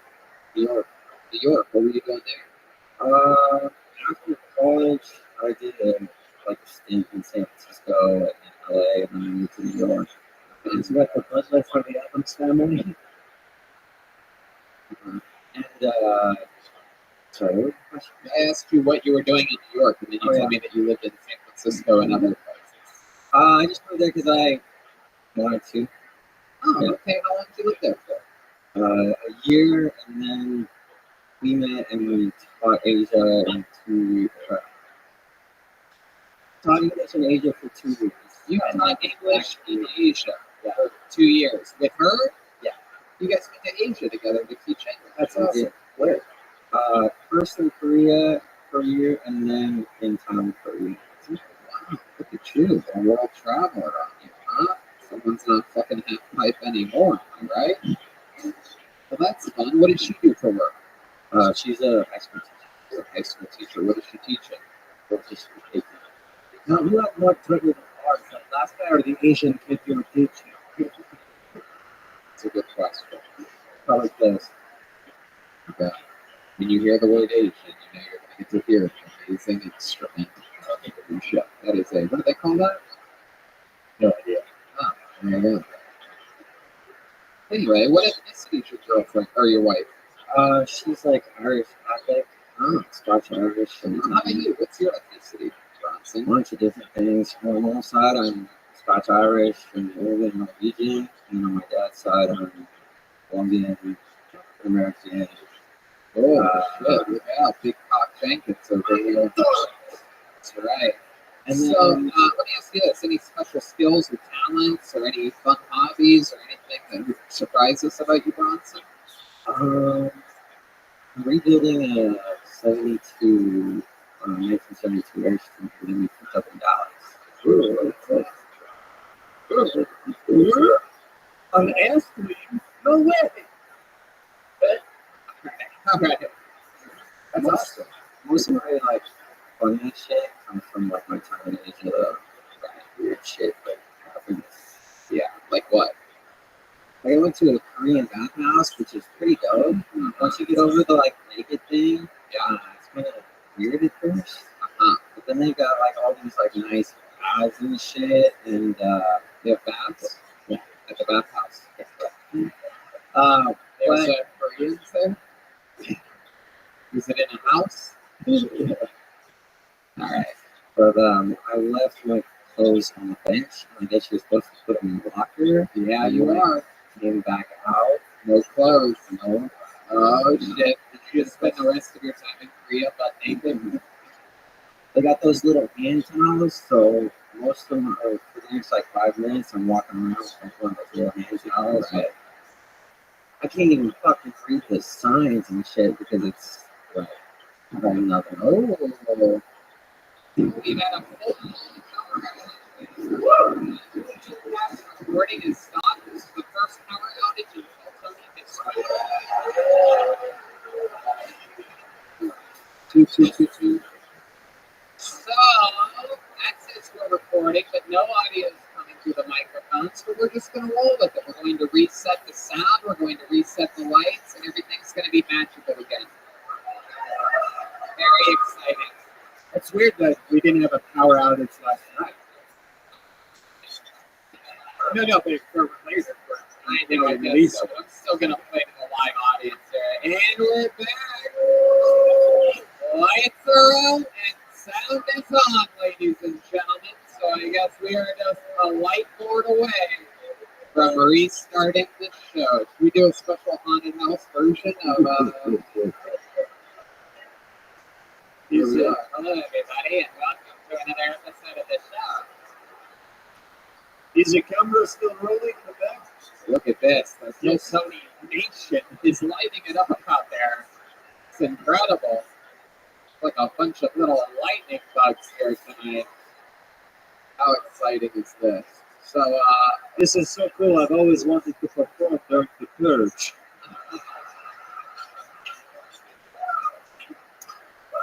very, very excited. So the recording's working, and we're just going to get lights back on. So what do you say we just keep going with the show? Yeah. All right. How about one more time for Bronson, everybody? There goes Bronson. I like it like this. You guys just keep your phones up. It's actually a lot cooler than makes it interesting. No, this is actually pretty sweet. Yeah, that is awesome. Yeah, we should do this more often. Special lights out version of Kill Tony. You know what? If you want, just keep the lights out. We'll have them light the show for the rest of the episode. I'm kidding. I'm kidding. When you get the lights on, just turn it on. All right. Well, we're going to keep it moving along since we have help from the A-team out there. Let's see what happens next. Put your hands together for Candy, ladies and gentlemen. Candy, everybody. Wow. She made the bucket, and she has gotten rolled up on Kill Tony. Here she is. It's Candy, everyone. Yes, my name is Candy. It's spelled just like the stripper. Little about me. Diarrhea runs in my family. Those aren't funny, guys say, so the only way I can get your attention is to talk about sex. So, here we go. My first orgasm, I was 7, and there was a tree in our front yard, and it didn't have any bark, and it was, and about 10 feet up, it was this Y, and it was my goal to always shimmy up and touch the Y, and then jump down. And one time I did it, my eyes went back, and it felt amazing.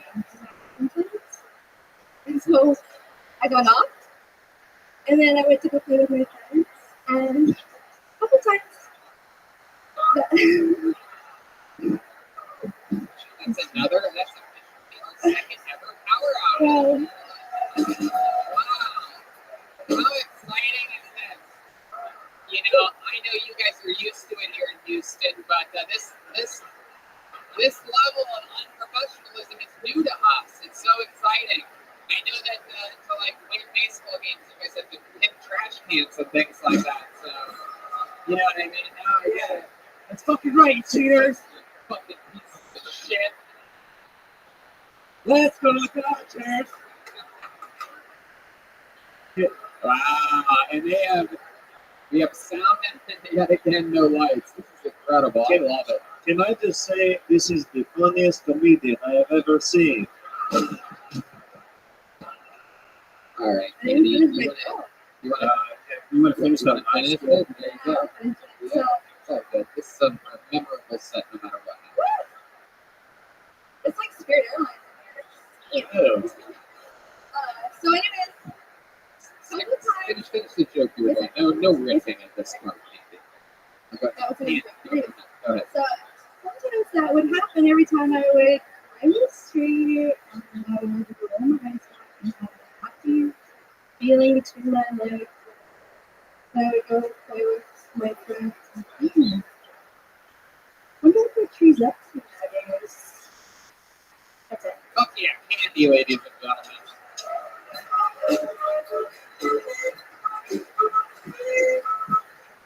Yes, can you repeat the last joke, but slower, please?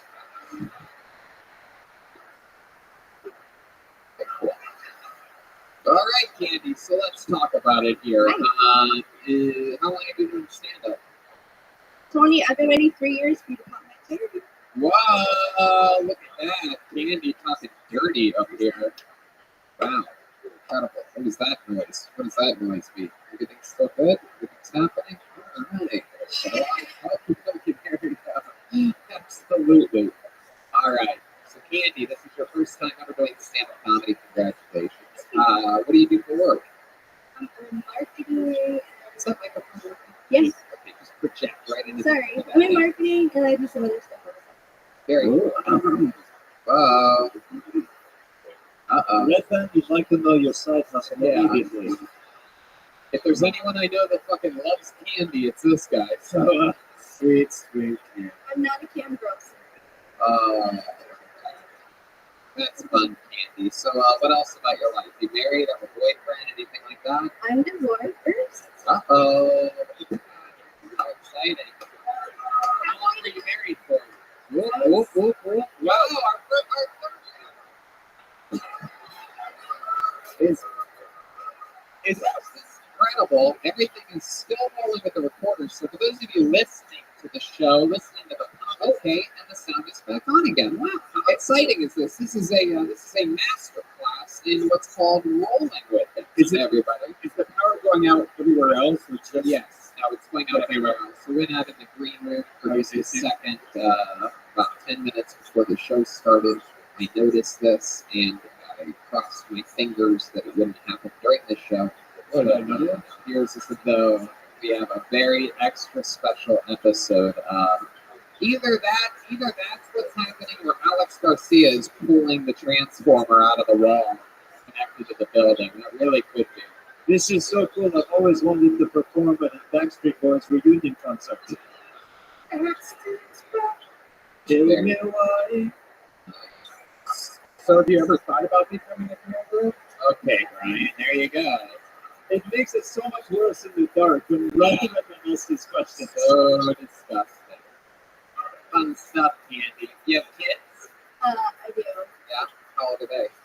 I don't know. You don't want to tell me how old your kids are? Oh my goodness. Why is that? If it'll give away my age. Oh, come on. In this lighting, you look young as hell. Right in the dark. They're 17 and 18. 17 and 18. My goodness. Look at you. Someone was fucking 19 years ago. Let's just say our women do not age as well in Russia. Yeah. Wow. So 17 and 18. That's awesome. And I just met this big guy like around 7. Oh, look at that. Hey. Very cool with the girls. This is really sweet. You kind of look like Daisy Duke from Dukes of Hazzard. There you go. Red Band's not afraid to show his age and all. Hey, you look like the guy Booker from the Three Stooges. You know what Twilight Zone character you remind me of? I've never seen a woman in color before.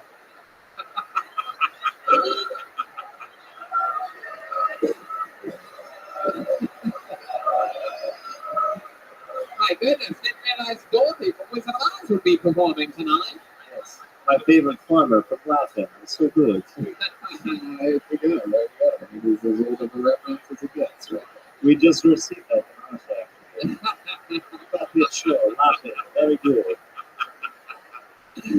I love it. So, Candy, what else should we know about you that is interesting about your life? One of my side jobs is a company, producer and actress, and Wednesday is my first red carpet premiere here in Houston. I'm so excited. Oh my I've been waiting goodness. since I was a kid. Wow, that's so cool. My goodness, and let's face it, when you were a kid, they hadn't even started making movies yet. So, I'm kidding.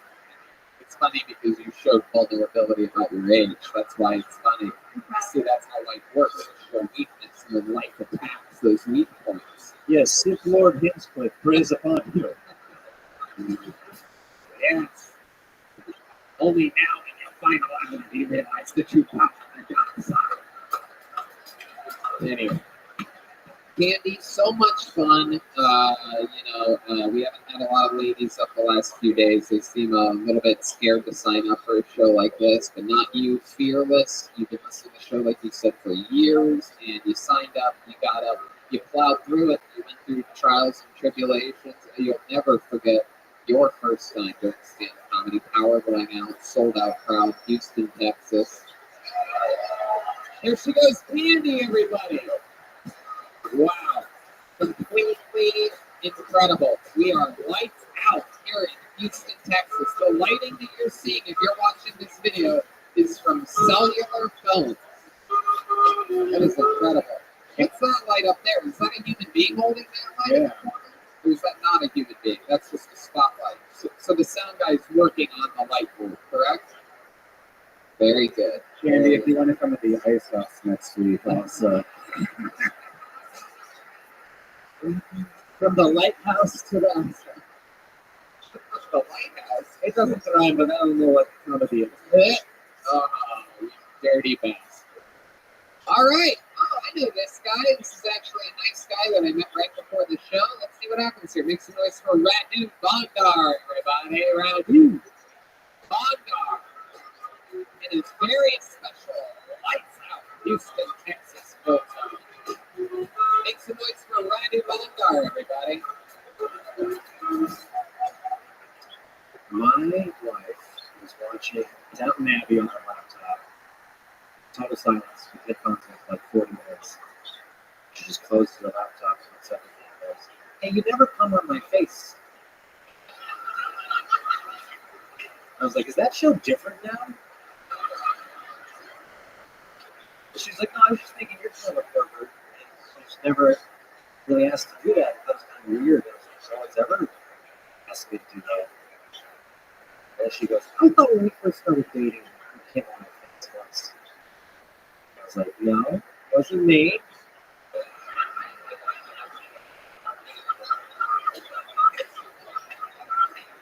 And she just goes, what look like this? I like living in Texas. You guys are famous for the worst things, though. Texas has a bad habit of killing mentally disabled people on death row. But I don't think it's out of hate. You also don't let those people governor for Boom. Randy, great set. Out of the stuff. Very good performance. Very fun. This is my first time doing a haunted house. Hey, look at that. Very good. How long have you been doing stand-up comedy for? 6.5 years. 6.5 years. Hell yeah, it shows. Plowed right through it. Very solid set the whole way through. Very funny. You look like the devil right now. I know. No, that is how he always looks. Thank you. Is this a bad time to bring up that I have epilepsy? Yeah, we're going to have to put that at the beginning of the video. Yeah. So, Radu, let's talk about it. 6.5 years in the game, and how long you been with your, did you say wife? My wife? Yeah. We've been together almost 5 years, married for almost 5 years, married one. Very interesting. And she was really watching Downton Abbey when this happened? No, that part is fiction. Right. But she did ask me, like she's out of the blue, she was doing some other shit. Downton Abbey's a fun thing. Right. It is. Downstairs. Have you ever watched it? I have. I don't like the people downstairs. I like just the rich people. Right.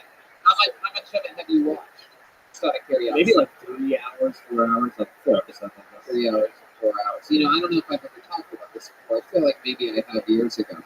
But a little fun fact is that the writers' room for the Comedy Central Rose, it's a little bit different now. It's evolved because of diversity and shit like that. But at least a few years ago, it was a room filled with the most monstrous, devastatingly hilarious, unbelievably edgy, crushing writers that you can imagine.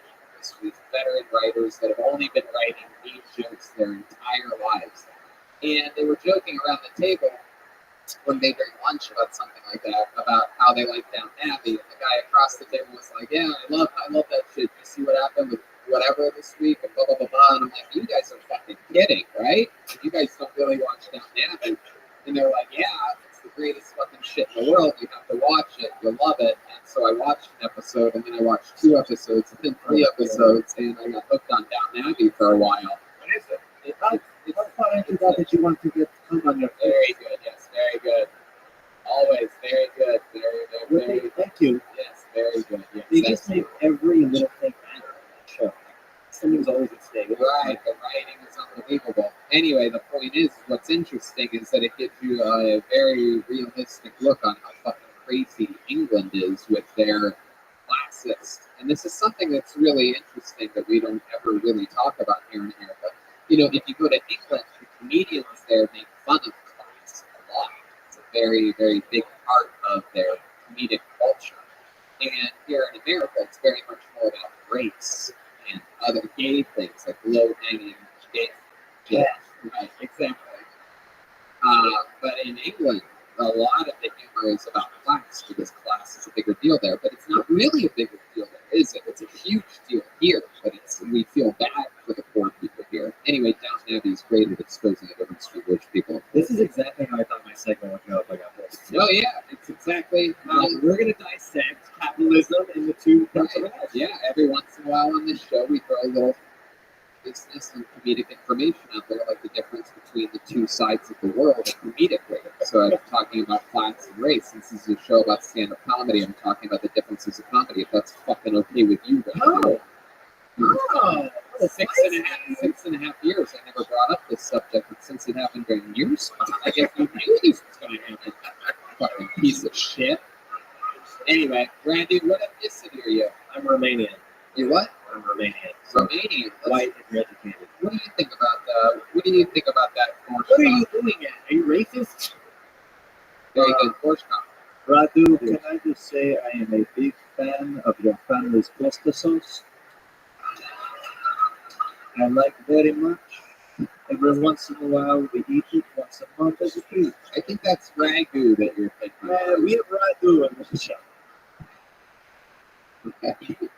It's just cigarettes. All right, ragu. They're not like that. What ethnicity is your wife? Is foreign, right? Full on white. And you're, So, and you're considered white too. You're sticking I am, white. but like people, since 9/11, people, like, especially in the South, people are like, yeah. Don't listen to My audience members. Don't. Right. Don't. But anyway, since then, all people with weird names kind of we have the same birth. People just think, well, I've experienced a lot of this homophobia, but I don't feel bad about it. So I'm like, oh, Like what? What did people say to you? Go back to your country and you're like, it's filled with white people. yeah. I'm like, it's like you with thieves. Right. I had in 1 week I had someone be homophobic and then anti-Semitic in the same week. Oh, someone thought you were Jewish. Yeah. Which is Yeah. What did they say about you? What was the, I was being mean to a security guard. He didn't know what to say, so he yelled, "Go back to New York" to me. Which I'm not from New York or Jewish. It was a nice compliment. I'm like, wow, thank you. So Where are you from? Just Romania. Oh, you were born there. I was born in Australia. Oh, okay. How old were you when you moved here? 3. 3. And was that a weird transition, you think, for your parents, Romanians, straight to Houston, It Texas? was incredibly difficult. I came to a place where everyone's like, "What the fuck are you? Look at you!" Right. Like just talking, my parents felt like shy and weird all the time. What language do they speak in Romania? It's their own language? Yeah, it's a Romance language. It's like Portuguese or Spanish or French. Can you speak a little bit of it? What? Chivres is It's like a one word, dude. Say like a sentence. No, it's just fast. It's like different things. Say like a full sentence. Wow, I love that.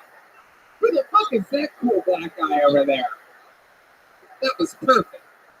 99.999% of the time I hate audience members saying actual words during the show. That was the 0.00001%. Nothing beats that. Just can't beat that. A cool black guy in the corner going, he can't speak and he's lying. Do you speak Romanian? What else can you like that? You talk to my new best friend in the totally room. great. You go back to your country. Yeah.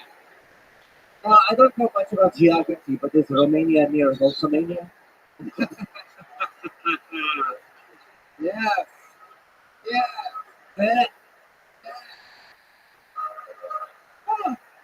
Oh, what is that? Oh, Petruska. Oh. My sister is very attractive. Wow.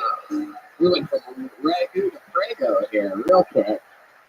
All right, Radu Bondar. Well, very, very, very good set. Very impressive and great during the interview part, except for the moment where you got a little bit smarmy with That's me. how it goes. There he goes, Radu Bondar, ladies and gentlemen. He's on social media at RADUBONDAR, all one word. And Andy is musical, MUZIKGURLL.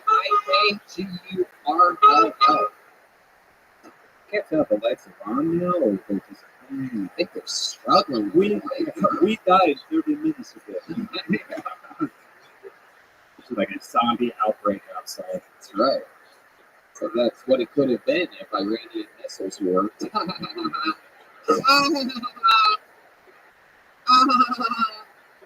We're number one. All right. Pull another name out of the bucket. Make some noise for Jared Hawley, everyone. Jared Hawley. See what happens here. Anybody out there? Jared Hawley. Oh, here he comes.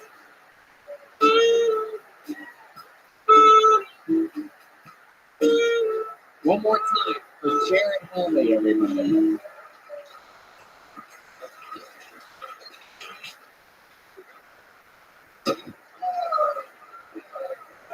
My bad.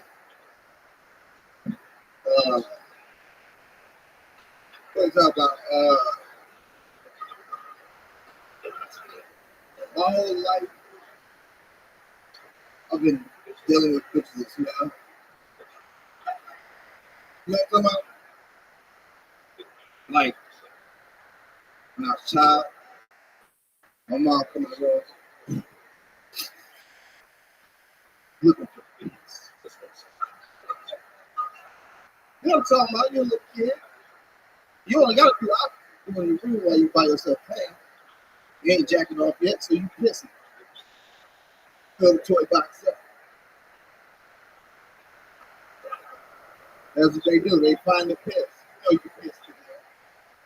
You're a terrible person. You don't know it yet, but you are. Fill that toy box up. Male or female. We all people.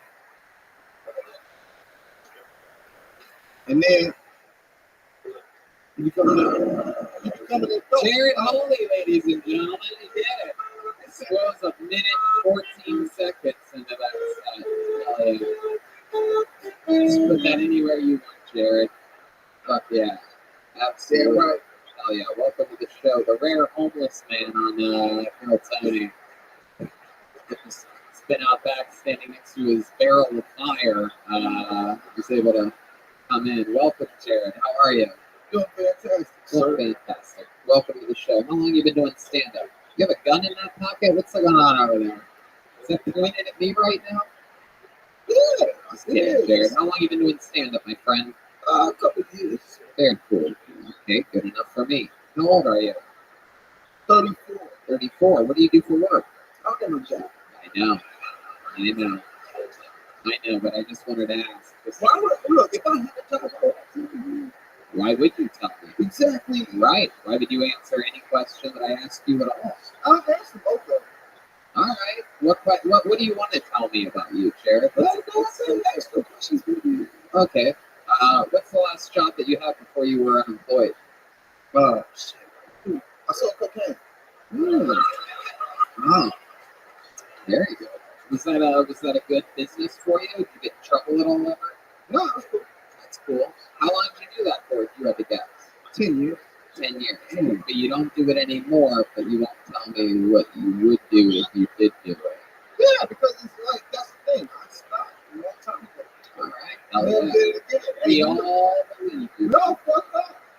What? Hey, shit. Hey, look. I could have did better.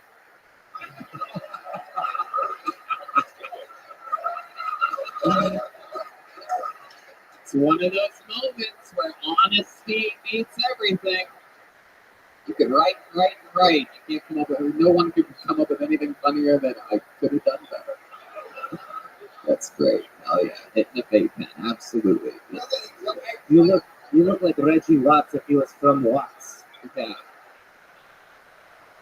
I love it. Still got those worker boots though for an unemployed guy. That's pretty impressive. So Jared, what's your love life like? What's the deal with stinky women? My what? Huh? All right, hold on. Let's take it one step at a time. Hold on a second. I got a wife. I'm trying to find a girlfriend. Oh, Petrushka's taking a hit of his cocaine pen. We've seen this before. Nothing better than Petrushka, the cast member that is known for having panic attacks.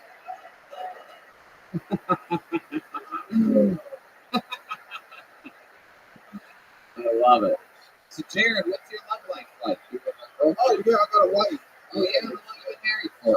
Since August. That's cool. Where'd you meet this girl at? I met her. It was cool, man. I met her in Austin, Texas. Yeah. This is shaping up to be a beautiful love story. Pretty good, yeah. Hey, she was from Australia. She started talking that fly shit. Like, yeah. She's like kangaroo koala. I was like, yep. That's Didgeridoo. That's it. Big old movie. And that's when you visited Australia, you lit your typical fire in a dumpster, it fell over into a koala sanctuary, and then you came back here, right? Yeah. I started that fire. Absolutely. There you go. I was there for 6 months. When I left, the next thing I heard, this shit was on fire. Goddamn right. Absolutely, Jared. Do you have any special skills or talents? You play music or do any acting or anything like that? Or? No. I mean, every now and then I smoke a bunch of weed with people. Oh, that is a very I'm real good at smoking weed with people. Like, anybody next to me, I got weed, they can smoke weed too. This is true. I just did it with him. This guy tells it like it is. That is true. You can smoke weed. You ever smoke weed with anybody famous or cool or anything like that? I don't think so. Eric, wait. Eric. Go ahead. My sister is doing her mating call. What's it called? What's Danny Brown? Danny Brown, yeah, that's a good Danny one. Brown, We smoked weed with Eric Danny Andre. Brown. Eric Andre, good Actually, one. I don't know what that dude smoked weed with me. I just know I was smoking a lot of weed growing up. That's right. He might have smoked, he might have not have. Who's the other one? The one Ron punches, he owed me 50 cents for a blunt. Wow. You're holding it to that. Huh? Oh, yeah, I'm petty. Wow. Actually, I don't care. One time I smoked near a TV, Y'all on TV. Cadillac famous. All right. Yeah. I love it. Wow. Jared, so you have yourself a little Australian wife, huh? That's cool. Has she ever done anything different than anyone else that you've been with in the bedroom where you're like, whoa, Australia, they're crazy? Anything wacky like that? She wants to pay me. She what? She wants to pay me. Wow, she wants to pay you. Yeah, We yeah, actually yeah. learned what that was recently. Yeah. I told her no. Uh-huh. But I mean, look, man, I'm playing for the long haul. She can wear me down just for her. Wow, look at that. That's, again, brutal honesty from Jared Molly, saying that perhaps over time she could convince you. Hey. Wow. Do you think that, what do you think about, maybe there's a way to do this where you would start small, but did she ever stuck like a pinky in your ass or anything? See, it's got to wear me down. It's got to wear you down. Yeah, You can't even get married yet. She gets Yeah. halfway down your gooch area and you're like, Yeah, like, no, look, you can lick my ass online, you know, that changed my life. But, wait, she did that? She did do that? huh? She did that? I mean, every time my ass was it changed my life. My God. I bet. I can't imagine how dirty it must be back there. So. It's actually, you be strong. I don't know. I always like to do the right check, you know what I'm talking about? Like, if you know the girl will get your butt, go ahead and hit that count. How do you know? Is there ever like a, is there like a new ring for that or something? Like, you're about to get your ass seen? It's wishful thinking. Uh-huh. You know, you want to think like you want. If you put out positive shit in the earth or something, be positive. That's what I always say. I always make a very special point. Look at this audience. All of them get their ass eaten all the time. That's true. Except for the one 31-year-old virgin in the back of the room. You suck, dog. Hey! More brutal honesty. Change your life. Goodness. I wish you lived in LA. We'd have a little 20, 30-second segment at the end of every show called Brutal Honesty with Jared Hawley. Interesting stuff, Jared. Very fun. You're right. He does suck. And you know what you said that I like is that thing that you said about putting positive energies out there in the earth. I agree with that completely. Let's check in with Porsche. Yes, there is an ancient Russian proverb that says, if you put out positive energy into the universe, eternally it will ask a lift. Yes, it's true. Well, Jared, fun stuff, dude. It was a fun performance. What happened with the mic stand? That was an accident, right? You dropped it on Porsche back there. It's okay, I have your back. Yeah, a little bit of Russian interference with your performance. There he goes, Jared Hawley, everybody. He's on social media at Lil House Husband, all in one word. Will Strip. Lil House Husband. What's going on now? What's he doing? Oh, shit. Touching people and shit on his way out. He just touched Andre Arlops. I think somebody's giving people money when they get off stage. Is that what's happening? Are you giving people money? No, there's not money being paid. How many of you like it when comedians do good on the show? How many of you like it when comedians do bad on the show? Wow. All right, pulled another name out of the bucket. Makes noise for James Arden. James Arden, everybody.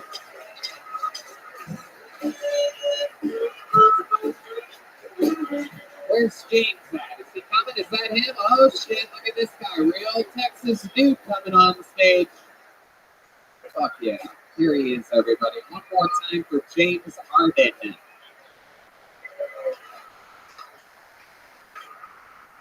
Yeah, and James Harden.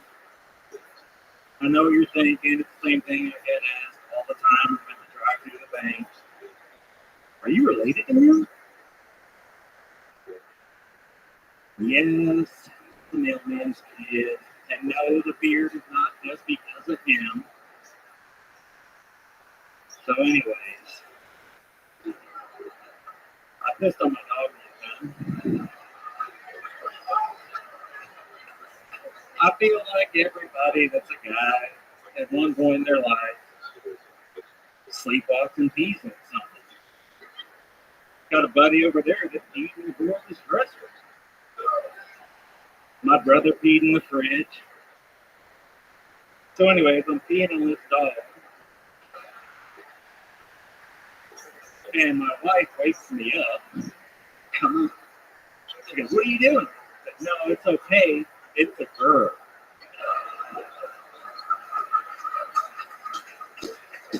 My goodness. Wow.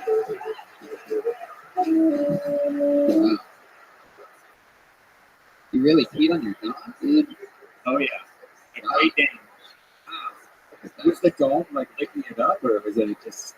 The saddest part is he was literally just laying in his bed in the corner of our room, just Ooh, fucking he liked it. He liked it. He's like Art Kelly.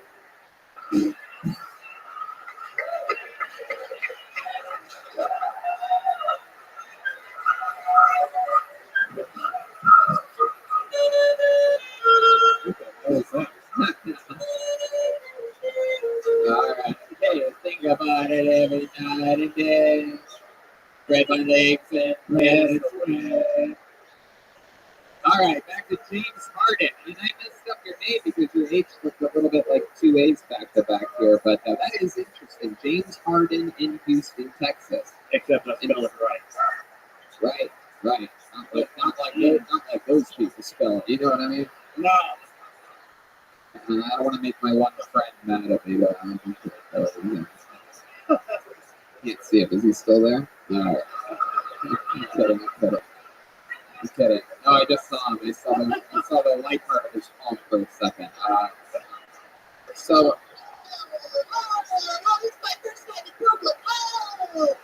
right, James Harden. So, thank you, Bush Talk. There, okay, there we go.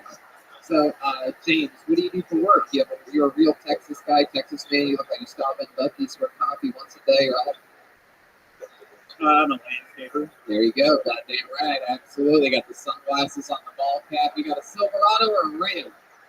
Silverado, baby. Fuck.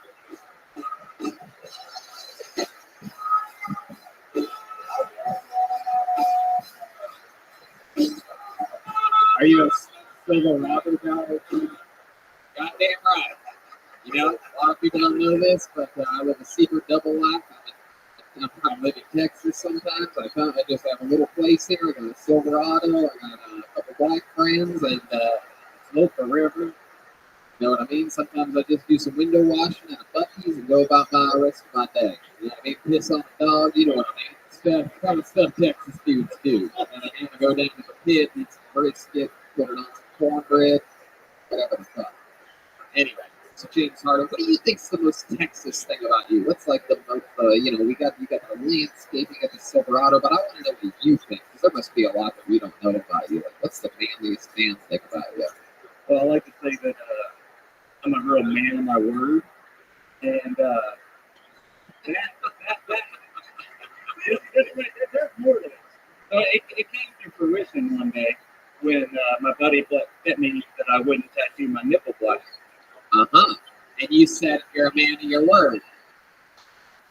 But I said, I'll do that. Yeah. But you've got to get a black dick tattoo on your ass. Oh. And then what happened? No fucking way. No fucking way. No way. Oh my God. Wow. Wow. Look at you. Fucking Nipsey Hussle over here. Goodness. Oh. Yeah, well, is your friend here by any chance with the black dick on his arm? Oh, of course he He is. is? All right. Let's bring this guy up here. What's his name, James? Cody Spears. Cody Spears, ladies and gentlemen, here he comes. Be careful, help him up, help him up, help him up, help him up, help him up. There you go. Oh yeah, Cody. Fuck yeah, God forbid. There you go. Thank you, Rothschild. Thank you, Rothschild. Thank you. Hell yeah, God forbid you leave your beer down by your seat for 1 second, but hell yeah.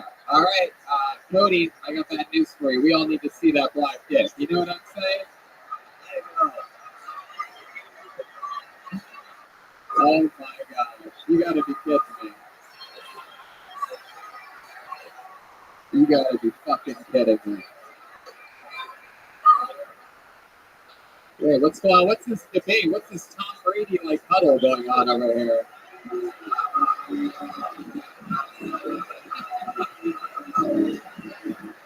Wow.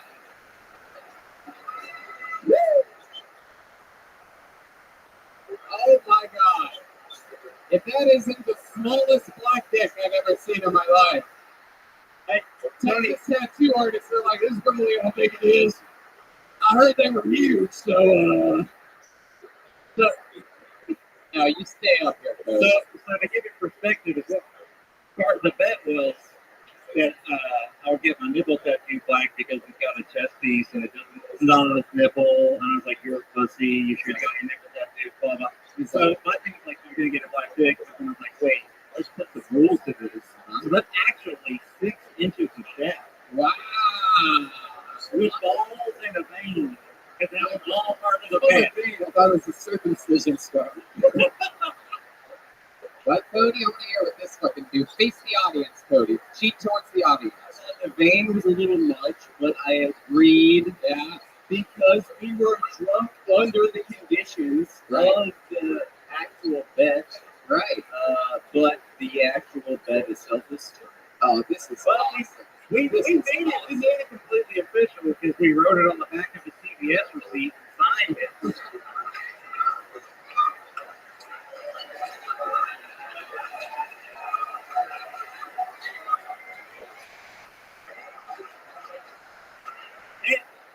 And there's more to this. There's another guy out there with a black dick on his ass because he came over to the house one night to drink and goes, "You won't do that," and signed his name to it.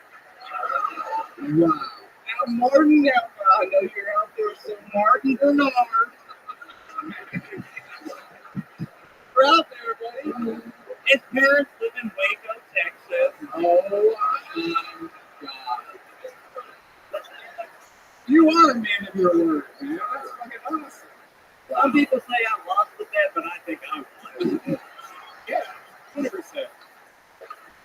You two need to get your own fucking sitcom on ABC. Is what you guys do.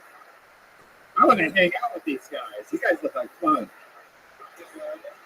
Fuck yes. My God, everyone knows if you write it on the back of a CVS receipt, it's legit forever. Let's check in with Gorshkov over here. I know that those are the club. Back to you. That's right. My goodness, James. So we know that you're a man of your word. I asked you what the manliest thing about you is and all that. Now I want to know. I think this is going to be a two-parter since we have Cody up here. By the way, which friend is driving you guys home tonight? Uber, baby. Uber, baby. And their home is parked outside. Let's get together. All right, so I asked you the manliest thing about you. Now I'm going to go the other direction. I'm going to ask you, what is the most feminine thing about you that would surprise us? We know that you're a couple tough Texas dudes. You don't go anywhere without a Lone Star in your hand at all times. You know what I mean? You got the Chevy Silverado. You probably got a can of tobacco somewhere in your jacket pocket, right? So what's something that would surprise us on the feminine side of you guys? What would we be shocked to know that you guys like to do, or something about you, or something that you've done before? Like an example for me is I plowed through almost. Oh, look at that! He's grabbing the mic. Like I said earlier, that I watched every episode of Downton Abbey and enjoyed it. So, like, what's your guys' version of that? Go ahead. I wouldn't say a version of it, but like dance. Really? What kind of dance do you like? I have children. What? Cody, what kind of dance do you like? I have children. Children? Yo may Face the audience. I have children. And so people may think it's funny, but boy, I'll tell you what. Them little babies will get you dancing. What kind of wait. They get you dancing. They make you feel like you're a whole other person. What kind of music do you love to dance to? What kind of music? I love to dance to R&B music. I love R&B. Like what? What's like a song that pops If in you your head? got some music, Soul Child, you know what I'm saying? Soul Child.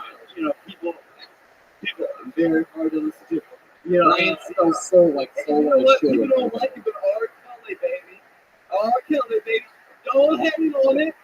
Don't hate on it. Everybody loves it. Everybody wants to hear it. People like to listen to it. Tony. All right. 1, 2, 3. Everybody.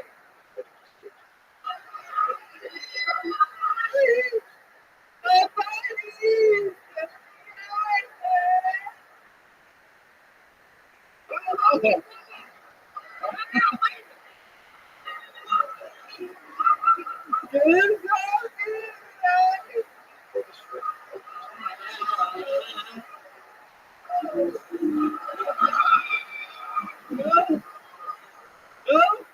You don't like the ass? Hey, Tony, we want to see some of your dances. Let's check out the course stop. Yes. My sister Petroska and I would like to officially challenge you. Oh!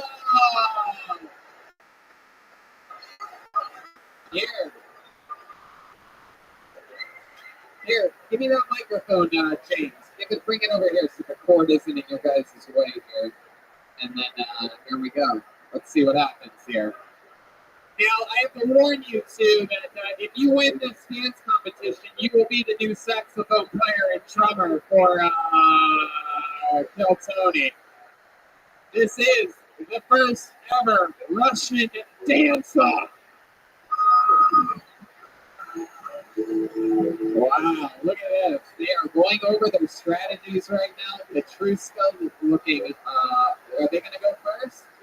You're going to take turns? All right, going first, ladies and gentlemen, Texas' own James and Cody. Here we go.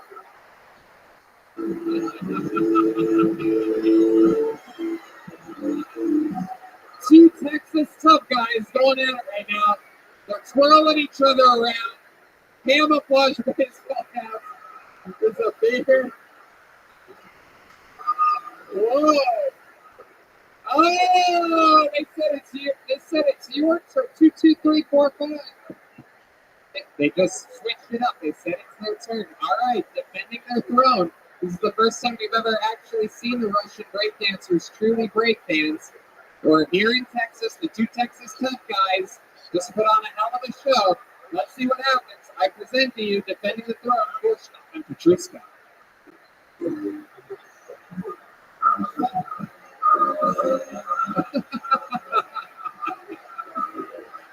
It's the dumbest show ever.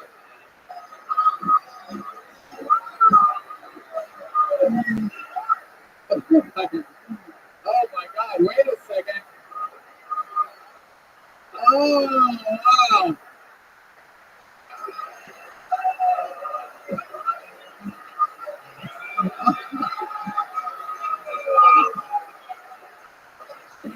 Wow.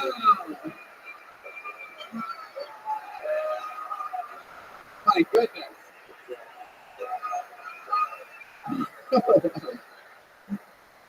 Oh my God.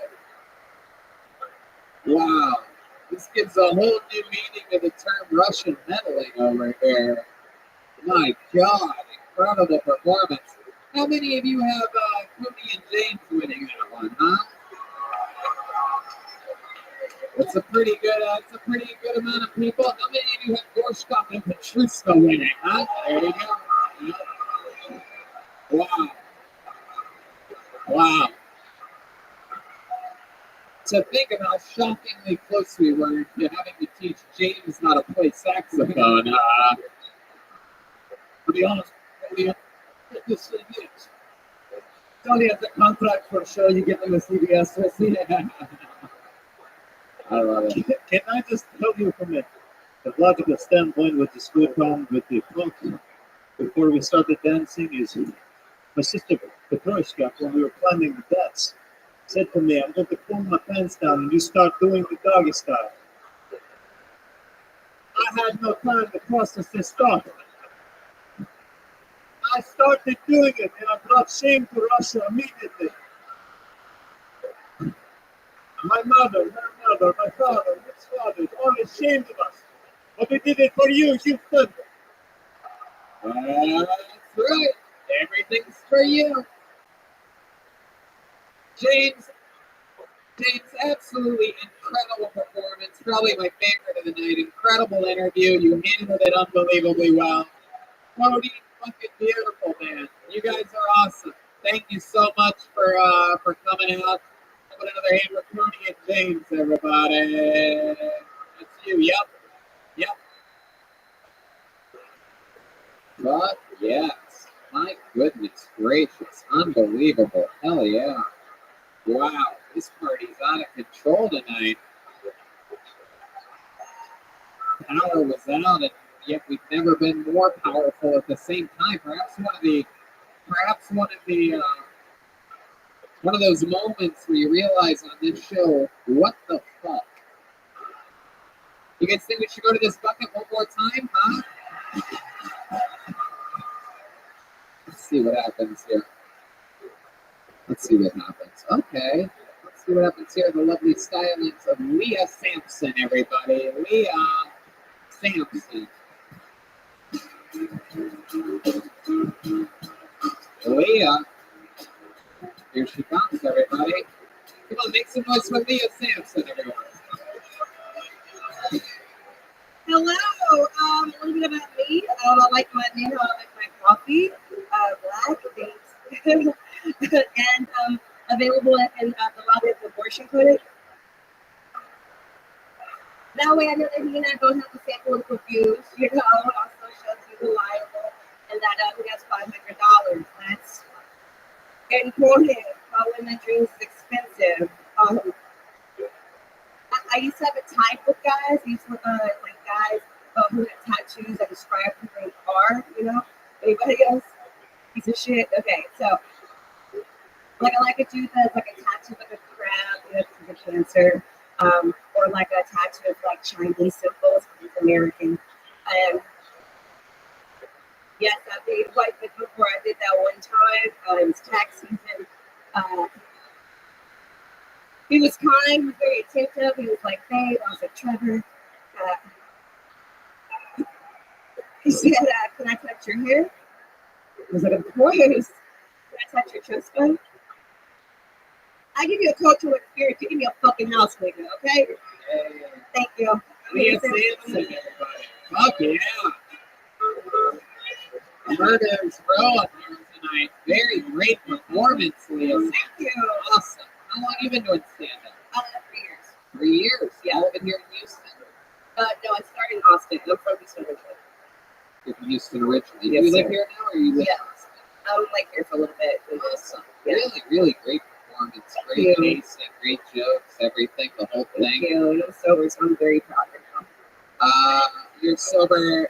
You said that's by choice? Yes.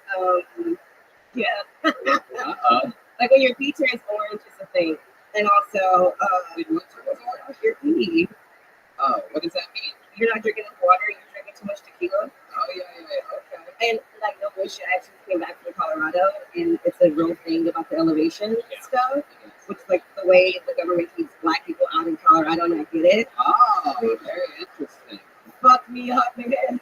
White girls are breathing, I'm dying, it was a mess. Like, I drink like 3 glasses of wine and 1 shot of tequila, which is like a Monday, and I was like, fucked up, growing up with that. That is an interesting theory about black people in It's very Colorado. true. It's true. There's only 5 black men in Denver. They call them the Nuggets.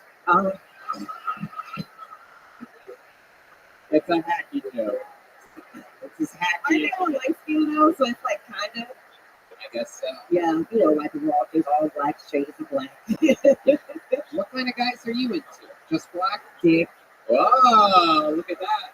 Let me ask you this. How about dicks tattooed on asses? Are you into those?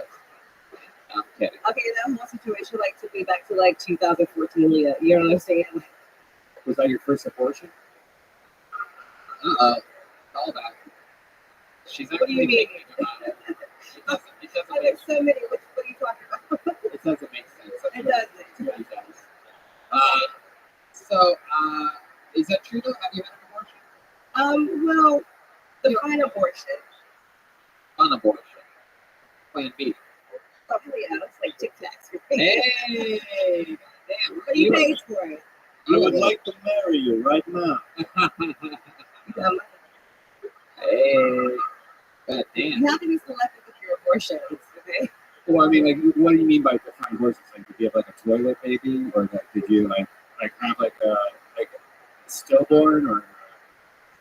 You guys want to do it all at the same time on this one? 1, 2, 3. You know what you did. So Leah. Oh, sorry. I just black people don't have like real trash because we have like grocery bags, so I just kind of saw that baby. Sure. Love that. I love that. That is so fun, Leah Sampson. Very, very cool stuff. So, what do you do for work? Never mind. Right. I'm a comedian. Actually, I do like comedy and acting, but bartending, that's like my shit. That's Right. what I do. It's an easy way to make a lot of money. It is. Work that a few nights and also do stand-up comedy as well. Mm-hmm. That's a good way to do it if you can do it. Yeah. I'm too cute for Uber. I'm just. It's spooky. I can't do it.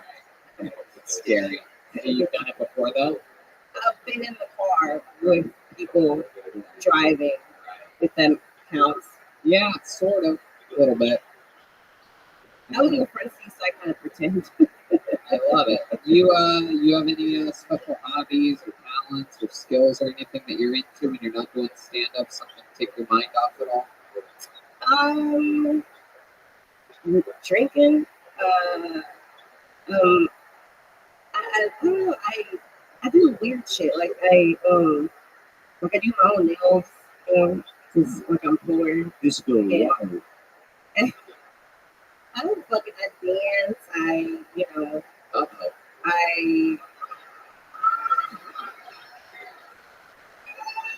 Wow.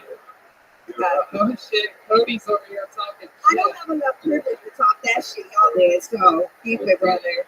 Keep it. The interesting thing is he has more black dick on his ass than yours has probably ever had. Because he has one tattooed on him. Okay. Yeah, That's the fun. it's For him. There's no way you could technically have that much black dick on your ass. No. Oh wow. No. Yeah. Like I'm dating a black guy, and it's like this is on YouTube. Okay. So his dick is huge. It's really big. Yeah. And he's, on my, What is like that? that, What does that mean? He was rolling dice? So you're like, He was making pigeons come out of his think about it, was big black dick. I'm like technically on my ass. You know what I'm saying? Wow. Weird. Is it weird for a girl to have a dick on her ass? Guys are so fucking weird. Listen to all these other sluts out there. Yeah, thank you, girl.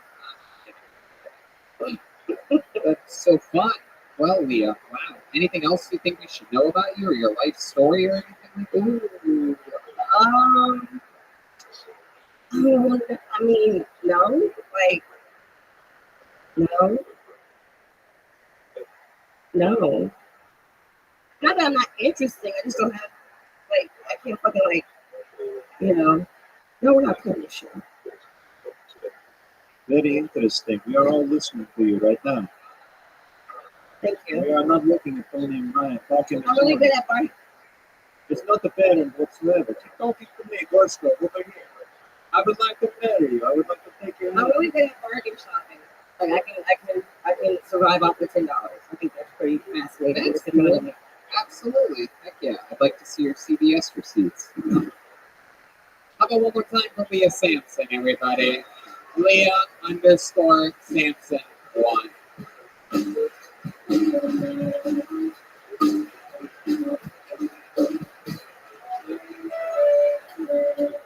Normally that's where we would end this show, but we had an entire caravan of people fly out here this weekend from where they're from and respective places. And out of this giant group of people, I met a young lady last night who signed up for the bucket.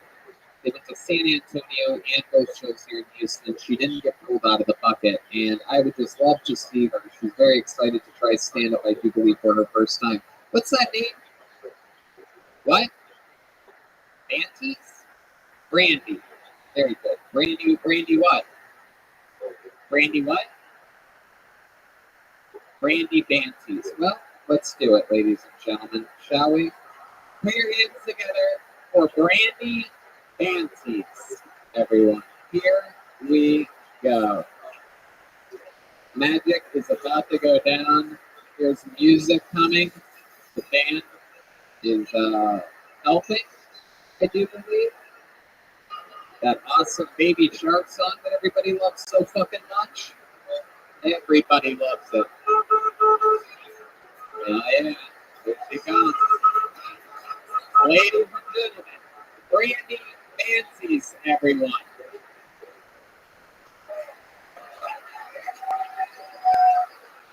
Houston, this is it. Your final comedian of the night. Brandy Banties.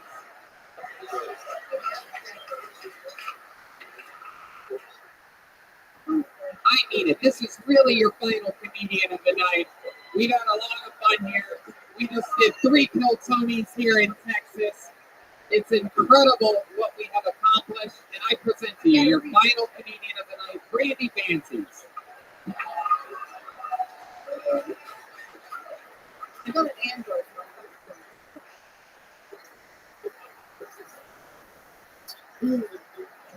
She's just going to upload her set real quick, and after that, she's going to start. How about one more time, good and loud, for Brandy Banties, everyone.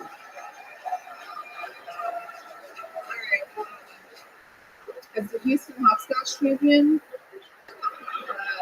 I'm going to have to ask you guys to please be respectful, stay seated.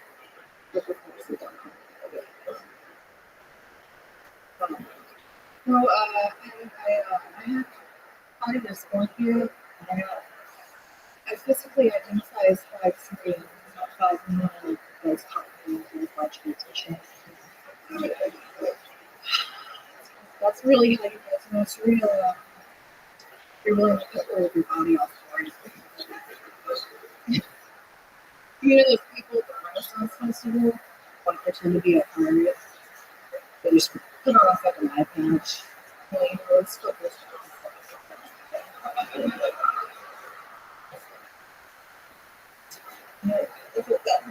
There you go, 54 seconds from Brandy Banshee, everyone. Great Brandy Banties. Fuck yeah, Brandy. Hold on to that microphone. Talk right to the end of it. How are you? This is your first time doing stand-up comedy, correct? Yeah, dude. Hell yeah. How did it feel? There you go. Again, I mean, Jesus fucking Christ right there. You think he's the one missing a leg over here, am I right? Anyway. So Brandy, welcome. If that's your first time with stand-up, where are you from? I'm originally from Ohio. Originally from Columbus, Ohio. Yeah, how about now? Mm-hmm. I live in Houston. I was like 15. Oh, okay, so you are from here in Houston. Very cool. Very fucking cool. So what happened with your leg? So I have lupus. And I haven't read that as lupus. His name is William Montgomery. You know that. I heard him. I talked to him last night. Oh, you did? Yeah. Oh, cool. That's fun. He has a lot of ailments. We never see any of the side effects. Oh, okay. Hell Hell yeah. So lupus, what is that? How do you get that? It wolf bites you. It's Genetic? You were born with it? yeah, it's like in your DNA. It'll show up for no reason. It's not an immune disorder, so basically your immune system attacks your body. Right. Hell yeah. That's interesting stuff. Fuck yeah, absolutely. Better your foot killing itself than other parts, right? I've already got one foot. That's right. What did you do with your foot? What did you do with it? Oh, Did they take it put it in like a medical container, or did you get to keep it, or what? no. Yeah, she took it to taxidermist. It's on the rental now. Is there something fun that you did with it or anything like that? No, but I hope the girls are like tripping somewhere. It is. That ghost of the foot. Oh, the foot ghost. That's. We can't quite hear you. Like things from the atmosphere. Oh yeah, but a little foot out there crawling around. Absolutely. Randy, what do you do? You have a job? No, dude, I'm on first degree. Hey, America! Yeah. Goddamn taxpayers out there like, all right, I guess it's worth it. I love it. So fun. What do you like to do for fun? Oh yeah, what else? Yeah, when you're not attending emo night next door, what do you like to do? Writing. I can read. I'm a nerd. Yeah, good reading. My dog. I have a dog named Forrest that I adopted. Forrest? Oh, that's adorable. Hell yeah. It's a little bit slow. He's a little slow. Yeah. Nice. Heck yeah. Well, that's probably good. Is he a seeing foot dog? Does Forrest call you Lieutenant Dan?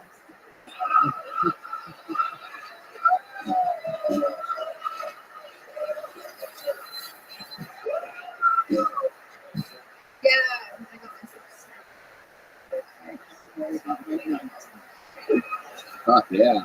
What's your love life like, Randy? Is there someone, whoa, on Tinder. Hell yeah, look at this catfish city over here. No, I'm kidding. I'm just kidding. The melons of the good old Houston catfish, you know what I'm saying? No, I love it. That's so fun. Is that an interesting thing that comes up like on dates and things like that? It's so fun to just troll those. Right. It's really. But you meet up sometimes, right? What happens? You just sort of you're like, just come to my place. I'm already under the covers in bed. Just come on over and you can fuck the foot out of it. You know what I'm saying? They're like, I noticed you only have left shoes on your doormat out front. She's laughing. You fuckers better be. If she's laughing. Typical Kill Tony diehard fans, the best sense of humors, and you guys, they run a whole thing of super, super, super extreme Kill Tony fans, this whole group that has been hanging out, that have been coming to all the shows here in Texas together. You're with the group that some of them flew from, what is it, North Carolina and a bunch of other places, right? You guys have been having fun together. That's why I wanted to get a chance to get you up here for your very first time, giving it a try. You told me, I met you last night, you told me you wanted to try it. So we figured, why not? You know? And if you guys watch Kill Tony, if you ever watch this live, check out the Discord app, check out the Kill Tony group. It's a really good group of people, and it's fun. Heck yeah. It's like a watch party. Oh yeah. You guys have a leg up on all the other Kill Tony fans, you know what I mean? Let's check in with Gorshkov real quick. Yes, my favorite dirty website in Russian is pornhub.com. Hey, Pornhub. Oh my goodness gracious. There's guys that are into things like that, right? His name is Gorshkov. Hey, I love it. Randy, thank you so much for coming up here. You're amazing. We're so happy to have you. Randy, Nancy's everyone, closing out tonight's episode.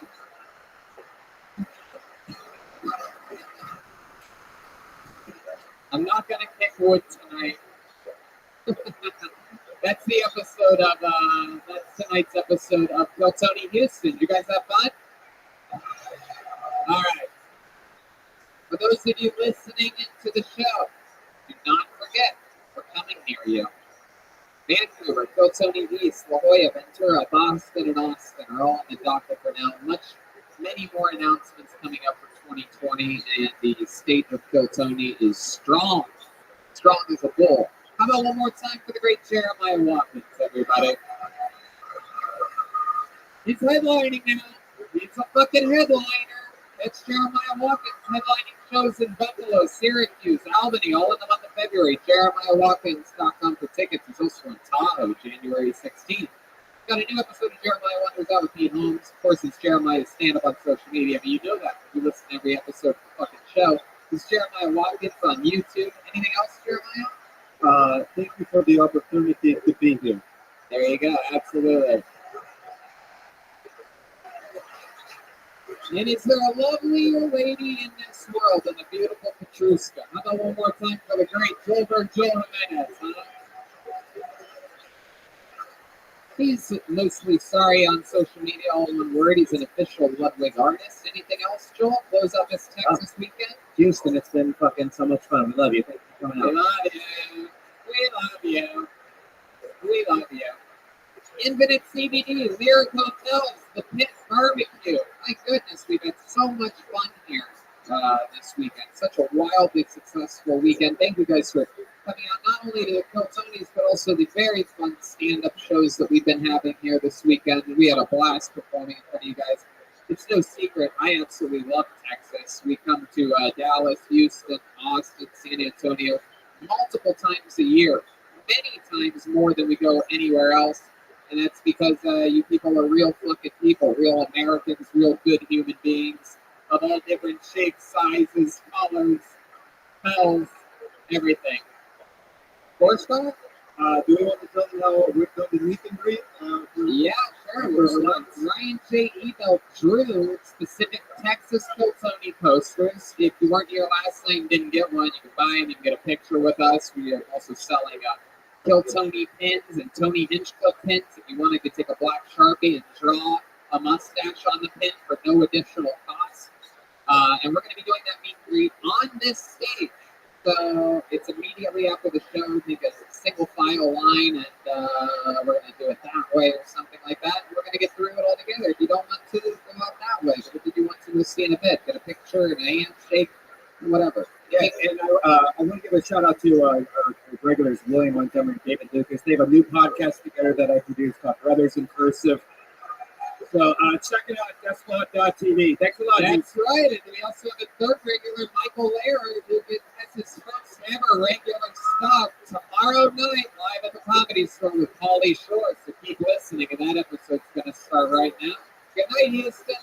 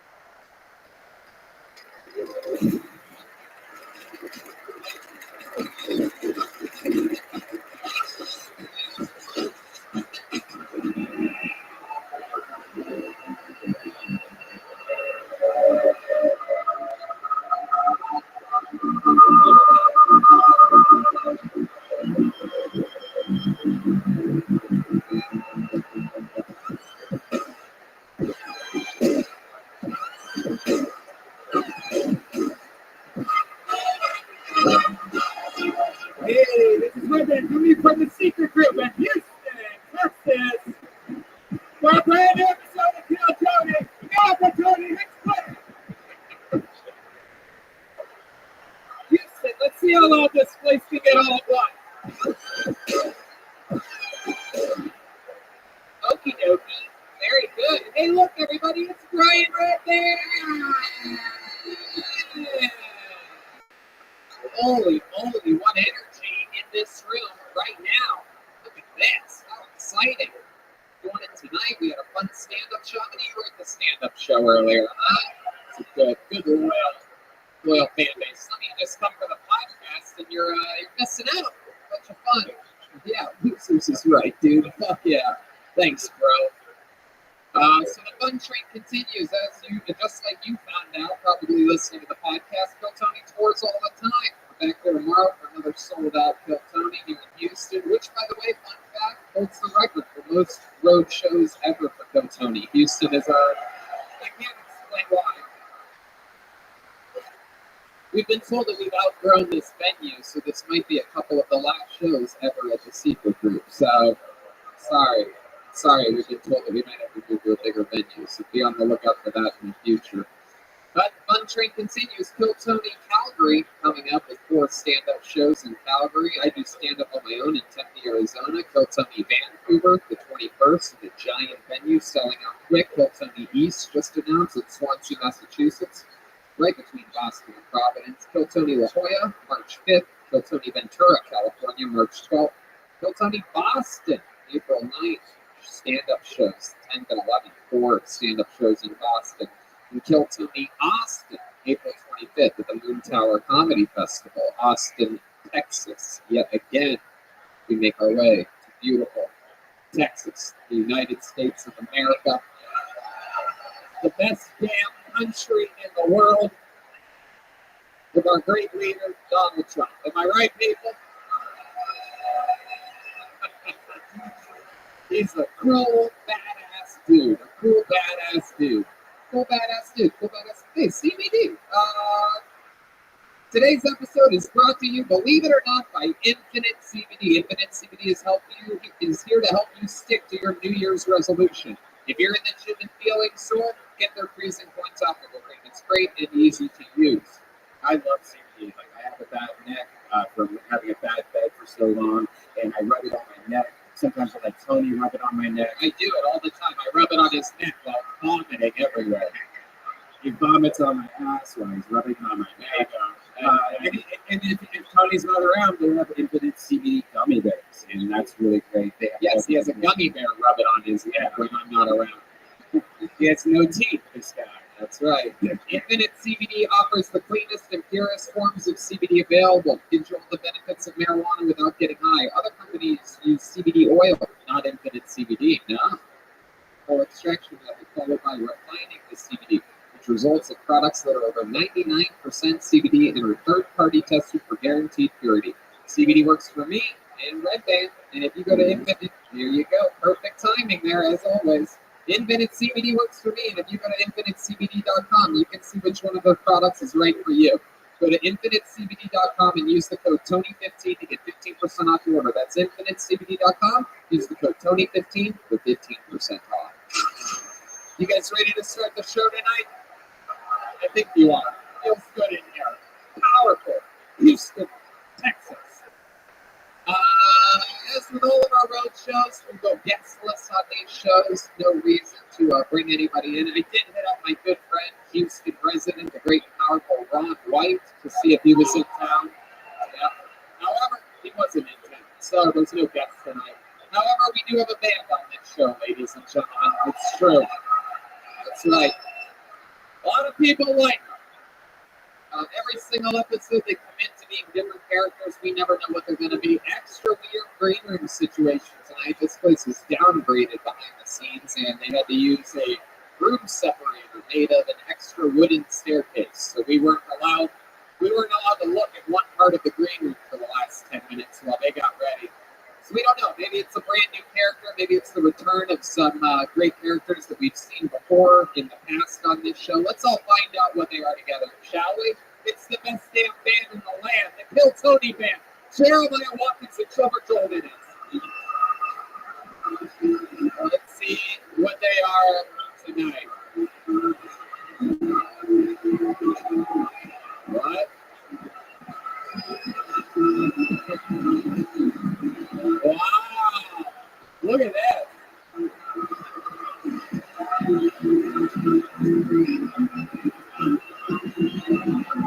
Very good. Very good.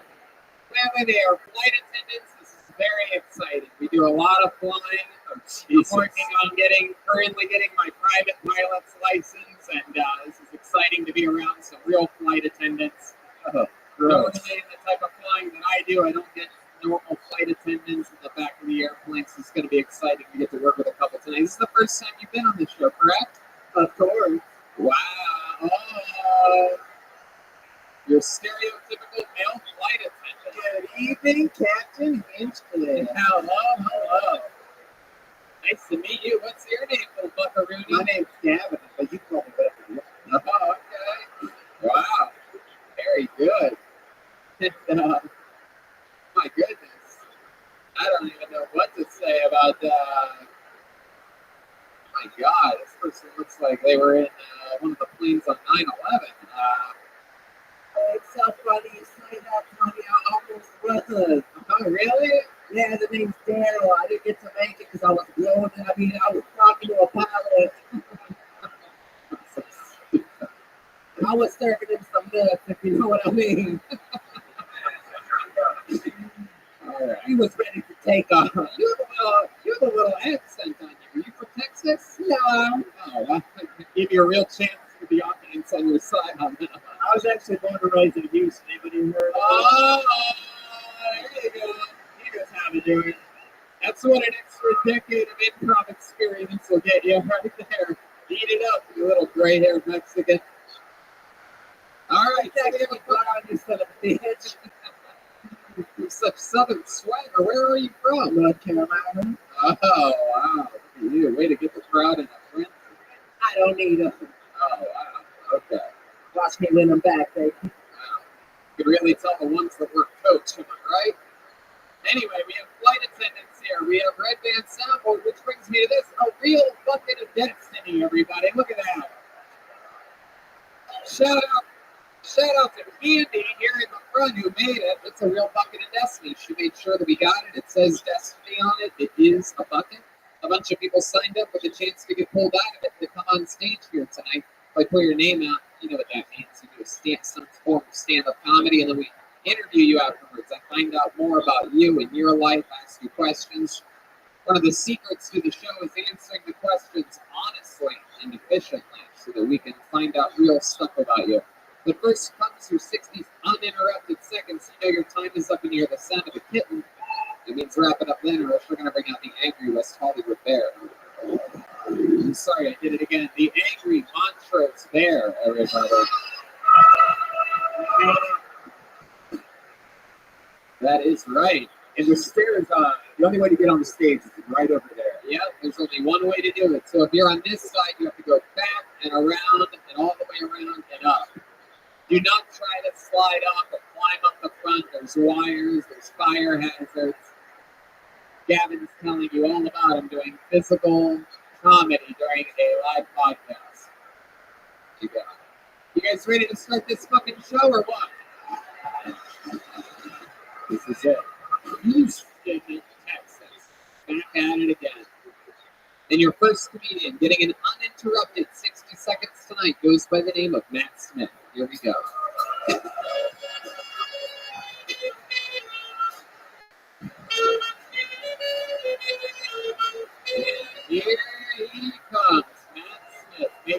way to the stage. Everybody's clearing out so that Matt has a clear pathway.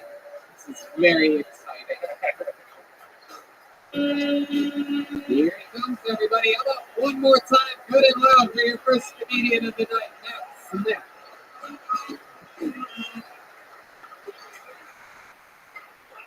Howdy, howdy. Okay, that's that good. Okay, I don't know if giving squirrels antidepressants would make them more or less suicidal. One time when I was 16, I masturbated with a hot dog and it broke. And so I freaked out for about 3.5 minutes because I didn't know how to tell the Karens who were Christian, Baptist, that their son was masturbating with a hot dog in his ass. So I thought I had to go to the hospital. Turns out you could just send the toilet and it pops out like a bottle rocket. It's squeeze. Speaking of butts and stuff, I think cheeseburger parts should be called mustard gas. That's my time. That's all I got. There you go. 52 seconds. 52 seconds for Matt Smith. How you doing, Matt? Good, nervous, but good. A little bit nervous. Yeah.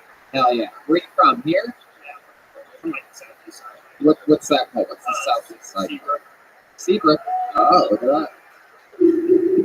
There's an owl I hear. A lot of owls down there this time of year, right? Anyway, the first time doing stand-up? Yes. There you go. First time doing stand-up comedy. The goat was the first time. We could tell. We could tell. We could tell. So, hot dog in your ass. Is that true? Yes. Was it a... Is this a cooked hot dog, a cold hot dog, a frozen hot dog? Is cold, like refrigerated cold? Yeah. Right. Yeah. And how much hot dog were you able to get up there? I got about 3/4 before it broke. What? Did you use the hot dog juice to lubricate it at all? Yeah. Actually, that's exactly what happened. But I didn't actually know the butthole was so dry. So I was like just a 16-year-old. I don't know. So, show us with your fingers how much hot dog until it broke. How much what? How much hot dog made it into your asshole before it broke? Wow, that's almost a full hot dog, dude. Was that go ahead, Gavin. So you're telling me you put a cold hot dog up your butt. You raw dog yourself. Yeah. That is true. That is true. That is technically a raw dog. Was this hot dog kosher or uncircumcised?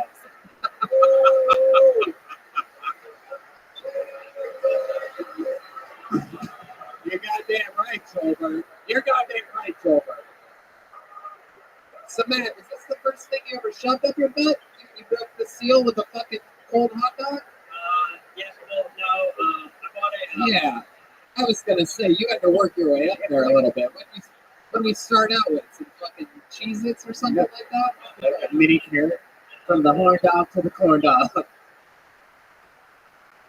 No. It just started with the hot dog, and then years later, I bought a strap. Oh wow. Oh, we are clear for takeoff, honey. You bought a strap on and used it on yourself? What did you strap it on to? A hot dog.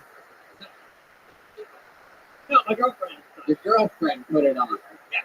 Oh, okay. Yeah, she didn't really know. I just kind of did it. I was like, hey, are you down with this? And she was like, sure, I guess. She broke up with you immediately after this, right? No, actually, we're kids. Oh, really? Yeah. Look at that, Brian. Yeah, Brian, maybe you just shoved a few more hot dogs up your ass instead of your mouth. I've actually always wanted to try that. Like, I've always wanted to put a little lipstick on the end of it and shoot it out of my ass and kiss somebody on the cheek so it looks like a baby kissed them. Wow. Red Man testing out his new minute of stand-up. Old man. Wow. So, Matt, how long have you been engaged for? How long have you been with this girl? We've been together for 7 years, engaged like a year now. Wow, that's so cool. What do you do for work? I clean pools. You clean pools? Jesus Christ. This is all sounding like porno. Are you sure you don't make it dirtier? Well, we do know he loves the deep end. You know what I'm saying? Yeah.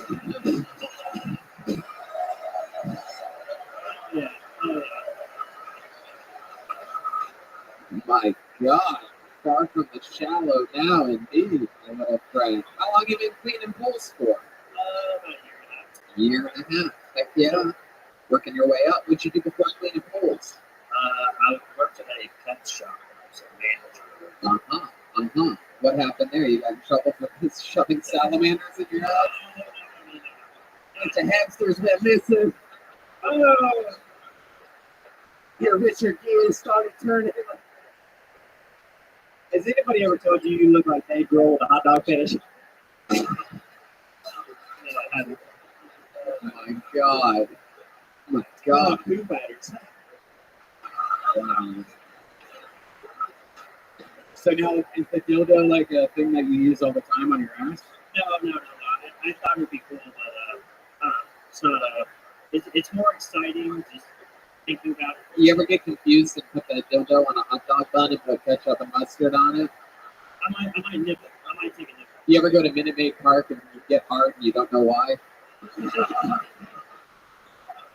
That's right. I know it's called Minute Maid Park. That's right. I'm coming back at the end of the month for the Royal Rumble, you motherfuckers. Very exciting stuff, man. Is there anything else we should know about you? Any fun facts about Matt Smith? I mean, look, guns a-blazing. We found out about the hot dog. Yeah, go ahead. Well, whenever I, for the engagement, went to Corpus Christi, and we went... You shoved a hot dog up the Selena statue's ass. I will not stand for that. You do not disrespect our loving godmother like that. She would have loved that. I didn't hear you, but you shut up, Ryan Redband. So when you get to this engagement, was the Corpus Christi? No, we actually went to our Selena got murdered at the hotel. Wow. Wow, what a great date. Then we went to the graveyard and saw her side, and we saw the memorial, and then I asked her or then we went to the hotel, then I asked her the question. You asked her to marry you after seeing all the places where Selena got murdered, and then the gravesite, you're like, this is it. Bitty bitty bang bang. My God. Yeah. Wow. That's interesting shit. Yeah. And she said yes. Sir. That's all that matters, right? So why all the Selena stuff before popping the question? Just because she got murdered. Yeah, but that's it. Yeah. There's nothing really to it. I don't listen to her music or anything, but just seemed like a cool idea. Your girlfriend's with that? Was like, this is the most romantic time ever. Like, yes, I want to marry you. Like, something's wrong with this girl, I think. Well, I mean, you can go both ways, but no, we know you go both ways, my friend. Hey. All right, there he goes. Getting the party started. Matt Smith, everybody. Here we go. He's on social media at Radiant Creek. All one word. All one word. Radiant Creek. So this looks like a fun name. Let's see what happens here. Appearance with your next comedian, Fluffy Ray, everybody. Fluffy Ray. Where's Fluffy at? Maybe you could shoot out that little spotlight thing that goes around like you did the one time there. Something like that. Yeah, let's see if we have. Is that Fluffy over there? I think we got movement from Fluffy. And is that Fluffy? Fuck yeah, people. Make room for Fluffy Ray. Keep coming, Fluffy. Keep coming, buddy. You got it, pal. Keep coming, Fluffy. This guy walks sideways. What the fuck is he doing? Who the fuck walks like that? Oh, okay, I see what's up. Make some noise for Fluffy Ray, everybody. Sure, there you go, Fluffy Ray.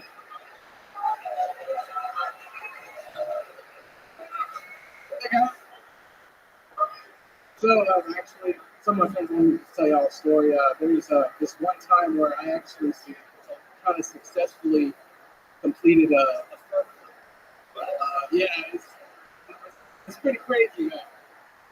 I don't know if y'all are familiar with border protections. Ever since I was 18, I rode a motorcycle, and I got T-boned by this person over, and I look like Hagrid from Harry Potter. But anyways, got T-boned by a Mustang. I did a front flip. I ended up breaking both my legs. But anyways, that's our.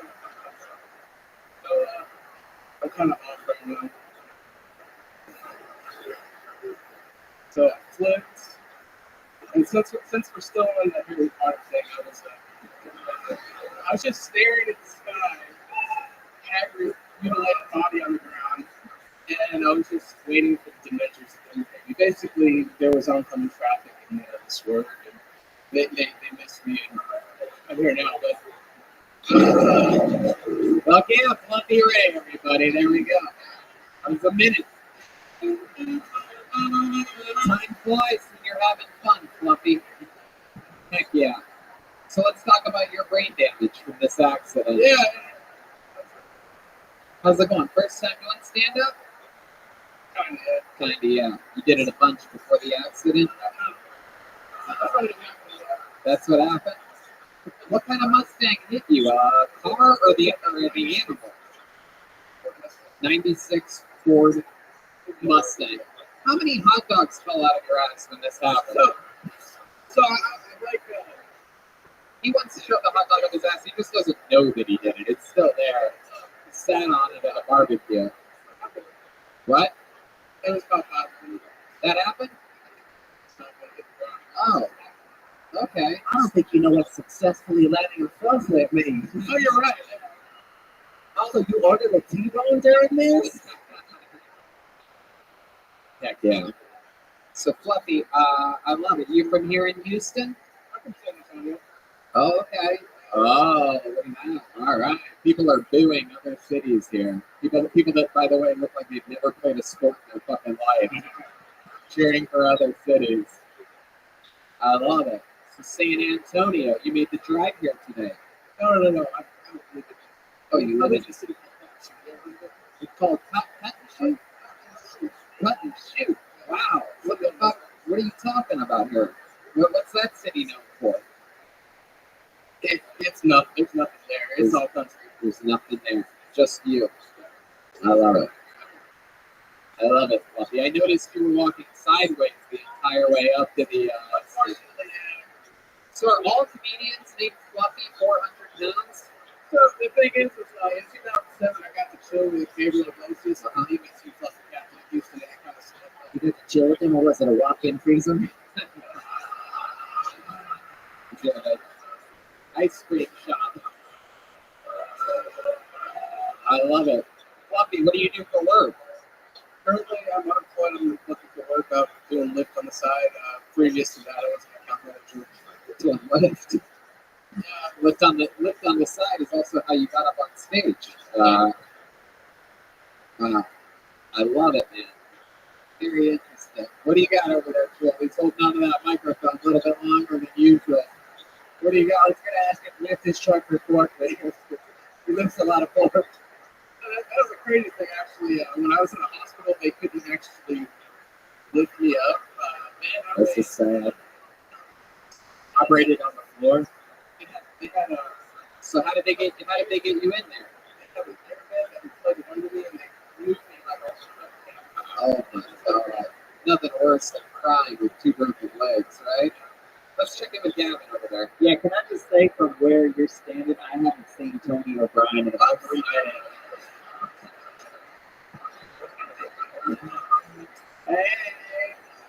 Hey, Gavin. How did I give you? So, Fluffy, how does one get this big? What happened here? Your mom a good cook or something like that? Want a huevos rancheros? What's going on here? So, I've never seen someone be Tex-Mex before. This is exactly what I think is happening. So it's a crazy story. On top of me not exercising and eating like the hell I want. When I was a kid, they had this actual experimental formula. My mom was actually spoiled. I was there first stages. Talk right into the fucking end of that. I was so fucking there you go. It's awful. I wasn't breastfed as a baby. You weren't? No, my mom was spoiled. So I have this formula, and it was made with mostly whey. And it comes out that whey like the protein? Whey of the milk, yeah. Well, we can't spell huevos without whey. So all the babies on this test formula ended up fucked up. I just decided to say that way. Gavin? So now, do you pay it forward and you breastfeed other children? I try. It doesn't work out. My goodness. I learned from Peter Griffin on Family Guy. Wow. Some lady wants to see him. So I was actually thinking about doing that. Some lady wants to see him. I don't know though. I don't really want to see his tits. I think I'm more interested in how much change we could fit in his belly button. Anybody else? No, I heard about that. You don't want to do that? Diabetes, man. I get infection. You have diabetes? Go figure it. Really? You're afraid of getting an infection. All right, well, we're afraid of you getting an infection too. Let's check in with Gap. Okay, if you're not down for change in your belly button, would you be down for a good old-fashioned fisting? What makes something good old-fashioned? Just what? Well, I take my glove off, I slap you in the face and go, hey, be quiet. And then no, that's too old-fashioned. I'm sorry. Okay, Fluffy, you have a girlfriend? I have a wife. Oh, how long you been married for? Over a year. Yeah, what does she do? She is a substance abuse counselor for Harris County. oh, That's the first time I've ever sneezed in the history of Tony right there. Weird. Wow, that was very bizarre. I'm having an allergic reaction to you, Fluffy, right? It happened. Yes, so. Very exciting. There must be pollen in the air from all the, I don't know. How she lives. So stupid. All right, Fluffy. Well, the dust coming off his shirt. Big shirt. It's a big shirt. Like, what did you whack it against the fence to clean it? I can fly away on that thing right now, man. All right, Fluffy. Well, fun stuff, man. Congratulations. You got up tonight. You got through it. You gotta punch up these stories a little bit. Definitely. A minute went by super fast. I didn't even get to the part where I had to take my medicine for my nose. It was insane. Oh, you did? Yeah. So when I got into the accident, I was so swollen that they gave me an IV. Oh. And it was like instant gratification. Wow, I bet. Would you like more morphine up your nose or a slice of cake before bed? Both of them would put me to sleep. Right. aren't you scared that the stomach still hasn't come down yet? There he goes, Fluffy Ray, ladies and gentlemen.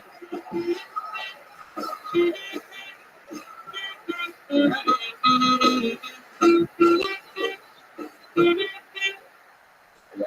You should probably wait till you call the next name because there's a roadblock right now. Exactly. That eye always looks like Fluffy Ray's arteries right now. It is slow moving. Everything a little bit slower here. Hey. Let's see what happens here. James and Zachary, everybody, is next on Kill Tony. Fun show so far. Let's see what happens here. There we go. Yeah, let's see if we got movement. Oh, here he is, James Zachary, everybody. Come on, one more time for James.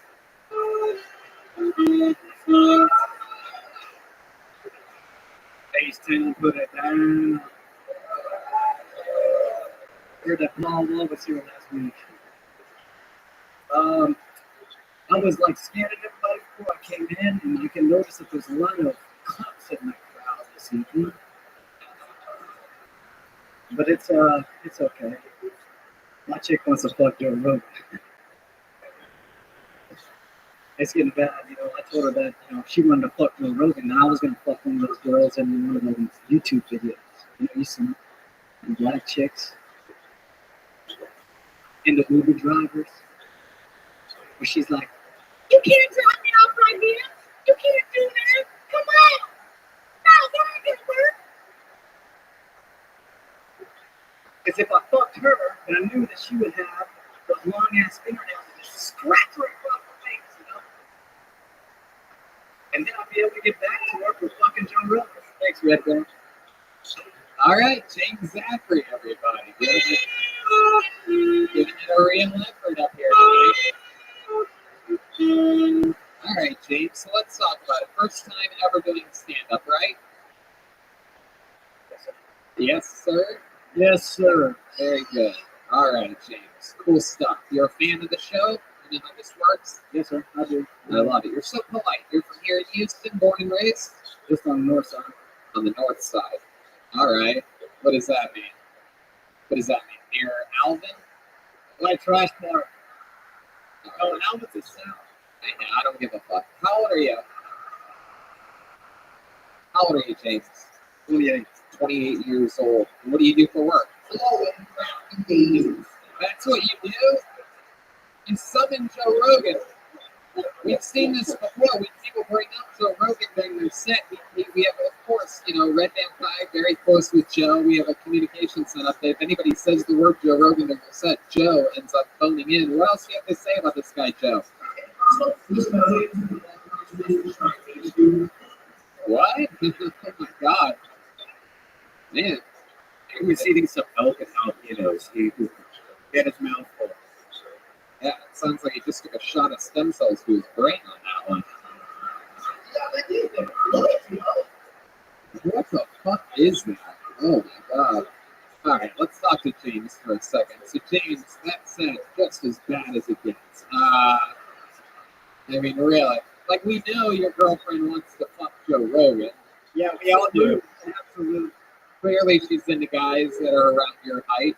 So, why wouldn't you want to fuck a successful, funny, rich version of you? Powerful, smart, muscular.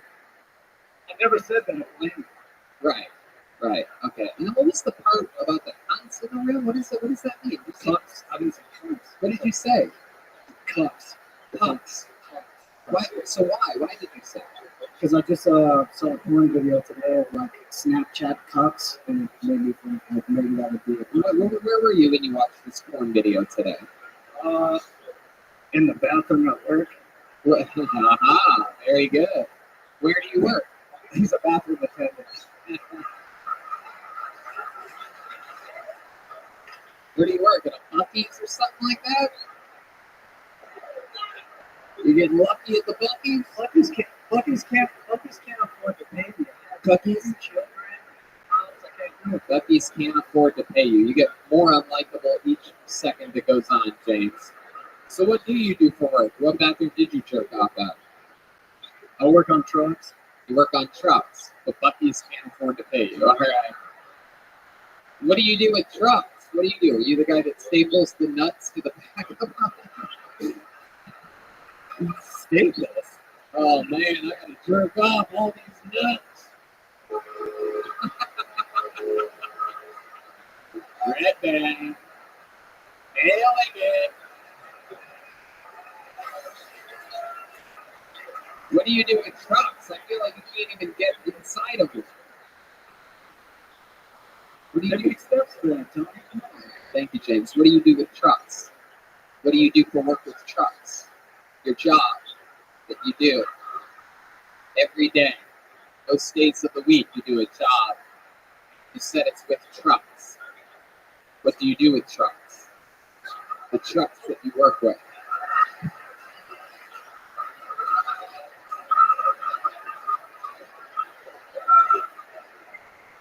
At the place that employs you. There's something you do.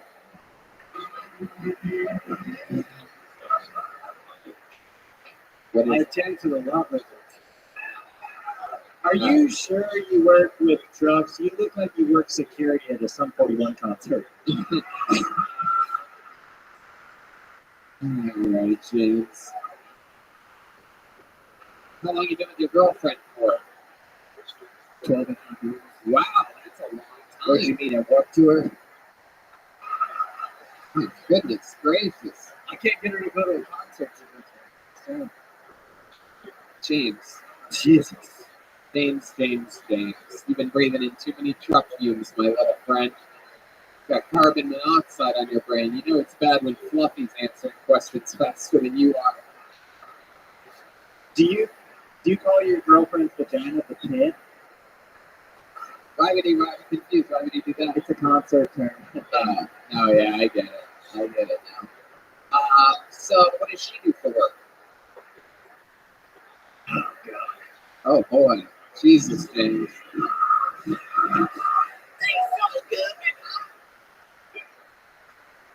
where she works? She's Job. a cheer coach. The what?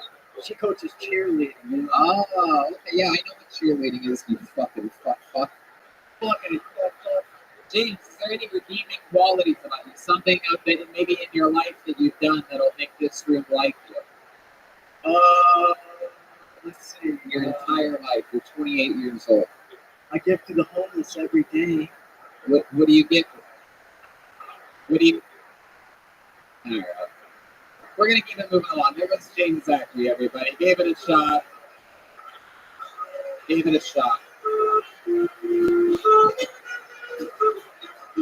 Sometimes I wonder if fans of the show that sign up and it goes like that, I wonder if they stay fans of the show or if it becomes hard for them to listen to episodes after that. These are things I genuinely think about, like the negatives of having a show like this. Because I wouldn't be able to ever listen to the show again if that happened to me.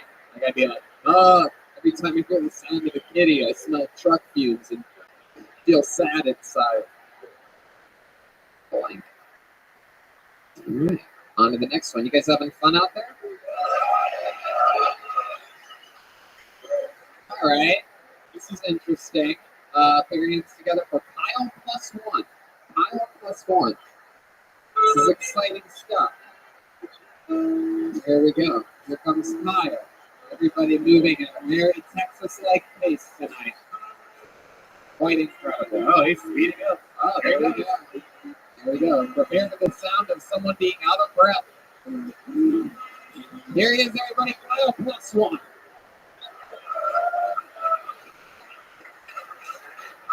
How's it going, everybody? Sorry it took me a little while to go to the bathroom when I heard my name get called. I think I'm running out. If anybody's interested, 2 fat lines of Coke in the men's restroom right in there.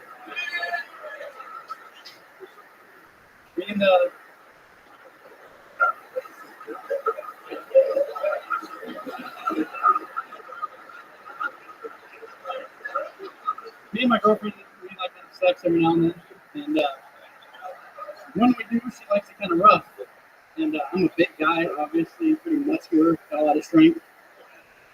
So she told me that she needs to come up with a safe word in case I take it over the edge sometimes. So I said, okay, hey, figure it out. Let me know what it is. So a couple of days go by, I didn't do anything from her. I'm just chilling in the living room. She comes running out of the bathroom and I'm like, hey, got the safe word. I got the safe word. I said, okay. Let's hear it. And you guys can't believe this shit. It's cuck. So cuck's the safe word? Alright.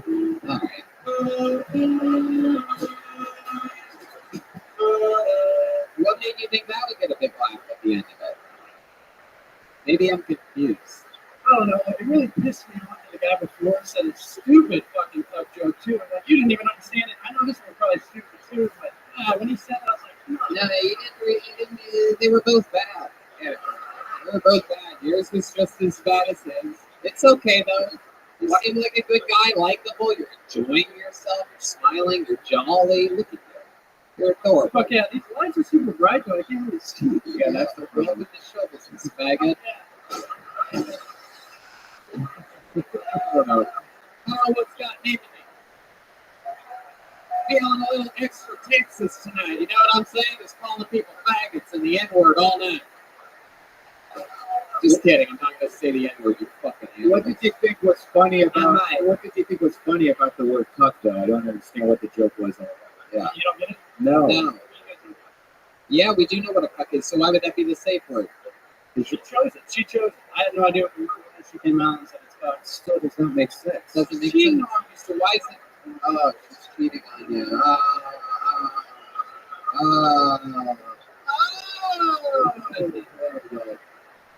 So Kyle, that's funny. This is your first time doing stand-up, Kyle? Yeah, it is. Heck yeah. You really soaked in that first laugh that you got off of the 2. Congratulations to you. Takes balls to sign up for a show like this. How old are you? 23 on Wednesday. Wow, you're 22 years old is the answer to the question. 22 and a half. You'll be penis and testicles. The answer is 22. I knew that was going to happen, but I still said, I knew you were going to bring that up. You're goddamn right. You know what? I'm going to call you a faggot again any second. I'm kidding. It's only funny if the person's not kidding. I like it. I'm still with my girlfriend.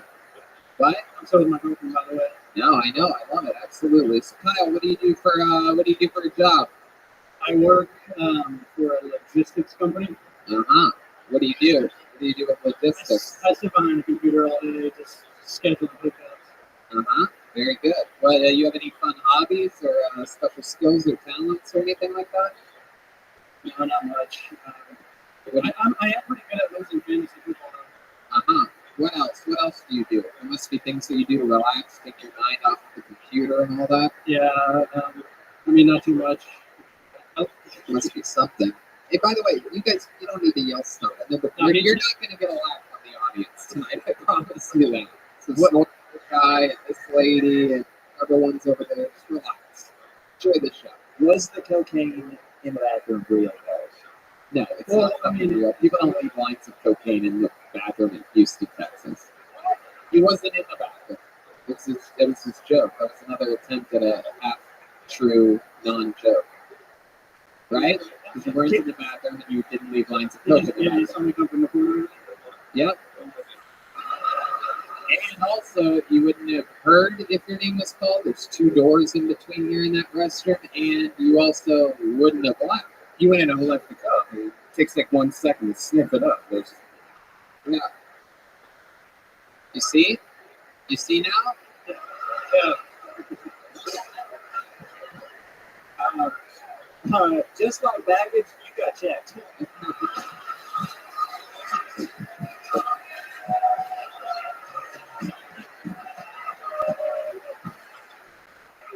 Kyle, how long you been with your girlfriend for?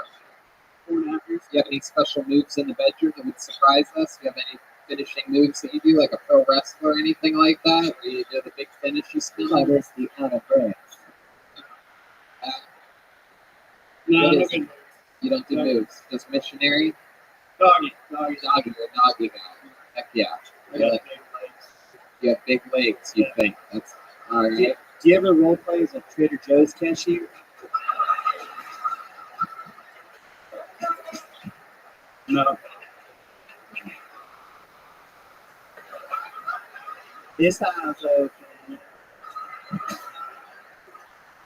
Your parents still alive, Kyle? They are. Maybe not after this, though. Yeah, no, they're still alive, Kyle. They're not, this isn't. I'll probably give my mom a heart attack. Really? You think so? Is she in the audience tonight? So how could she have a heart attack right now? Do you think that by proxy, like she knows that this set's happening, that she can feel your pain or something like that? I don't know. We got some weird shit going on with my family. Let's check in with Gavin. Yeah, she has mother's intuition. She knows when it's not vomiting on stage. Yeah. So nothing else that we should know about you, no interesting fun facts about you, no special skills or talents. That's it. The answer to hobbies or talents is you're bad at fantasy football. Yeah, I get to the Super Bowl every fucking year. It's not the Super Bowl, Kyle. That's the fantasy world. That's the championship of your fantasy football league. It's not called the Super Bowl. You don't make it to the Super Bowl and lose. You fucking faggot. All right, there he goes, Kyle, everybody. Kyle.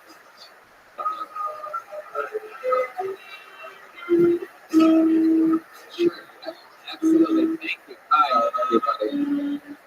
You go. You don't have to shake my hand before or after the session. It's not part of your name getting pulled out of the bucket. We're going to be doing a meet and greet after the show. Ryan G. built you up some unbelievably cool Texas posters. Really cool. In the theme of, what is that? What do they call that? Day of the Dead or whatever? What's that? Dia de los Muertos, Tony. Thank you.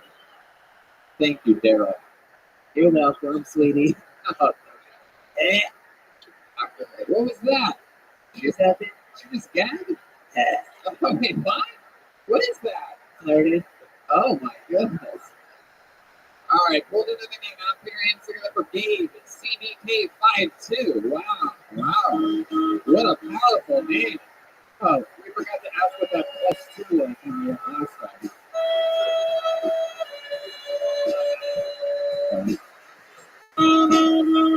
Gabe CBK52.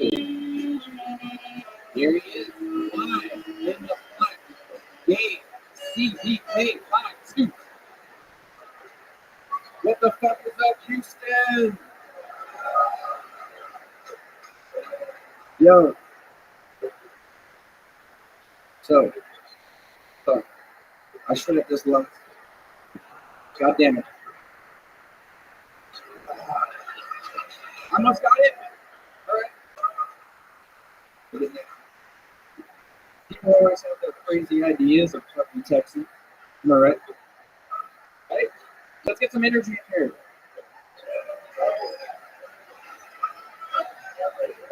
I was born in Waco, so most of those are true. Everything I've heard about. My uncle used to do roofies for fun. He said it used to take the gay away. I noticed you've been taking a lot of hunting trips, Uncle.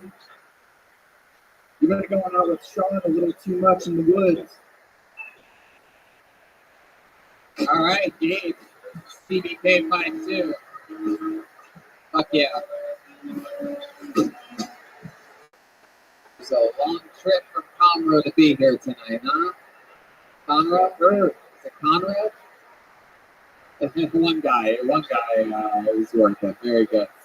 Okay, welcome, Gabe CBK52. You blanked out when you got up here, huh? Got a little excited? Too much. Too much excitement. What the fuck is up, Houston? What? When he came out, he said, "What the fuck is up, Houston? Make some noise!" Oh shit! Oh fuck! Too much noise. Houston, we have a problem. Gabe CBK52. So welcome. First time doing stand-up, right? Yes. Heck yeah. First time growing a beard, correct? Yes. Absolutely. I've been working on it. Very honest. You know what it's like. Yeah, no, I do. I don't know what that's like, but I know what it's like. Is that because you can't do what I do? No, I mean, I wouldn't. Beard up. Yes, we're going to have a beard on, Brian. This guy is Saddam Hussein in the neighborhood. I missed that. So, Gabe, let's talk about it. How old are you? 23 years old. Very good. And what's your story, man? First time doing stand-up. What made you want to do this? Dude, I've been watching Tony forever. I met you last night. You met me last night in San Antonio? Yep. Oh, okay. With the Kill Tony Discord. Oh, okay. Hell yeah. Were you in that Suburban that made its way over here today? Yeah. Did you guys think you were getting pulled over for a moment? I didn't even know until I watched the video on Jeremiah's Instagram story. Yeah. Oh, you a fangirl. They pulled up next to us. It turns out there's a crew of cool diehard fans that made it to San Antonio's Kill Tony last night. They drove here today. And while we were driving here today, sure enough, they pulled up right next to us, put their posters against the window, this and that. We rolled down our windows and said hi. And then I go, "You're getting pulled over," because they're in the left lane, and but they weren't. The motorcycle cop with his lights on was just trying to get you out of the way while you guys were waving. We refuse to be pulled over. Trump 2020, am I right? Go back to where you were. Go back to where you were. Go back to where you were. I'm just kidding. Let go of some of your rope, Indiana Jones. What are you doing with that? the mic here. Bro, this is the one thing that's helping me cope with the nervousness. Yeah, we're going to pull out the whole thing as we do it. There you go. Absolutely. I'm trying to put my energy somewhere. There you go. It's a fire hazard, Gabe. So, let's talk about it. What's interesting about you and your life? You're 23 years old. What you been doing up to this point? Face the audience. Look at these people. Look at them, you fat young Abe Lincoln.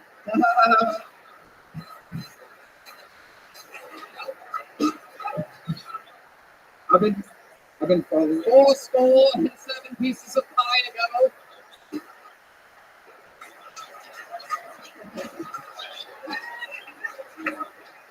It's so great when comedians project their insecurities.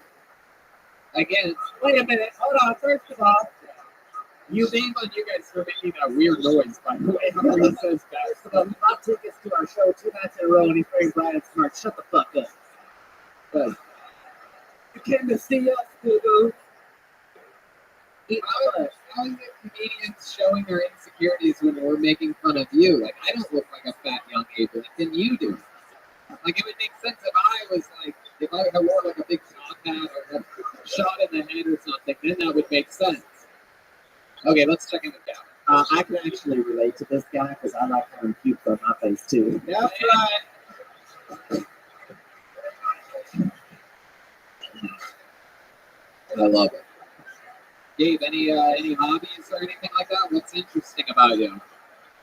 You had to know this question was coming. You're a diehard fan.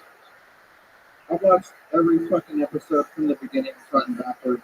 Well, then you must know the answer to the question, what's interesting about you? I'm 23. Now, let me finish. Mother's family. Go ahead. I'm 23 and I have 3 kids. Whoa. Wow. Some would say, Hey, what happened? Yeah, well, we know you fuck. Very impressive. Oh, wow. Our minds are completely blown that you were able to get a woman pregnant. I didn't realize the only real men could do that, Gabe. bro, I'm a groupie, so I fuck all the kids, alright? He's got a lot of mic cord for those of you listening. He's nervously. Is this three kids with the same girl or different girls? Same fucking shitty person. Wow, look at that. My goodness. Why is she a shitty person, Gabe? Dude, I did fucking everything I could to please this person, and mental health is a real fucking thing. Yes, mental health is a real thing. What does that mean? That she has mental health issues? Yeah. Like what? Her mom? Sad? Yeah. Uh-huh. Her mom what? This is where you answer the question, Her mom, Gabe. I'll wait for the crowd. No, don't wait for the crowd, Gabe. Her mom is bipolar schizophrenic. Yeah. I think she got a couple of those traits, so when postpartum depression hit, it fucking took a crazy turn out of nowhere. How about when she got pregnant again after that? Did it go away? No. Things were fine. This was the 3rd kid. Uh-huh. I fucking, at 17 years old, got married because I didn't want to be a deadbeat. I fucking worked my ass off and took care of everything. Wow. Man, you really are.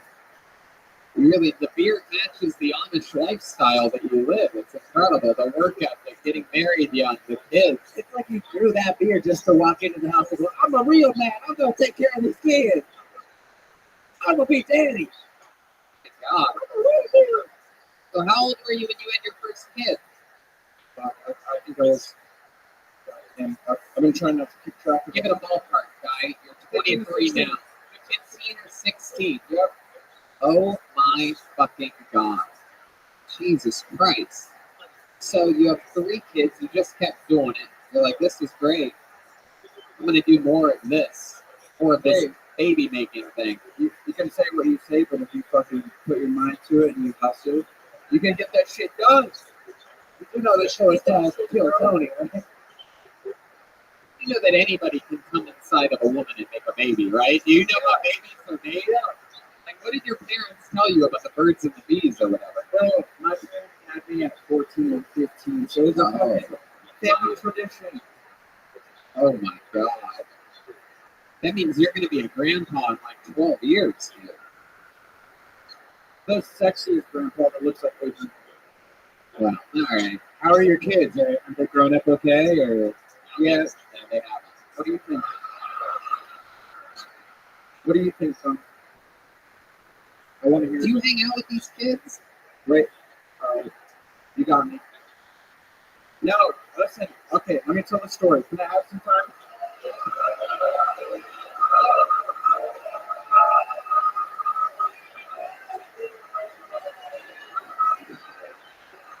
Do you support the kids in any way? Yes. How do you do that? I fucking, listen, this is what happened.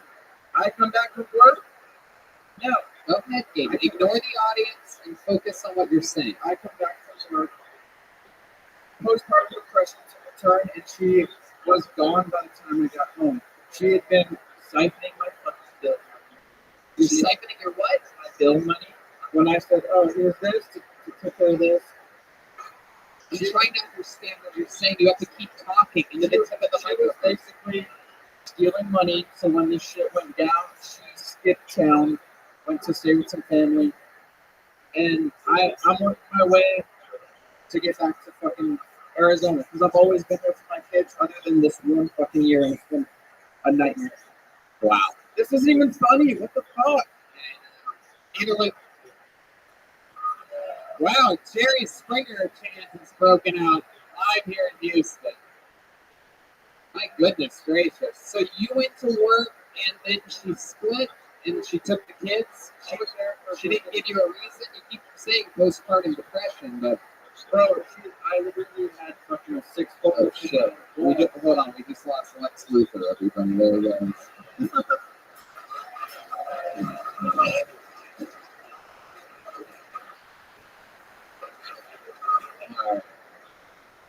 All right, so let me just get off of this. I swear to God, I've been trying to be there, and I'm gonna get back there. Are you gonna do it? You know what? How many of you think he should drive right now straight to Arizona back to his kid?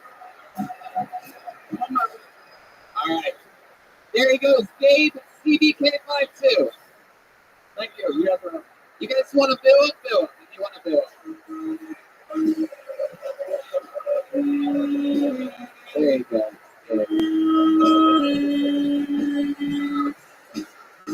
Gabe, get control of your life, bro. You can't blame everything on your wife's depression, dude. She's probably getting fucked by a black guy right now in Arizona. Yeah. Lucky girl. My goodness. How many of you like it when comedians do good on this show? It's pretty good. How many of you like it when comedians do bad on this show? And then you're getting your money's worth tonight. I pulled a name out of the bucket, makes voice for Zahid Duji. Zahid Duji. There we go. Zahid Duji. Hit that thing again. There you go. Here comes Zahid, everybody. That was so sad. I thought it made me want to go to war for a while. All right. Jesus Christ. Fucking system about bringing me down. All right, here we go. What's up? A lot of people tend to think I'm Indian, and I am, so I get where they're coming from on that show. That actually makes sense. Do you guys know they legalized gay sex in India last year? Well, medicinally, not recreationally. Just putting that out there. What is that show? All right. My mom's fucking Indian. My mom loves family. My mom loves family so much that for my birthday last year, my mom got me a mouse pad that said family on it. Above it were pictures of people that I had never met before because she didn't know you were supposed to customize it when you bought it. Yeah. She just thought she was like, family, fuck yeah, let's do this thing. After cart shit. She just skipped all the steps. And then she folded this like dumb mouse pad and opened up and I was like, yo, who the fuck are these people? And she was like, well, that's family right there. So, all right, thank you guys. Yeah, it's he did Welcome back, Ziggy. You've been on the show before. Yeah. A couple times, right? Yeah. That's what I love. You're funnier now than you've ever been, correct? Thank you. I think so, hopefully. Yeah, right? Yeah, I agree. Yeah. I can tell. God, it feels so good to have an actual comic on the show. It's like, thanks, man. I appreciate it. So, Zahid, how long have you been doing stand-up? 6 years this month, actually. So, yeah. 6 years. All of it here in Houston? Yeah, I started this year. How'd you end up in Houston? I was in college in New York for a few years, and I kind of just stumbled into stand-up. And you're Indian? Yeah, my family's, but yeah, Mexican, Jeremiah. It's a different kind of Indian. It's already raining. It works. So both your parents are from where? My parents are, they're from Tanzania, which is East Africa, but they're Indian by descent. Oh, Tanzania, that one with Tanzanite, the mineral. Very good. Tanzania. Yeah, Is there like blood diamonds or something? What is that known for? I don't know, to be honest. I grew up in New York. I don't know whether they're known for getting evicted out of that country. Your parents? No, just Indians. There was a real exodus. Like, there was a nationalization. Right. And your parents moved out and went straight to New York, or? Yeah. Why? Why New York, do you think? Did you ever ask them? Yeah. This past Thanksgiving, actually, it's only about like the big nationalization that happened in the country. It's a sad story. Basically, the same racism that would happen right now in this country happened in Africa, and they were like, the Indians should What do you mean the same racism? They were kind of like a national, like, make America great again type of. Do you really believe that? Well, the Do you- hats say it. Right? What? The hats, like, They say what? the MAGA hats. What did it say? The Make America Great Again hats. So what does that have to do with a racism push happening right now in America? I think that there's a little bit of like a nationalization happening here. That's taking Well, let me ask you this: you hang out, you do comedy, you hang out with people, right? Yeah. Have you noticed an increase in racism in your own life, or is this something that you think we hear about but don't really see in real life? Honest question.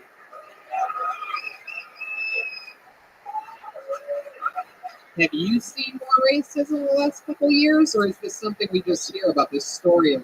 I honestly like bringing up like that for some reason, but I get where you're going. In terms of like asking like real questions, I think that what's happening now is that because we are more polarized, everyone's viewpoint is being heard more. So we're actually hearing more people that felt like they had to be quiet about their like race. I feel like they're coming out and just be like, yeah, I just think that they should not. Have you seen these people? Have you heard people? Yeah, Like, that's I'm right. racist. Out in the parking lot here with them.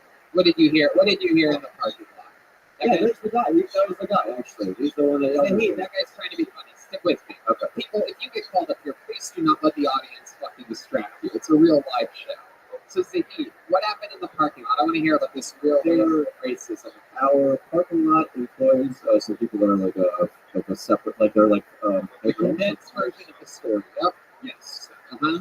A guy just came in, he didn't pay, and he told the Iranian guy there to go back to his country. I went to make sure he was okay, and then that guy said a bunch of racist shits in my face that didn't make any fucking sense. But it didn't make sense. So the real soundbite here is go back to your country is what you heard, right? Right. So let me ask you this. Do you think, knowing that, do you think that guy would have been more racist? Do you think there was more racism 10 years ago or less racism?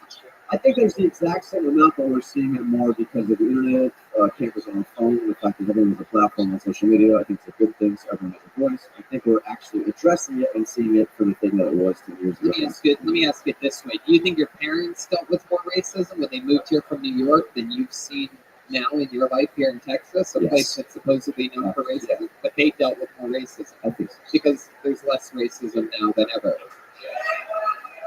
Right? It's just interesting.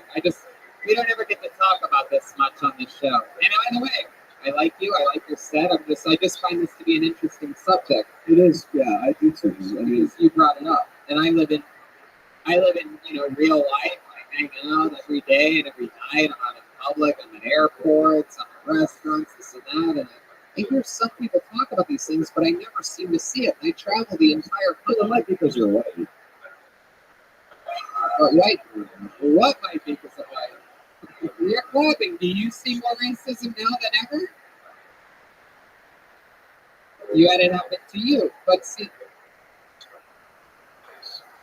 a blonde-haired, blue-eyed lady told you to go back to your country, and that was recent. How long ago was that? But how long ago was that? 4 years ago, when Obama was in office. You see what I'm saying? This isn't making sense. You people just don't make any sense with this shit. If you try to combine the racism and the Make America Great Again, it just doesn't work in any argument. What do you mean by you people? Let's check in with Gavin. Exactly. You got me there.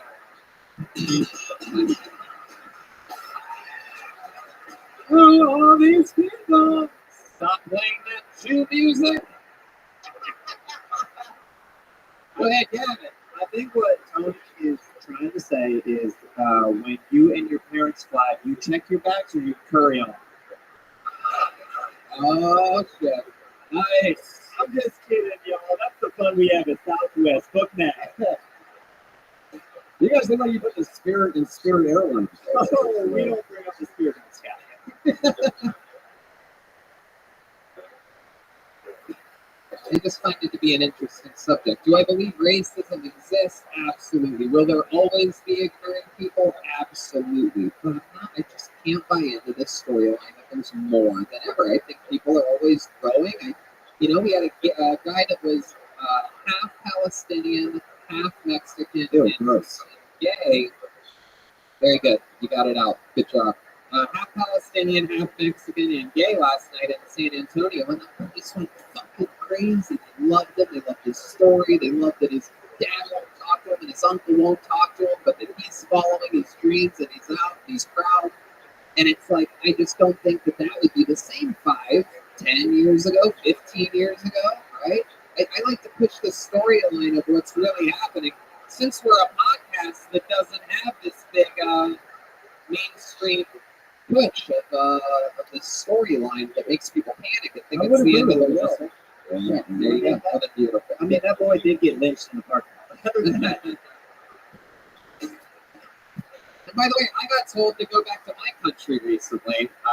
I was in Australia and setting fires to the koala bear farm. That's right. You know what I mean? What happens? You throw one lit joint into a koala park, everybody gets mad. All right. Saeed, I always say it, I'll say it to you, my favorite thing about this show is when people get better. When we come back a year or two later, we see people get better. You worked absolute beats on this audience from your first moment up here through your entire set, and then we had a great, compelling conversation afterwards. So thank you. There you go. Saeed Ducci, everybody. He's on social media at Saeed Ducci, ZAHIDDEWJI.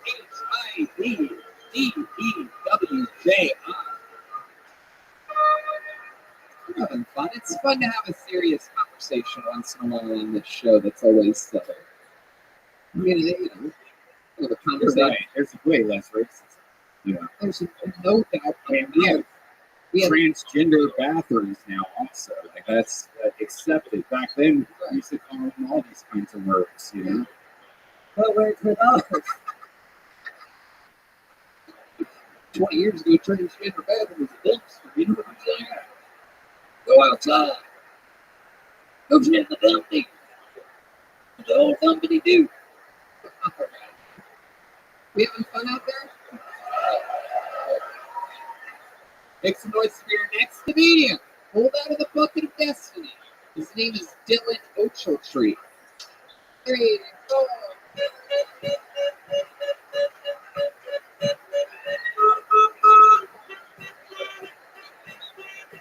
Hey, hey, hey.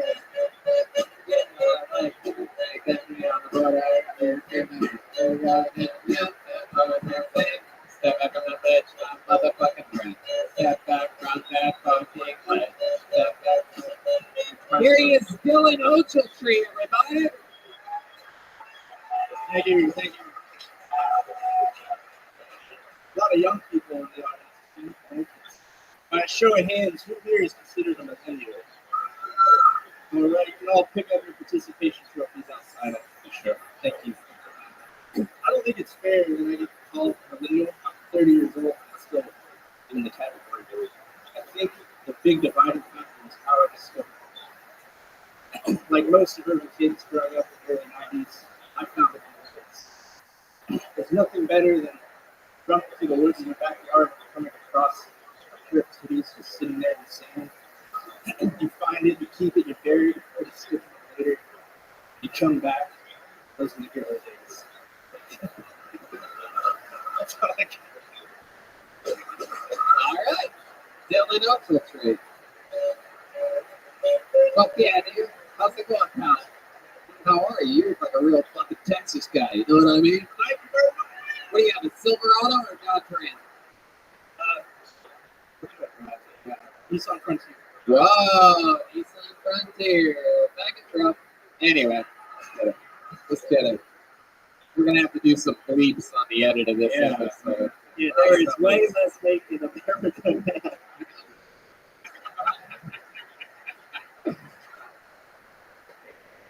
Yeah, exactly. No, I can use the word faggot, by the way, because I get called it all the time by cars driving down the street with their windows down. It's true. They go, nice dog, faggot. I'm like, hey, I'm one of the top end riders at Canadians. Right. I just get called one of them sky gays. All right, so Dylan, let's talk about it. You're a real man. You have a real man head. You look like Bradley Cooper with Down syndrome. I like it. I like it. So, Dylan, what's going on, man? What do you, first time doing stand-up, right? Fuck yeah, absolutely. What do you do for a job? Build houses. You build houses. Fuck yeah, with your fucking bare hands. Well, I don't build houses. I can't. Ah, you point at people. What color are the people that you're pointing at to build a house? Maybe there is. Right, exactly. No, I get it. So, Dylan, hey! That's where I draw the line. We know anytime we draw lines with Mexicans, you guys tend to cross them anyway. So, hey, it's making more acrobatic, aerodynamic. I like everything brown, if you know what I mean.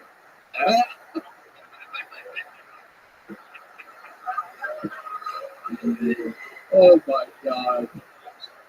So Dylan, you're a real fucking tough guy. So what's your story? What do you like to do for fun? What are some hobbies or something like that?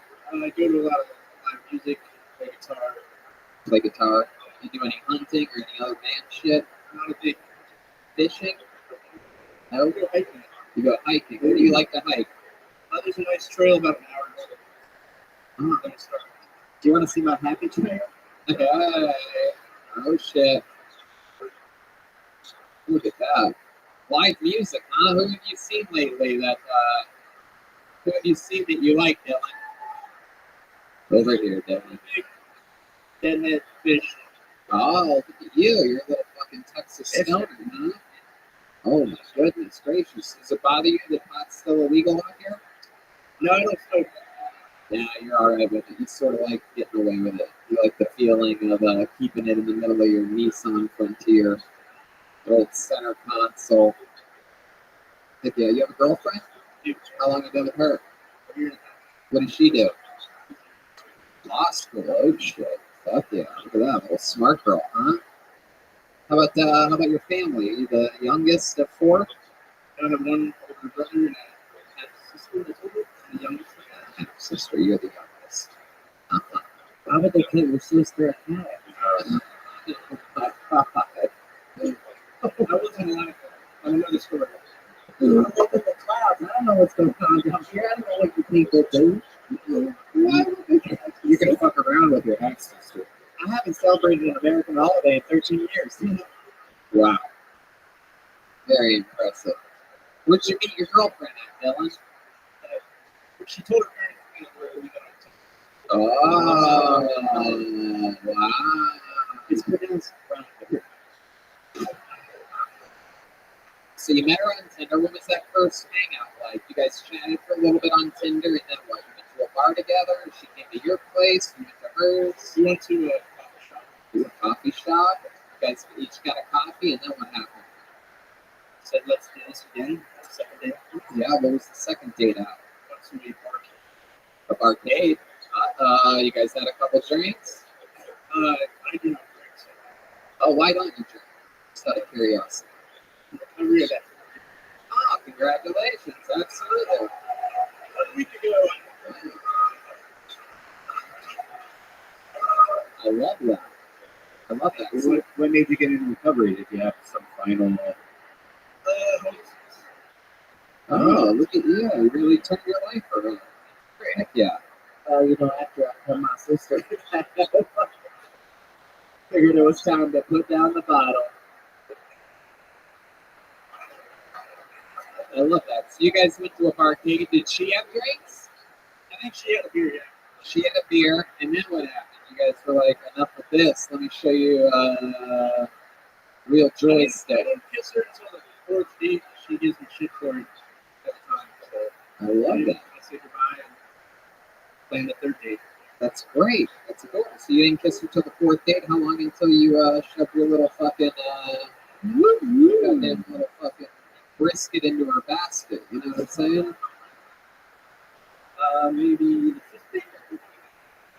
Wow, the fifth terminal. Jumped ahead. Fifth date? Man, look at that. Right after the kiss, you just went for it. It's harder to have sex with a girl when you're not drinking, right? Like that sober shit's kind of weird. Honestly. Oh, she was fucked up. Let me tell you. I was sober. She was. Hey.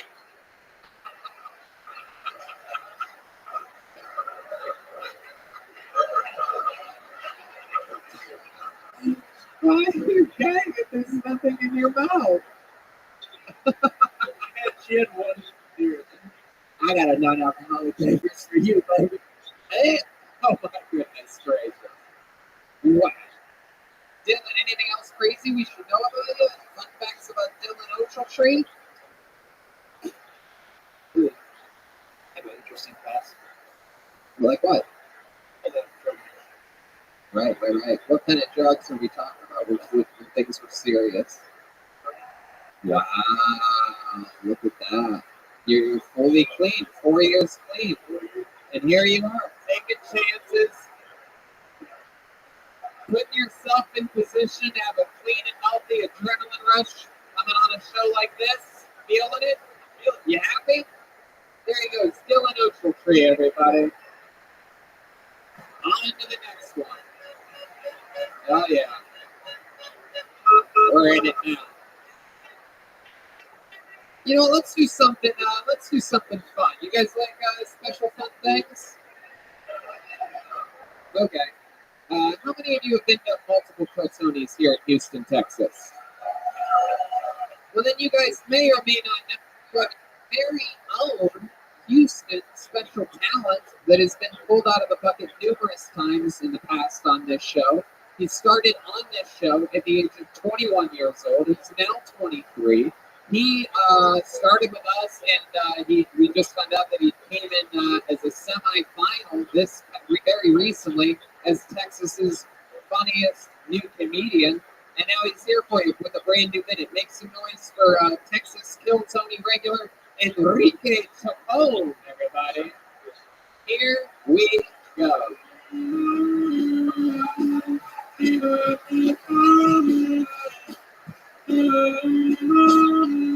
One more time, good enough for Enrique Chacon. What's up, motherfuckers? How y'all doing tonight? My name is Enrique Chacon, but my black friends call me Rico Shea Sean, or Little Essay. But my white friends, that's all of y'all tonight, they call me Amigo or Transvestite. But these hoes are still calling me Daddy, man. You know what the fuck I'm talking about? Dude, last time I was in a room full of people, somebody told me out loud that I look like a 10-year-old lesbian. Till this day, I'm traumatized.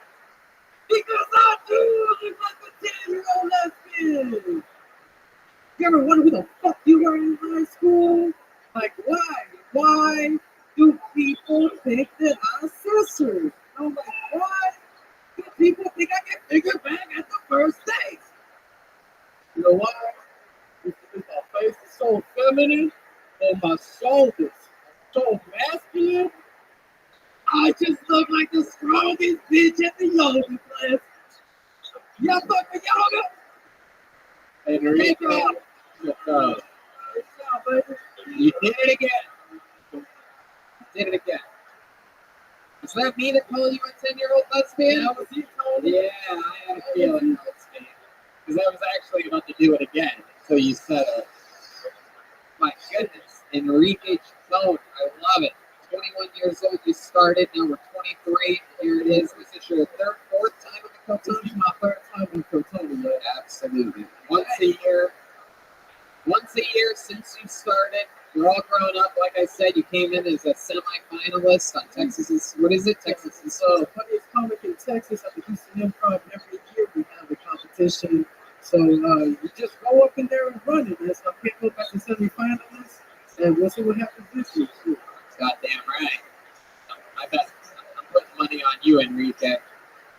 Okay. Enrique, always adorable. You've had braces since we met you. You still have them. Yeah, I have them when my teeth are bad, man. I just forgot to pay a few payments. So that's what happened. You can have those things for the rest of your life. I love it. Gavin? Yeah, can I try a joke out on y'all? Sure, Gavin. Okay, what's black and white and red all over? A panda bear with herpes. These are the only exclusive jokes you get at Southwest.com. Book now for $59 flights. One way. I need a fucking phone. Wow. No better time to test out a joke than the very beginning of an interview with Enrique Chicago. And just where that came from. Wow. We having an emergency landing here. And, No, we're experiencing 30%. All right, so Enrique, so what's been happening in life, dude? You still a virgin? Hell no, ever since I started comedy, I started fucking y'all. Damn. Yeah, went off on a 4-year relationship. First she was my sugar mama, but now I love her. You know, What do you mean she was? it's a beautiful thing. She was your sugar mama? How old is she? She's about 30. 30? Wow, look at you. Tired of running shit with these young hoes. Damn. Because these bitches be what? Wait. Wow. So you like women with braces too, meat braces. Okay, so a 30-year-old. Yeah. Is she an older lesbian or is she like a... She's biracial. Is she biracial? She's like, oh, yeah, baby. She's in between. She's mixed black and white? Look at you, Enrique. My God, she must never take you out in public, huh? Her friends would be like, yo, who that little beach boy? Well, you know, she just says I'm her yard work. Oh, she said, What'd you say? You love doing yard work? oh, no, she just says I'm her yard work. Enrique, how long you been with this chick? Man, it's been like about a year now, so. Damn. You go down on her? You go down, you please her orally with the mouth full of metal? When he goes down on her, she's black, white, and red all over. Oh, Jesus. Oh, my God. Indiana State playing y'all. Damn. That was incredible. Enrique, you have any special moves in the bedroom that you do on her? Besides going down on her with these braces, baby, that's my special move. She calls me truffle daddy, you know. I put her with honey glazed shoulders. Honey glazed shoulders? Because her skin tone, she's vibration, you know. She's taller than me, so if we doggy style, I gotta help up. You feel me? It kind of looks like a chihuahua trying to help a husky. That's what it looks like. You ever? Just being honest. Gavin's impression of a chihuahua trying to fuck a husky.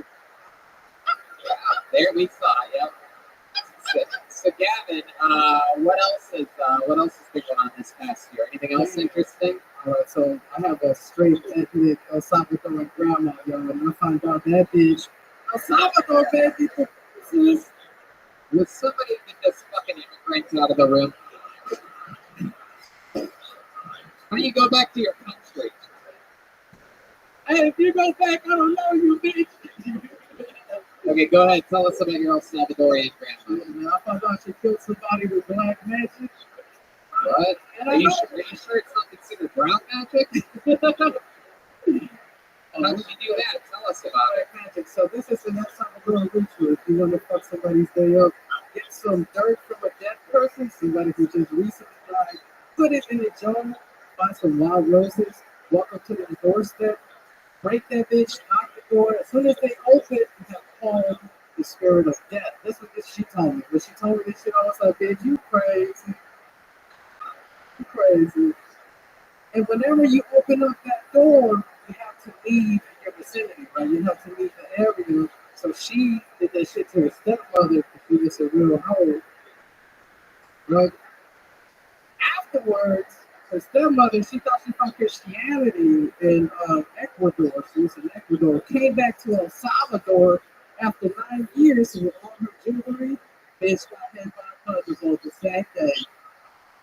You believe that shit? She got hit by a bolt of thunder? I've never even heard of it before. Hey, this ain't every time, y'all. Oh, the sound hurts me. Oh my god. Death from the thunderbolt. One time I got dirt from a dead person, put it in a jar. I came in that jar, took it to my ex's house. All I got was 3 kids, bad postpartum depression, and I got my sister cut in half. I got a half sister, y'all. Yep. Yep. Absolutely. Joelberg indeed. Wow. So where'd you meet this biracial girlfriend of yours? What were you doing? Riding your bicycle in Greensport? I was riding my bicycle to the secret room, baby. Really? Wow. You should have kept the relationship a secret. Oh, no. Okay. That's fun. What else, Enrique? You have any, you live alone? Yeah, I live alone. Yeah? No roommates? You have a one-bedroom? I went out of my mom's house at 21 to my aunt's house at 23. So you live with your girlfriend? We live together. It's a serious relationship, y'all. Oh, that is beautiful thing. that is hilarious. Did she take your paychecks from you when you get them or anything? Yeah, she does. Well, Yeah, every dude here knows. So you does your half-white girlfriend ever call you out on what some people call a black scent? What do you mean? He smells like a black person? No. Like the way he talks, he's like kind of swaggerish, and I wonder if his girlfriend ever called him out on that. Oh, normal, baby. I would still love you. Oh, no, sometimes she tells me that I forgot my helmet. Because you talk about that. So I dropped my bag up here, man. And so I just moved in with my girl, right? And, you know, I still got these braids, but just got to eat them.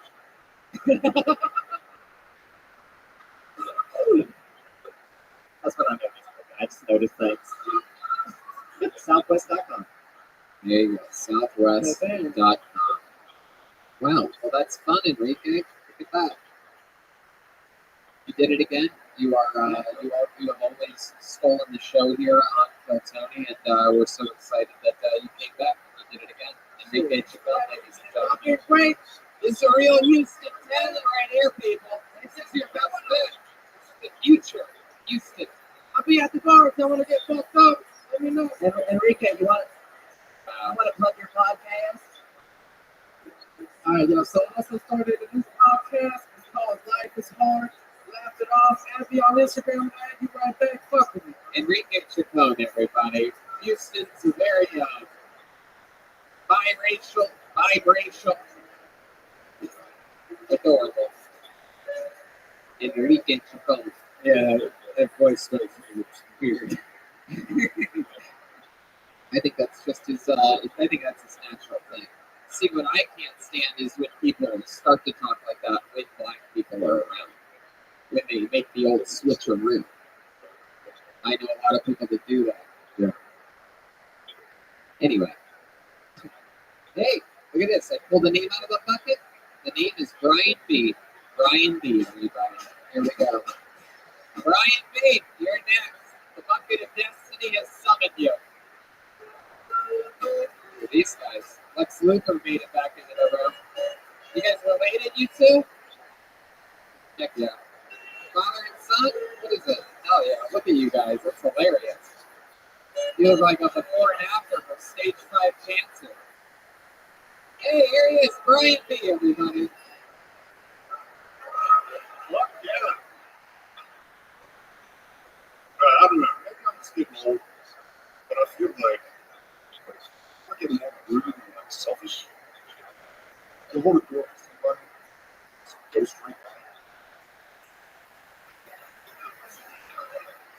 I'm like eating out of one arm shit, like 30 minutes straight. Until she's done. And she's still not fucking. I don't know. Maybe it's just me.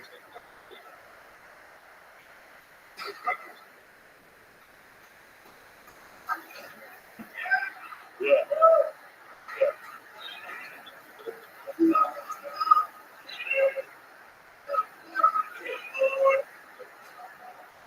And here's the thing. She didn't actually have just one arm. She had two arms. But one was like a little mini weird, like mini arm. So I found a way to get back at her. You take that one girl arm, you put her in a half Nelson, and you just start watch that little start flopping around. It's fucking hilarious. Fuck you. Brian B, everybody. Fuck yeah.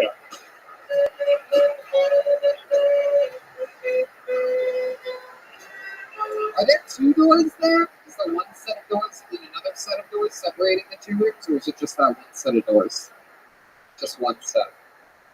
Like okay, good. So you did it. What is that emo night? There's just no way to silence that during the filming of a live podcast. Okay, yeah, we got it. Thank you, Brian. Very good. Way to contribute to the help and not the problem. So here we are. We're with the guy from fucking damn it. He looks like a creative character from his Cops Pro Skater. That's true.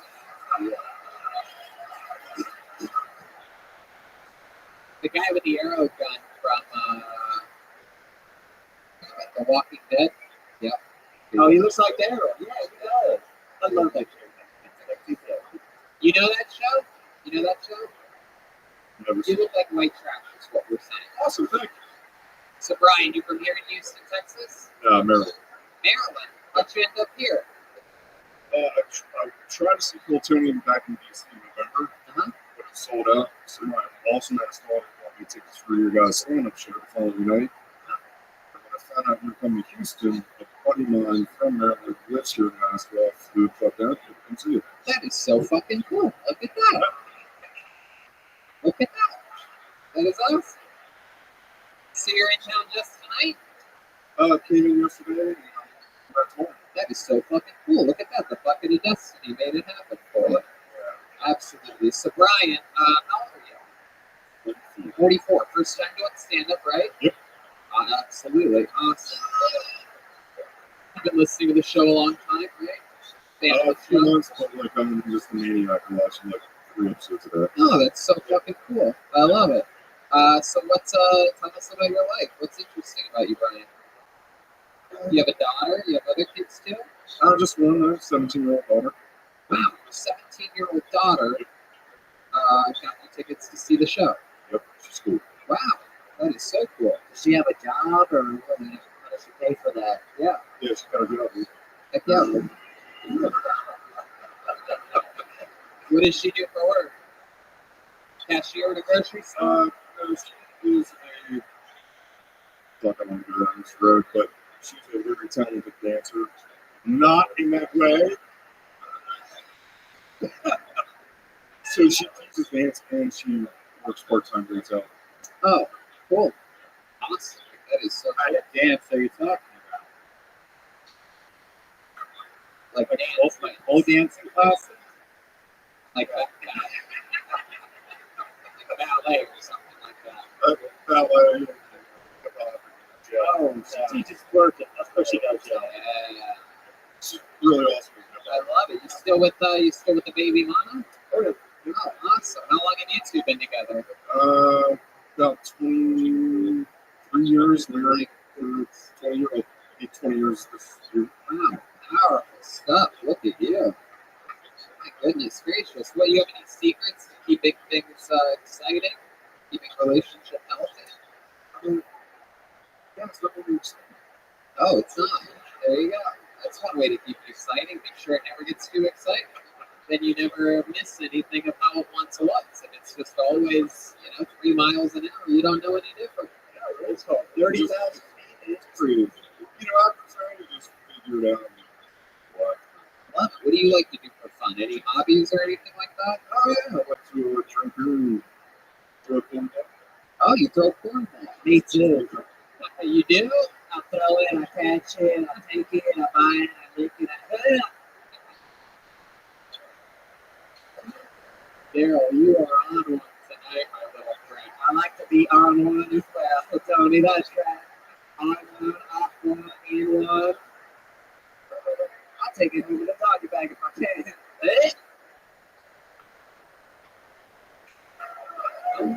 Unbelievable, Daryl. I think Daryl, instant legend, Daryl and Gavin, these fucking flight attendants. A couple of dirty bastards up here. Interesting stuff. So cornhole. What else, Brian? What else do you like to do? How about a hand for the amazing staff here at the secret group? We've known this staff now for, I believe, 6 years or something like that. In fact, our first time here, we did a triple headlining stand-up show. Me, Brian Redband, and Tiffany Haddish, all on one ticket that you could have saw 6 years ago. Proof that working with us is a chance to become a international movie star. So we'll see if these flight attendants ever take off with their wings and fly away. So very fun. What was the last question I asked you, Brian? What do you and your wife do for fun? You guys ever go out? Not really exploring the goal, just get in and random crap. Random crap. Yeah, we're busy with jobs and other guys. What made you stop at one kid? Was that an accident, your 17-year-old? Yeah, totally. You're just like, this is perfect. One kid, we're good. So, absolutely. But the only risk is you get fucked up like that. You don't have right. And you're stuck with just that one slutty daughter. You're trying to do it right. You know? Right. Have you caught her doing anything naughty? Have you guys had to have a talk, birds and the bees, or anything like that? Like, what are we talking about here? She sneaks out sometimes? Nope. Nothing to know. Does she have a boyfriend that you know of? No. Does she ever bring any boys home to hang out, do homework? You let them hang out in their bedroom? Yes. And do you let them close the door? Ah, look at that. Yeah, what would you do if the door was closed? So she's had boys over to do homework though. Right. Always white boys? No. No? Oh, look at this. She likes hip hop dancing. What's the she's had a black boy over? I don't know if you know this or not, but I don't know if anyone's ever told you this, but black boys don't do their homework.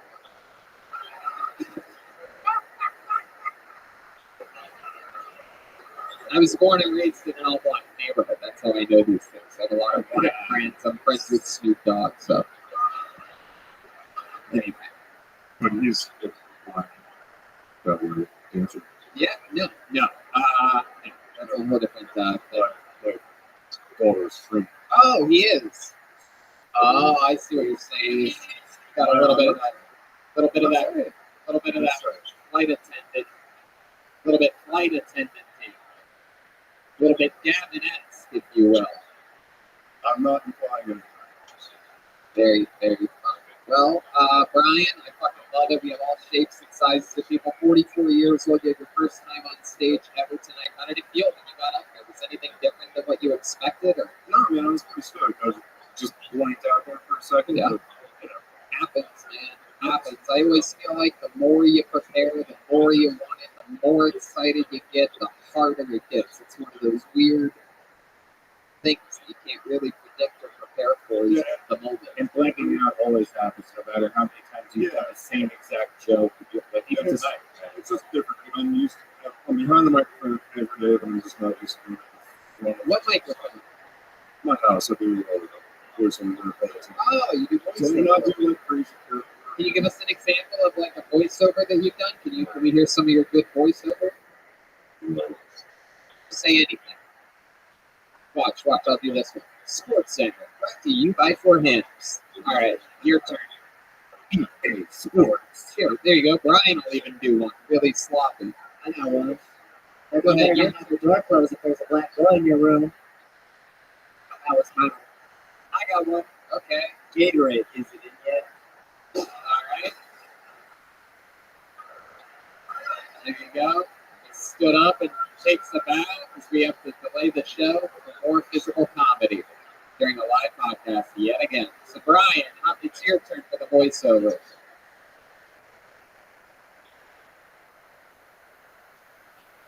But how people were just not, as he said, the whole silence. But liberties are weak. Tyranny owned. Pleasant is the illusion of purity and good appearance. Shuts the light and the value of darkness. For he is true as well as keeper. And the thing that we also children. That is so. There you go. Sure. I guess that sound again. Very good. That'll be the that is cold-blooded shit to say to somebody right before you kill them.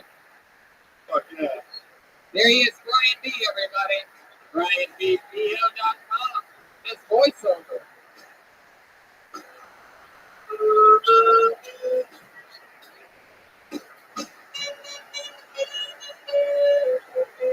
We haven't had a lady pulled out of the bucket yet. What do you say we pull names until we get a lady up here, huh? Okay. What? Brandon? Sorry, Brandon. Sorry, Zach. Oh, okay. Here's a name. Ladies and gentlemen, put your hands together for Olivia. Olivia. Let's see what happens there. Olivia has been pulled out of the bucket. She's not. No, she's going to the rest. Here comes Olivia. Here we go. Let's see what happens here. Your first female comedian of the night, ladies and gentlemen, I present to you Olivia, everybody. Come on. Hey, so never done this before, and so thinking to yourself like, hey dude, that's a bad idea. It could go really badly, very poorly, really embarrass yourself there. And I actually had the same thought the first time I said to Dick, and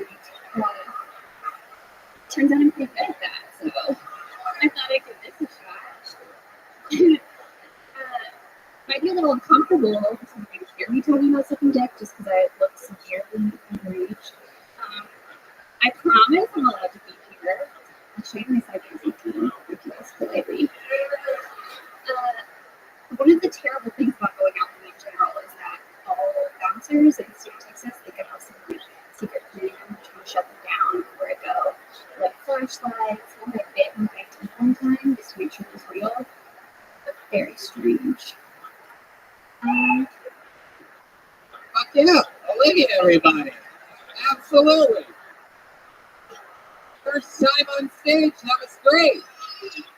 Very good for a first time. You gotta project. You have to find a little bit more voice out of that somewhere in that little body of yours. You gotta get it out of there. But great stuff. So this is your first time. How old are you? I am 23 years old. Very cool. What have you been doing up until this point in your life? What have I been doing? Yeah, what have you been doing with yourself? Honestly, not. Did you go to school? Kind of. I'm halfway to school.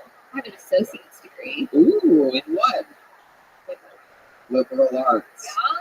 Yeah. We know how we feel about those. Anyway, very cool. What do you do for a job? Clean house. Ooh, you do? Oh, my goodness, taking jobs from hard-working Mexicans. That is just incredible. Clean house, huh? How long have you been doing that for? About a year.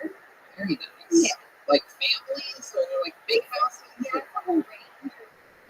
It's to the fanciest. Oh no, what's the nastiest thing you've ever seen in a place that you had to clean? Like a gross fridge or something like that? Oh, One time I was cleaning this like bachelor's house, and I think he had like explosive vomit on it the night before. Oh. Just like a toilet covered in vomit. Yeah. Oh, fuck.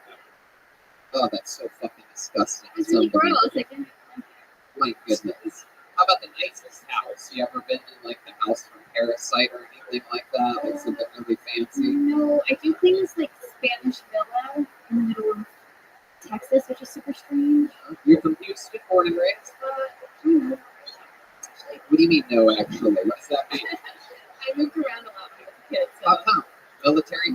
No, my dad was an airplane mechanic. Oh, an airplane mechanic. Oh. Absolutely. I love a man with the tools for the trade, if you know what I mean. Looks like I'm about to have explosive vomit all over a fucking dude. Sorry, I got hot for a second. I'm having a stroke, if you know what I mean. Yeah. Oh my God. Olivia, airplane mechanic. That is so interesting. You still live with your parents? Oh no. You live here in Houston? I live in College Station. Oh, College Station, the home of Texas A&M, the Aggies. Yeah, absolutely. That's fun. Why do you live in College Station? It was kind of an accident. I was living in Houston. Why'd you hate it? Just out of curiosity. Probably honestly just because I was working at like this restaurant. It wasn't that fun. I don't like the vibe. Right. And I couldn't find another job in Houston. So. I just find it amazing. Let me just tell you something that I notice, because I do this a lot. I host the show. We go a lot of different places and we see a lot of different things. And you just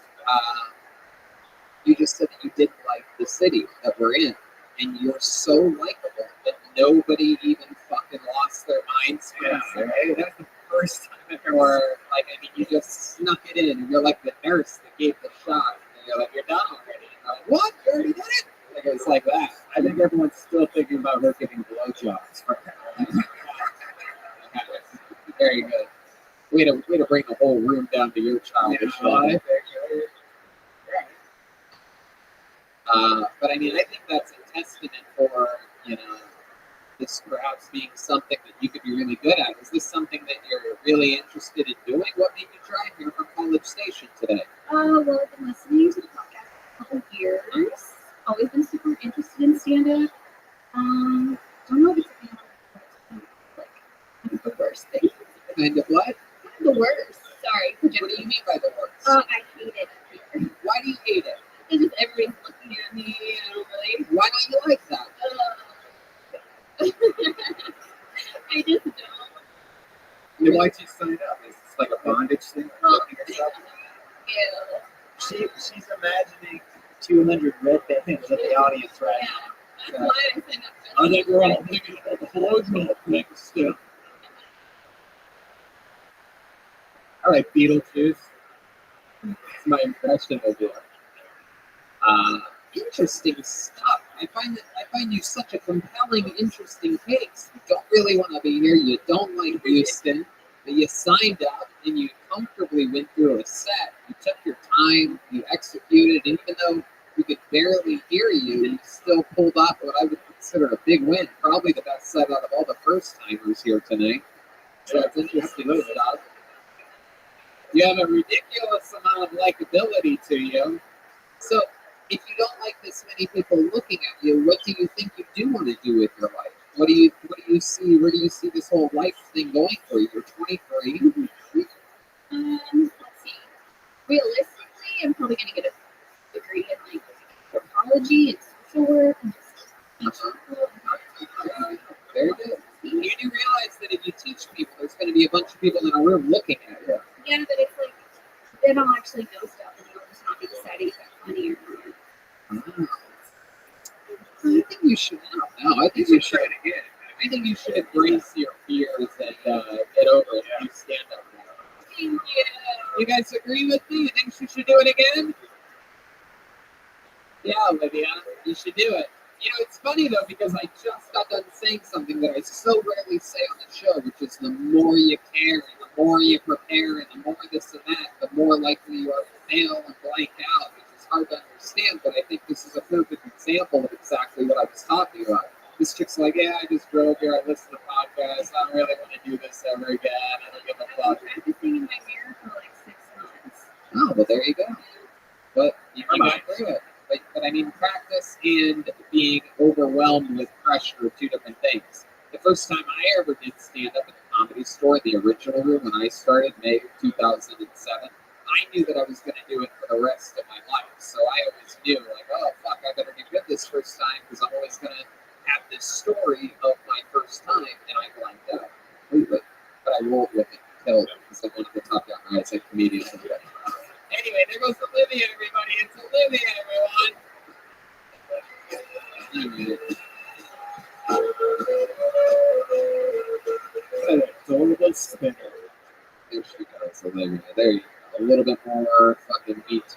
line from Red Band, little icing on the fucking cake.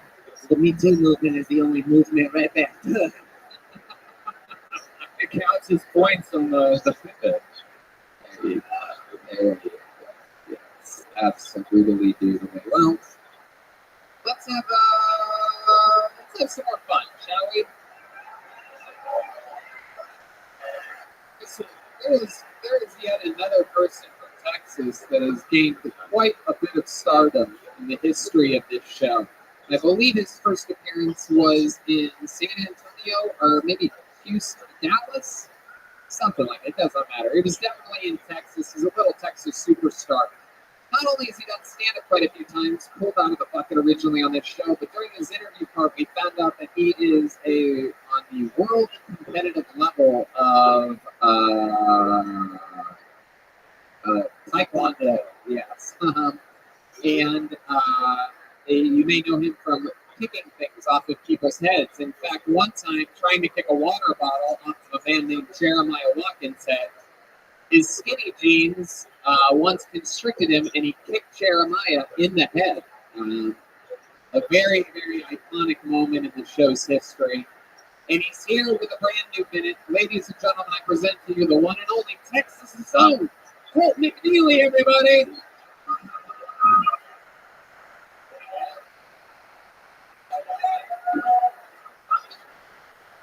How's it going, everybody? What's up? You know the way I see it, you don't play from white grass, you didn't get it all.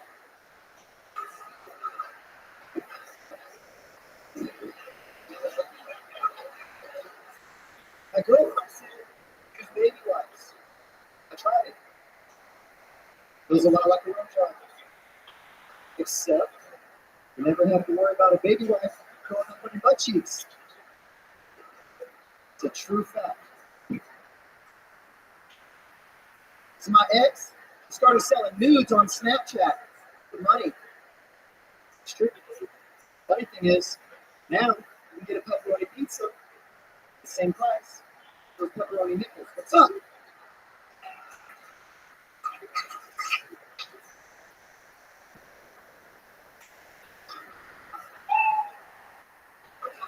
Wow, fuck yeah, Colt McNeely.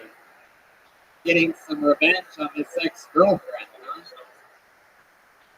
Baby wipes throwing up on butt cheeks. You lost me at some point. Help me out. Help me understand what you were trying to say there.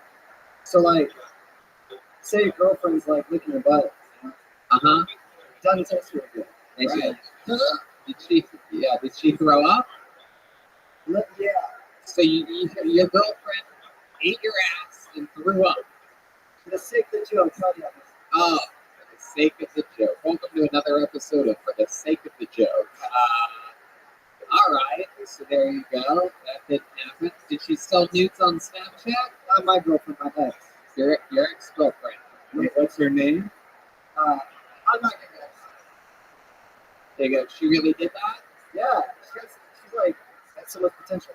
Uh-huh. Did she really have pepperoni nipples? Yeah. Oh my God! Please tell My me. goodness. What kind of pepperoni? What kind of pepperoni? Like the Canadian shit, they're real wide, like, God, yes. Like bodies. So, Colt, how's the Taekwondo been going? Exciting? Yeah. This summer. Really? Oh, you're going to Spain for like a world competitive something? It'll be an international tournament. There you go. What do you guys think we should kick some shit up here tonight, huh? Cool. What do we have to do to get this done? What do you need? I got some wood. Where is it? Oh, wow. Look at this. His trusty assistant has wood for him. Oh, my goodness. This shit's about to go down. Maybe just a little music, not too loud so that it overwhelms everything. But here we go. He's got wood. What do you think about this guy having wood, Daryl? Eh? All right. Here we go. I like this little white boy. Fuck yeah. All right, Jeremiah dismantling his sacks completely before coming over here. Here we go. Jeremiah's going to hold some wood. We've seen this before now. We've seen Jeremiah do things like this, and he's got physically assaulted during this. So fingers crossed that happens again. You guys excited to end Bill Tony Houston with a bang here? me ask you something. Let me ask you something. Are you kicking it from this direction? Oh, very good. Okay. It's not gonna hit me, is it? It shouldn't. Very good. I'm just gonna go like this. Oh wow. Look, he's stretching before this one, people. He learned his lesson last time. You gotta hold it right there, Jeremiah. Don't move it. You guys excited about this? This is some real Texas shit right here. Again, guys, he's from Texas. He's an international competitive kicker. Oh, wow. Unbelievable. What are we going to do with that other piece of wood? What are we going to do with it? You guys want to have Tony break the board? Come on. This is so stupid. There's no way I can break this.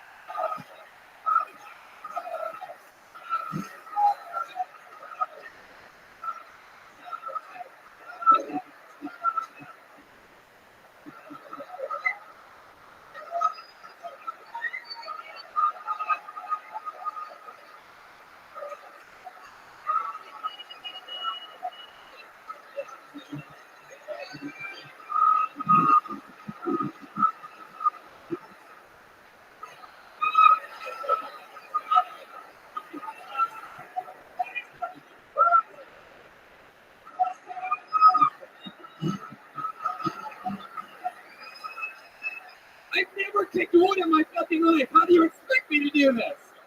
Have Jeremiah do it.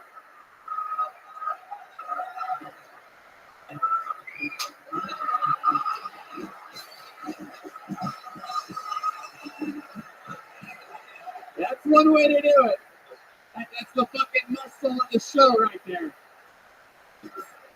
How the fuck did you think I was gonna break wood? I thought at least maybe it was like some fake wood or something like that. You must have been setting me up for victory.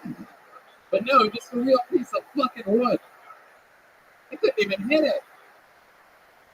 Red band's sore from just watching that. Stop thinking about that girl in that blowjob. Oh wow. I love it. Well, Colt, how do you feel about everything? Good? Just really thankful. I love it, man. Anything else you have coming up? Anything you want to plug or anything like that? You guys can follow me on Twitter at Rabbi.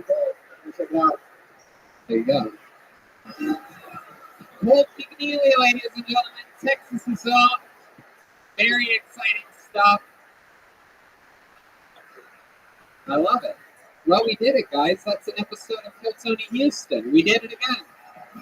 It's delayed. We're here late. We did it. We did a smooth descent into nothing better. No time better to have two flight attendants with you than making a nice, easy, smooth landing into an episode tonight. How about a hand for the one and only fan leader, Jeremiah Watkins, everyone.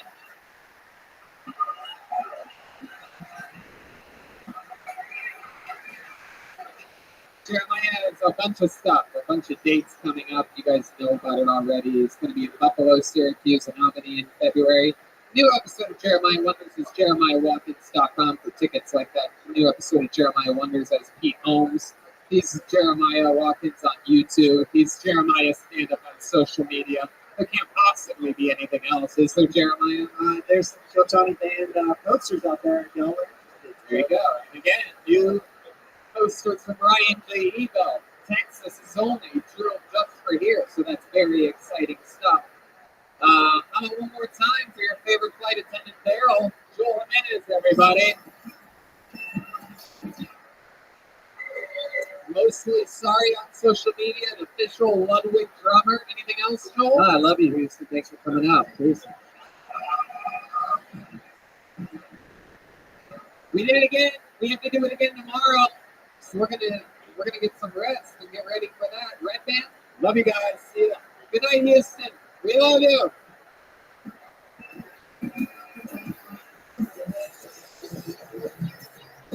Hey,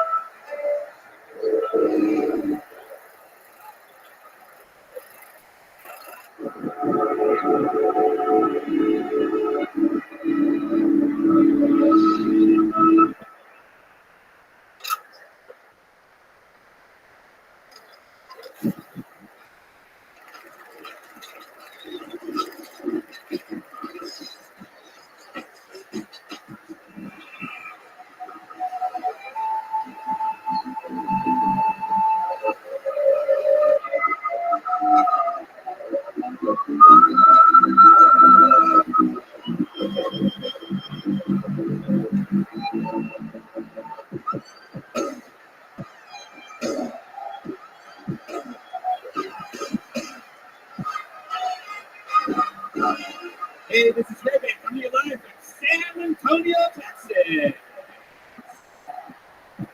For a brand new episode of Kill Tony. Give it up for Tony. Let's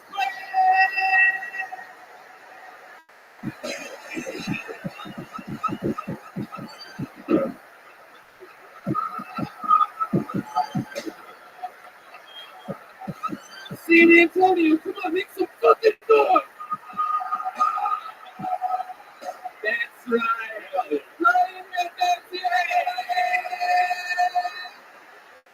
Complete chaos. Down to the wire. Things are crazy. You guys ready to have a great fucking night tonight or what? God damn, motherfucking right. This is why we come to Texas all the time. Everything's bigger in Texas, even Kill Tony. Get in.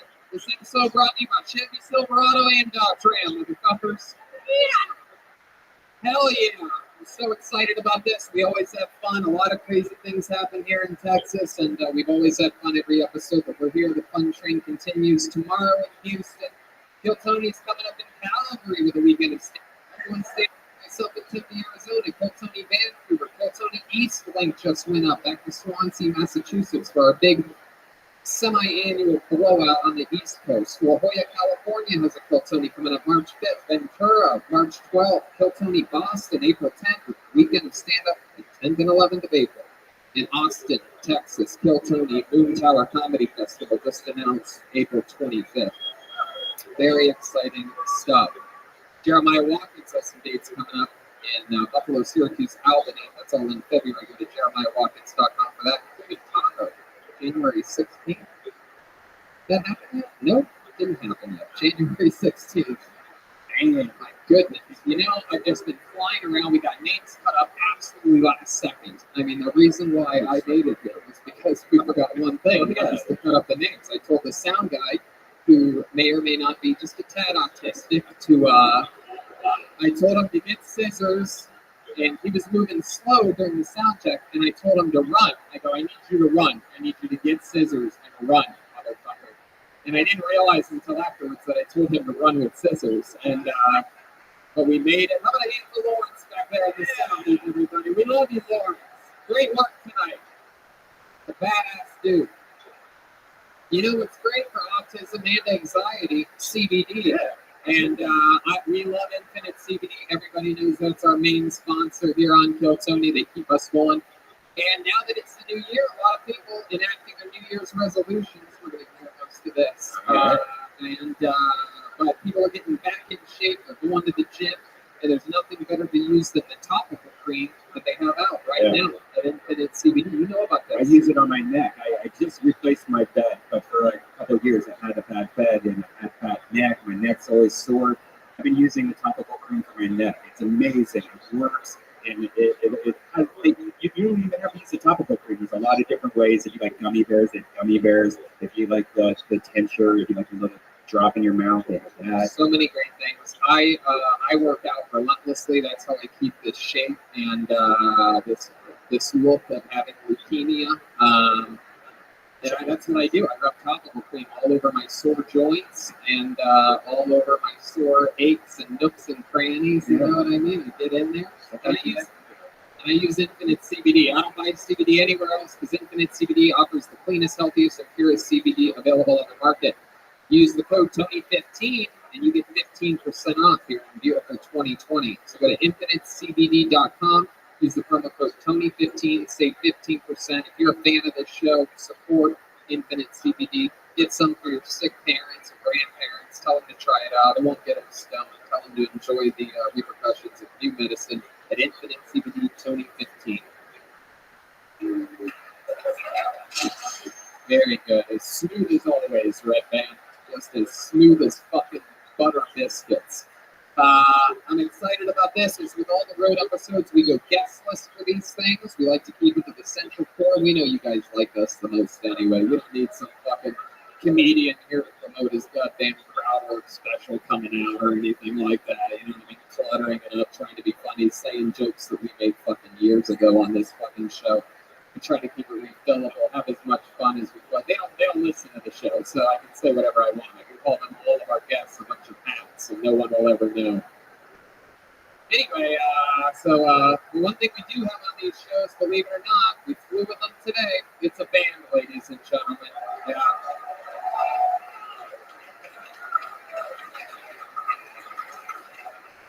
I'm having to stare down with this fucking cool lesbian lady with the silver hair over here. She's not smiling. You tough little cookie, huh? There's a little smile. Look at you. A smile, lady. Have fun. I know she is a lesbian. Is that a guy? That's not a guy. You said you're a lesbian, right? Yeah, damn motherfucking right. Thank you.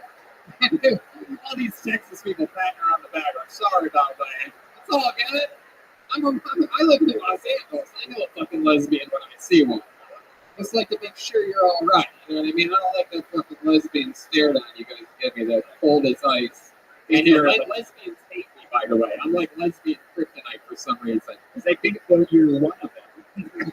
No, it's because, there you go. I mean, there you go, yes. Very good. Very good, absolutely. That's one way of doing it. So we have a band on the show. Every single episode they commit to being different characters. We never know what they're going to be.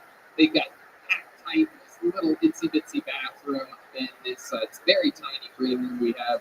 So they've been in there for a few minutes getting ready. Let's all find out what they are tonight together, shall we? Sometimes it's the return of famous characters that we've seen before. Sometimes it's brand new characters that we've never seen. Let's find out what they are tonight. Ladies and gentlemen, I present to you the best damn band in the land, the Kill Tony Band. Jeremiah Watkinson, shoulder, minutes.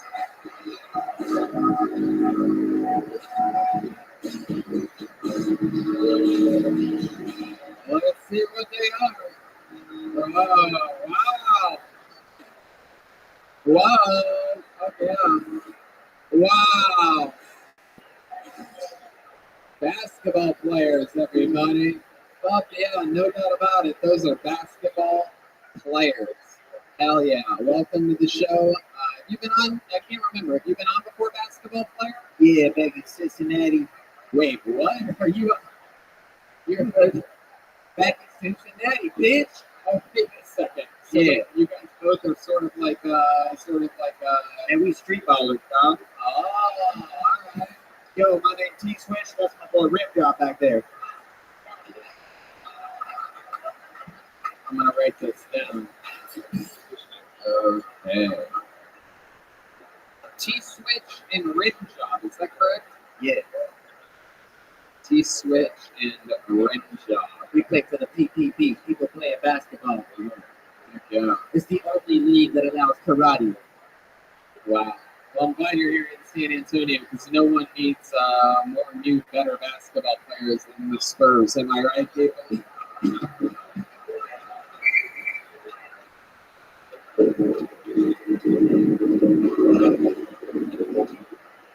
I'm a bad guy. Yeah, lesbian smiling now, isn't she?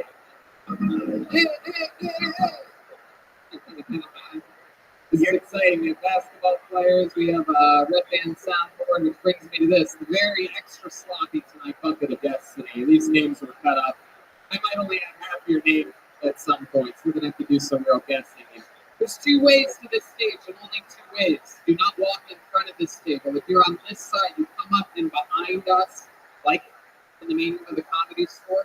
And if you're on that side, you can come right through behind Jeremiah and in front of the drums. Don't do anything stupid. Watch your feet as you're coming up here. There's wires.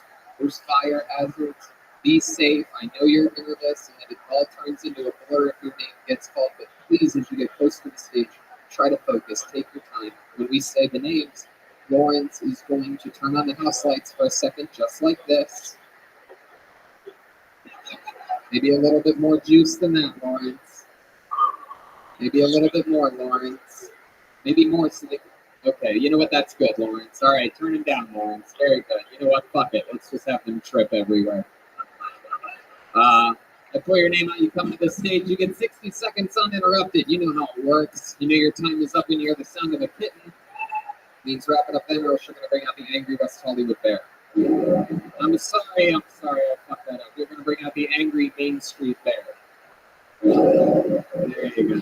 There you go. Very good. And then we talk to you about your life. I ask you a bunch of questions. Try to answer them honestly. Give us something to work with up here. We try to find out what makes you different than everybody else that's ever been pulled out of the bucket before. We would like to meet new people, find out their real stories.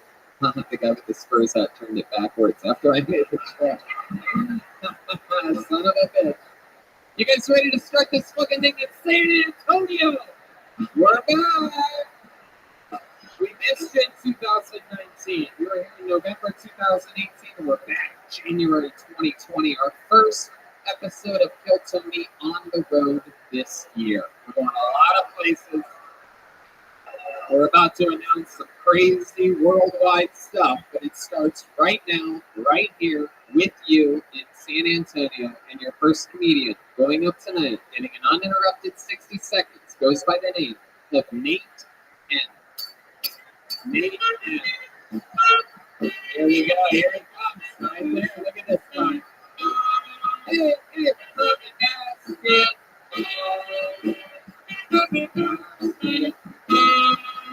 turn it down there. Very good. One more time for Nate M, everybody.